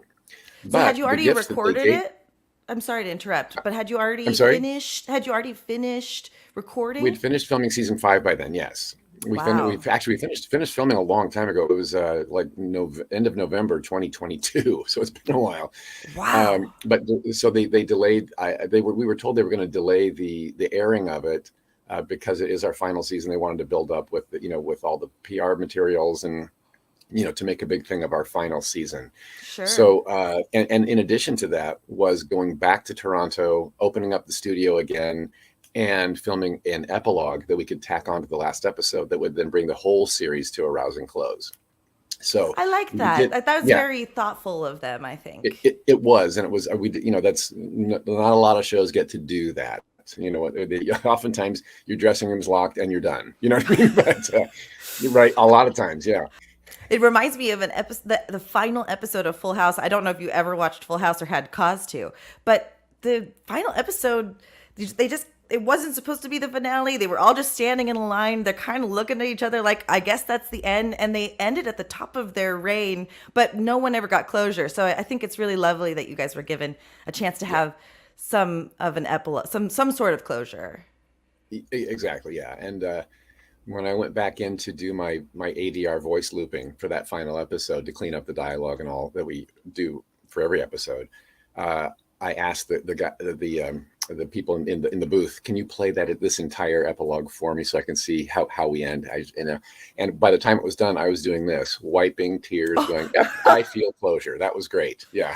How beautiful. Yeah, it's going to be gorgeous. What's interesting too about the Star Trek world, especially in the era that we're in now too, it's nice that we get to wrap up this story. There are people that are so passionate about Discovery. Discovery has touched my life in deep ways that I never expected it to. And even though this chapter is closed, we see things like Picard and Strange New Worlds, and there's different ways. And then you're involved in the community and going on the cruises. So Star Trek really doesn't ever stop. Would you say that's true? I would say that's absolutely true. Yeah. It's much like my experience I had on Buffy the Vampire Slayer. I was a guest star on one episode, but it was like the fan favorite episode of the entire show. And it lives on and on and on. When there's a fan base that is passionate about something, they won't let it die. And so Star Trek, I believe, the original series still has people in its grips, right? Gosh, so that makes me really interested to ask. Did you ever do any stage? Let me ask that first. Is stage in your? Because I know you're a mime. Right. So I did a lot on stage as a mime. This was started when I was in college at university, and so I was a theater minor. So I was on stage for various plays, but the mime thing was what really took off for me personally. And then when I moved out to Los Angeles, I did a couple of like 99-seat theater plays. But every time I would commit to a play, there was am I going to book something, a commercial, a guest star on a TV show? So I ended up like having to break my commitment on stage many times. So I stopped. But I really have a love for that. It's a different animal than on camera. So that's exactly my point. Is the satisfaction comes immediately when you're on stage, right? You've grinded for a play for 3 months, 2 weeks, whatever, and then you get to perform, and the audience either I love there's an Alfred Molina quote who's like, nothing's better than an American audience because you either know if they love it or they hate it. They'll tell you immediately. Right. Right, you'll know. But that transition on to camera is abrupt. You're not getting feedback. You're kind of looking for the director. I don't know. Maybe I'm explaining my experience. You're like looking at the director. Was that good? And then you have to wait to see if the reception's any good. But like you said, this the Buffy episode lives on and on. Does some sort of satisfaction come through that? Like that you get maybe immediately on stage? Oh, yes, absolutely.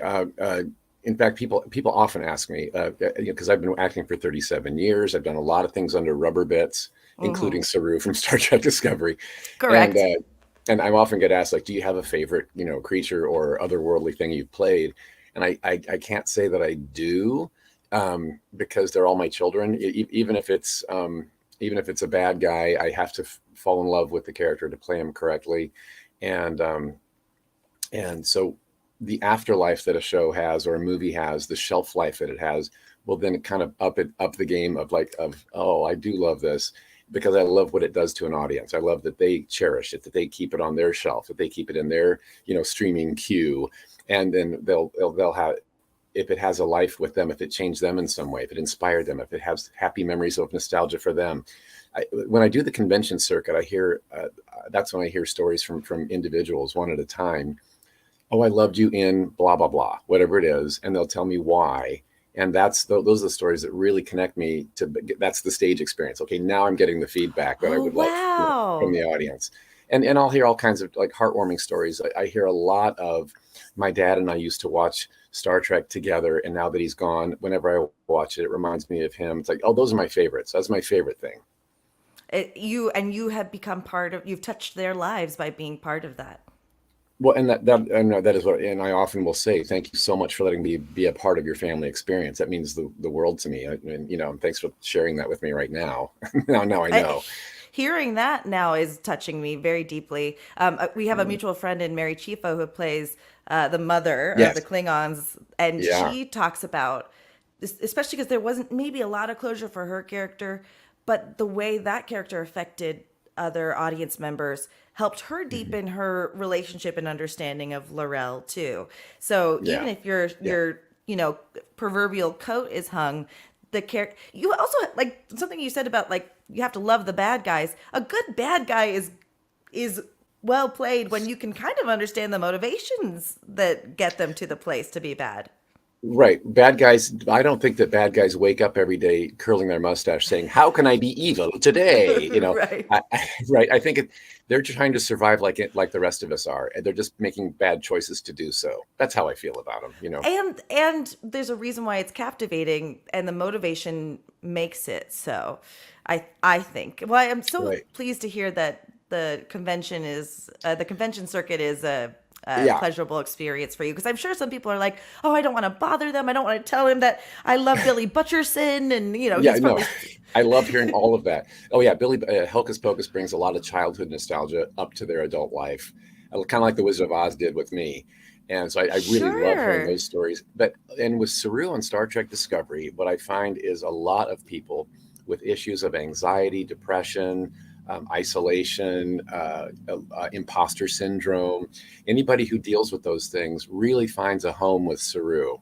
And I love that because I'm also on Cameo, that video app that you can get personalized videos from people from. I'm on there. Right. And about half of my requests on those videos are pep talks because someone's dealing with anxiety. I'm starting a new job and I don't think I'm worthy of it, that kind of thing. And so Saru has been through all that.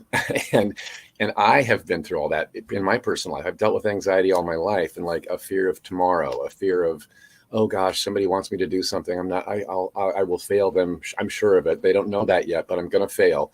So when I have played Saru, I've learned so much from him, and seeing like how he was, in season 1, we're introduced to Saru with fear and these ganglia that come out whenever there's a threat, like, and we saw him push through it and still, to meet his tasks on the ship. Allow it to be his strength, though, too, right? Like, rather than.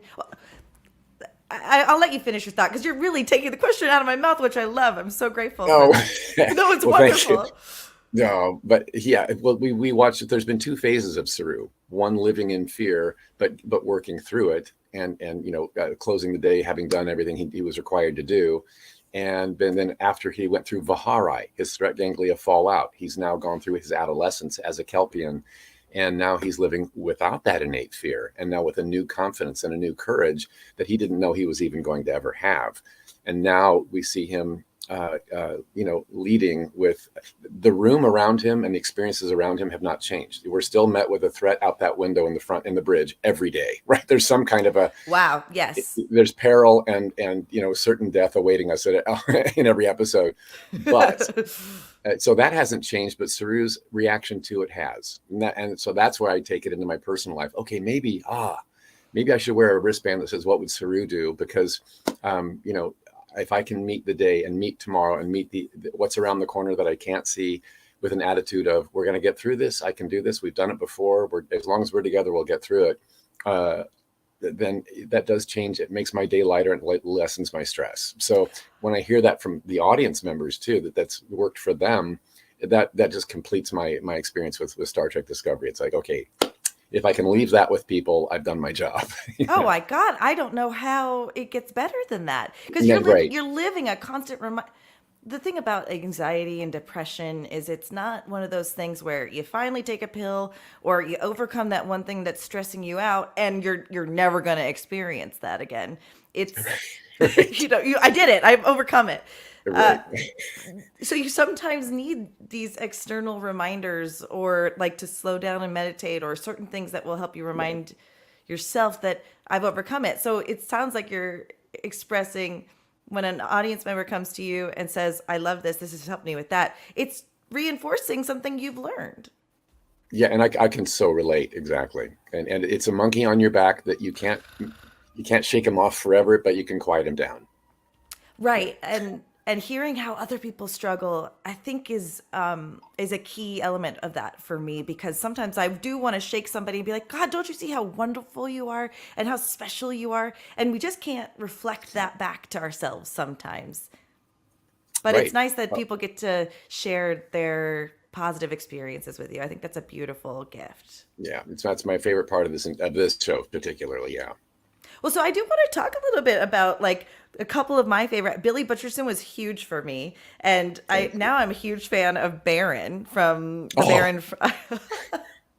I love the Baron from What We Do in the Shadows. For those who don't know, yes, thank you. We need to say those things. I'm not a full professional. I'm like semi-professional, but I'm pretty good at this stuff. You get this wonderful experience. Sometimes an actor that doesn't get the benefit of getting to layer on prosthetics or something might feel that they're limited, or how do I act this character? You get to layer all these prosthetics on and just change with the look of you. But I imagine there is a challenge to make all of them individual as well. Where does that process start for you? Does it start with the script? Does it start once you've put the clothes on, or does that change from character to character? It's a multi-layer process. Yeah, it does start with the script. Yes, you want to know what the writer's intent is and where you fit in the story, how you interact with the other characters in that story, and then what I'll take that information and then maybe hopefully have a tete-a-tete, little conversation with the director or the producer, the writer team, if it's television, and find out what nuances, what idiosyncrasies do you see and feel should happen with this character. I'll just take all this information, and if it's something otherworldly under prosthetics that has a non-human element to it, well, then I want to find out, well, okay, so what's his posture? How does he stand? How does he walk? How does he react? And again, back to the script, is he called to crawl? Is he called to, go up a wall? Is he called to be aggressive? Is he passive? I want to find out all these things so that I can then find his home stance, his home posture, and then gestures, and come out of that. But it all starts in the heart and soul. What are his wants, needs, loves, fears, all those things, and then let that come out of my limbs. I think that makes a lot of sense because, please continue. Yeah, I was going to say, but then the makeup process too, right? You start your test makeups and you find out what he's going to look like, and I'll see sketches or drawings of concept drawings. And be like, oh, I see. So he's, if he's bent over and or if he's very tall and stately, those things, come into play with how I play him and how I develop him inside. And then the makeup, they'll start creating the prosthetics. Then I'll come in for test fittings and some video footage, and let's see how this works. And that all helps inform who he is and how he does. What would you say is your favorite part of that process? Because I can relate. I've done a lot of work, rehearsing a character for a play, and it's not until the costume and the makeup come on do I finally feel like she's arrived, and that always feels really exciting for me to be backstage. Where do you find that you're really drawn to one particular moment that always lights you up, or is it the whole process? In the process, right? Well, when I did the first Hellboy movie as Abe Sapien, the bluefish guy. I had done all this pre-work. I'm sure there's a lot of euphemisms for your character. Not euphemisms, but taglines. The bluefish guy, that guy. The merman, the amphibian creature, it goes on and on. Yeah. But when doing all that pre-work and all the processing and the mind and the heart and then how does he? I often, I worked in the mirrors at a dance studio to see what should Abe Sapien be. Beautiful. And then went through the makeup test fittings of one piece at a time, how do the webbed fingers work on the hands? Oh, here's his head with some gills, and how does that, does he move with a curious fish head and then fin-like hands? Got all that worked out, but then we did a full head to toe makeup test that took, I'm going to say, because when I did the movie, the makeup application every day on a daily basis was about 7 hours a day. It was a long one, because a lot to build from head to toe. But the makeup test, I think it took 11 hours because it's the first time they were ever putting it on head to toe. And we didn't have a filming schedule that day. It was just the only purpose of the day was to test this makeup. So when it was finally done, and I hadn't looked at myself in the mirror while they were doing this. Oh, interesting. I hadn't. Right. So when it was done, I got in front of a mirror and was like, oh. And I think I teared up, and I said to Steve Wang, who was the designer of the Abe Sapien look, I said, Steve, this is the most beautiful thing I have ever had on me. And now since then, the Amphibian Man from The Shape of Water might be in the same league, but I actually teared up, and I've never done that before. And then they walked me out of the makeup room into an area where the entire creature effects shop was waiting for the big reveal, including Guillermo del Toro, my director. And so when I came out, it was to uproarious applause and photos, and it was like doing a press junket. It was like, here I am here, and so that was a favorite moment for me. It was just oh my gosh, this is the most beautiful thing. It works with everything that I'd planned ahead of time, and it's wow. I think we have a memorable character here. Yeah.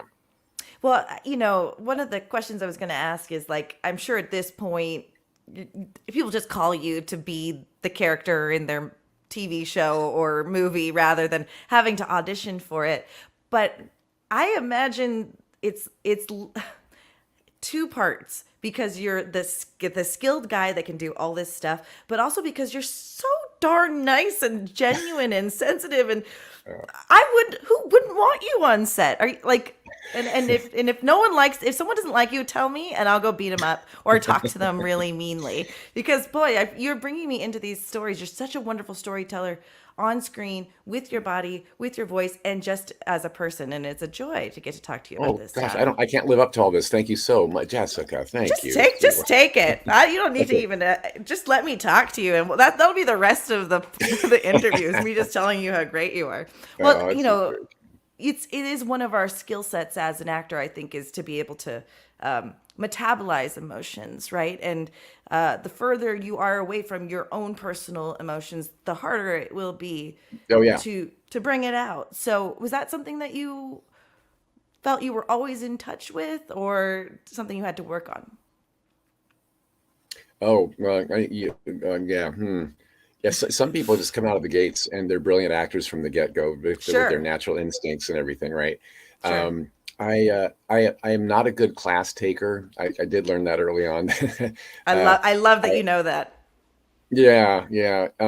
But if I look back at my early work in the 1980s, I can see like, oh, we've come a long way. Thank heaven. Like I did a horror film or two back in the day, like, oh gosh. But I can also tell when I had a really great director that was observant and inspiring for me, I do a much better job. And that's to this day. When you're directing yourself and they don't really give you much, they're more worried about the lighting, more worried about the stunt, more worried, then it's like, but I like a director who pays attention and who pays attention, but also lets you be if it's all on point.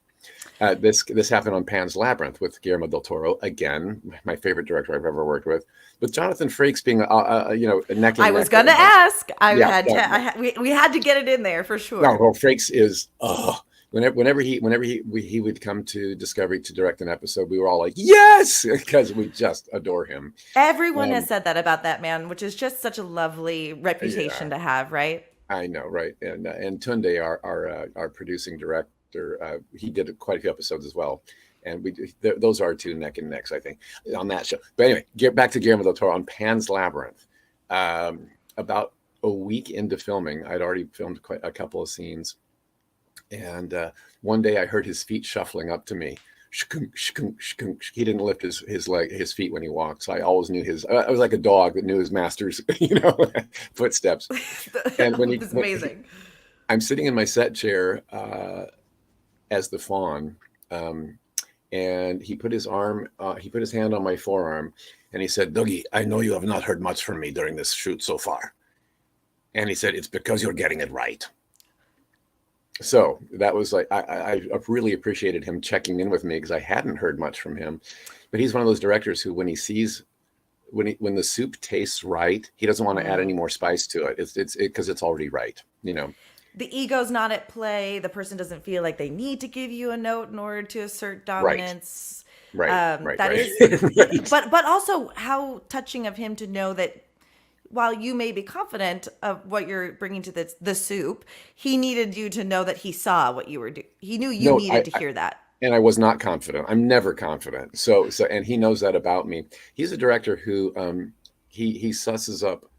I'm sorry, I froze for a minute there. He's a director who susses up every actor that he has in front of him, and he'll direct each one of us differently from each other based on who we are, what we respond to.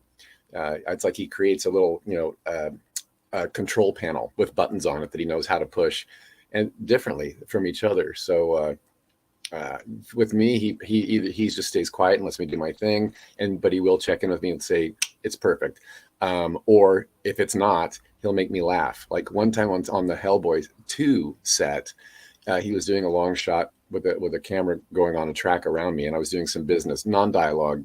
It was a moment where I'm just like using a lot of props. And at the end of the first take, he just said, "Doug Jones, you are boring me to tears." So I was like, right. But I knew how to fix it. And that's all the direction I needed in that moment. Wow.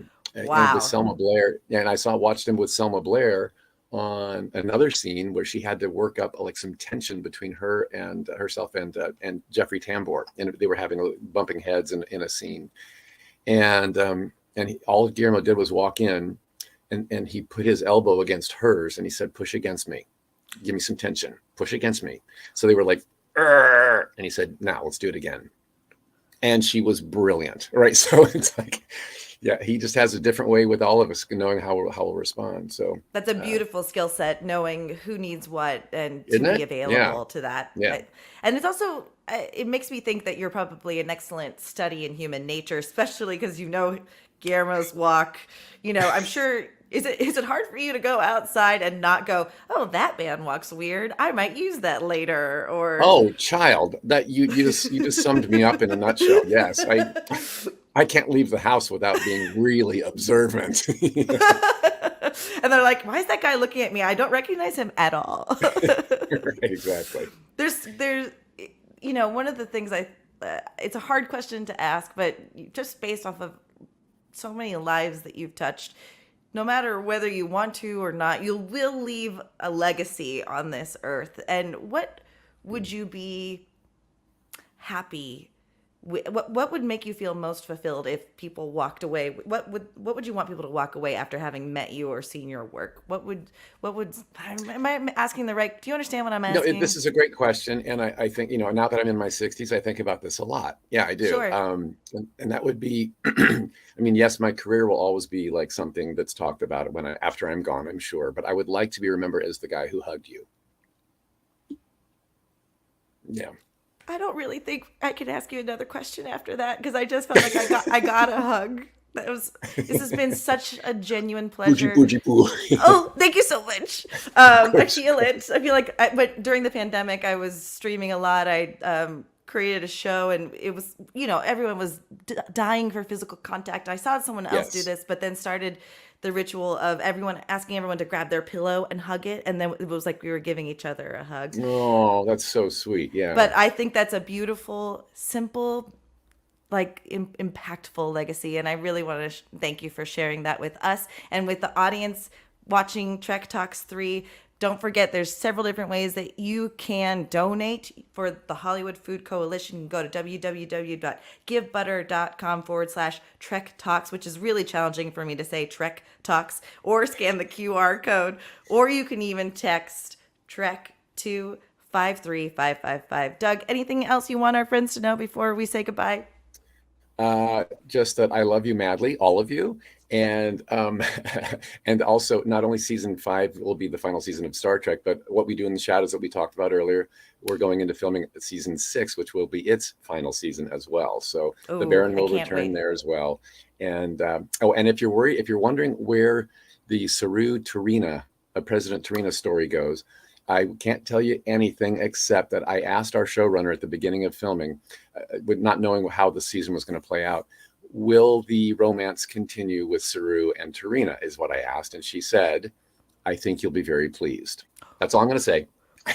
I feel like we just got a real good scoop. Thank you so much, Doug. And thank you everyone who's donated so far. And we wish you all the luck and success.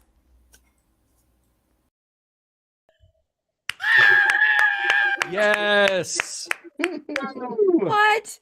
Is all I have to say. Look at all these cool people I bumped into in the green room. I brought them all with me to say thank you. We have successfully matched Rod Roddenberry's 50,000 gift and then some. Absolutely. As we stand, we have made $103,200 for the Hollywood Food Coalition. And at the risk of being a real asshole, I'll say you can keep donating if you want to. Yes. Donate. Right. You And can also, you can watch this on YouTube anytime you want.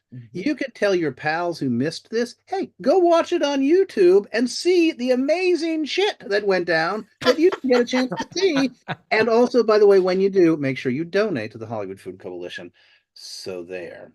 And every single donation goes to helping people in need and to helping grow an organization that is committed to lighting a path for other not-for-profits whose mission is centered around providing for people in need. This is basically I mean, look at what this community did today. Mm-hmm. We are what, you know, the Roddenberry vision is. And thanks to all of you, you know, you can keep donating at a later date, spread the word on social media about the show. Get ready for Trek Talks 4, because that's going to happen. It happened. I just wanted to say, summing up, I know that you're thinking, oh my God, I have heard so much of John Billingsley over the last been on every podcast in Christendom. Shut the fuck up, would you please? Not quite yet. The reason I wanted to do this event in the first place some years back is because it has been a deep privilege of mine to be associated with this franchise. And it is an even deeper privilege for me to have been associated with its fans and partisans who live Mr. Roddenberry's ethos every day, who practice kindness and compassion, and who seek to give back to their communities. I cannot thank everybody enough. The people who have listened, the people who make Star Trek the amazing cultural touchstone that it is. Y'all make the world a better place. And Gene's vision of a world in which we all pull together for the betterment of humanity, it's aspirational. And aspirations are demanding. It's what makes us unique as a species, the desire to be better than we are, to be more than we sometimes think we can be. And the sciences and the arts have this in common. They call forth in all of us a belief in the possibilities and the potential of mankind. And the Hollywood Food Coalition works to give people a possibility, the possibility of hope, of achieving their potential through the medium of daily, consistent, quality nourishment. And that's not just food. That's human contact and compassion and kindness. We treat everybody that we work with and we meet with dignity and kindness and respect, while we try to allay their most important and immediate daily concerns. And we want to thank you from the bottom of our hearts for helping us do what we do. So thank you for your support. And we are, before we announce the auction winners, I'd actually love for everybody here to just say hi. And you guys have made this possible, the folks on this screen. Would you just say hello and a word or two? I beg the patience of our audience to stay with us for another minute or two, because this doesn't happen without some of these folks. I'll start just by saying, John, your words were beautiful and heartfelt, and thank you. And thank you to, and thank you on behalf of the many Trek fans who are inspired by what we do here. And it is our privilege to get to do that and share some great entertainment, but also spread the word about a very worthy cause. So thank you for bringing us all together in this. And I can't wait to do it again. So cheers. And by the way, I say that now, right? And by the way, yes, the show may be officially over, but you know, Larry Nemechek just donated $50. So be like Dr. Trek and keep donating after the show is over. That's what you should do. Lori, you are new to the team this year. We would not be here without your incredible efforts. Would you take a bow, please, and say a few words? Thank you. I mean, it is because of the work that you guys did that I wanted to join this team. I believed in the cause so much. It's every time I watch one of those Hollywood Food Coalition videos, I'm moved again. Every time I hear the way you speak about it, John, I am moved again to want to be part of it. And putting on a Star Trek event is kind of in my DNA. So I'm just really excited to have joined this incredible group of people who inspired me to want to participate. Thank you. Bill and Dan, the Trek geeks. Yes. David Buck, huzzah. Here we go. $106,000. There we go. Nice. Wow. Bill, Fabulous. Dan, say a few words. It was because of you guys, the three of us going, you think we could pull this off, that we are here. It's amazing as we sit here. I've never been more honored to be part of such a wonderful event, to be able to do this good for such an unbelievable cause. John, your love for what you do for Hollywood Food Coalition is infectious. And I feel like Hollywood Food Coalition is now in my DNA because of what you have brought to us and what we have done as a team to help those that need it. It's something that I will be forever grateful to be a part of. And I can't thank anybody in this panel enough for all of their love and passion that they've done for such an incredible organization. I concur. Dan said it flawlessly for once in his life. It's amazing. But last time. Shut up, champion.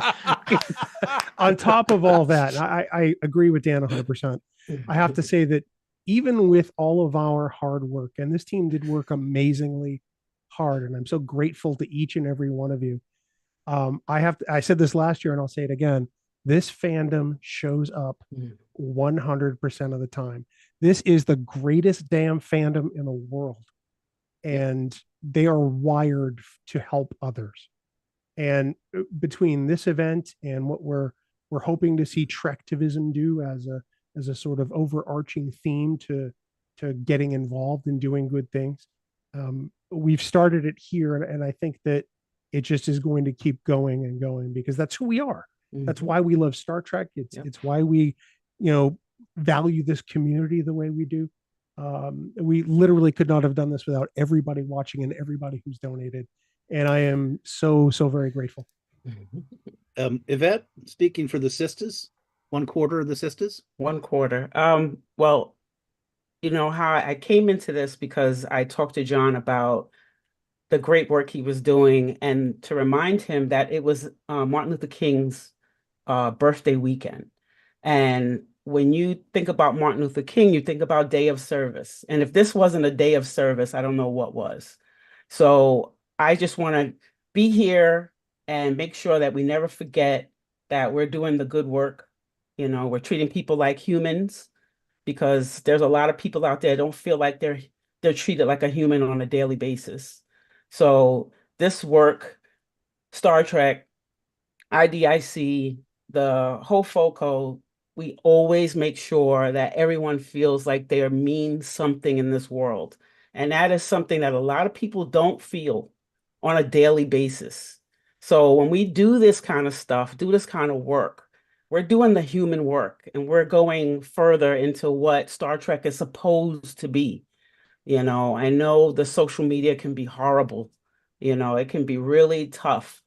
But I think this fandom proves that it doesn't have to be. That chat alone was absolutely phenomenal. And we promoted each other. We said, you did a great job. It's this is like, so I think I don't remember who was, this is just a fantastic fandom. And I'm so glad that John does this. I'm grateful for Linda. I'm grateful for Arnali. I'm grateful for everybody here who does the daily work. And thank you again for having the sisters. We love it here. We're not leaving. Earl, we more than the reason this happens is because this gentleman behind the microphone manages to pull this stuff off every time with incredible grace and poise, and not a beat gets missed. Earl, I love you. I just so wonderful. Thank you, gentlemen. He's the wizard behind the curtain, quite literally. Absolutely. Doesn't happen without him. Yeah, right. That's true.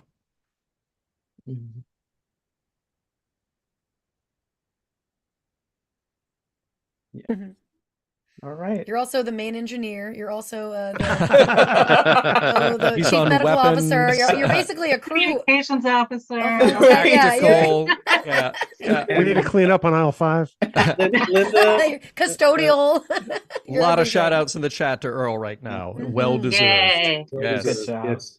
Linda Piani-Gianni, who I have had the privilege of knowing now for about 7 or 8 years since she joined the board, and has been an absolutely tireless worker for this organization, as I said to her off camera, from the moment she gets up in the morning to the moment she gets to bed at night. I think she is working for this organization, and we would not exist. We would not be here without you, Linda. That's probably too much, John, but thank you. I take it back. I take it all back. It was a tissue of lies. I don't know. I have a life.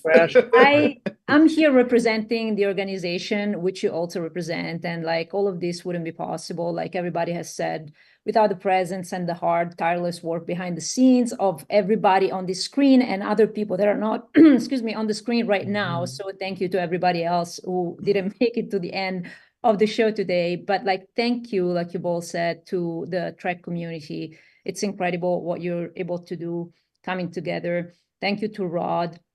to the Roddenberry Foundation for their continued support of our work. We really couldn't do it without you, and we're so grateful that year after year you keep coming together and really like delivering like such an amazing show and entertainment and amazing funds that go to support our program. So thank you on behalf of everybody at Hollywood Food Coalition. We really appreciate it. And although they didn't make it into the final box, Heather Barker and Matthew Simone and Jay Stobie and David Livingston and the marvelous Ashley Thomas, who has been integral to this effort, and a ton of podcasters and storytellers and social media mavens and scientists and fan clubs made this all possible. Bonnie Gordon, my darling, who I adore so much. Thank you so much for joining me every year. Thank you for having me again this year. And also, can we all just say one more big huzzah to John Billingsley? Because really, Huzzah. John, you do this work day in and day out, and it's so inspiring